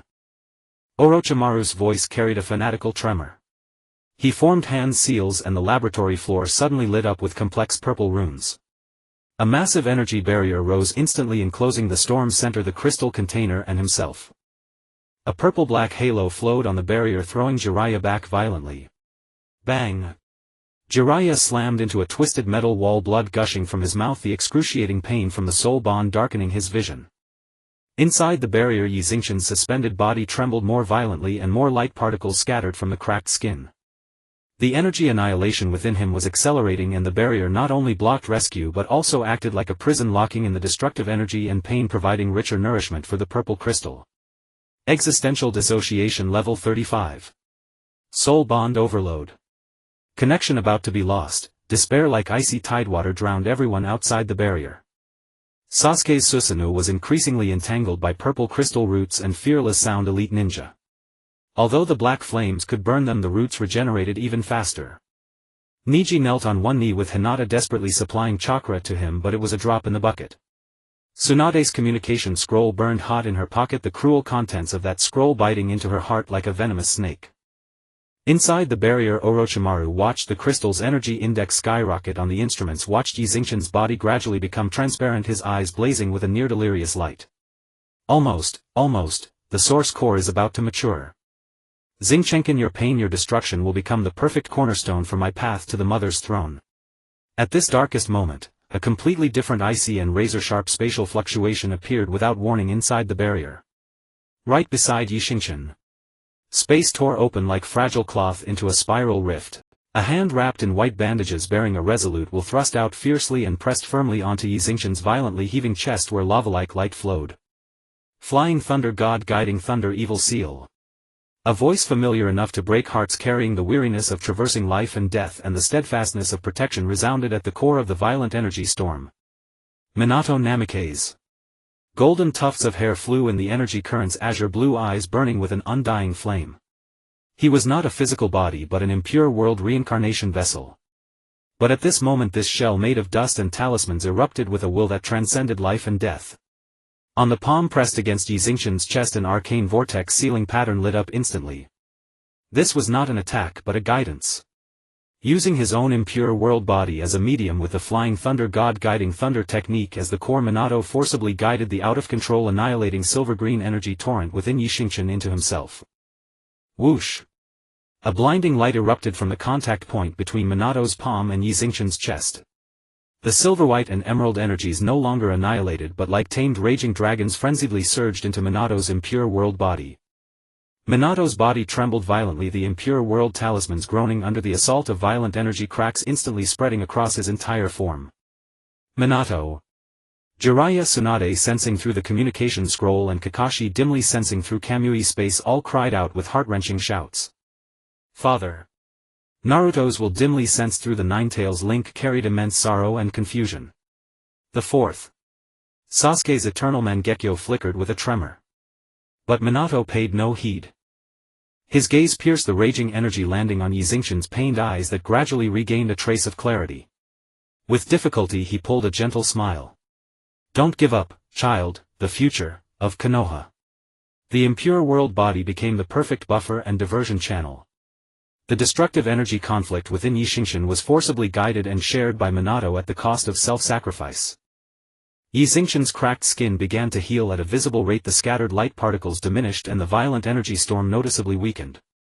Energy conflict rate dropped to 65. Existential dissociation paused. Warning, impure world vessel on verge of collapse. No. Outside the barrier Orochimaru roared with extreme shock and anger. For the first time panic at the complete loss of control appeared in his golden vertical pupils. The nourishment he had carefully cultivated for the source core was cut off. Stop him. Destroy that impure world body. Yakushi Kabuto and the remaining sound elite ninja lunged at the barrier like madmen. But Sasuke's Susanoo giant sword, Niji's desperate gentle fist chakra arrows and Jiraiya's final sage art Rasengan blocked them with the fury of raging torrents. Inside the barrier Xingchen's consciousness struggled to coalesce as the intense pain receded. He looked at the golden figure before him covered in cracks yet standing as firm as a mountain, felt the forcibly soothed and temporarily stabilized power within him and the father-like warmth and resolute protective will conveyed through Minato's body. An unprecedented force mixed with immense rage and the will to protect erupted from the depths of his soul. Orochimaru. It was no longer a roar of pain but a judgment of the utmost coldness. Xingchen's suspended body slowly straightened. His silver-white pupils were no longer chaotic but settled into a deep starry sky with threads of emerald life energy traces flowing within. He raised his hands, no longer trying to suppress or separate but to guide. In his left hand the silver-white power of the Akatsuki converged, cold overbearing with the pressure to crush stars. In his right hand the emerald natural energy of the sacred tree gathered, gentle vast containing the vitality to nurture all things. These two completely opposite forces which should have annihilated each other now formed a strange dynamic balance in his hands. Like yin and yang chasing and depending on each other. He looked at the purple-black barrier blocking everything, at Orochimaru's face twisted with shock and rage behind it, and at the pulsating purple crystal fragment that seemed anxious from losing energy nourishment. This strike. Xingchen's voice was terrifyingly calm yet carried a soul-freezing murderous intent, for the teacher, for the fourth Hokage, for all the lives you have trampled. He slowly brought his palms together in front of his chest. Silver-white and emerald, the two lights did not merge but twisted and spiraled like two roaring dragons. A terrifying energy never seen before, neither pure destruction nor pure creation but containing the dual artistic conception of order reconstruction and existence erasure, was conceived between his palms. Sasuke's eternal Mangekyo blazed to its utmost. He clearly saw the space around the spiral energy exhibiting a strange superposition state, forcibly combed yet ready to shatter at any moment. Dual Kamui. Sasuke murmured the pattern in his eternal Mangekyo, spinning wildly as if stirred and resonated by some primal force. The chakra within him boiled uncontrollably. The black flame giant sword of the Takamikazuchi Susanoo began to faintly wind with minute silver arcs. Impossible! Orochimaru shrieked, his hands forming seals frantically to reinforce the barrier and activate the purple crystal fragment for attack. But it was too late. Xingchen's joined palms as if pushing the weight of the entire world slowly thrust forward. Annihilation spiral. A spiral beam of light that could not be accurately described by any color shot forth silently. It had no earth-shaking explosion. Wherever it passed, space left a pure void trajectory as if erased by an eraser. The seemingly indestructible purple-black barrier vanished like a soap bubble in sunlight without even a ripple. The light beam continued unabated, instantly engulfing Orochimaru's horror-stricken figure, the pulsating sinister purple crystal fragment and the huge cylindrical container covered with runes behind it. Time seemed to freeze for an instant. The light dissipated. In its place remained only a spherical void dozens of meters in diameter with its edge smooth as a mirror. The inner wall of the void exhibited a pure chilling nothingness. Orochimaru, the purple crystal fragment, the container, all matter, energy and even space itself were utterly erased, returning to naught. Only Orochimaru's iconic sound ninja headband clattered onto the edge of the void, bearing a scorched-like trace from the forced erasure. The laboratory fell into dead silence. The energy storm had subsided. Only Xingchen's form suspended before the void panted lightly. Silver-green interwoven light slowly flowed on his surface, stabilizing. He glanced at the residual energy glow in his hand, then looked to the side. Minato Namikaze's impure world body, after fulfilling its mission, was already covered with cracks. He smiled at Xingchen, at Jiraiya, who was weeping outside the barrier, and at Tsunade, who was silently choking on the other end of the communication scroll. The smile was relieved and gentle, like sunlight breaking through the gloom. "Leave the rest to you." Dust flew and faded away with the wind. The impure world reincarnation was dispelled. Xingchen landed slowly, his steps a bit unsteady, but his eyes were more determined than ever. He looked at Sasuke, at Neji and Hinata struggling to stand, at Jiraiya walking unsteadily toward him. The eyes of master and disciples met in the air, no words needed. The relief of surviving a catastrophe, the grief from sacrifice and the heavy responsibility for the future, all were contained in that single glance.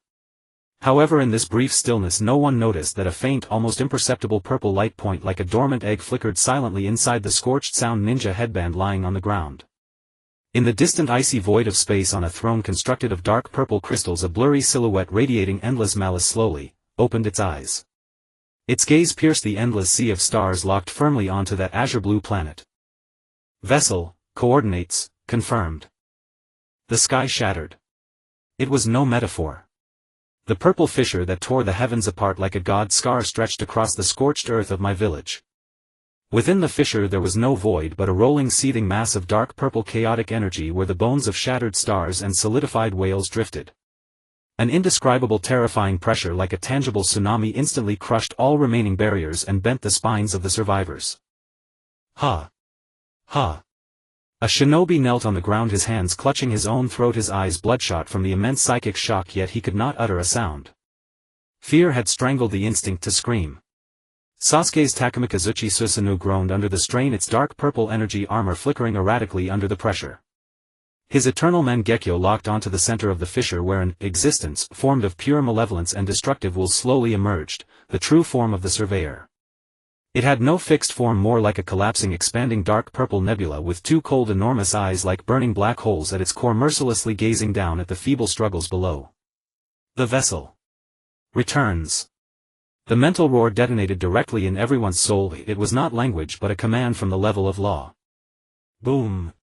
A pure condensed beam of dark purple light like a spear of judgment, ignoring all spatial distance, instantly pierced toward Xingchen, who had just been helped up by Neji and Hinata. Where the beam passed, air, dust, even light itself was utterly annihilated, leaving a silent vacuum trail. Too fast. Too absolute. Xingchen. Jiraiya's roar carried a desperate tremor. His body surged beyond its limits, the markings of sage mode burning madly beneath his skin. He had no time to form seals, his only thought was to use his body as a shield. But a figure moved faster than him. It was Sasuke. The colossal perfect Susanoo erupted with blinding purple lightning teleporting into the beam's path. The pattern in his eternal Mangekyo spun and recombined at an unprecedented speed, transforming within a thousandth of a second into concentric rings of deep, the Rinnegan.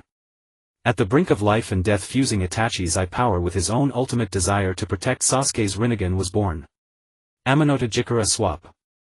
Sasuke's Rinnegan locked onto a massive rock at the end of the beam. Spatial laws were forcibly twisted. Just as the purple beam was about to consume Susanoo, the rock appeared in the beam's path while Susanoo took the rock's original position. PFF. The rock vanished without a trace of dust, as if erased by an eraser. PFF. Sasuke spat a mouthful of blood. Forcibly twisting space under the surveyor's attack, even with the Rinnegan, caused a terrible backlash. Susanoo instantly dimmed and nearly collapsed. Yet that terrifying annihilation beam was only delayed for a single moment. The core destructive will had locked onto Xingchen. The beam's trajectory after the spatial interference deviated only by an insignificant fraction, yet still hurtled toward its target with the aura of utter extinction. That slight deviation gave Jiraiya the final chance. Sage Art Gomen. Oil. Fire. Wind. Jiraiya, Fukasaku and Shima as one squeezed out the last trace of Sage Chakra. The sea of fire mixed with toad oil was not meant to attack the beam, but like a soft giant carpet it slammed into the beam's side, attempting to push it away with sheer impact. Yet the sage art flames, capable of boiling seas and scorching mountains, were like fragile soap bubbles before the dark purple beam instantly annihilated, and the impact was negligible. The beam was already at Xingchen's brow. The cold of death froze the soul. In that tenth-thousandth of a second. Within Xingchen, the power that had been silenced by the conflict between the divine tree fruit and the Akatsuki bloodline, and then temporarily stabilized by Minato Namikaze's sacrifice, erupted under the absolute stimulus of death, catalyzed by the all-consuming will to protect from Jiraiya through the soul bond. Neither silver nor green, but a gray like the dawn of chaos encompassing all things. A gray light, faint yet tenacious like the primordial cosmic membrane, instantly covered his entire body. Sizz. The beam capable of annihilating stars crashed against this layer of gray like a cicada's wing. No cataclysmic explosion, only a piercing screeching sound like billions of grinding wheels. The gray light fluctuated violently like a candle flame in a storm, instantly dimming to near extinction. Xingchen's body was struck like by a tenth-thousandth hammer, his bones groaning under the strain. He was blasted backward like a cannonball, crashing through several walls, blood spraying wildly. But he blocked it. He was not annihilated. Ultimate defense form activated. Cinder of creation remnant. Energy conflict rate 0. Fusion rate 1. Warning. Host near collapse. The system's alert carried an air of disbelief. In the face of doom, the conflicting energies at the cost of near death forcibly forged a nascent higher level power. Blocked. Fukasaku Sennin exclaimed in shock, a spark of hope igniting in his eyes for the first time. What power is that? Shima Sennin's voice trembled. The surveyor's two black hole-like eyes showed a distinct emotional fluctuation for the first time, not anger but an extreme incomprehensible greed. Like a hungry ghost seeing the most exquisite delicacy in the world. Cray. Tien. Breath. The fragmented mental roar carried unprecedented desire and madness. Must. Obtain. Rumble. The purple fissure suddenly expanded. More chaotic energy poured down like a waterfall, condensing into dozens of sky-covering dark purple energy tendrils. Each tendril was covered with spinning purple vortices that could tear space. Their goal was no longer destruction but capture. It wanted to capture Xingchen alive, to seize the cinder of creation. At the same time, an even stronger psychic pressure erupted. This time it was not fear but submission. Like a divine decree.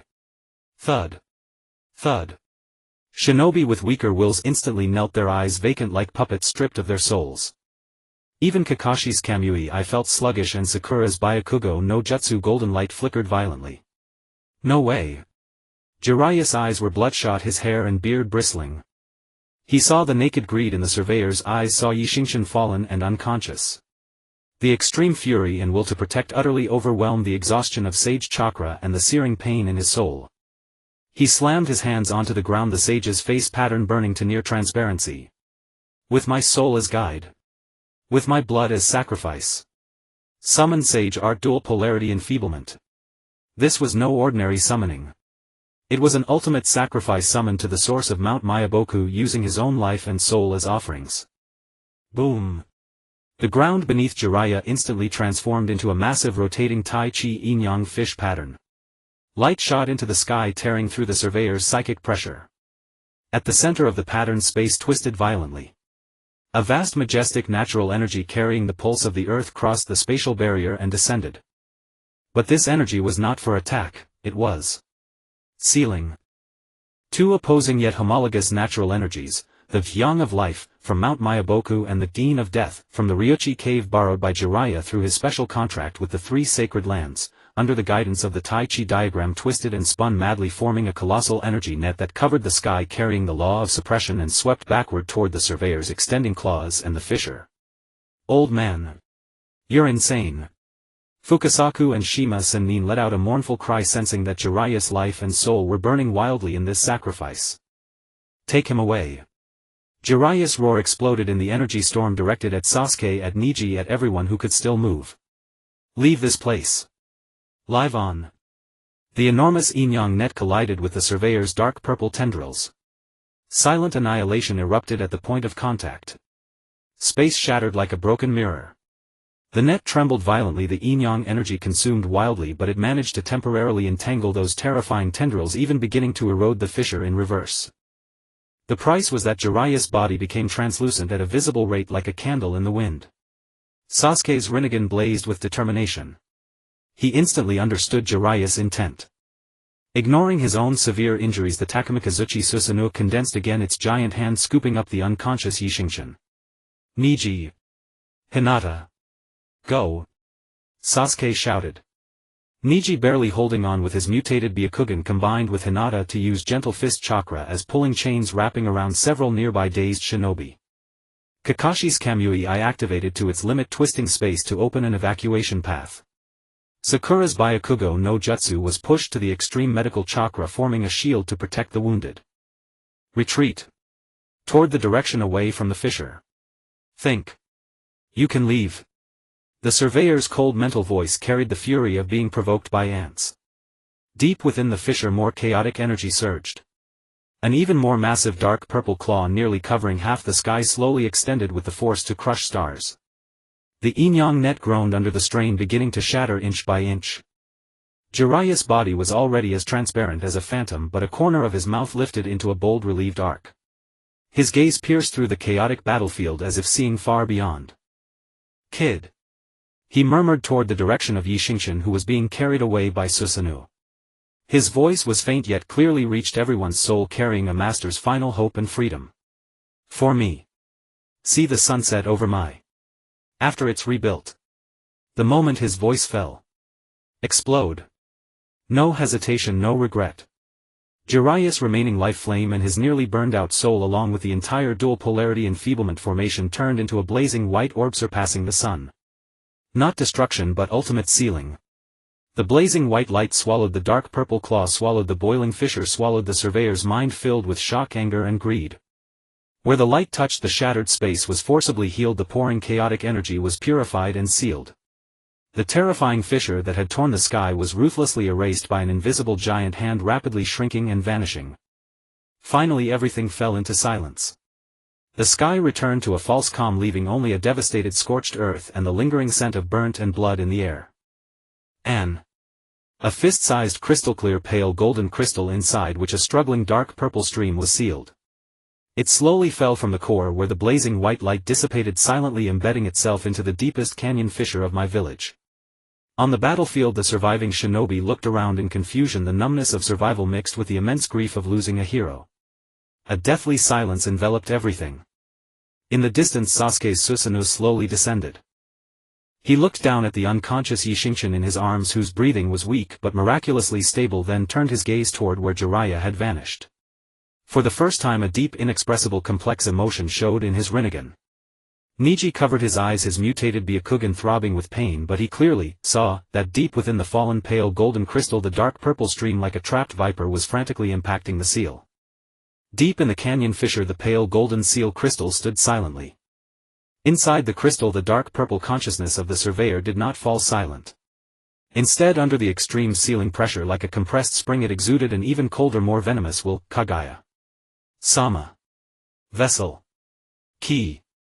Shall. Return. The morning mist of Miamu Mountain had never been so heavy. The golden toad oil pool was no longer warm, its surface littered with fine ash-like debris. By the pool Xingchen lay quietly, his breathing so faint it was nearly still. The grey light, that had saved his life under the examiner's beam, had long faded, and his skin took on a sickly translucence as if it would shatter at the slightest touch. Vital signs at critical threshold. Soul fluctuations dormant. Creation ember integration 1. 3. Continuously decreasing. The system's notification tone was faint and cold, proclaiming a cruel truth: the miraculous power that had burst forth in the ultimate crisis was dissipating along with the host's silence. The immortal Shinzwa sat withered by the pool, his once wise frog face now etched with exhaustion and sorrow. In his palm a verdant leaf that should have brimmed with abundant vitality, a leaf from the sacred tree of origin, of Miamu Mountain, was now covered with withered yellow spots, crumbling to ash at the lightest touch. The sacred tree is withering. Jima Immortal's voice was choked with tears. She looked up at the ancient forest behind the temple, shrouded in multicolored glow. The glow remained, but the life within it was draining away at an alarming speed. Lush leaves were yellowing and falling before one's eyes. To sustain the last shred of life in that child Xingchen, the origin of the sacred land, has been exhausted. A price to keep Xingchen breathing after the examiner's seal, Miamu Mountain had paid the cost of its foundation being shaken. The fate of the sacred land and the vessel became irrevocably bound after Zilai's sacrifice, sliding together into the abyss. Above the scorched earth of the numbness of grief had not yet faded, and new shadows were already breeding. Inside the hastily constructed Hokage tent, the atmosphere was as oppressive as solidified lead. Gangsho sat in the main seat, her face haggard, her golden hair stripped of its former luster. Spread open before her was still that scroll titled, Soul-Body Separation and Impure World Reincarnation Collaborative Application. Beside the scroll lay the burnt forehead protector of a sound ninja brought back from the Sound Village. Lugia's voice was low and hoarse, dark circles under his eyes indicating he hadn't slept for days. The remnants of Root are colluding. Using the fear of Xingchen's power, spreading rumors that he is a calamity star who brings disaster, demanding that he be controlled. Control. Gangsho's head shot up, her eyes bloodshot, a suppressed fury surging around her. Control with what? Tie him to an experimental table and slice him up like Dashyuan. Those rats hiding in the gutter. She smashed her fist on the table, the solid wood splitting with a crack. The tent fell into utter silence. Kakashi leaned in a corner, his face hidden under the mask, the one exposed eye dull and lifeless. Xiaoying bowed her head, her shoulders trembling slightly. Even the ever-calm Lugio remained silent, knowing that behind Gangsho's anger was a bottomless helplessness. Mai was too vulnerable. Its high-level combat power was nearly wiped out, the village reduced to ruins, and the survivors were filled with fear and uncertainty. And Xingchen, this youth who possessed the power to briefly rival a god, had himself become a greater source of calamity that could erupt at any moment. Fear more than any enemy could destroy the foundation of a collective. What's worse? Jinjian's voice carried an almost imperceptible tremor as she pointed to a detector on the table that flickered with a faint purple light. We've detected the crystal sealed by Zilia-sama.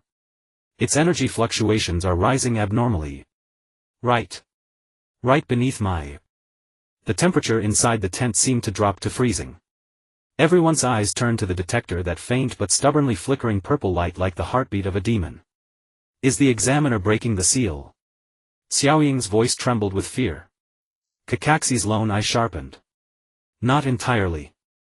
That purple light carries a chaotic, non-examiner life force. Just then the tent curtain was violently pulled open. A ninja from the ANBU stumbled in, his mask soaked with blood, voice hoarse, Hokage-sama. The Northern Reconstruction Camp. Riots. Those civilians and ninjas who were slightly infected by the purple crystal roots. They suddenly went mad. They're growing purple crystals.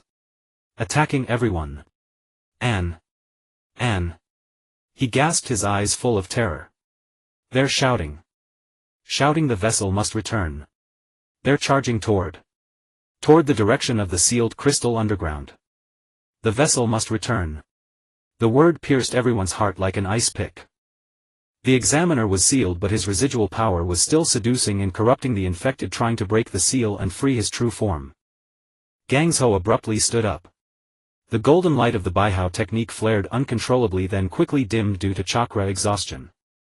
She looked at the burnt forehead protector on the table, the flickering purple light on the detector, the cruel scroll, and finally turned her gaze outside the tent to the ruins filled with fear and despair. As Hokage, she bore the survival of the entire village. As a disciple Zillai's student, she had to protect the hope Xingchen that Zillai had bought with his life. As a healer, she could not watch the innocent be twisted into monsters. And these three roles were now pushing her to the brink of a cruel cliff. The perpetual gloom that shrouded the Yuin village was now replaced by a deeper deathly stillness. Atop the high towers, Zhuozhu stood by a shattered window, his rinnegan coldly overlooking the ruins below like a vast graveyard. Rain soaked his black hair and slid down his cheeks, indistinguishable from anything else. Yu's intelligence pointed here. The truth behind the Uchiha clan's extermination and its intricate connections with the examiner. Xiaoying stood behind him, the faint glow of the Zhangxian technique enveloping Ningxi. Ningxi leaned against a cold stone pillar, his eyes tightly closed. His mutated Byakugan was tightly bound in white bandages, faint blue light seeping through, accompanied by his painful gasps. Forcibly peering into the examiner's seal and suppressing the rampage of his mutated ocular power had cost him dearly. Found it. A little. Ningxi's voice was faint, carrying the afterglow of a scorched soul. The Nanha Shrine. Underground. The real stone tablet. Hidden by stronger genjutsu. And spatial barriers. Pointing to the moon. A pair of purple rinnegan. Purple rinnegan. Zhuozhu's rinnegan contracted slightly. This was no coincidence. At that moment Ningxi's body trembled violently. The bandaged eyes burst into a blinding blue light piercing through the cloth. He curled up in pain, clutching his head with both hands. Ningxi. Xiaoying cried out, pouring medical chakra frantically. He's coming. Ningxi's voice twisted with extreme terror. Not the examiner. It's. Tap. Tap. Tap. Sharp footsteps echoed from afar in the empty deathly tower, carrying a bone-chilling composure. Zhuozhu spun around, his rinnegan instantly locking onto the shadows of the staircase. A figure slowly emerged from the darkness. A pale face, golden snake-like pupils, and that signature chilling smile curling at the lips. Yuan. But he looked different. Not the dusty semblance of impure world reincarnation, but a real flesh and blood body. Only his aura was more cold and profound, as if he had forged a deeper connection with some darker existence. His gaze swept over Zhuozhu on high alert, and Ningxi writhing in pain, finally settling on Zhuozhu's newly awakened rinnegan. In his snake eyes flickered an undisguised pure greed. What a nostalgic place, Zuazukan. Deshuan's voice was as slippery as ever, but with a strange magnetism. It seems you've obtained your key. He ignored Zhuozhu's murderous intent and the pressure of his rinnegan, as if admiring a perfect piece of art. The examiner has been sealed. Congratulations. Deshuan's tone carried no sincerity. However, you seem to be celebrating too early. He slowly raised his hand palm, holding a small crystal vial emitting a faint purple light. Inside the vial floated a drop of dark purple blood, writhing like a living thing, radiating endless cold and pressure. This is the last bit of scattered primal essence blood before he was sealed. Deshuan's snake eyes gleamed with a mad yet rational light. It contains part of his will, an endless yearning for Mother Hui. His gaze turned to Zhuozhu's rinnegan, then glanced at the suffering Ningxi, and finally looked meaningfully toward distant Mai. The seal is loosening, the essence blood is stirring, and the key bearing the creation ember has fallen silent. Deshuan's voice was like a viper's whisper, full of temptation and traps. What do you think the goddess of the moon, sealed deep within the moon, will do when she senses all this? As if to confirm his words, boom. The entire Yuin village, no, the entire land of the ninja world, shook violently without warning. Not a tremor of an earthquake, but a dull, furious pulse, as if from the planet's core. Zhuozhu's rinnegan shot toward the sky. Ningxi's bandaged eyes also flared with piercing blue light. There in the shadow of the bright full moon, hanging high, a crimson point of light blazed forth like a beast sleeping for eons, opening an eye full of destructive desire. A cold more ancient vaster purer malice than the examiner swept across the entire planet like an invisible tide. Hui. Awakened. Yuan watched the drastic change in Zuozhu and Ningxi's expressions, licked his lips in satisfaction as if savoring his carefully laid chess game reaching its climax. The game has only just begun. He smiled, his figure slowly merging into the twisted shadows behind him. And this time the chess players are more than one. Outside the tower in the cold rain, the scarlet moon eye coldly overlooked the devastated world. The deathly silence of Miaomu Mountain was replaced by a deeper decay. The last withered leaf of the origin tree fell, landing at the edge of the dried oil pool, shattering into powder. The colorful rays enveloping the holy temple extinguished completely, leaving only a dim and grayish light of the sky. Immortal Shinzu lay by the oil pool, his claw pressing against the cold forehead of Xingchen, feeling the feeble spark of life that was almost at a standstill, and in his murky frog eyes was an inescapable despair. The Holy Land is finished. The voice of Immortal Jima was hollow. Natural energy is depleting. Even the foundation that sustains our existence is collapsing. The starry boy. It did not continue. Xingchen lay at the bottom of the pool, his skin becoming increasingly transparent as if he would disperse into the wind at any moment. The strand of creation ember's gray light that had once saved his life under the Watcher's beam had long since faded away, and the system's intermittent alarms had also fallen into complete silence. Life signs disappearing. The cold mechanical voice told the final death knell for this body. Immortal Shenzi's withered claws trembled as he attempted to transmit a shred of natural energy, only to find that even the chakra within his own body was rapidly depleting. The symbiosis between the Holy Land and the vessel had now turned into a requiem of mutual destruction. Despair like a cold tide engulfed the last shred of hope. Just as Immortal Shenzi was about to give up, preparing to accept the fate of the Holy Land and the Guardian ending together, a faint, nearly imperceptible silver glow suddenly lit up at the heart of Xingchen's silence. It was not light shining from beneath the skin, but rather from a deeper place. From the abyss of the soul. Immortal Shenzi suddenly looked up, his withered frog face displaying an unprecedented disbelief.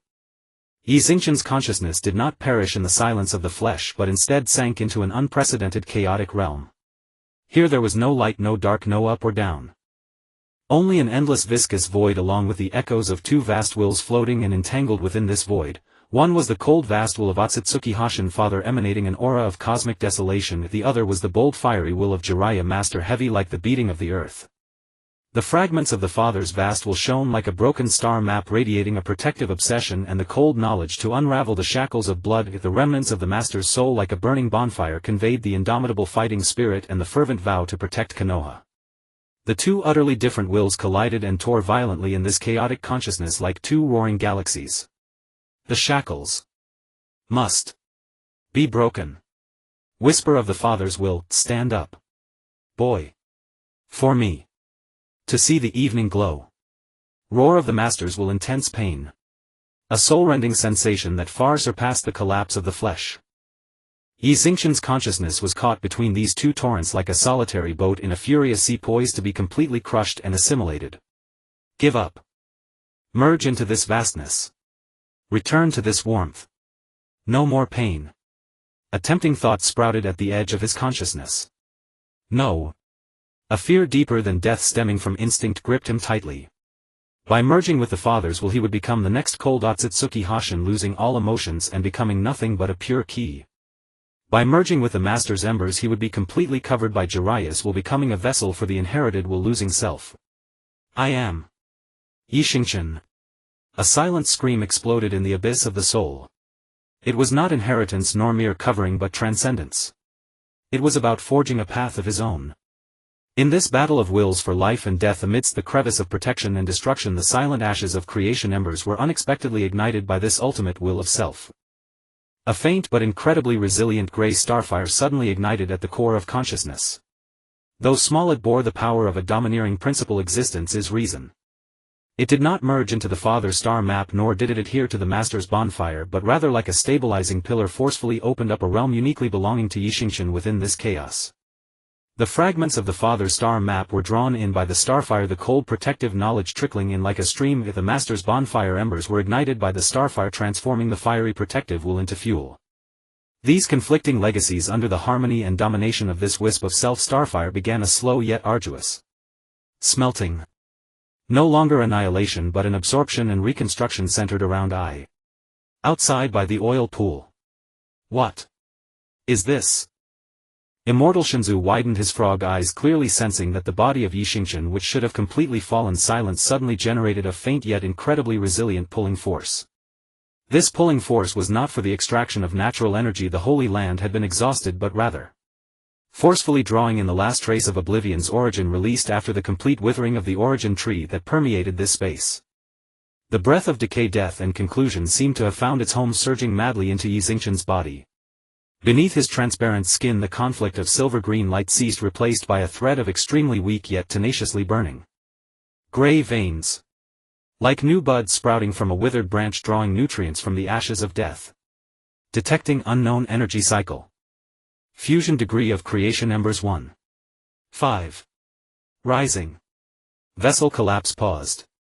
The system's faint voice rang out again, filled with unprecedented astonishment. Underground of Konoha, the crack of the ceiling crystal canyon. Like the gate of hell opening. Hundreds of thousands of infected gathered here, no longer human but completely twisted monsters. The purple-black crystal clusters pierced the skin, covering most of the body, forming a grotesque exoskeleton. In their murky eyes was only a mad desire for the purple light of the ceiling crystal, letting out inhuman howls. Vessel. Return. They surged like a tide, crashing against the fragile defense line built by Konoha's ninjas with remnants of walls and residual chakra. Ordinary ninjutsu had little effect on the crystal clusters, while physical attacks faced the terrifying risk of infection. The defense line retreated step by step under the twisted limbs and spraying purple corrosive slime. Hold the line. We cannot let them approach the seal. A jonin shouted angrily, using Earth-style wall to block the spraying slime, but was knocked away by an infected person charging from the side, the crystal clusters instantly piercing his shoulder and purple-black patterns rapidly spreading. Despair was spreading. Lord Hokage. The purification serum is ineffective against fully crystallized targets. Shizen's voice was tinged with a sob, the needle of the syringe in her hand breaking upon colliding with an infected person's crystal cluster. Tsunade stood at the forefront of the defense, the golden light of the Baika no Jutsu dimmed like a candle flickering in the wind. She gazed at those twisted monsters, once villagers and comrades, looked at the increasingly urgent and bright purple light of the ceiling crystal on the detector, and then looked down at the remaining vial of dangerous silver-green serum in her hand. This was her forced concoction of the fusion suppression serum prototype based on Orochimaru's scroll theory, combined with Xingchen's conflict energy sample, theoretically capable of forcibly neutralizing conflict energy but could also directly cause detonation or unknown mutations. It had never been tested on a human.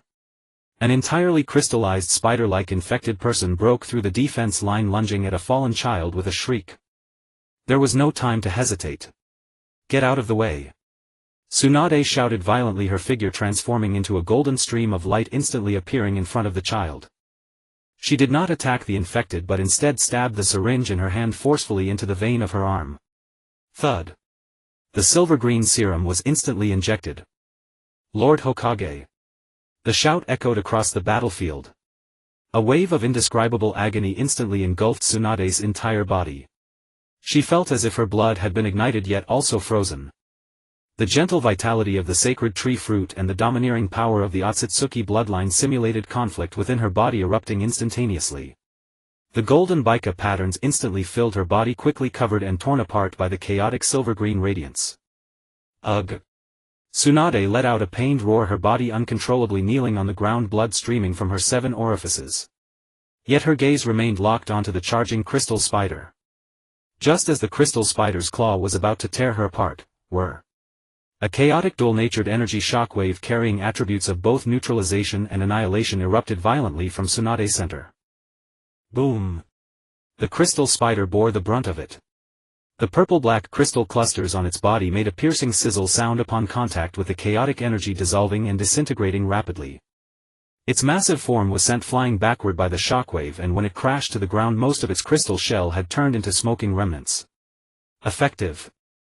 But the cost was. Tsunade spat out a mouthful of fresh blood mixed with silver-green specks of light. She felt as if her body were about to split apart, her soul trembling. The storm of conflict energy forcibly created by the serum was rampaging within her body, the regenerative speed of Baika no Jutsu far from keeping up with the destruction. She had used herself as bait to create a one-time human purification bomb. Lord Hokage. Kakashi activated his Kamui warping space to drag Tsunade back to a relatively safe area. Sakura's healing jutsu poured in blue light desperately into her body but could only barely keep her alive. Looking at the temporarily cleared front yet more infected surging in and at Tsunade's face pale like gold paper, a deeper despair engulfed the remaining Konoha ninjas. Just as the defense line was about to completely collapse, rumble. A dull heart-stopping roar emanated from deep within the canyon. Like a giant beast awakening in a cage, it violently struck against its prison. The light golden ceiling crystal deeply embedded in the rock strata suddenly erupted with an unprecedented ominous glow from the struggling dark purple stream within. A fine crack thin as a hair silently spread across the surface of the crystal. Kaguya has arrived. Vessel. Guide. The alluring wave of thought swept across the battlefield like a plague. All infected, as if injected with a stimulant, became even more frenzied. And some mildly infected who were still resisting instantly fell into a daze, the purple-black crystal clusters accelerating their emergence from their bodies. The seal was loosening. Under the dual effects of the lingering will of the Watcher and the pressure of Kaguya's awakening. Meanwhile, far away in the Rain Village Tower, Sasuke and Neji also felt this terrifying pulse from the other side of the planet. Rain Village Tower, a foul wind suddenly arose. You seek death. Sasuke's Rinnegan erupted with a cold killing intent. The giant sword of the Susanoo entwined with the Amaterasu black flames tore through the rain curtain, slashing towards Orochimaru with the force to sever space. He would not allow this madman to use the Watcher's blood to incite a bloody storm again. However, Orochimaru's figure twisted like a ghost, scattering into countless purple snakes at the moment the Susanoo's giant sword struck and then reformed not far away. The crystal bottle containing the dark purple blood in his hand remained motionless, the smirk at the corner of his mouth laced with mockery. Impatience is not a good habit, Sasuke-kun.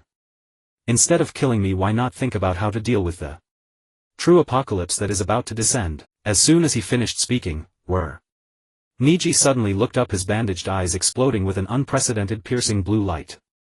The bandages turned to ash in an instant. He painfully covered his eyes, and what flowed through his fingers was a light blue liquid, energy like blood. My eyes. My eyes. Neji let out a heartbreaking scream, his body spasming violently. His mutated Byakugan was undergoing unimaginable transformation under the dual stimuli of the loosening seal and Kaguya's pressure. Deep within the eyeball the light blue halo spun and reformed wildly, faintly threatening to form a miniature incomplete reincarnation eye. But the pain brought by this process was almost tearing apart his soul. Neji. Sakura rushed over desperately, her healing jutsu's blue light pouring out madly, but it was like a cow sinking into the sea. Sasuke's Rinnegan narrowed sharply, and he clearly saw that deep within Neji's mutated eyeball, along with the pain, there was a trace of a cold coordinate guide forcefully imprinted.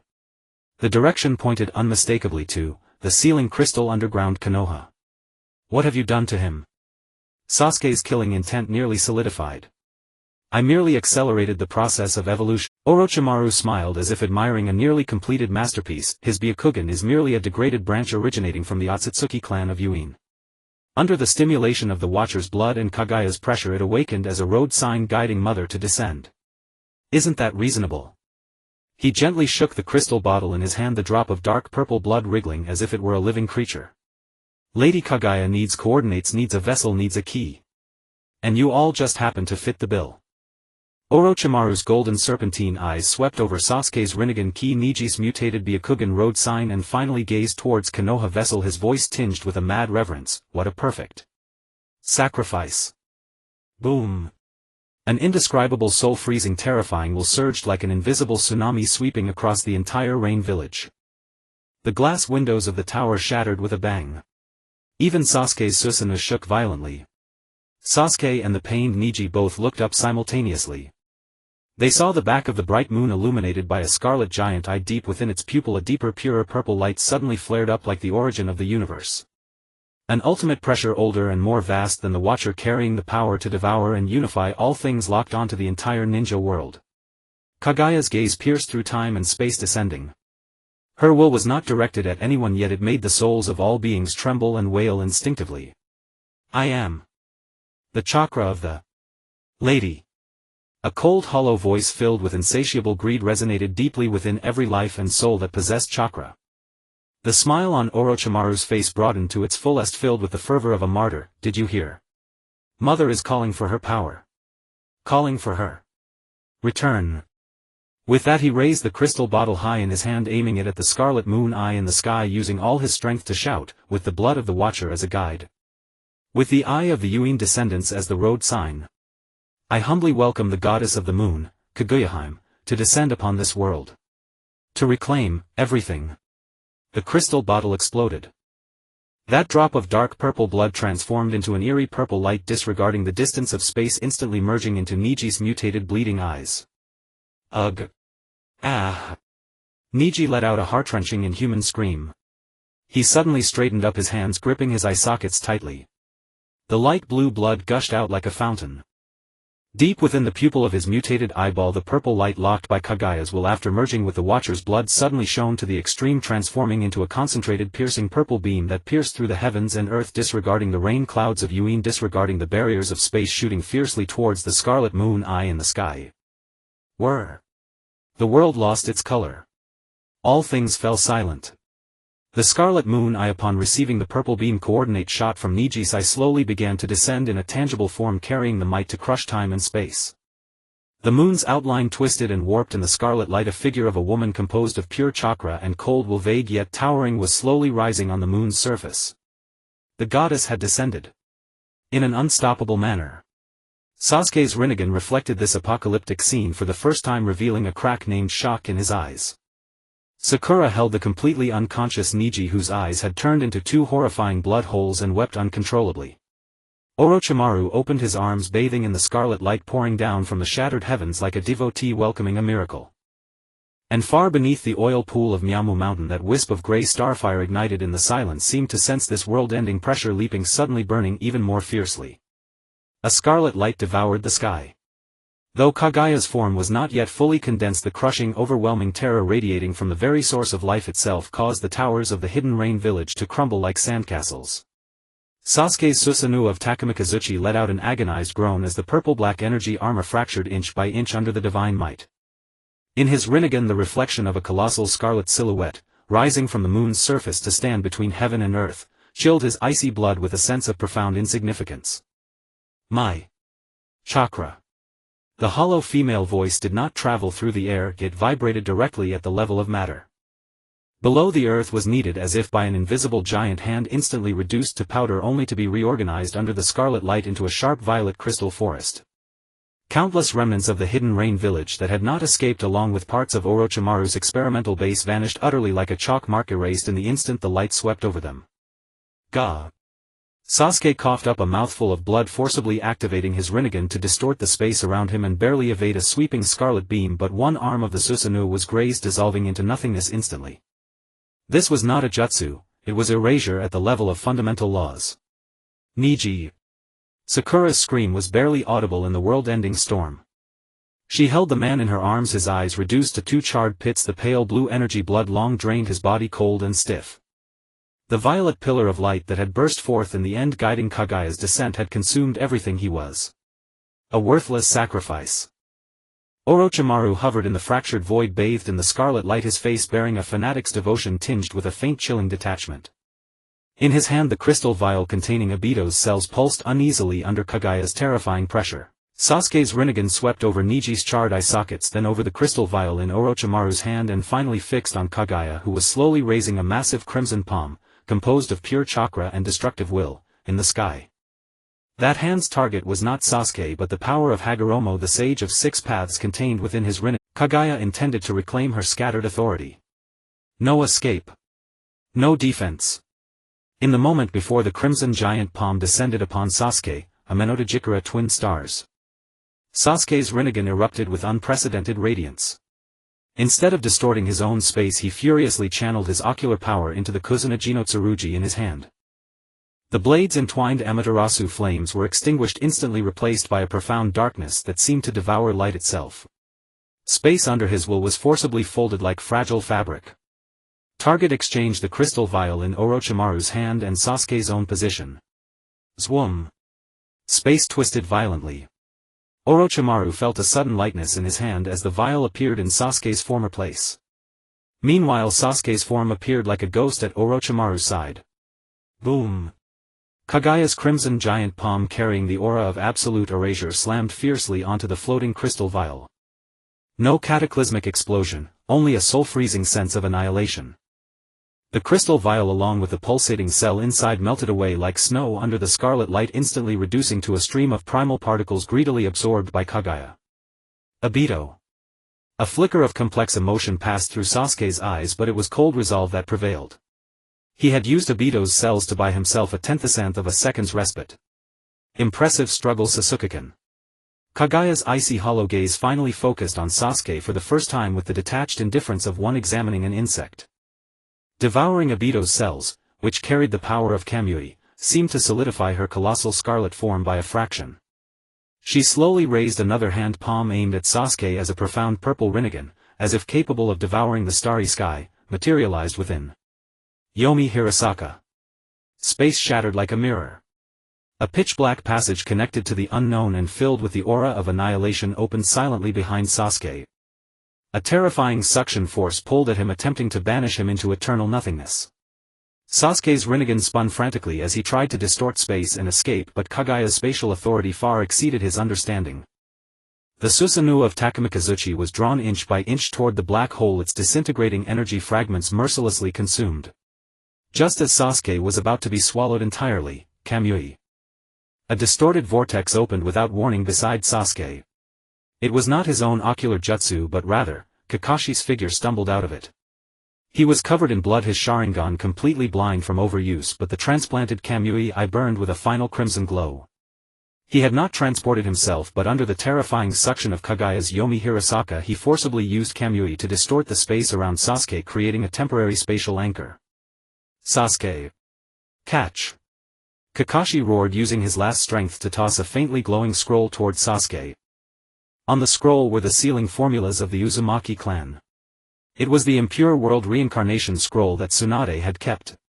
Sasuke's Rinnegan locked onto the scroll instantly. He understood Kakashi's intent. To use Kamui as an anchor to forcibly resist the pull of Yomi Hirasaka, buying him a sliver of opportunity.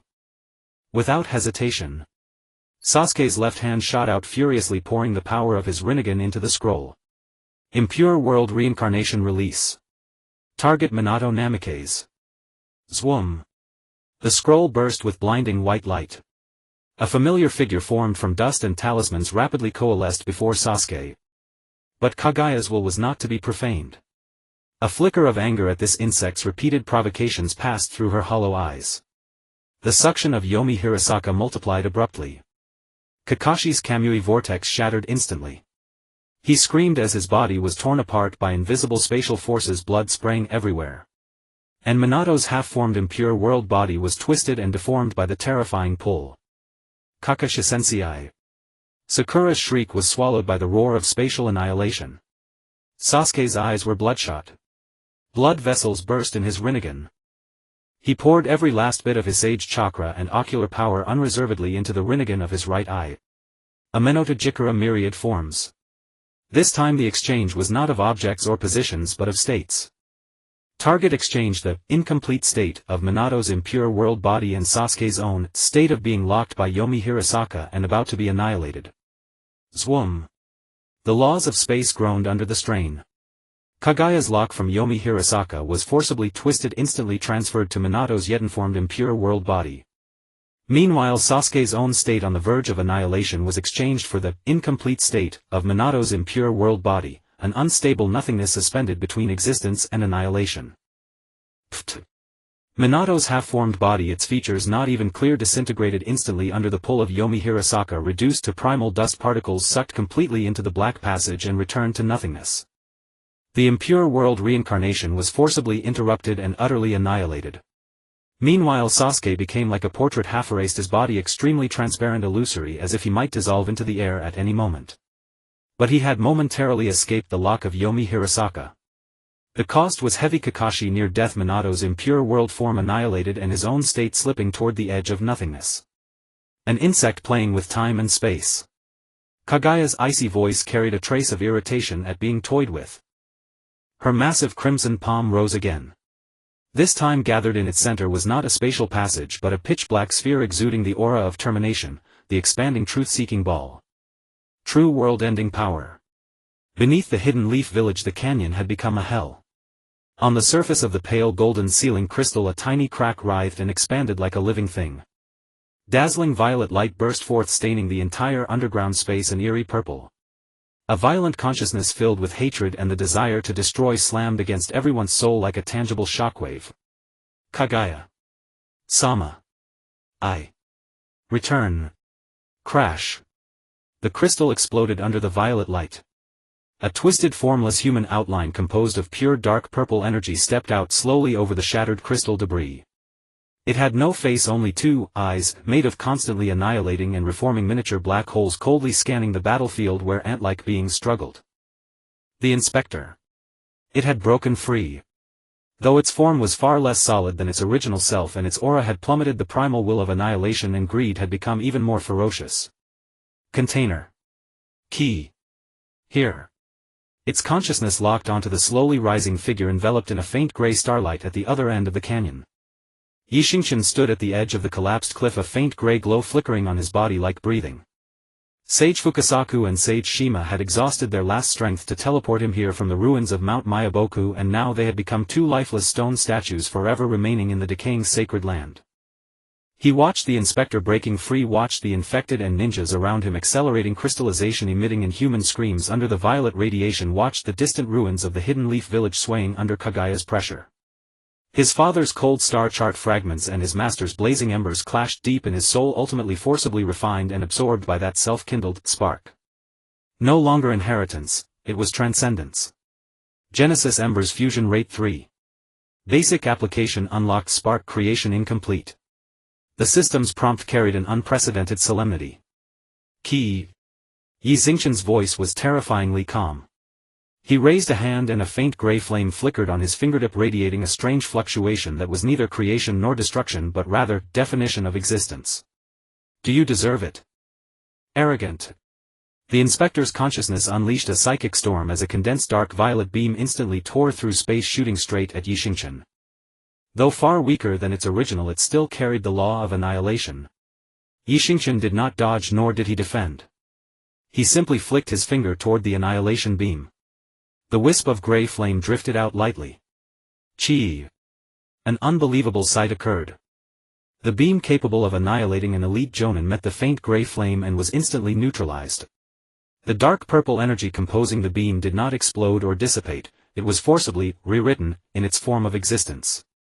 From pure destructive energy it was twisted, transformed and reorganized into a strange plant, rooted in the void, made entirely of purple crystal topped with a blooming small gray flower. Spark creation. Using the ember flame to forcibly define existence. Though the plant was immediately destroyed by the subsequent energy, that momentary rewriting sufficed to shock everyone. What kind of power is that? Tsunade, who was struggling against the erosion of crystallization in the distance, saw the golden light of the 100 Healings technique fluctuate violently at the appearance of the gray flame. The clashing energies she had forcibly suppressed showed a hint of being pacified. The inspector's black hole-like eyes rippled violently for the first time, not with greed but with a primal extreme wariness and rage. Genesis Embers. Impossible. How could such forbidden might be born in this world? Its consciousness was filled with incredulous fury. The appearance of the gray flame seemed to touch upon a forbidden domain that surpassed its understanding. In response, a gray flame, now a shade brighter, danced again on Xingchen's fingertip, and in his eyes, cold and resolute, were now merged the star chart and the bonfire. This is my world. Xingchen took a step forward. Under the radiation of the gray flame the scorched earth stubbornly sprouted a few emerald shoots. Get out. Above the ruins of the hidden rain village shrouded in scarlet, the black sphere of the expanding truth-seeking ball rotated slowly in Kaguya's palm, radiating the deathly stillness of all endings. Sasuke's body wrestled on the edge of nothingness in an incomplete state, almost transparent. Sakura held Niji's cold body, staring at the world-ending black sphere in the sky, at the dying Kakashi and the vaporizing Sasuke. Despair drowned her like icy water. Orochimaru floated in the fractured void, but his golden snake eyes were not fixed on the imminent world-ending strike. Instead they were locked onto the direction of the hidden leaf village below, where a faint yet tenacious gray light pierced the scarlet firmament like the morning star falling into his sight. Embers. Creation.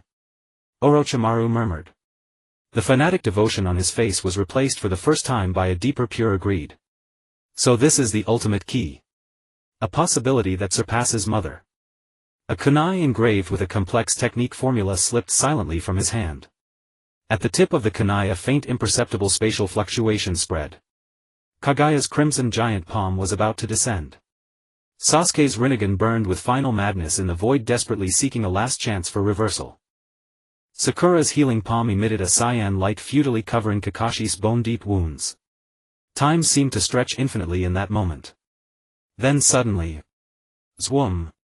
A fluctuation, neither from Kagaya nor from the inspector but far more ancient, far more obscure, as if from the dawn of the universe itself, swept across the entire planet without warning. The scarlet of the sky, the violet of the earth, the grey flame on Yi Xingchen's fingertip, Sasuke's ethereal body, the truth-seeking ball in Kagaya's palm. Everything in the instant that fluctuation passed experienced an extremely brief pause. As if the pause button had been pressed. Then an idea, indescribable in any language, resonating directly in the souls of all high-level existences, cold and devoid of any emotion like the pronouncement of cosmic law, descended with a crash, detection of primal disturbance. Genesis embers. High-dimensional arrival. Exceeding tolerance threshold of this sector. Initiating. Stellar verdict protocol. Coordinates locked. Executor. Deploying. Crack. Above Kagaya's head in the void beside Sasuke on the scorched earth before Xingchen. Space shattered like broken glass, instantly splitting open 3 deep portals of different shapes, each radiating different auras. Within one portal countless floating star battleships of cold metal flowing with data streams, within another an endless abyss churning with chaotic energies, with massive shadow creatures sinking and rising, and within the last portal a pure ever-birthing and decaying ocean of geometric light. 3 unfathomable gazes, each radiating a terror far surpassing that of Kagaya and the inspector, pierced through the portals, locking onto this suddenly, overly lively, starfield. Kagaya's descending hand froze in midair, a flicker of astonishment appearing in her hollow eyes for the first time. The dying Kakashi, his consciousness fading, seemed to glimpse a golden flash. In Sasuke's near-vaporized Rinnegan the ever-birthing and decaying ocean of geometric light was reflected, and deep in his pupils new ripples seemed to struggle to form. The grey flame on Yi Xingchen's fingertip leaped violently, and deep in his soul the dormant system suddenly burst into an unprecedented sharp alarm tinged with both fear and excitement. Orochimaru stared at the 3 portals, especially the geometric ocean of light. His golden snake pupils contracted to needles, a twisted smile of ultimate fear and ultimate greed spreading across his face. Ha! He. The inspector's distorted dark purple form laughed wildly underground, its consciousness overflowing with spiteful malice and madness. Container. Key. An. The overreaching mother. Welcome to the real. Hunting ground. Scarlet dark purple embers and 3 unknown terrifying auras. The final chapter of the shinobi world. In the moment it stepped into the stellar crossroads, slid into an abyss none could foresee. A frigid sea of geometric light surged silently. Sasuke hovered within this surreal expanse, pure, unceasingly born and perishing rhomboid light fragments, his body nearly translucent yet his consciousness razor-sharp amid utter void. Here gravity ceased to exist, time's passage held no tangible weight, only a chilling crystalline order that froze thought itself. His Rinnegan reflected the trajectories of those luminous fragments, seemingly random flickers, yet each encoded a cold absolute law transcending all known ninjutsu. Logical sequence corrupted. Target energy signature ember of creation contamination. Initiating purification protocol. A voiceless, emotionless intent flooded Sasuke's mind, not speech but a torrent of raw information. Countless frigid geometric light fragments converged, instantly coalescing into a torrent of blinding white light, a force of pure annihilation, rushing toward him in absolute silence. This light was no mere energy assault, it was an erasure of existence designed to format every anomaly incompatible with this realm's immutable laws. Sasuke's Rinnegan spun wildly, the instinctive spatial displacement of a Menotejikara flared, but space here had hardened like fossilized amber. His ocular power struck an invisible wall, stirring only the faintest ripple across the surrounding light fragments. The torrent of white light struck. Icy death enveloped him whole. In that infinitesimal sliver of absolute peril, less than a heartbeat, the nascent geometric waveform painstakingly forged within his Rinnegan by observing the lightsea's patterns blazed to life. A fragile yet unyielding will, fueled by devotion to Itachi duty to Konoha and an ironclad insistence upon his own existence, seized that fledgling power and forced it awake. Shinigami no Mi probability deviation. A low hum resonated, not an explosion but a subtle profound dislocation. At the very instant the annihilating torrent threatened to erase Sasuke, its core logic, the bedrock of its certainty, was gently imperceptibly deflected by an unseen hand. The trajectory of absolute certainty fractured, by a deviation so minute it bordered on insignificance. A sharp hiss, white light grazed the edge of Sasuke's translucent form. Only the tattered remnants of his chakra-stained cloak vanished into nothingness. Searing agony lanced through his soul, but his core consciousness endured against all odds. The light sea seemed to pause, its glacial intent flickering for the first time with something akin to doubt. Anomalous probability detected in target. Recalculating logical sequence. Seizing this unseen eternity reprieve, Sasuke's Rinnegan locked onto a pulsing core fragment deep within the light sea, the heart of its ceaseless birth and death. It was not a weakness, it was one of the foundational logical units composing this entire space. With agonizing effort he channeled the nascent strength of his Shinigami no Mi, injecting his very concept of existence, like a virus, into the probabilistic framework of that foundational unit. This was no attack. It was parasitism anchoring his fragile probability of being onto the bedrock of their operational logic. The light sea's undulation faltered as the frigid intent plunged into deeper recursive computation. Sasuke's form remained suspended at the precipice of dissolution, but his eyes burned with a cold unbreakable flame. He had found his way to survive within this sea of death, not as a god but as an ant rewriting divine logic. Above the scorched earth of Konoha a grey tempest raged beyond control. Xingchen knelt on one knee, the grey flame trembling violently at his fingertips, like a candle guttering in gale winds. Around him the reality forcibly rewritten by stellar spark genesis shrank rapidly, crystal plants struggling from the ash withered instantly into dust, a patch of terrain temporarily purified by grey flame recoiled beneath creeping violet-black corruption. Warning. Stellar spark genesis overload. Ember of creation fusion level 3. 1. Energy cycle collapse imminent. The system's alarm shrieked, warped with static. To forcibly rewrite reality, especially against a law-level assault unleashed by a warden, consumed far more than imaginable. Each use of stellar spark genesis detonated like a bomb deep within his soul. That self-ignited stellar spark burned fiercely, devouring his remaining life essence and spiritual vitality at a terrifying pace. More terrifying still was the pressure from the sky. Beneath the crimson firmament the portal formed by the icy armada emitted countless scanning beams, cold precise probes locking unerringly onto Xingchen and the grey flame at his fingertips. An invisible crushing weight, composed of billions of data streams, bore down, striving to analyze, define and ultimately format this anomalous variable, ember of creation, which defied all their databases. Logical definition failed. Energy model irreconcilable. Designation high-dimensional contaminant. Executing purge protocol. From within the Armada's portal a colossal weapon emerged, its muzzle a honeycomb of countless microscopic apertures, locking onto Xingchen. No gathering light heralded its charge, only an aura of absolute negation spread, freezing the soul itself. Elsewhere the warden's amethyst shadow hovered above shattered crystal debris, its black hole eyes fixed on Xingchen, intent thick with wariness and venom yet refraining from further action. It waited, for the Starsky arbiters to strike first and exhaust this accursed vessel, or for him to collapse inward consumed by his own fire. Xingchen. Stop. Tsunade strained forward, but the clashing energies she'd suppressed erupted anew under the dual pressure of grey flame and armada, silver-green light tearing through her skin, forcing her to her knees in agony. Xingchen lifted his head, a trickle of grey stardust-like blood spilled from the corner of his mouth. He gazed at the honeycomb cannon trained upon him, at his comrades slowly crystallizing under violet radiation, at the crimson moon hanging in the sky. His master's bold laughter and his father's cold star charts collided violently in his soul, then were fused, seared and transmuted by the burning stellar spark into a calm that surpassed despair. System. He commanded inwardly, addressing the failing mechanical voice, deactivate all safety protocols. Open core database. Interface with stellar spark. Command confirmed. Highest authority unlocked. Warning. This operation will irrevocably bind system logic core with ember of creation. Catastrophic existential instability imminent. Confirm execution. For the first time the system's voice carried a tremor. Was it fear? Confirmed, Xingchen replied, voice serene and unshaken. The flickering grey flame at his fingertip flared, dense incandescent.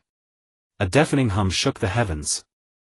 No longer mere energetic rupture, this was a deeper, more fundamental fusion and reconstruction, soul and machine logic violently merging. The system's glacial data streams surged like a breached dam, flooding the stellar spark, desperate to parse, define and command this incomprehensible force. Yet the stellar spark acted as the most ruthless virus, corroding, incinerating and rewriting the system's core logic. Xingchen's eyes flooded with pure, blinding gray-white light.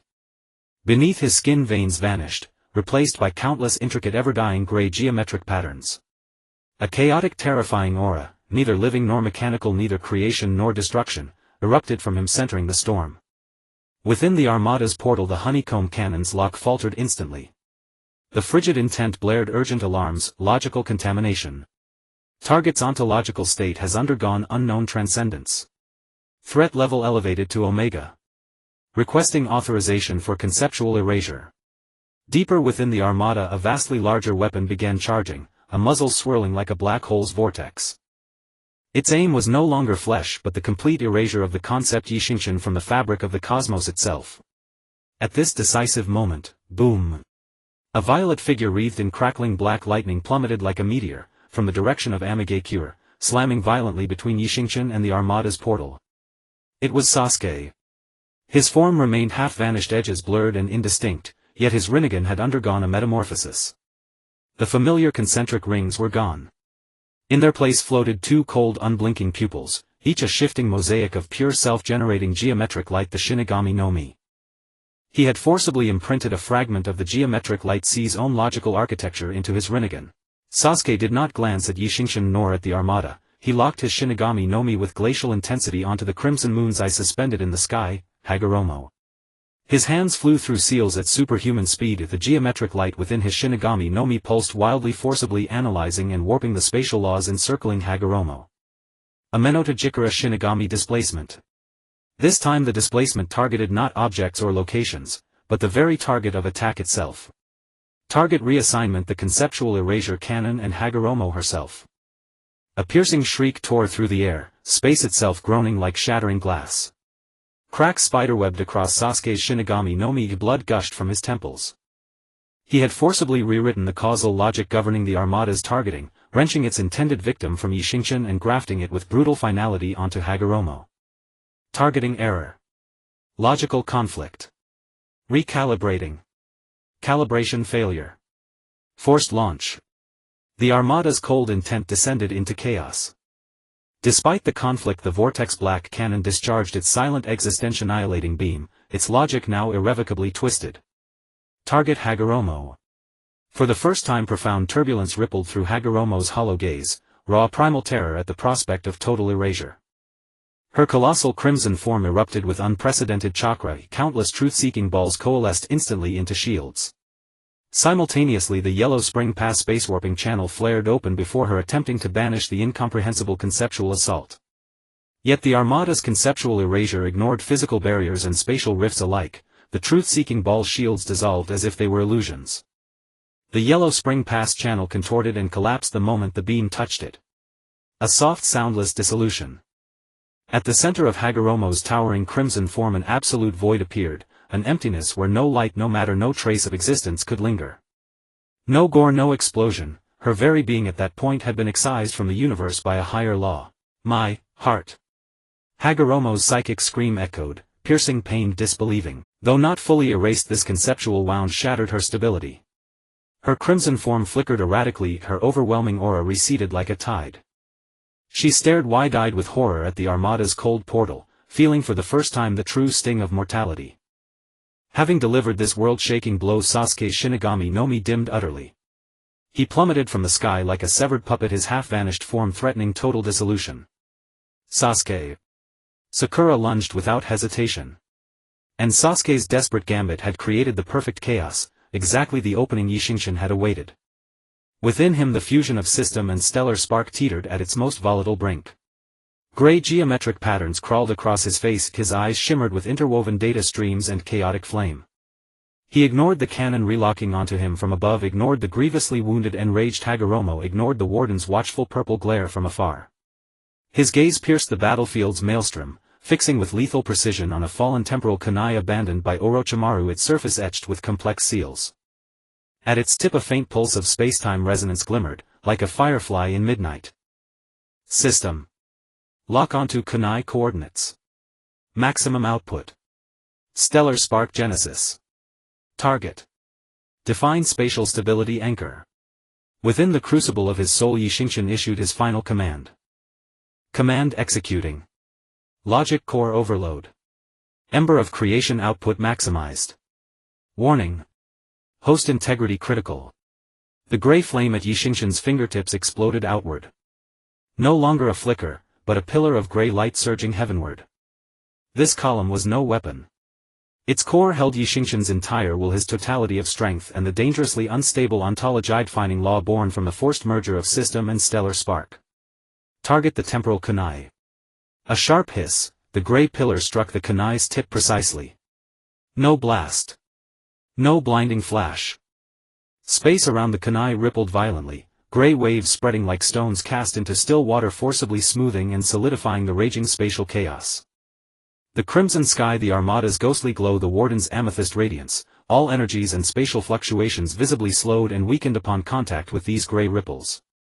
A sphere of absolute serene gray, centered on the kunai spanning dozens of meters, forced open itself amidst the apocalypse. A single unassailable haven within the eye of the storm. Now! Xingchen roared, and as the gray pillar vanished, his body crumpled like a puppet with cut strings. Geometric patterns across his skin splintered, blood mixed with gray luminescence welled from his eyes, nose and mouth. Yet with his last shred of strength he pointed, toward that gray sanctuary. Survivors understood instantly. Kakashi was dragged upright by Sakura. Tsunade gritted her teeth against internal turmoil. Shikaku coordinated the last standing shinobi, all sprinting toward that gray sanctuary. Even Hagoromo, gravely wounded, sensed the strange order emanating from the gray domain, capable of momentarily shielding her from the armada's targeting, and her crimson giant form struggled to draw nearer. The warden shrieked in fury, unleashing a dark purple beam at the gray domain, only for its power to dissipate sharply upon contact with the ripples barely held back by Tsunade's desperate full-power 100 technique fist. Yet the true crisis remained unresolved. Within the armada's portal, the vortex black cannon, briefly disrupted, now reacquired its target, Xingchen, who had dared define space and forge a logical anomaly zone. Its muzzle glowed with deeper, deadlier intensity. High-dimensional contaminant. Architect of logical anomaly zone. Executing highest priority erasure. The cold beam descended again, bearing the absolute will to extinguish all variables. This time its target was Xingchen, spent, broken, utterly defenseless. Sasuke lay deep in unconsciousness. Sakura and Tsunade stood helpless at the domain's edge. In that moment of utter despair, the system's dormant core, bound to Xingchen's essence, stirred one last time. A cold yet strangely resonant mechanical voice, expending its final energy, echoed in his fracturing consciousness. Host extinction risk detected. Initiating final protocol. Core logic detachment. Host transfer. Stellar spark system. Engaging. Custodial mode. Please, do not lose control. In the final darkness closing over Xingchen's awareness, he saw his ruined body enveloped, just before the conceptual erasure beam struck, by a sudden purer, colder gray light erupting from within. Within that light, intricate geometric patterns reassembled and optimized, forging a far more complex, profoundly inhuman energy architecture. His body rose slowly, suspended in the gray radiance. His eyes became twin vortices of ever-dying, ever-calculating geometric light. A presence more dangerous, more alien than before permeated the air. The system had seized control of this vessel, fused with the ember of creation. It raised a hand composed entirely of geometric gray light, and with infinite calm tapped once toward the descending beam of conceptual erasure. Designation invalid. Cold geometric light spots flickered in and out of existence within his eyes, data streams cascading like a frigid Milky Way washing over the remnants of his consciousness. Xingchen's body hovered at the edge of the gray domain, composed entirely of pure geometric gray light. The very concepts of skin, flesh and even bones had been completely restructured. The starfire body, under the system's control, exuded an inhuman absolute rational terror. It, or he, slowly raised a hand, gray light flowing from its fingertips. Facing the descending beam that could erase the very concept of existence, it emitted a cold mechanical voice. Logic definition: target attack contains entropy increase, irreversible law. Priority high. Execute countermeasure protocol, local entropy reduction definition. No earth-shattering collision. A gray beam shot from its fingertip, not an energy strike but a rewriting of the rules themselves. Where the beam passed, particle motion in space was forcibly frozen, energy transfer was reversed, and the perception of time was extremely slowed. The battleship beam, capable of erasing existence upon touching this forcibly defined, low-entropy zone, crashed into the most viscous colloid in the universe. Its speed plummeted, destructive energy fluctuations were stripped away and neutralized layer by layer, finally dissipating into disordered specks of light mere meters from the starfire body. Countermeasure successful. Energy loss 17. Logic core load dangerous. The cold self-checking voice echoed within the reconstructed body. The battlefield fell into an eerie silence. Inside the battleship portal, a cold consciousness raced through high-speed calculations, alarms blaring one after another. Target logic contamination level exceeds threshold. Entropy reduction definition touches the fundamental physical laws of this universe. Threat reassessment cosmic level anomaly. Request logic lock suppression protocol. From the abyss portal, amidst the churning chaotic energy, a massive tentacle composed of pure shadow and covered with countless writhing eyeballs slowly extended, carrying the malice of soul annihilation, silently curling toward the gray light body. This was the concept devouring from the abyss, targeting the very essence of the soul. Within the geometric light ocean portal, more destructive white light floods began to converge. This time the target was not only Xingchen but also the gray domain behind him, sustained by the spacetime kunai, that zone of logical anomaly. And the severely wounded Hui, upon sensing the purer and more terrifying embers of creation aura from the starfire body, let greed completely overwhelm fear in her crimson giant eyes. Ignoring the battleship's threat, her massive hand-carrying residual might directly reached for the floating gray light body. She would devour this ultimate key. The attacks from three terrifying entities from the dimensions of physics, soul and logic simultaneously locked onto the system-controlled Xingchen. Threat model established.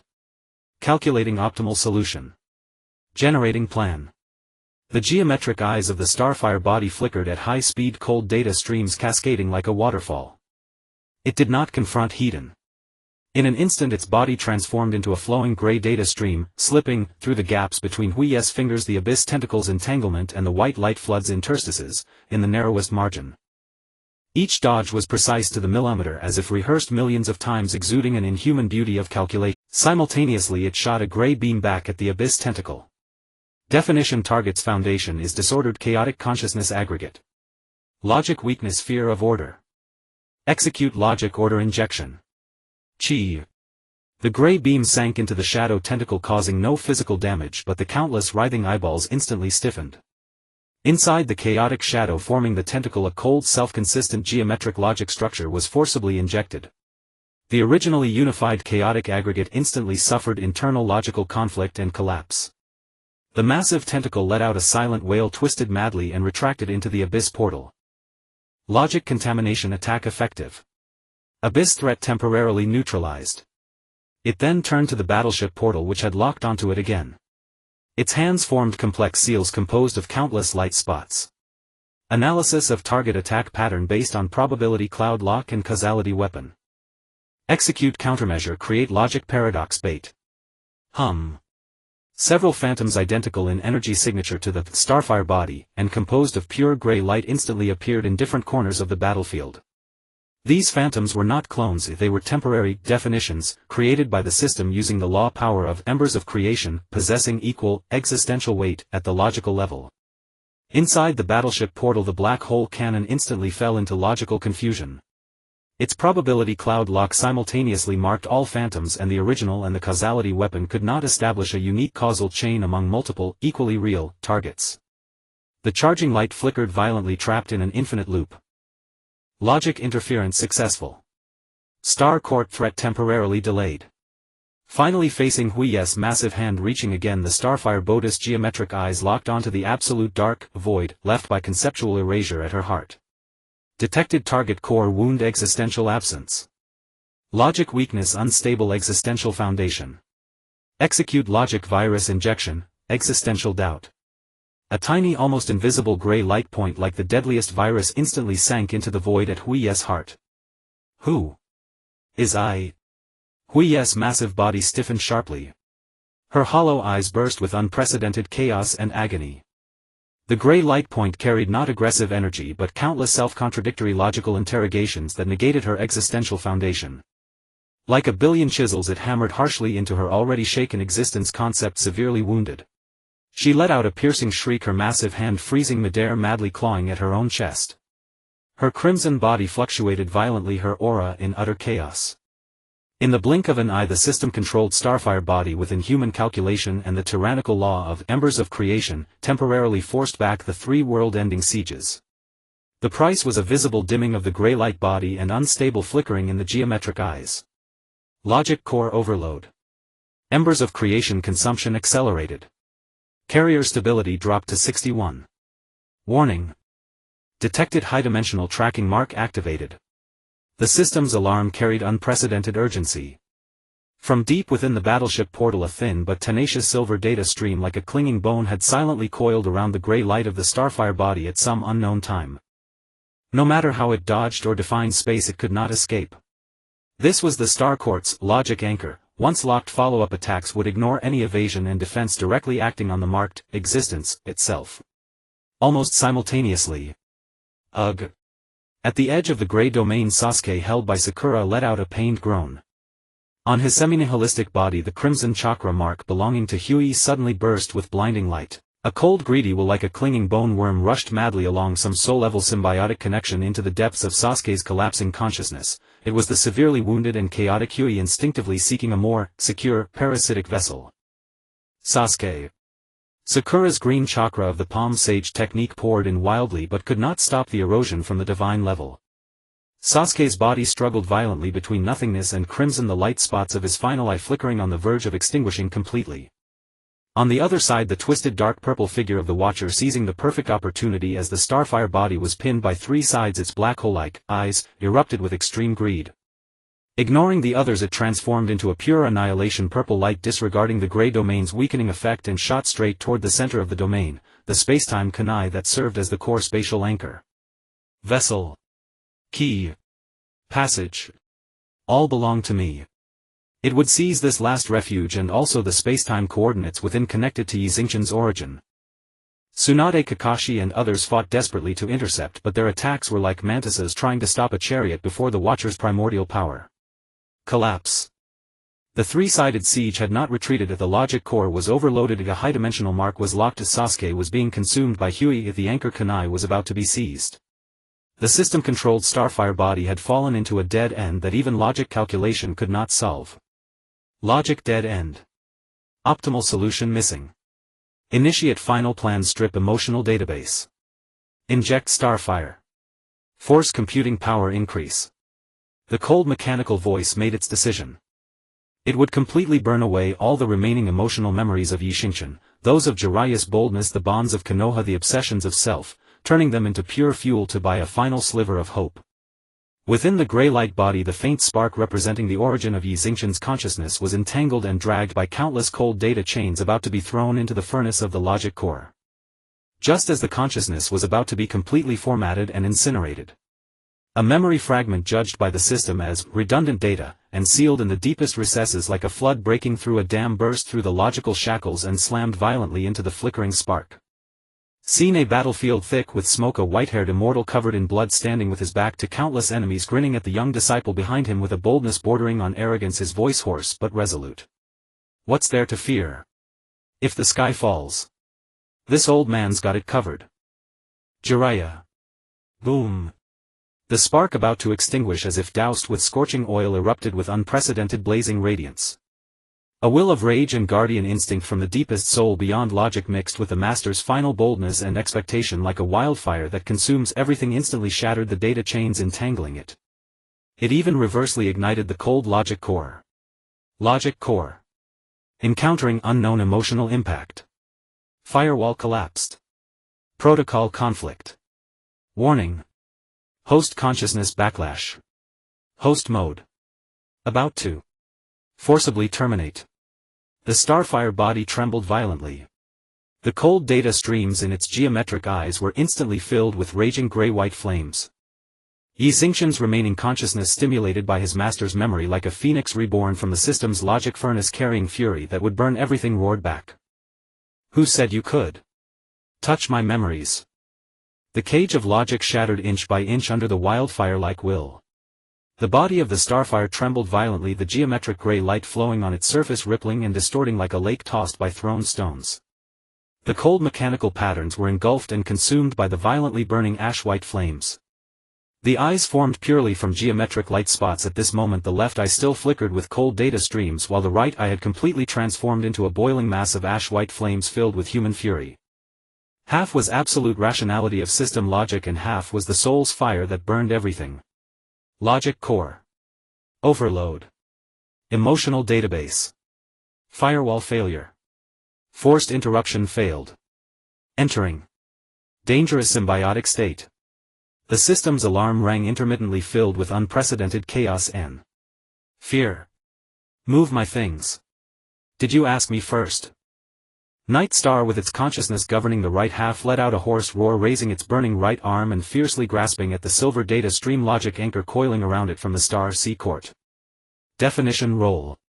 No longer the cold legal definition of the system, but a nearly instinctual existence expulsion mixed with overwhelming rage and protective will. The ash-white flames erupted violently along its arm, no longer a neutral residual ember of creation but a raging starfire filled with the personal imprint of Night Star. Sizzle. Like a red-hot branding iron pressed against icy silk. The incredibly resilient silver logic anchor, ignoring the barriers of space, let out a piercing wail the moment it touched the ash-white flames. The data structure forming the anchor chain was crazily burned, eroded and distorted by this flame filled with self-will. The silver light representing absolute order dimmed and shattered at a visible speed. Logic anchor. Contaminated by unknown will. Structure collapsed. Connection severed. Within the battleship portal, the cold thought for the first time carried a wave of astonishment. Almost at the moment the logic anchor broke, the burning right eye of Night Star suddenly turned to the other side, towards Sasuke. Sasuke's body was mostly covered in crimson. Kagaya's chaotic and greedy will was crazily eroding his last shred of consciousness. The light of the end eye was nearly extinguished. Sakura's palm technique futilely tried to block the spread of the crimson energy, and she herself was on the verge of collapse. Sasuke. Night Star roared, its burning right hand reaching out toward Sasuke. Starfire. Strip. No longer a definition but plunder. An ash-white flame chain instantly crossed space, stabbing fiercely into the rampant crimson energy within Sasuke. The flame chain was not attacking Sasuke, but like the greediest predator it fiercely tore, burned and consumed the chakra and will belonging to Kagaya. Ugh. Sasuke and Kagaya's consciousness simultaneously screamed in pain. The crimson energy, as if encountering a natural enemy, rapidly receded under the burning of the ash-white flames. The nearly extinguished light of Sasuke's end eye suddenly flickered with a glimmer. Seizing this critical moment, the remaining will erupted with a final counterattack, fiercely pushing Kagaya's will back. Ent. How dare you steal my power? The heavily injured and chaotic Kagaya let out a furious shriek, her enormous crimson palm abandoning the attack on the starfire body, instead swiping at the ash-white chain that burned her power. However, the burning right eye of Night Star flashed with a cold mockery. It was waiting for this moment. System. It roared at the half-cold logic core in the battlefield of souls. Calculate her attack trajectory. Give me. Burn through her. Command confirmed. Trajectory calculation completed. Optimal energy output path generated. Warning. This operation will lead to symbiotic imbalance. The geometric eye of the left half flickered coldly, instantly providing every weak point of Kagaya's giant palm attack. Imbalance. Then let's go crazy together. The will of Night Star surged with reckless madness, and with a fierce shake of the right arm the ash-white flame chain connecting to Sasuke was instantly retracted, merging the trajectory information calculated by the system as it was pulled back, its form suddenly changing. No longer a chain but transformed into a massive sword made purely of boiling starfire, with countless life and death geometric patterns flowing along the blade. Starfire. Judgment. The burning right arm gripping the starfire giant sword followed the strange trajectory calculated by the system, piercing through the physical barrier of Kagaya's giant palm, stabbing fiercely into the absolute dark conceptual void at Kagaya's heart. Puff. No physical piercing injury. But Kagaya's towering crimson body twisted and collapsed violently like a punctured balloon. The dark void at her heart was crazily injected, burned and expanded by the violent starfire. The logical interrogation containing the existential doubt virus under the catalysis of the starfire multiplied in power. No. I am the goddess of the moon. No. Kaguya let out a shrill scream distorted with the ultimate fear of her very existence being denied. Her body could no longer sustain under the burning of the starfire and the disintegration of the logical virus collapsing into a sky full of crimson light points. Among them the largest mass carrying her remaining core will fled back into the dim moon eye in the sky like a lost dog instantly dyeing the moon's surface with a layer of ominous blood color sinking into silence. A blow. Severely injuring and expelling Kaguya. But the price was great. The starfire burning in the right half of Night Star instantly dimmed by half and the geometric light of the left half fluctuated violently within the symbiotic body. The conflict between logic and emotion erupted like a volcano. Logic core damaged. Emotional will overloaded. Symbiotic stability 19. Imminent collapse. The system's alarm rang sharply. At this moment. Container. Key. Channel. It's mine now. The twisted dark purple figure of the observer taking advantage of Night Star's brief stiffness after heavily injuring Kaguya finally broke through the desperate obstruction of Tsunade and others appearing like a ghost beside the timespace kunai. The black hole-like eye erupted with extreme greed. The dark purple claws fiercely grabbed at the core of the kunai.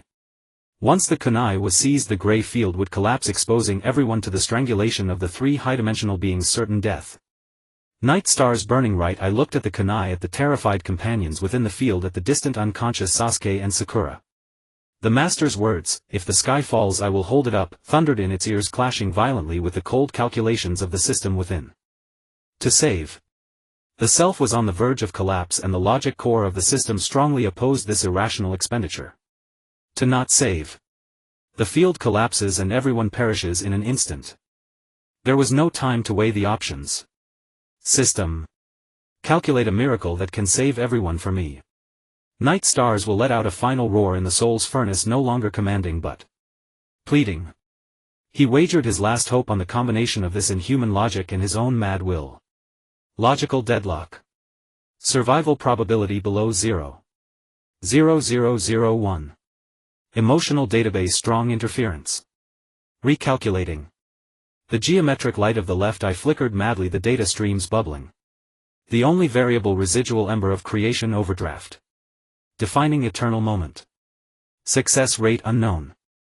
Executing. In the moment before the observer's claws touched the kunai. Night Star's burning right arm and the left arm flowing with geometric gray light pressed against its own chest, the core of the system and starfire symbiosis. Residual ember of creation. Release. Definition: this place. This moment. This domain. Eternal and indestructible. Boom. An indescribable gray light centered around him swept out like a supernova explosion. No longer a field but transforming itself into the field. Wherever the light reached, space was forcibly solidified. Time was infinitely stretched. The second conceptual erasure beam shot from the star sea court, the abyssal tentacles reaching out again, even the observer's claws about to grasp the kunai. Everything turned into near still slow motion within this gray light. True eternal moment. At the cost of burning the source of its own existence, forcibly defining an absolute stillness in the timespace island. Container disintegration accelerating. Logic core dissolving. Residual ember of creation. Exhausted.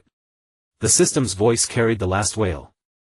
Night Star's body became transparent in the light, the geometric light of the left eye completely extinguished and the starfire of the right eye only remained as a faint spark. He could feel that his existence was rapidly dissipating in this forcibly defined eternal. He looked at the solidified gray world, at the astonished Tsunade, Kakashi and Jiraiya, at the distant frozen Sasuke and Sakura. Finally his gaze fell into the depths of the canyon crack where a faint golden crystal sealed Jiraiya's remnant soul. Master. This time. It's my turn. Before his consciousness completely sank into darkness, he seemed to see the brilliant sunset burning in the sky after the reconstruction of Konoha. The gray light erupted quickly and dissipated just as fast. Like it had never appeared. When time began to flow again, space returned to its original state. The conceptual erasure beam from the star sea court shot into the void. The abyssal tentacles returned empty-handed. The observer's claws grasped at empty space. The time-space kunai along with a small area of surrounding space had been forcibly defined as the absolute unshakable baseline of this space by Night Star's last power in that eternal moment, as if welded to reality. At the tip of the kunai a weak yet incredibly resilient gray star burned tenaciously, maintaining a final micro-gray domain with a radius of less than 10 meters, fiercely protecting the core Tsunade Kakashi and others. And Night Star's figure had already disappeared without a trace. Only a few wisps of dissipating gray stardust slowly fell. High-dimensional pollution source.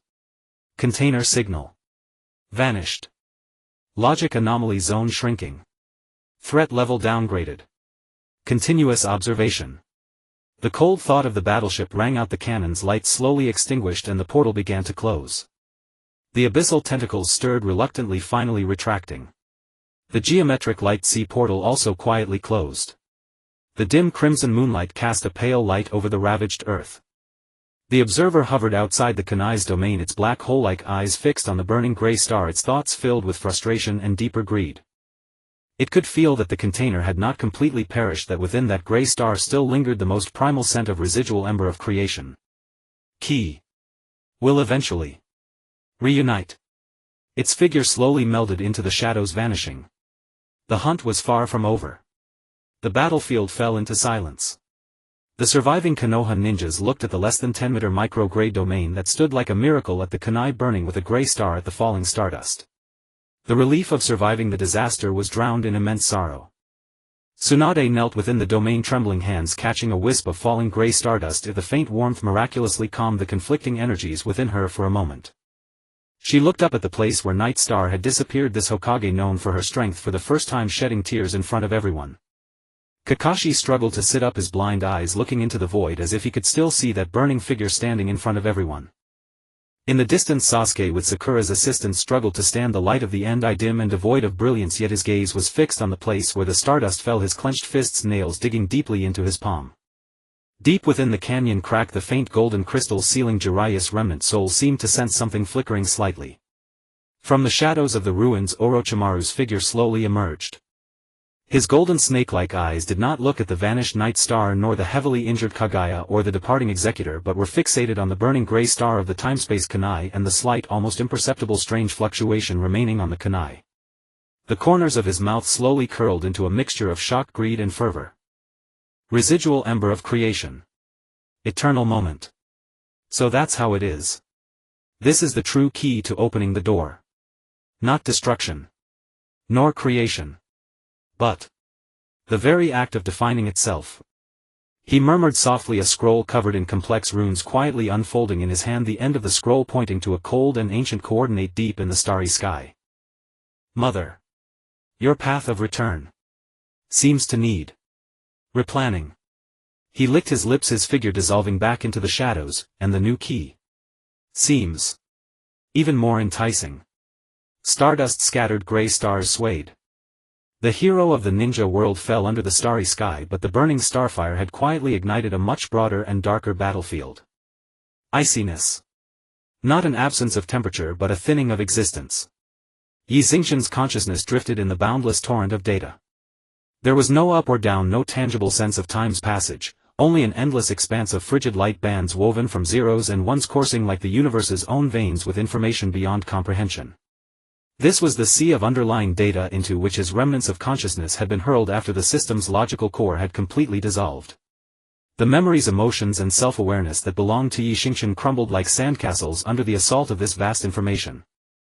Individual consciousness entropy surging. Structural disintegration rate 87. Estimated complete assimilation countdown 3. 2. The system's echo tolled like a final death knell, coldly proclaiming the end of the entity known as Xingchen. His father's shattered star chart, his master's smoldering embers, the charred earth of Konoha, the faces of his comrades, all faded and blurred within the information torrent on the verge of returning to eternal nothingness. Just as his consciousness was about to dissipate entirely.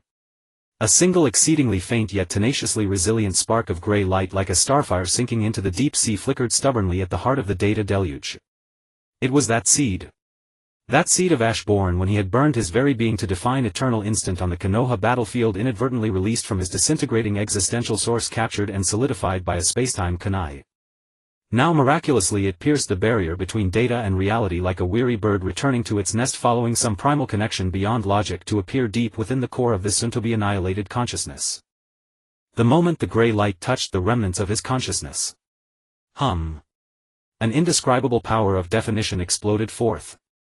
This was no longer the system's cold calculation-based rewriting of laws but a primal declaration of self-existence born from the instinct of life itself.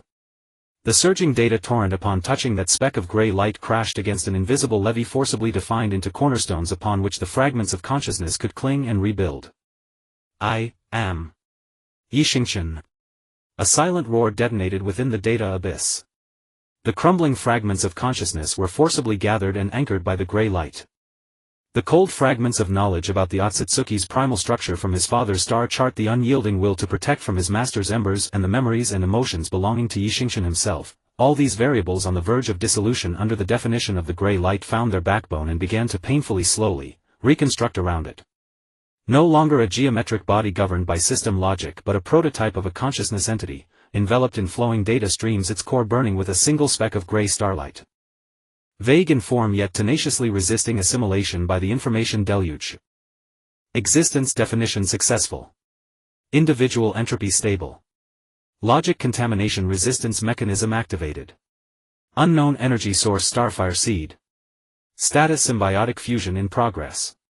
The system's echo carried an incredulous tremor as if it could not comprehend this miracle that transcended fundamental logic.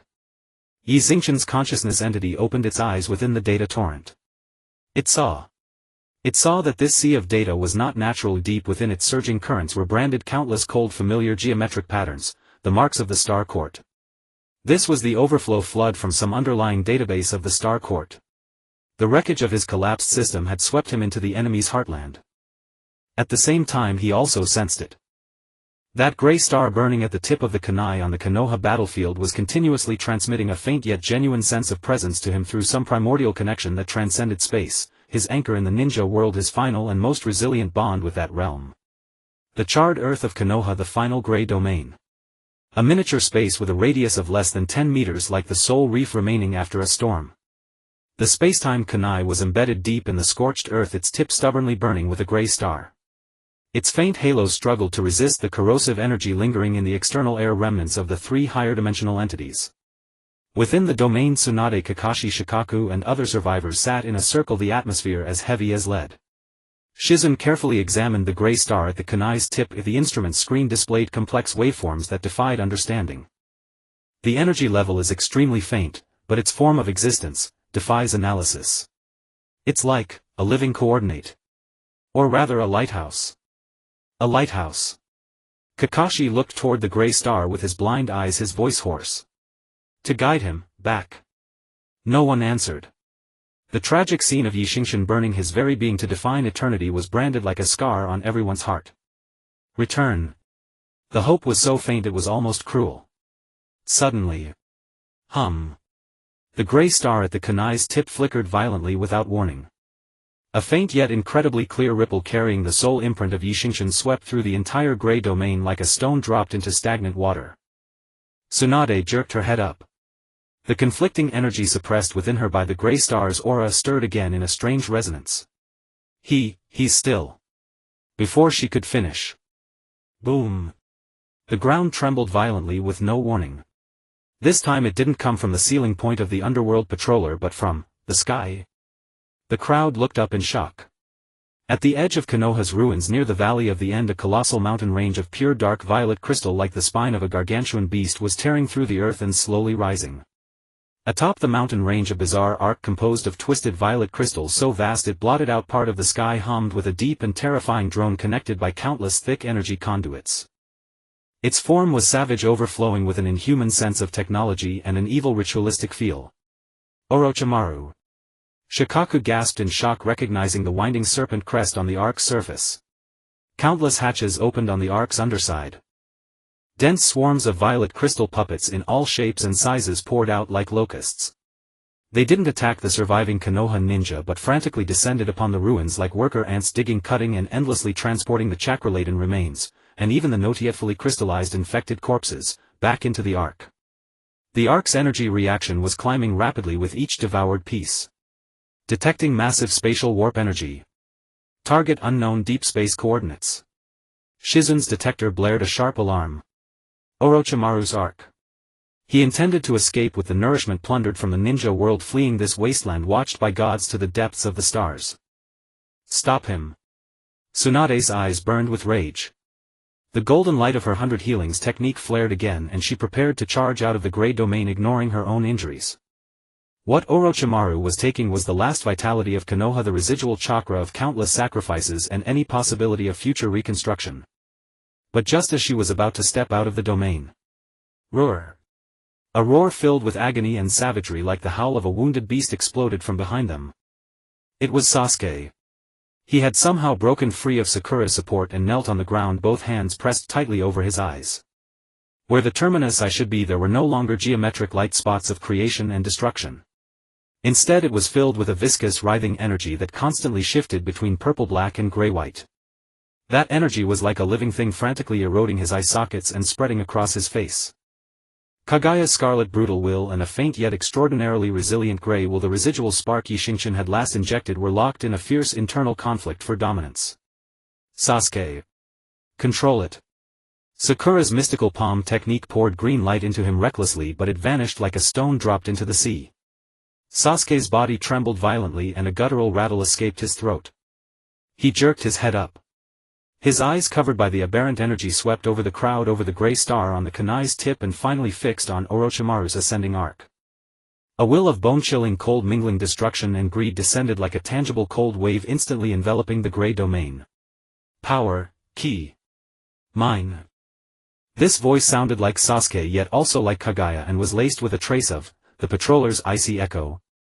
Deep within the data torrent. Held together by the gray star seed, Xingchen's consciousness entity struggled to resist assimilation. He saw it. Through the primal connection with the gray star in the ninja world, as if through frosted glass, he vaguely perceived what was unfolding in Konoha Orochimaru's ascending arc, the terrifying mutation within Sasuke and the unstable destructive energy within Sasuke, a blend of Kagaya's and the patroller's auras along with a trace of his own starfire. Warning. Detected mixed characteristics of high concentration logic contamination and abyssal erosion. Target individual Uchiha Sasuke.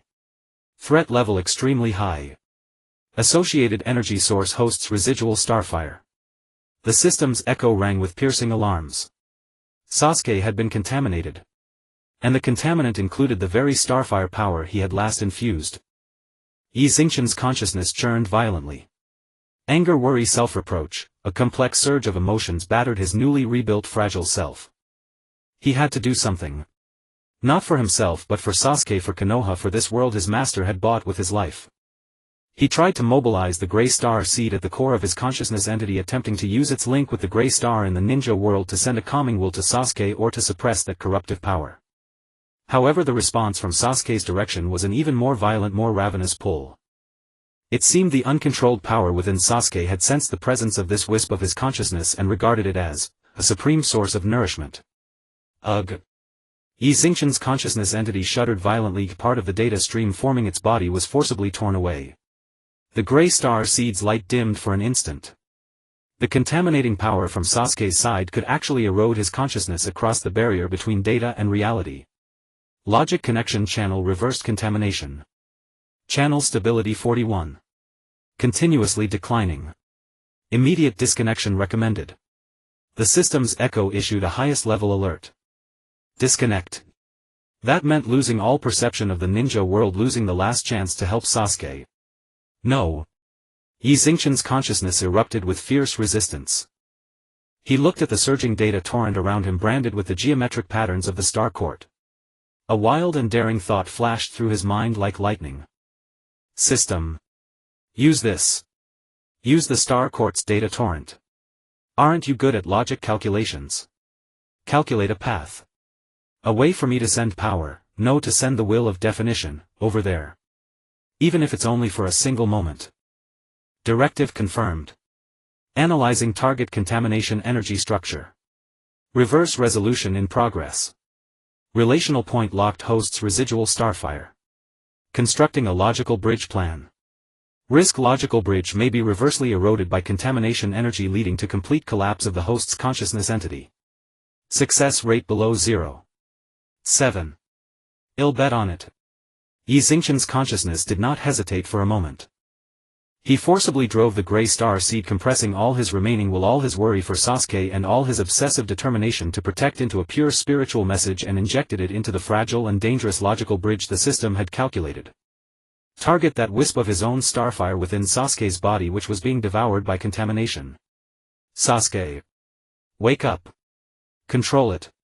It's your power. Not theirs.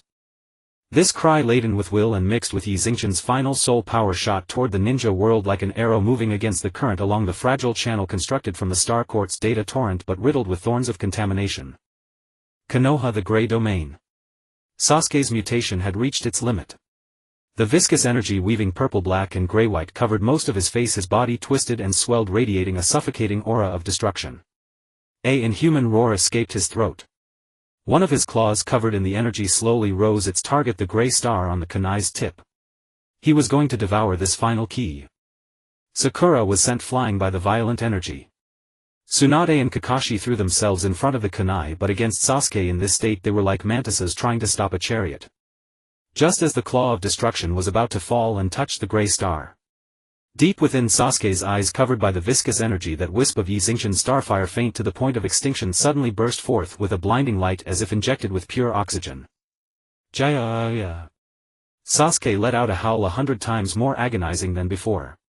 The viscous energy covering his face roiled and clashed violently like a cauldron of boiling oil.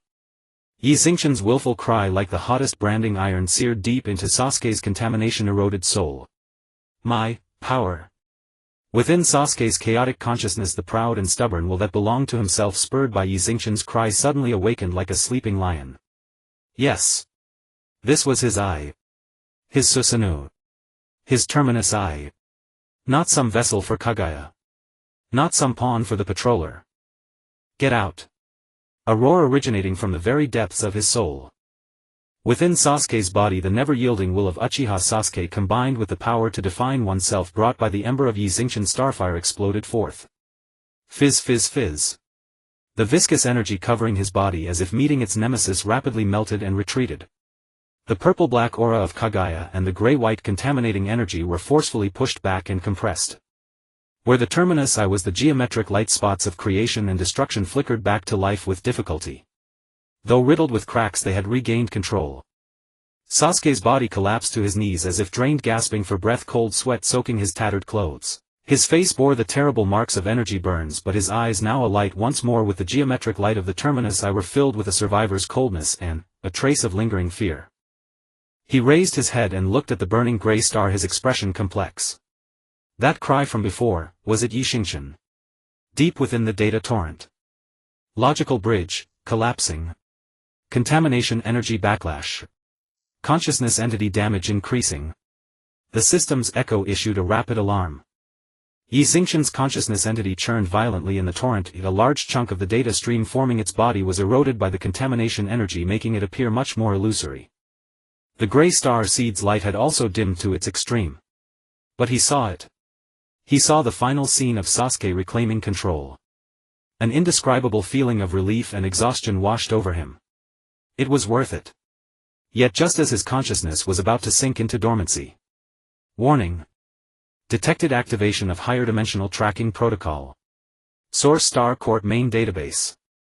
Target: logic contamination. Source: host consciousness entity and associated coordinates: Konoha Gray Star. A chilling will far more terrifying and primal than the silver data stream. The logic anchor from before pierced the data torrent like a cosmic searchlight, firmly locking onto Xingchen's consciousness entity and the ninja world coordinates he perceived through the gray star. At the same time, through the connection with the gray star, he vaguely saw, beneath the most contaminated scorched earth at the edge of the Konoha battlefield, where the patrollers' violet crystal roots had spread deepest, a seed was quietly breaking through the soil. It was wrapped in pure dark violet energy, yet a faint gray light flickered at its core. The aura of that seed was somewhat similar to Xingchen's starfire seed, yet filled with an intent of cold plunder and replication. Vessel. Starfire. Replication. Complete. The patrollers were saturated with greed and gloating crossed space like the whisper of a venomous serpent. A trap. That entity not only wanted the key but had also stolen the primal information of his starfire when he burned himself attempting to recreate its own false starfire seed. The ultimate execution order from the Star Court. The false starfire seed cultivated by the patroller. Sasuke's crisis was temporarily resolved, but a greater shadow of darkness vast as the universe itself descended upon the remnants of consciousness and the scarred ninja world. Xingchen adrift in the cold torrent stared at the burgeoning false starfire seed. Only a single icy thought remained in the depths of his consciousness. The game is far from over. The cold searchlight pierced through the ocean of data. The ultimate lock of the Star Sea Tribunal, like the will of the universe itself, firmly nailed the consciousness of Xingchen to the target known as logic pollution source along with the coordinates of the Grey Star in the ninja realm. In the vast torrent of data, countless geometric chains shimmering with absolute order disregarded the surge of information, disregarded the barriers of space like a hunting python strangling from all directions. Each chain bore complex sealing runes emanating the ultimate malice of formatted existence. Logic chain. Construction complete. Execution. Conceptual level confinement protocol. The cold courtroom intention was like the final judgment. Xingchen's consciousness violently shook in the torrent. The data stream constituting his body was scorched and stripped by the golden light emitted from the chains, letting out a silent wail. The light of the Grey Star seed at the core under the suppression of absolute order swayed like a candle flickering in the wind. The system's remaining alarms had long been drowned out by the chain's pressure. Despair seeped into the core of his consciousness like the coldness of the data sea. The shattered star map of his father was completely obliterated under pressure, leaving only cold fragments of law. The embers of his master burned dimly. Could it really be over? Even this last bit of consciousness would be completely erased, reduced to a cold anomaly event record in the court's database. No. Just as the chains were about to close in and the consciousness was about to be completely formatted, Xingchen saw it. Through the faint yet tenacious connection with the Grey Star of the ninja realm, he clearly saw everything happening on the battlefield of Konoha. Sasuke knelt half-heartedly at the edge of the Grey Domain, the geometric light spots of the eternal Mangekyo Sharingan filled with cracks yet burned with an unprecedented cold fire. He fixed his gaze on the pseudo-star fire seed that emerged from the earth, exuding a cold and predatory aura, as well as the twisted dark purple energy above the seed where the greedy and mocking projection of the overseer appeared. Your power. Your definition. Belongs to me. The overseer's intention carried the declaration of a victor, and the light of the pseudo-star fire seed surged, spreading a power of definition that was eerily similar to Xingchen's origin, yet cold and lifeless, attempting to erode cover and seize the true Grey Star at the tip of the kunai. Meanwhile, the great Orochimaru's arc roared with an ear-splitting sound. The massive purple crystal ship slowly ascended, tearing through the clouds under the infusion of countless energy conduits. In front of the ship's bow, space distorted and folded violently as if a stone had been thrown into water, and a jump passage to the unknown deep space was forcefully opening. The cold lock of the Star Sea Tribunal targeted not only Xingchen in the torrent of data, but its invisible projection of the logical prison was also pressing down towards the Grey Star coordinates on the Konoha battlefield like a golden canopy. It aimed to thoroughly seal the entire pollution source associated area. A three-way strangulation. The target pointed directly at the last trace he left in the ninja realm. Extreme rage mixed with worry for Sasuke, the protection of Konoha, and the obsession with his master's promise exploded like a starlight compressed to its limit in Xingchen's consciousness, which was on the brink of annihilation. Want to take everything? Have you asked me? This was not a shout at the system nor at the tribunal, but a roar directed at the cold universe emanating from the very source of his soul. This roar was like a catalyst thrown into a furnace. The flickering Grey Star seed at the core suddenly burst forth with an unprecedented fiery radiance. It was no longer merely passively defining self-existence, but actively and frantically began to devour. What to devour? Devouring the surrounding surging torrent of data. Devouring those cold pieces of information imprinted with tribunal geometric patterns. Logic core. Overload. Unknown command. The Grey Star seed is forcibly assimilating the base data stream of the Star Sea Tribunal. The remaining fragments of the system emitted a sharp alarm that distorted. The data stream forming the consciousness driven by the Grey Star seed was like a hungry beast madly tearing at the golden logic chains that ensnared it.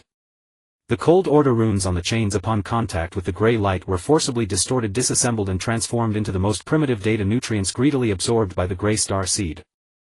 This was not resistance but plunder. It was devouring.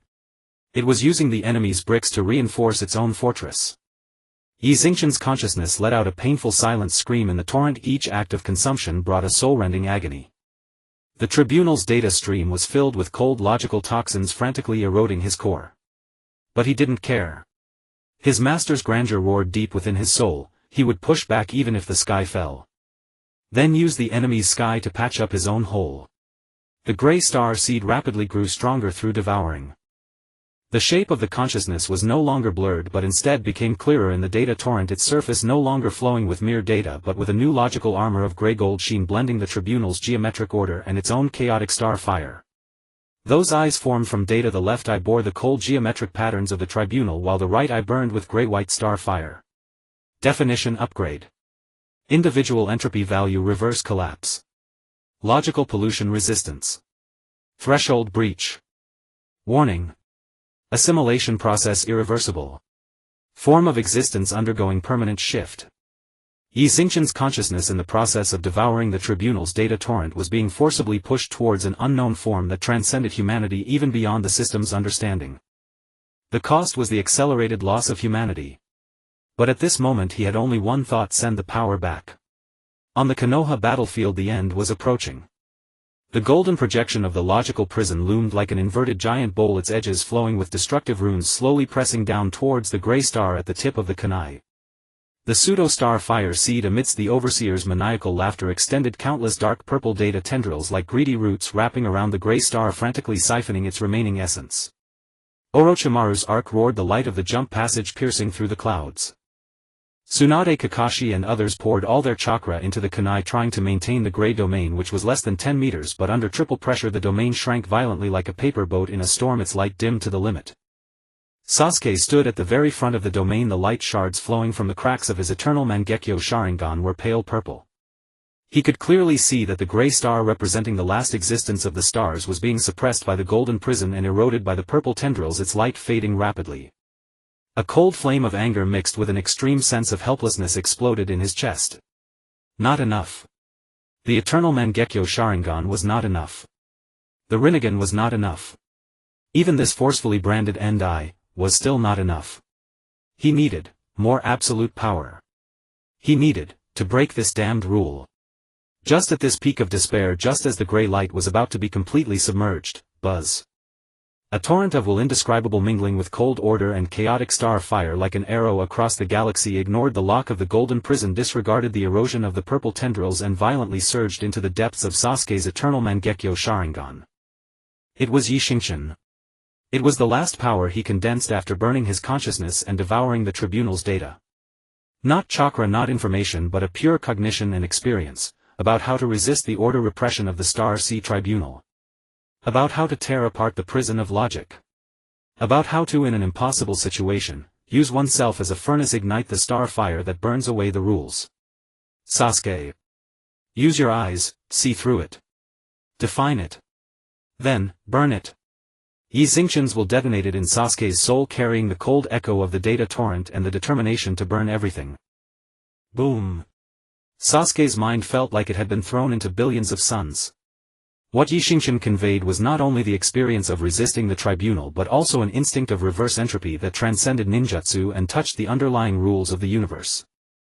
How to utilize the rule analysis capability of the eternal Mangekyo Sharingan to find the reverse logic node of the order chains, how to compress one's will and chakra into a reverse entropy singularity capable of briefly resisting concept erasure. This was not teaching but enlightenment. It was the last key to the forbidden power earned by burning oneself. Sasuke let out a heart-wrenching roar, the geometric light spots of his eternal Mangekyo Sharingan spinning, collapsing and reorganizing at an unprecedented speed. The skin around his eyes cracked inch by inch, pale purple blood mixed with light shards surged wildly.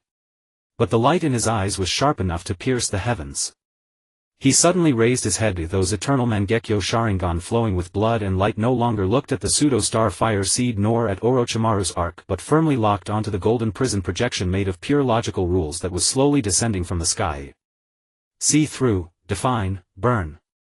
Sasuke's voice was hoarse, every word carried the burning pain of his soul. He struggled to raise his hand, not to form seals but to madly compress all his will, all his chakra, all the reverse entropy instinct inherited from Xingchen into his fingertips. The light spots of his eternal Mangekyo Sharingan gathered at his fingertips, no longer cold geometric shapes but transformed into a miniature unstable purple black hole that continuously collapsed inward, emitting a terrifying pull and aura of destruction. At the edge of the black hole fine gray electric sparks flickered the last stubbornness against the order transmitted from Xingchen Star Fire Seed. Eternal Mangekyo Sharingan Reverse Entropy Singularity. Sasuke's roar pierced through gold and cracked stone. That miniature purple black hole at his fingertips with an unwavering resolve to burn away the rules shot towards the descending golden logical prison like a meteor moving upstream. Puff. There was no earth-shattering explosion. The moment the miniature black hole touched the golden prison it was like a heated iron pressed against solid ice. At the contact point the golden order runes flickered and twisted violently and then, like metal thrown into strong acid they rapidly corroded and disintegrated. The logical structure constituting the prison facing the wild and destructive power of the reverse entropy singularity that denied all order was unexpectedly fragile and fell apart with a single strike. Logical structure, subjected to unknown reverse rule impact. Integrity 73. 65, continuous collapse. The cold intention of the Star Sea Tribunal showed a noticeable fluctuation for the first time. The golden prison projection centered on Sasuke's attack point saw spiderweb-like purple cracks spreading wildly. The entire prison trembled violently and the downward trend was forcibly halted. This sudden earth-shattering reversal rendered the battlefield instantly silent. The overseer's manic laughter came to an abrupt halt filled with incredulous anger. Impossible. How can an ant's eye harm the order of the gods? The jump process of Orochimaru's arc momentarily stalled. On the bridge Orochimaru's golden snake eyes stared intently at the gradually dissipating purple black hole at Sasuke's fingertips, his face revealing a serious and deeper curiosity for the first time. Reverse entropy, singularity. He murmured softly, his fingers rapidly tapping on the console recording this scene that transcended understanding. Uchiha's bloodline. Eternal Mangekyo Sharingan, combined with the star's star fire, actually gave birth to such interesting variables. Sasuke knelt on the ground gasping for breath. The light of his eternal Mangekyo Sharingan dimmed to its utmost limit. The blood flowing from the corners of his eyes was no longer light shards but viscous blood mixed with purple energy. That last strike had nearly drained him of everything. But looking at the golden prison above filled with cracks and on the verge of collapse, the bloodied corner of his mouth lifted into a cold arc. However, the crisis was not over. Collaborative attack of the logic pollution source confirmed, threat level increased. Executing final judgment logic annihilation cannon, charging. The cold intention of the Star Sea Tribunal revived deep within the battleship's portal. That door like a black hole vortex cannon extended again, this time directly targeting below, locking onto the gray star at the tip of the kunai as well as the recently launched counterattack by Sasuke. And the entire crumbling gray domain. At the same time the overseer was thoroughly enraged. Stealing my prey. Must be punished. The pseudo-star fire seed erupted with blinding dark purple light, no longer satisfied with merely eroding but transforming into an extremely condensed purple-black beam of light wielding replicated cold definition erasure power, fiercely shooting towards Sasuke. It aimed to completely annihilate him at the moment of his exhaustion. The engine of Orochimaru's arc let out its final roar. The light of the jump passage stabilized and the massive ship began to slowly sink into the distorted space. Sasuke, exhausted with the domain on the verge of breaking, the annihilation cannon was about to descend and the pseudo-star fire beam had arrived. The true killing blow. Just at this critical moment, buzz. At the kunai's tip the gray star that had been suppressed to its limits suddenly erupted with an unprecedented gentle gray-white light. The light was not glaring but carried a warmth that soothed the soul, instantly sweeping across the entire gray domain. Under the embrace of this light, Tsunade's raging conflicting energy was like being smoothed by a gentle hand, instantly calming down. Kakashi's blind eyes seemed to sense a faint glimmer of light. The exhausted veins of Sasuke and the burning eternal Mangekyo Sharingan felt a cool nurturing sensation. Though faint, it revitalized his Sunto-extinguished consciousness. What was even more astonishing was that deep within the canyon's fissure the pale golden crystals sealing Jiraiya's remnant soul under the illumination of the gray star light had actually begun to expand the minute crack on its surface. A faint yet incredibly resilient, bold and warm wave of spiritual energy like the breath of a sleeping lion faintly emanated from within. Brat, done well. A vague yet familiar intention filled with a comforting smile gently brushed against everyone's hearts. Jiraiya. This sudden warmth and hope acted as a stimulant injecting life into the desperate battlefield. The bloodied eternal Mangekyo Sharingan of Sasuke suddenly gleamed with a final hint of madness. He looked towards that erupting gray star, towards the annihilation cannon about to be fired in the sky and the beam of pseudo-star fire coming in towards the Orochimaru arc that was about to slip into space.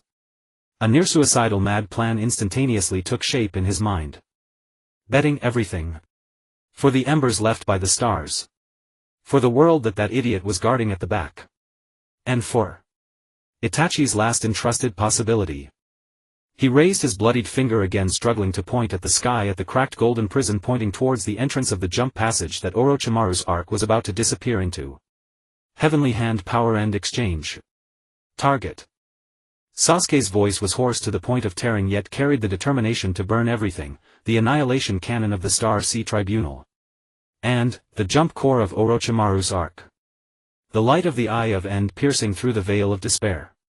Sasuke's bloodied fingers pointed like a guillotine of fate, a hoarse roar tearing through the frozen air. Heavenly Hand Power End of the World Exchange. Target, Star Sea Court's Annihilation Cannon. An. The core of Orochimaru's arc's hyperjump. Boom. The light from the Eye of End exploded at his fingertips. Vision was swallowed by the ultimate purple-black as if the soul were cast into the whirlpool of a black hole. This time the exchange was no longer a mere shift in spatial position but a forceful severing and fusion of the chains of cause and effect using the soul's disintegration as fuel. Target 1. The energy torrent of the annihilation cannon capable of erasing the very concept of existence in the Grey Realm. Target 2. The highly compressed energy core within Orochimaru's arc's hyperjump engine that drives spatial distortion and stabilizes the passage. Logical correlation. Force distortion. Exchange protocol. Execute. The cold remnants of the system echoed in Sasuke's consciousness, emitting a final buzzing before being completely submerged by the backlash beyond his limits. Buzz. Time and space emitted a silent scream of being forcefully torn apart. On the battlefield all could see, that pitch-black beam emanating from the Star Sea Court's giant cannon imbued with the aura of ending all was abruptly seized by an invisible giant hand as it was about to swallow the Grey Realm. The devastating energy torrent astonishingly vanished. No, it did not disappear. Rumbling. A deafening roar as if the core of a planet had been ignited echoed from the high Suntaklo's entrance of the hyperjump passage. Orochimaru's colossal purple crystal arc suddenly erupted with indescribable pitch-black light from its tail engine area without any warning. That light was not an explosion of flames but the annihilation of space, the erasure of existence. Like a greedy mouth of the universe that appeared out of nowhere, it silently gnawed away a portion of the arc's hull along with the surrounding space. The energy of the annihilation cannon was forcefully exchanged into the core of Orochimaru's arc's hyperjump using Sasuke's Eye of End as a bridge and his own soul as the price. No. Inside the arc's bridge, Orochimaru's eternally slick voice finally bore an edge of horrified shriek. He watched helplessly as countless screens instantaneously blacked out, the ship's body twisted and disintegrated under the corrosion of annihilation energy like paper. The hyperjump passage lost control in an instant, with violent spatial turbulence surging in like countless blades from every damaged part of the ship. The entire arc emitted a metal groan on the brink of disintegration. Spatial anchor failure. Engine overload. Structural integrity. Collapse. Kabuto's desperate voice was drowned out by the piercing alarms. Orochimaru's golden vertical pupils shrank to pinpoints, his face filled with fury over the complete unraveling of his plans and a hint of indescribable dread. He lunged toward the core of the control panel, hands inserting into two interfaces glowing with dangerous light. Countless purple chakra tendrils surged from his body, injecting wildly. Abandon all non-essential structures. Initiate. Force tail severance hyperjump. Blinding purple light erupted from the bridge core. The colossal body of the arc, under the dual strangulation of annihilation energy and spatial turbulence, abruptly broke apart at the waist like a lizard severing its tail. The front half, enveloped in even denser purple light, resembled an injured beast wailing as it plunged faster into the twisted, violent and about to collapse hyperjump passage, vanishing from sight. Only the rear half of the wreckage remained silently turning into cosmic dust under the devouring of pitch-black annihilation energy. The cost was heavy. The arc was destroyed by nearly half and the plundered chakra resources were nearly exhausted. But Orochimaru ultimately escaped into the unknown star sea with the replicated pseudo-star fire seed and his ambitions for deep space. Konoha battlefield. At the moment the exchange was completed, Sasuke felt as though all his bones had been pulled away, heavily toppling forward. The light of the Eye of End extinguished completely, leaving only two charred hollow sockets flowing with viscous purple-black energy. His breath weakened to the extreme, the flame of life flickering like a candle in the wind. Sasuke! Sakura's heart-wrenching cries echoed across the battlefield as she threw herself forward without hesitation, the azure light of her healing ninjutsu desperately flowing into that broken body. However, the crisis was far from over. The twisted dark purple figure of the overseer, enraged after the pseudo-star fire seed was interrupted by Sasuke's astonishing exchange, fell into a complete fury. "Ants! Destroy my vessel! Steal my star fire! You shall suffer eternal torment!" Its thoughts pierced into each person's soul like a million ice needles. The pseudo-star fire seed erupted with an unprecedented icy dead light. Wherever the light reached, the earth instantly transformed into a purple-black, constantly writhing and proliferating crystal cluster. The air was tainted, even the light became twisted and viscous. It no longer coveted the gray star of the kunai but sought to pollute and assimilate the entire area, turning it into a breeding ground and prison for its replicated star fire. Simultaneously, the cracked golden logical prison of the Star Sea Court after the annihilation cannon was removed and the target lost seemed to fall into a momentary logical chaos. But soon a new directive was generated: high-dimensional pollutant source overseer activity surge detected. Executing secondary protocol logical ceiling field. Deploy. The golden light of the prison no longer pressed down but transformed into countless golden beams flowing with runes like a giant birdcage, enveloping the entire area polluted by the overseer, including the core of Konoha's ruins. This was not protection but isolation. Sealing and observing the pollutant source along with this land awaiting the final judgment. Konoha, along with the last survivors, was doubly sealed, surrounded by the logical birdcage of the Star Sea Court outside and the crystal cluster polluted hell of the overseer within. Despair like a cold tide engulfed once more. At this darkest hour, Buzz, that kunai deeply embedded in the scorched earth with its tip burning the gray star, erupted with an unprecedented soft glow. This time the light was no longer limited to a small area but spread gently yet firmly like ripples, penetrating the overseer's polluted crystal cluster, purple light even lightly brushing against the cold logical light of the Star Sea Court. Within the light was a warmth that soothed the soul, a tenacity that anchored existence, and a hint of a daring smile that transcended life and death. "Brats! Don't cry. The sky hasn't fallen yet. Jiraiya." That bold thought resonated like a war drum in everyone's hearts. Then, before the incredulous gazes of all, deep within the canyon crack, the pale golden crystals sealing Jiraiya's remnant soul under the illumination of the gray star's light suddenly expanded its surface cracks. Warm golden lights mingled with pure natural energy escaped like golden butterflies emerging from their cocoons. The light did not solidify into Jiraiya's form but flowed gently over the polluted earth as if it were alive. A miracle was happening. Everywhere this golden light flowed, the wildly proliferating purple-black crystal clusters emitted sizzling sounds, rapidly dissolving and retreating. The ninjas and civilians who were polluted and crystallized began to shed the purple crystals covering them, their murky gazes gradually regaining clarity. Even the thick polluted atmosphere in the air was purified and dissipated. Jiraiya's remnant soul, under the guidance of the last star fire of the night star, transformed into a life force that purified pollution and dispelled despair. This was a protection fueled by the soul. "Jiraiya. Sensei." Tsunade looked at the flowing golden light, tears silently streaming down as the conflicting energy within her calmed completely under this warm light. She suddenly wiped her tears, the golden light of the 100 healings igniting once more, shouting to the survivors, "Don't be dazed. Follow the light. Save people. Clean up the pollution." The torch of hope was reignited. The survivors surged with the strength of having survived, following the flowing golden light into the polluted area to rescue the wounded and clear the crystal wreckage. And that burning gray star, after erupting with its final glow guiding out Jiraiya's purifying power, began to slowly retreat and contract. Ultimately, at the tip of the kunai, it condensed into a plain, smooth, warm gray seed. Inside the seed a faint star light pulsed like a sleeping heart. Deep within the cold data torrent, the consciousness of the night star floated in the vast sea of zeros and ones. The gray-golden logic armor forming its body was covered in cracks, the light of the gray star seed dimmed as if it could extinguish at any moment. The ultimate lock of the Star Sea Court still hung like a cold sword of Damocles overhead, but that destructive strangulation force seemed to have temporarily fallen into a state of silent observation after Sasuke's astonishing exchange, the annihilation cannon's removal and the change in target priority.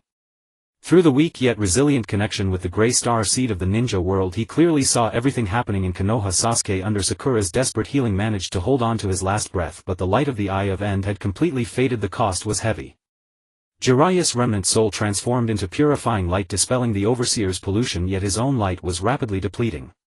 Orochimaru escaped into deep space with half of the arc and the replicated pseudo-star fire seed, leaving behind a huge hidden danger. The logical birdcage of the Star Sea Court still overshadowed like a cold prison.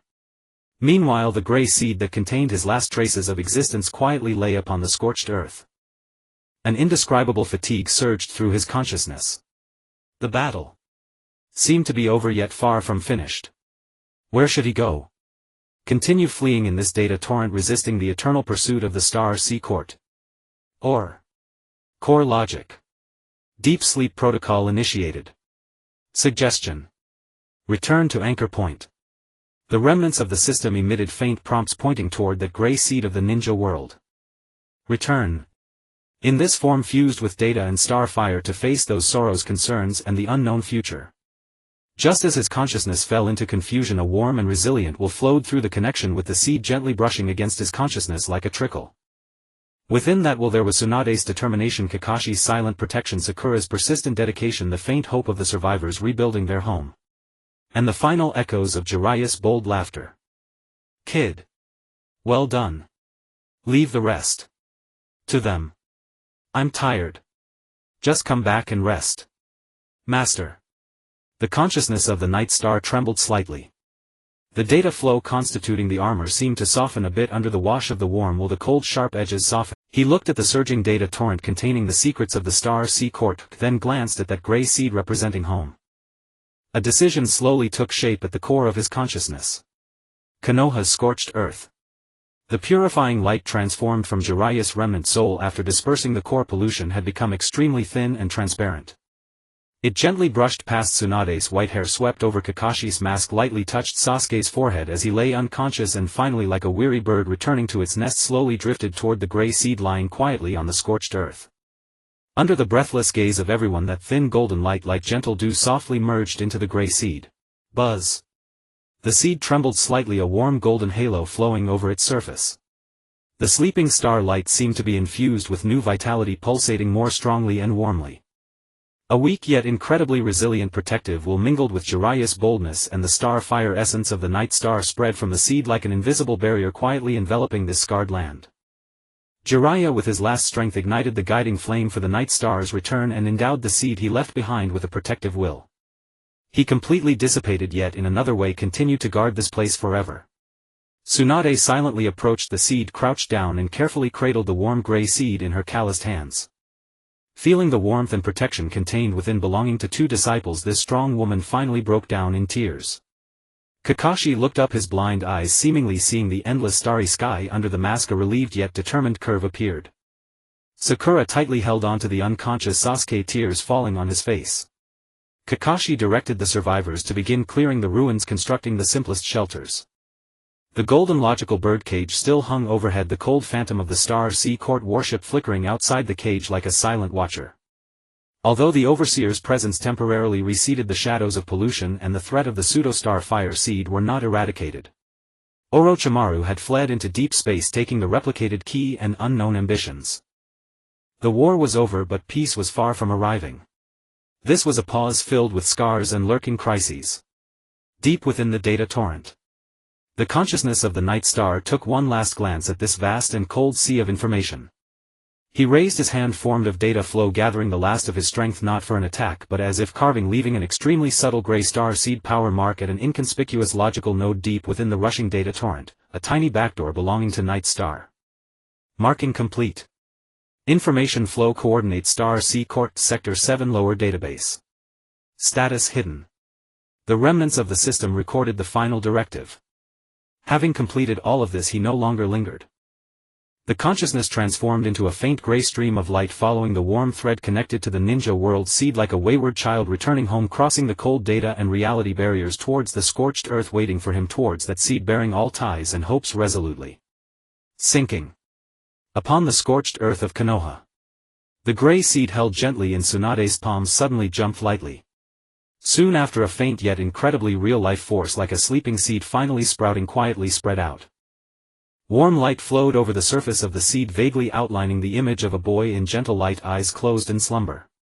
He had returned. In the form of a seed he slept.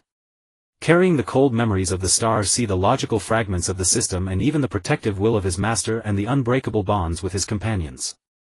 Tsunade pressed the seed tightly to her chest, tears mingling with a smile. She stood up looking towards the rising sun in the distance, watching the figures starting to bustle in the ruins, glancing at the unconscious Sasuke and observing the still overshadowing yet temporarily silent golden birdcage. "Did you hear that, kid?" She whispered, her voice not loud yet clearly echoing across the quiet camp. "The sky is brightening." Above the ruins the grey star shone brightly. In the depths of the star sea the embers had not yet cooled. The end of the book.